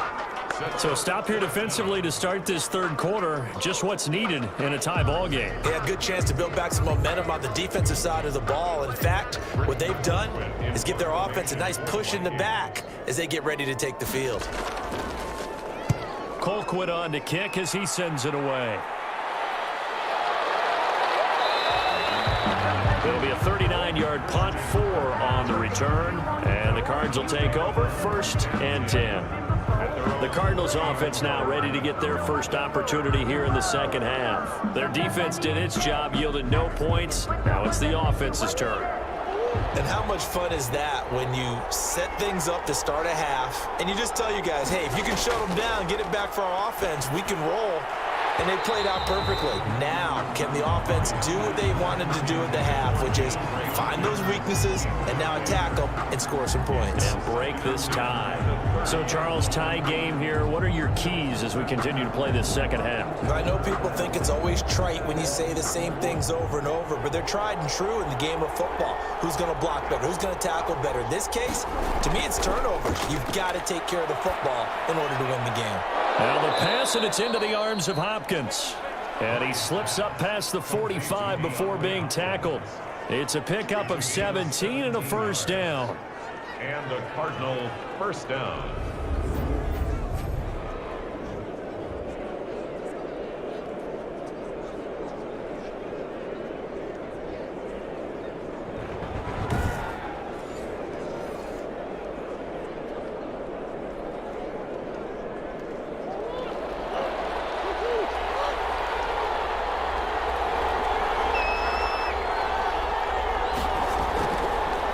First down. It's Drake.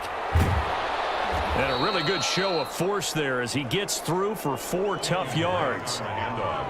End result of that one, a nice 4-yard gain, so you can use that to set up your play-action game, or you can come right back and continue to run the football because as an offensive play caller, you're on schedule and feeling pretty good about your next couple of calls.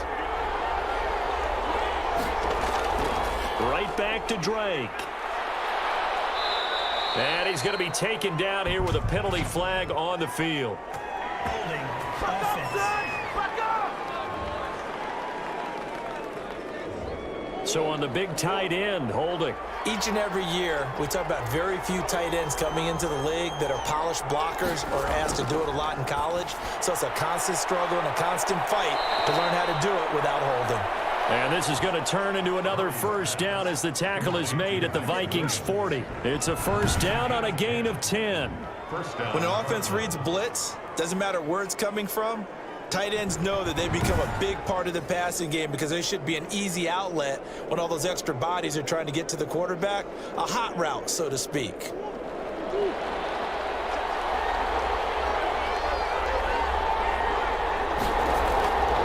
They'll run on first down. Drake. And they're going to be set up down around the 15-yard line. 25 yards the pickup there, and also a first down.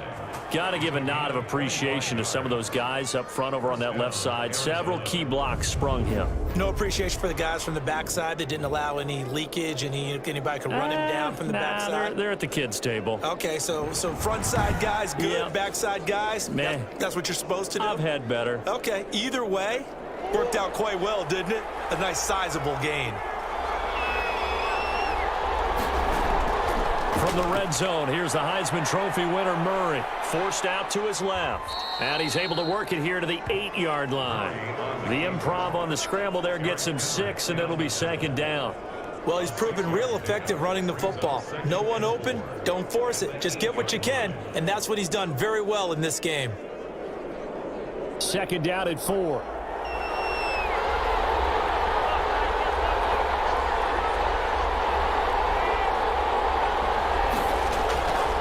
From the gun, Murray, and it's caught. And he's able to get it down to the 2-yard line. 6 yards on the pickup, and it leaves him with a first and goal. He decided to run a hitch route. It really helps to have a guy who can turn it loose. And, boy, he rifled one in there on that one. Not much run after catch, but it worked really well. It looks like a jumbo set with 3 tight ends here for first and goal. Throwing now is Murray. Murray has it knocked loose. Fumble. And this belongs to the Vikings. And at this stage in the game, sure, you wanted the touchdown. You're already in the red zone, but boy, you wanted a chance to at least get the field goal there, so no points out of this, and we stay tied. Very disappointed team. No one more disappointed than the kicker, who thought he had a chance to be the hero of the day. All they had to do is trot him out on the field. They didn't even give him the opportunity.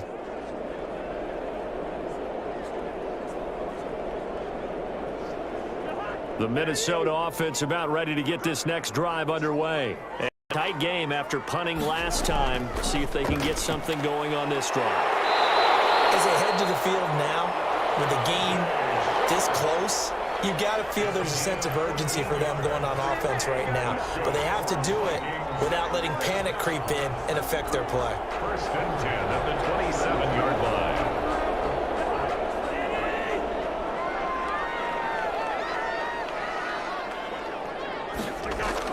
They run with Cook. He's been busy tonight. He'll have a first down past the 40 as he'll get this one up to the 44-yard line. A good gain again. That's now 31 yards combined on those last two plays. Well, that last run makes this a 100-yard night. I've loved the way he's hit the holes. He's been quick, he's been decisive, and he's been a whole lot of fun to watch.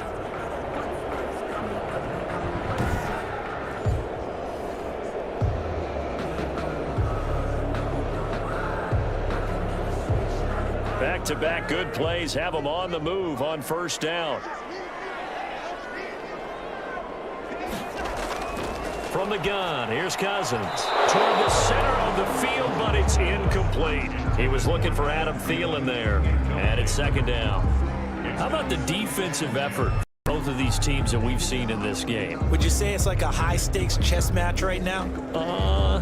Chess is one way to go. Yeah, I like it. Okay, the only reason I say that, you feel like they're contemplating their moves before actually making one, and none of them being done very confidently. Truth be told, I've never played chess, and I know that I'm not smart enough to play chess. Guys like you with your IQ, you can pull that off. Cousins throw complete to Thielen. That helps the completion percentage, but not much else, and now it's 3rd and 10. Pass complete, but no gain. No yards. Yeah. So you file that as unsuccessful. Yeah, you do, don't you? Except on the stats, throwing the ball. Get a completion. You get a catch. Yeah. But still, no yardage. Okay.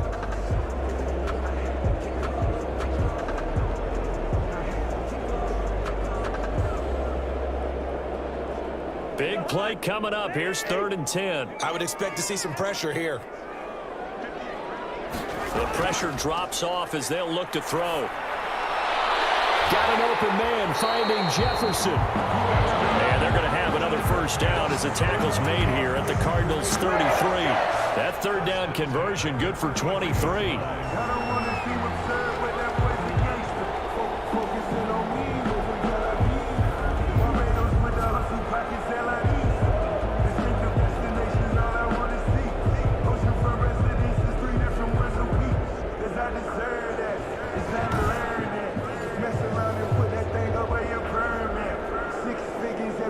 So they'll come up 1st and 10 now from the 33.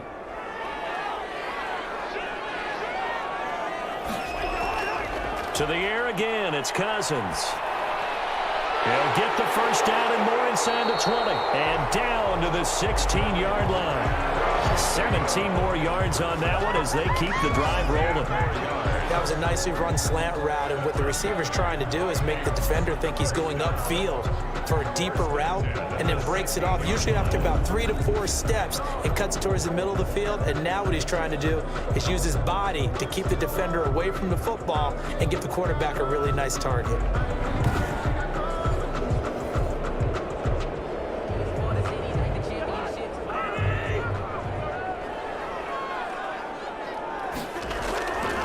From the red zone now, Cousins. And this is Cook with a grab. And he'll be out of bounds about a half to a full yard shy of the 5. They get 10 more there, and I believe that'll be enough for another first down. It will. Well, they certainly had success throughout this contest, getting him the ball in the passing game, and there he picks up another first down. Whatever they saw going into this one, they've been able to capitalize on it, and no adjustment has been made to take it away. They'll run with Cook. And they give him 5 that time as they draw a bit closer here for a 2nd and goal.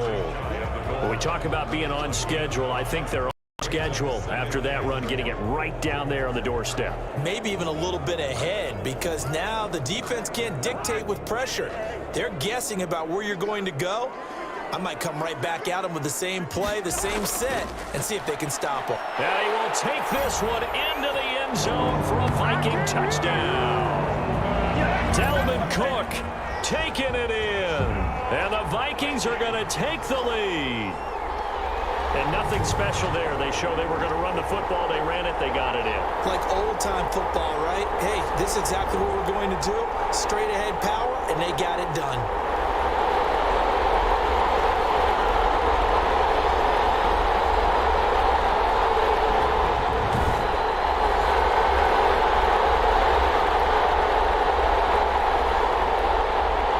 Here's Bailey now for the extra point.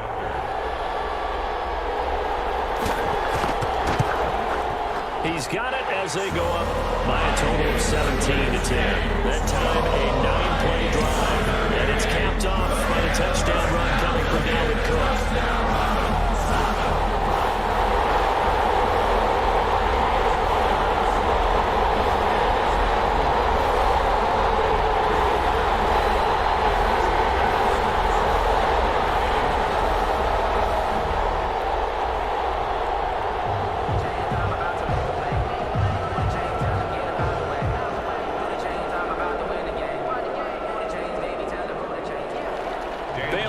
Kick it away after the touchdown.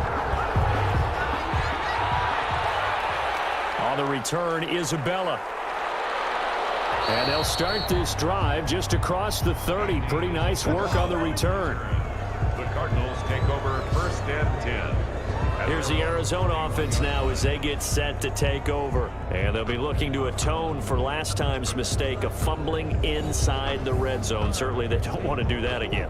And so much emphasis placed on red zone offense. I mean, you have periods devoted in practice just for that because everyone knows how vital it is to put points on the board when you've entered that part of the field. And to come away with nothing, that's difficult for a team to handle. And difficult, and now we'll see if they can make it less difficult on themselves on this drive. First play of the drive going for 14 and also going for a first down.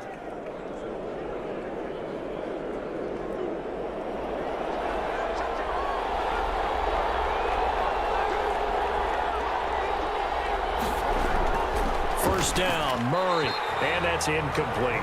You know, despite the scoreline, I think they've got to like where they are here. They're on the road and just one big play away from getting right back in this game. I'm going to follow right along with you because the spot they're in now is a credit to their defense. They've kept them in it by making the plays that they've made, and that just means you're one big score away from being right back there. Now the question is, can this offense step up and make that play? Because that's been an issue for them in this game. They'll set up the screen to Drake. And the play goes nowhere. Losing yardage back near the 40 at the 39. Now that screen there on second down certainly didn't develop how they had hoped. Is that one they should have even tried, or is that one the quarterback sticks in his pocket? I think the latter. I like what you said there, because trying it is one thing. We can second guess just about every call. But in this case, when you realize it is broken down, just throw it at the feet of your intended receiver so that no one can pick it off, right? You don't have the ball tipped up in the air, and you come back and try and pick up the first down on third down. That way you don't lose any yardage. Murray with a 3rd and long. Being chased out left. And he takes this one down almost all the way to the 30. Boy, a nice play there as they wind up converting on 3rd and 15. 3rd and long, dare we say 3rd and a mile. Pass rushers in sprinter stances, they know they've got a chance to get after him on this play. And somehow he finds a way past them, gets away and takes off and picks up a first down. Can you believe it? Wow.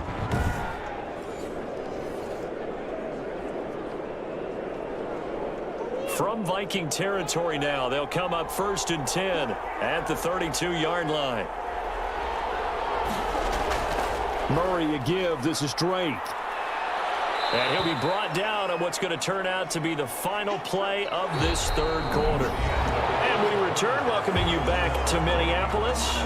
It's Cardinal football, but they trail here as we get set to bring you the 4th and final quarter. 6 yards left on 2nd down. Shotgun now from Murray. Flushed out right. He's going to take off with it. And this is going to turn into another first down as the tackle is made at the Vikings 14. Opted to run for it. The decision a good one. Picking up the first, getting 14 yards on the scramble. All right, partner, I'm a defender, but I've got to express my admiration there.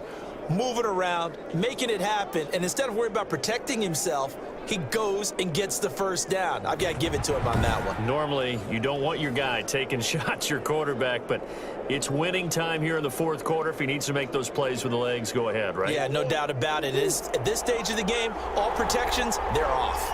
The drive continues as they search for a tying touchdown. Here's 1st and 10. And he'll be taken down here at about the 11. Making the stop there, Daniil Hunter. That's a good play by the guys on the defensive side of the ball. Held him to a gain of 2. And that changes the playbook a little bit now for the guy calling plays. 2nd and 8. Now he's got to probably think about going to the air instead of maybe staying with the ground game. Throwing on 2nd and 8. Murray. They'll wind up with positive yardage. It's a gain of 3. But now it's 3rd down. So many times we talk about having good eye discipline when you're playing defense, making sure your eyes are in the proper place on a given play. Looks like that discipline came to the front there, didn't it? They were able to hold him for a short gain when he took off running.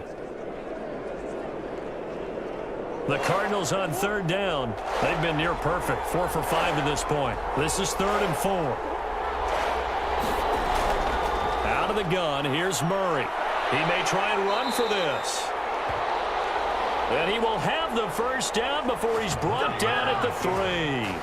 5 yards on the scramble, and that's enough to pick up the first.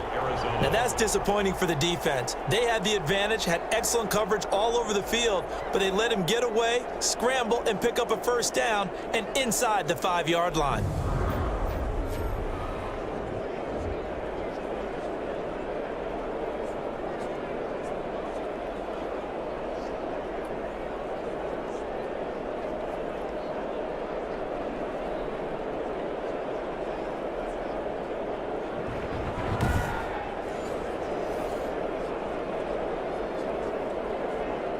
They'll come out in the pistol. A looming decision to make on the conversion, down 7, but first things first, they need to score as they come up on 1st and goal. They'll try and pound it in with Drake. And this one will wind up with him losing yardage back to the 4-yard line. It'll be a loss of a yard, and that'll make it 2nd and goal. Well, I have to think that the wheels are really spinning in their play caller's mind now. That little setback there on 1st down. They'll have 3 more shots if that's what it takes, because they've got to take field goals out of their thought process. They need a touchdown and a conversion to tie this game. What play calls does he have on that sheet? From back at the 4, here's 2nd and goal. And now Murray's going to set up to throw. Out to his left. Touchdown, Arizona. Murray from the keeper. Touchdown, Arizona. The quarterback run has eaten him up all game long, and there he goes again, this time into the end zone. And what I like about what I'm seeing, absolutely running almost with impunity. He's not worried about his body. He's not worried about sliding. He's not worried about protecting himself. He's worried about getting yardage. If you're on the defensive side of the ball, you've got to start figuring out what these blocking schemes are and finding ways to defeat them.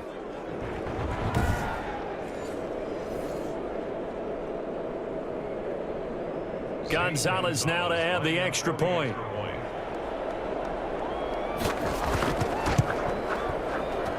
And no sweat, he puts it through, and we are tied here in the 4th. So that one a long 11-play drive. And the play that polished it off was the touchdown run by Kyler Murray.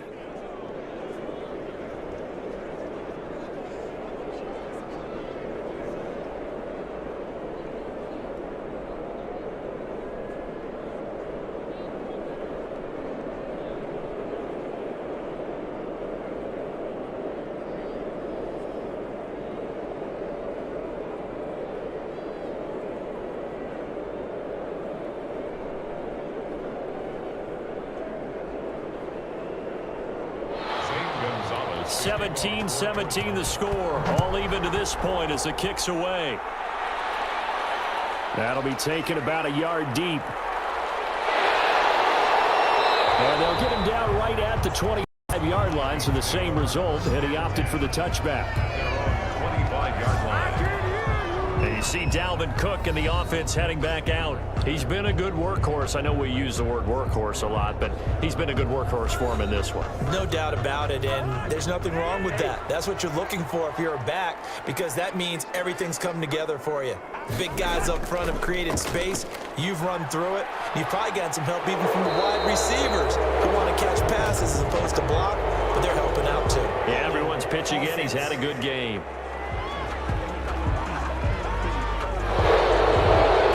Holding from that left tackle position. Everyone tries to keep their hands inside when they're blocking ever since they liberalized the rules where you can extend them out. But sometimes they get out a little wide and they get detected grabbing some cloth. And incomplete, a drop there in the middle third of the field. That'll bring up second down. No, I can't go. Whoa. Sometimes I need a check. Not the sneakers, but the ones that make you watch your step.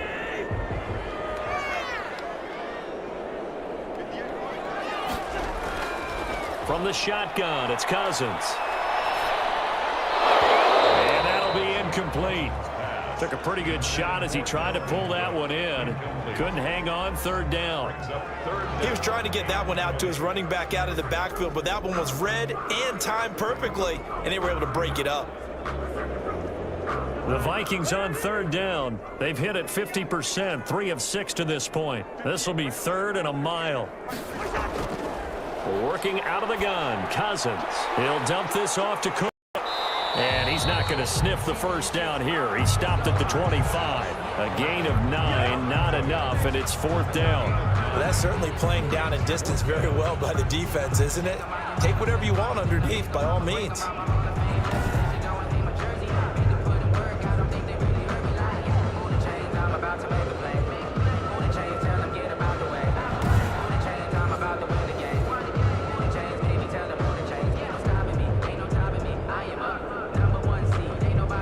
Here's Britton Colquitt now as he's on to punt for Minnesota.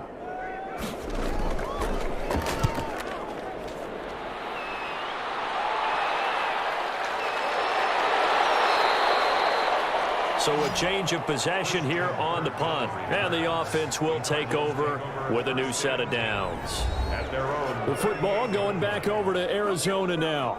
Excellent job by their defense to force the punt and provide them with this opportunity, all tied in the fourth quarter. So here's a 1st and 10 at the 38.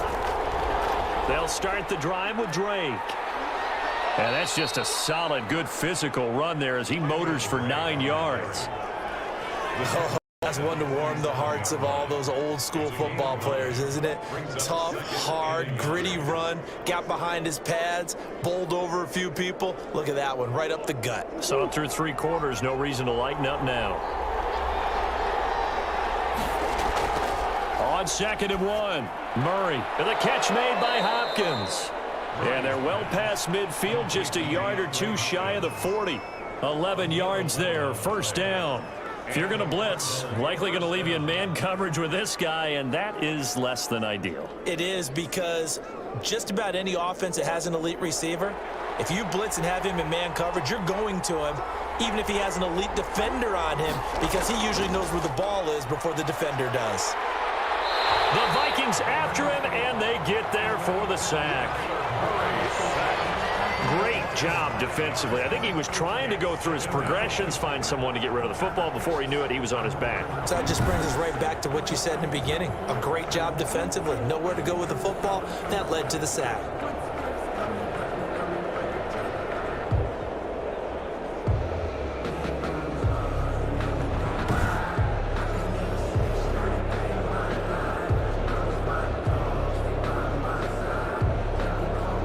Still 15 yards to go, second down. From the gun, Murray. That's complete to Edmonds, his running back. Call it a pickup of 7, and that'll make it third down. Oh, I came to my feet on that one. I thought he was getting close to breaking that one big, but in the end, give some credit to the defense, finding a way to get to him and forcing a third down. The Cardinals on third down. They have been superb. 5 for 6 to this point. This is 3rd and 8. Operating from the gun, Murray. And he's got the completion to Hopkins. And this is going to turn into another first down as the tackle is made at the Vikings' 25-yard line. Tell you what, he's been able to put the ball in some tight spots all game long. That throw, no different. Yeah, a lot of people would call it a gutsy type of a throw. I think he looks at it as, I can do it, so it's not that big of a deal to me, and I'm going to keep firing.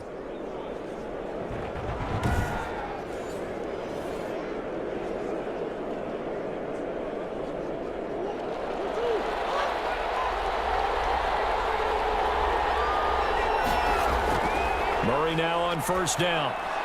And he takes it down to the 10-yard line. 15 more there, and they're on a roll. It's another first down.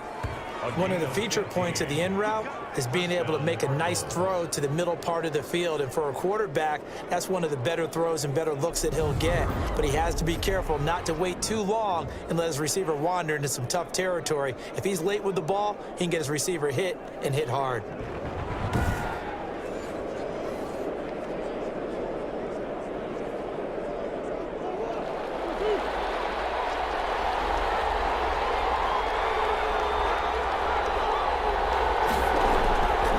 First and 10, here's Murray. This will be caught at about the 5.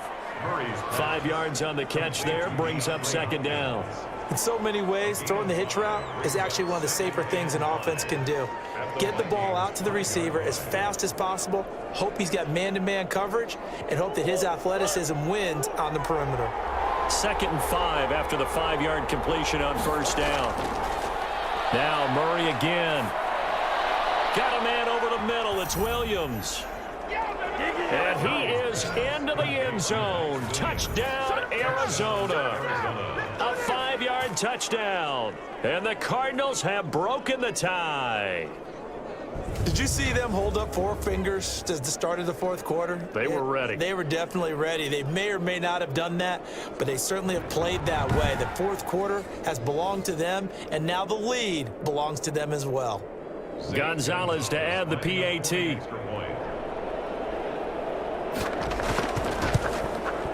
And they will take a 7-point lead now. So that drive goes 8 plays. And it winds up in a touchdown for Arizona.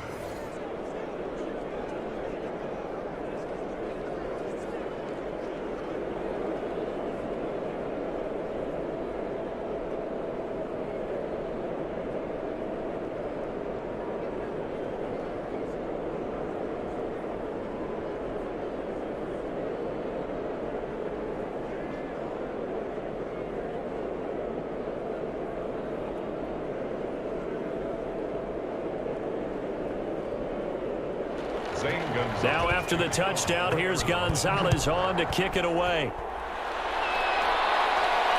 And this carries into the end zone. And Abdullah will not try to bring it out.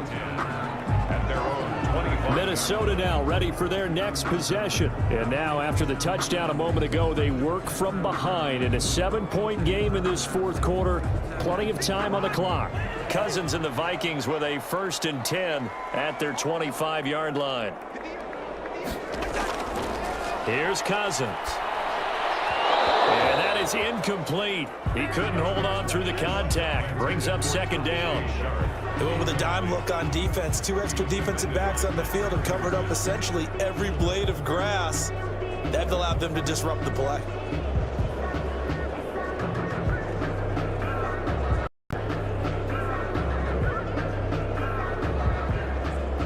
An incomplete pass leads 2nd and 10 from the 25. His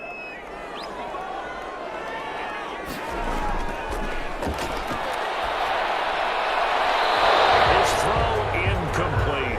Dalvin Cook is running back the intended target. And that takes us from 2nd to 3rd down. Certainly appeared to take away his first read, and by the time he tried to look elsewhere and find an open target, coverage was too good. That one falls incomplete. Possibly a turning point. Big play coming. This is 3rd and long. Throwing, Cousins. And that's going to be incomplete. The contact there enough to jar that ball free, and it brings up 4th down.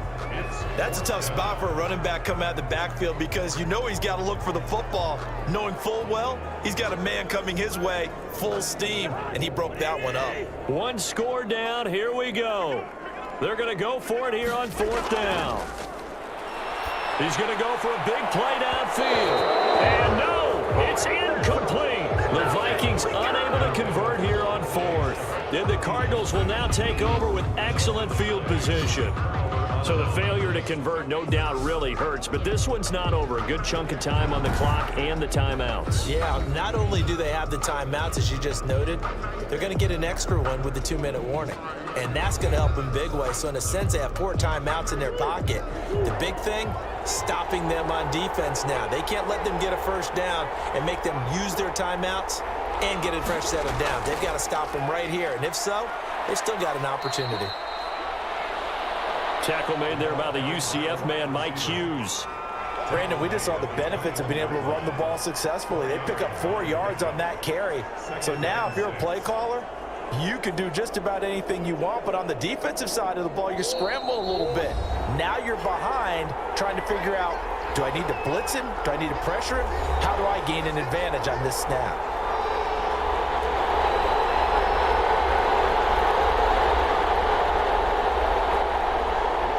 So the Cardinals, they've got the football here as we get you reset. And let's see what they've come up with offensively after having time to talk it over. On 2nd down, it's Drake. And he'll be taken down at the 20 after a gain of just 1. And now right out of the 2-minute break, we'll get a timeout used defensively with 1:56 to go.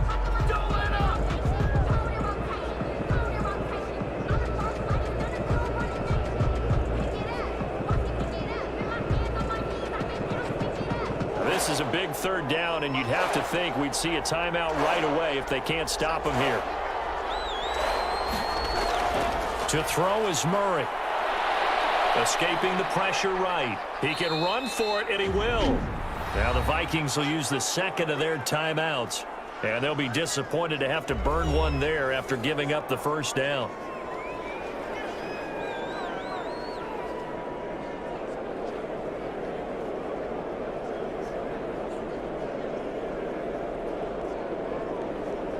Not totally home free yet, but it's looking good as they come up 1st and 10. They'll try and run some clock here as they keep it on the ground. And they corral him just a couple yards shy of the end zone. The Vikings going to use their 3rd and final timeout as they'll head to the sideline and talk over what to do next.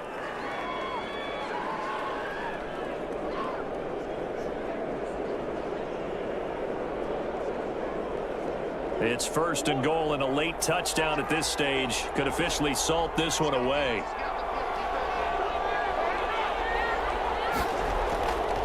On 1st and goal, Drake. And after the good gain last play, this time they say, as he's going to be stopped behind the line of scrimmage.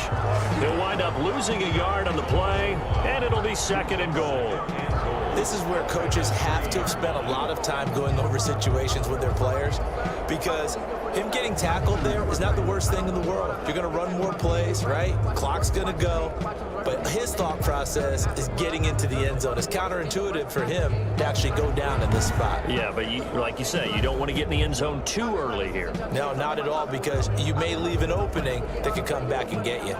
So they're backed up to the 3-yard line, 2nd and goal.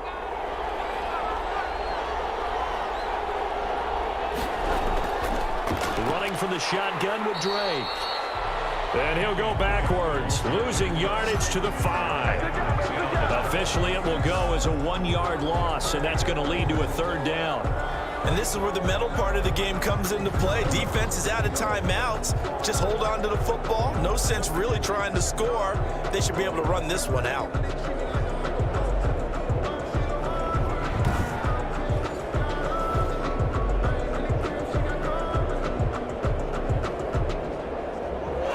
Reverse the trend. The last 2 plays have gone backwards. Now it's 3rd and goal. Down to a knee goes Murray, as that will just about wrap this thing up. Partner, they took a knee to finish this one off. To me, that's the only thing they lost in the fourth quarter. How about that comeback? Yeah, trailed coming into the last frame. Got it done, taking the knee. So on fourth down, out trots the kicker in a big spot here. This to make it a two-score game. A great come-from-behind victory in this, Charles, and really the difference, obviously, was that fourth quarter. They dominated. And it has to start with believing that you can make that comeback. Because we've been in games before. We've done games where you just look at one team and realize they have no chance of making it back. Not in the one we just saw here. They did it, and they did it well.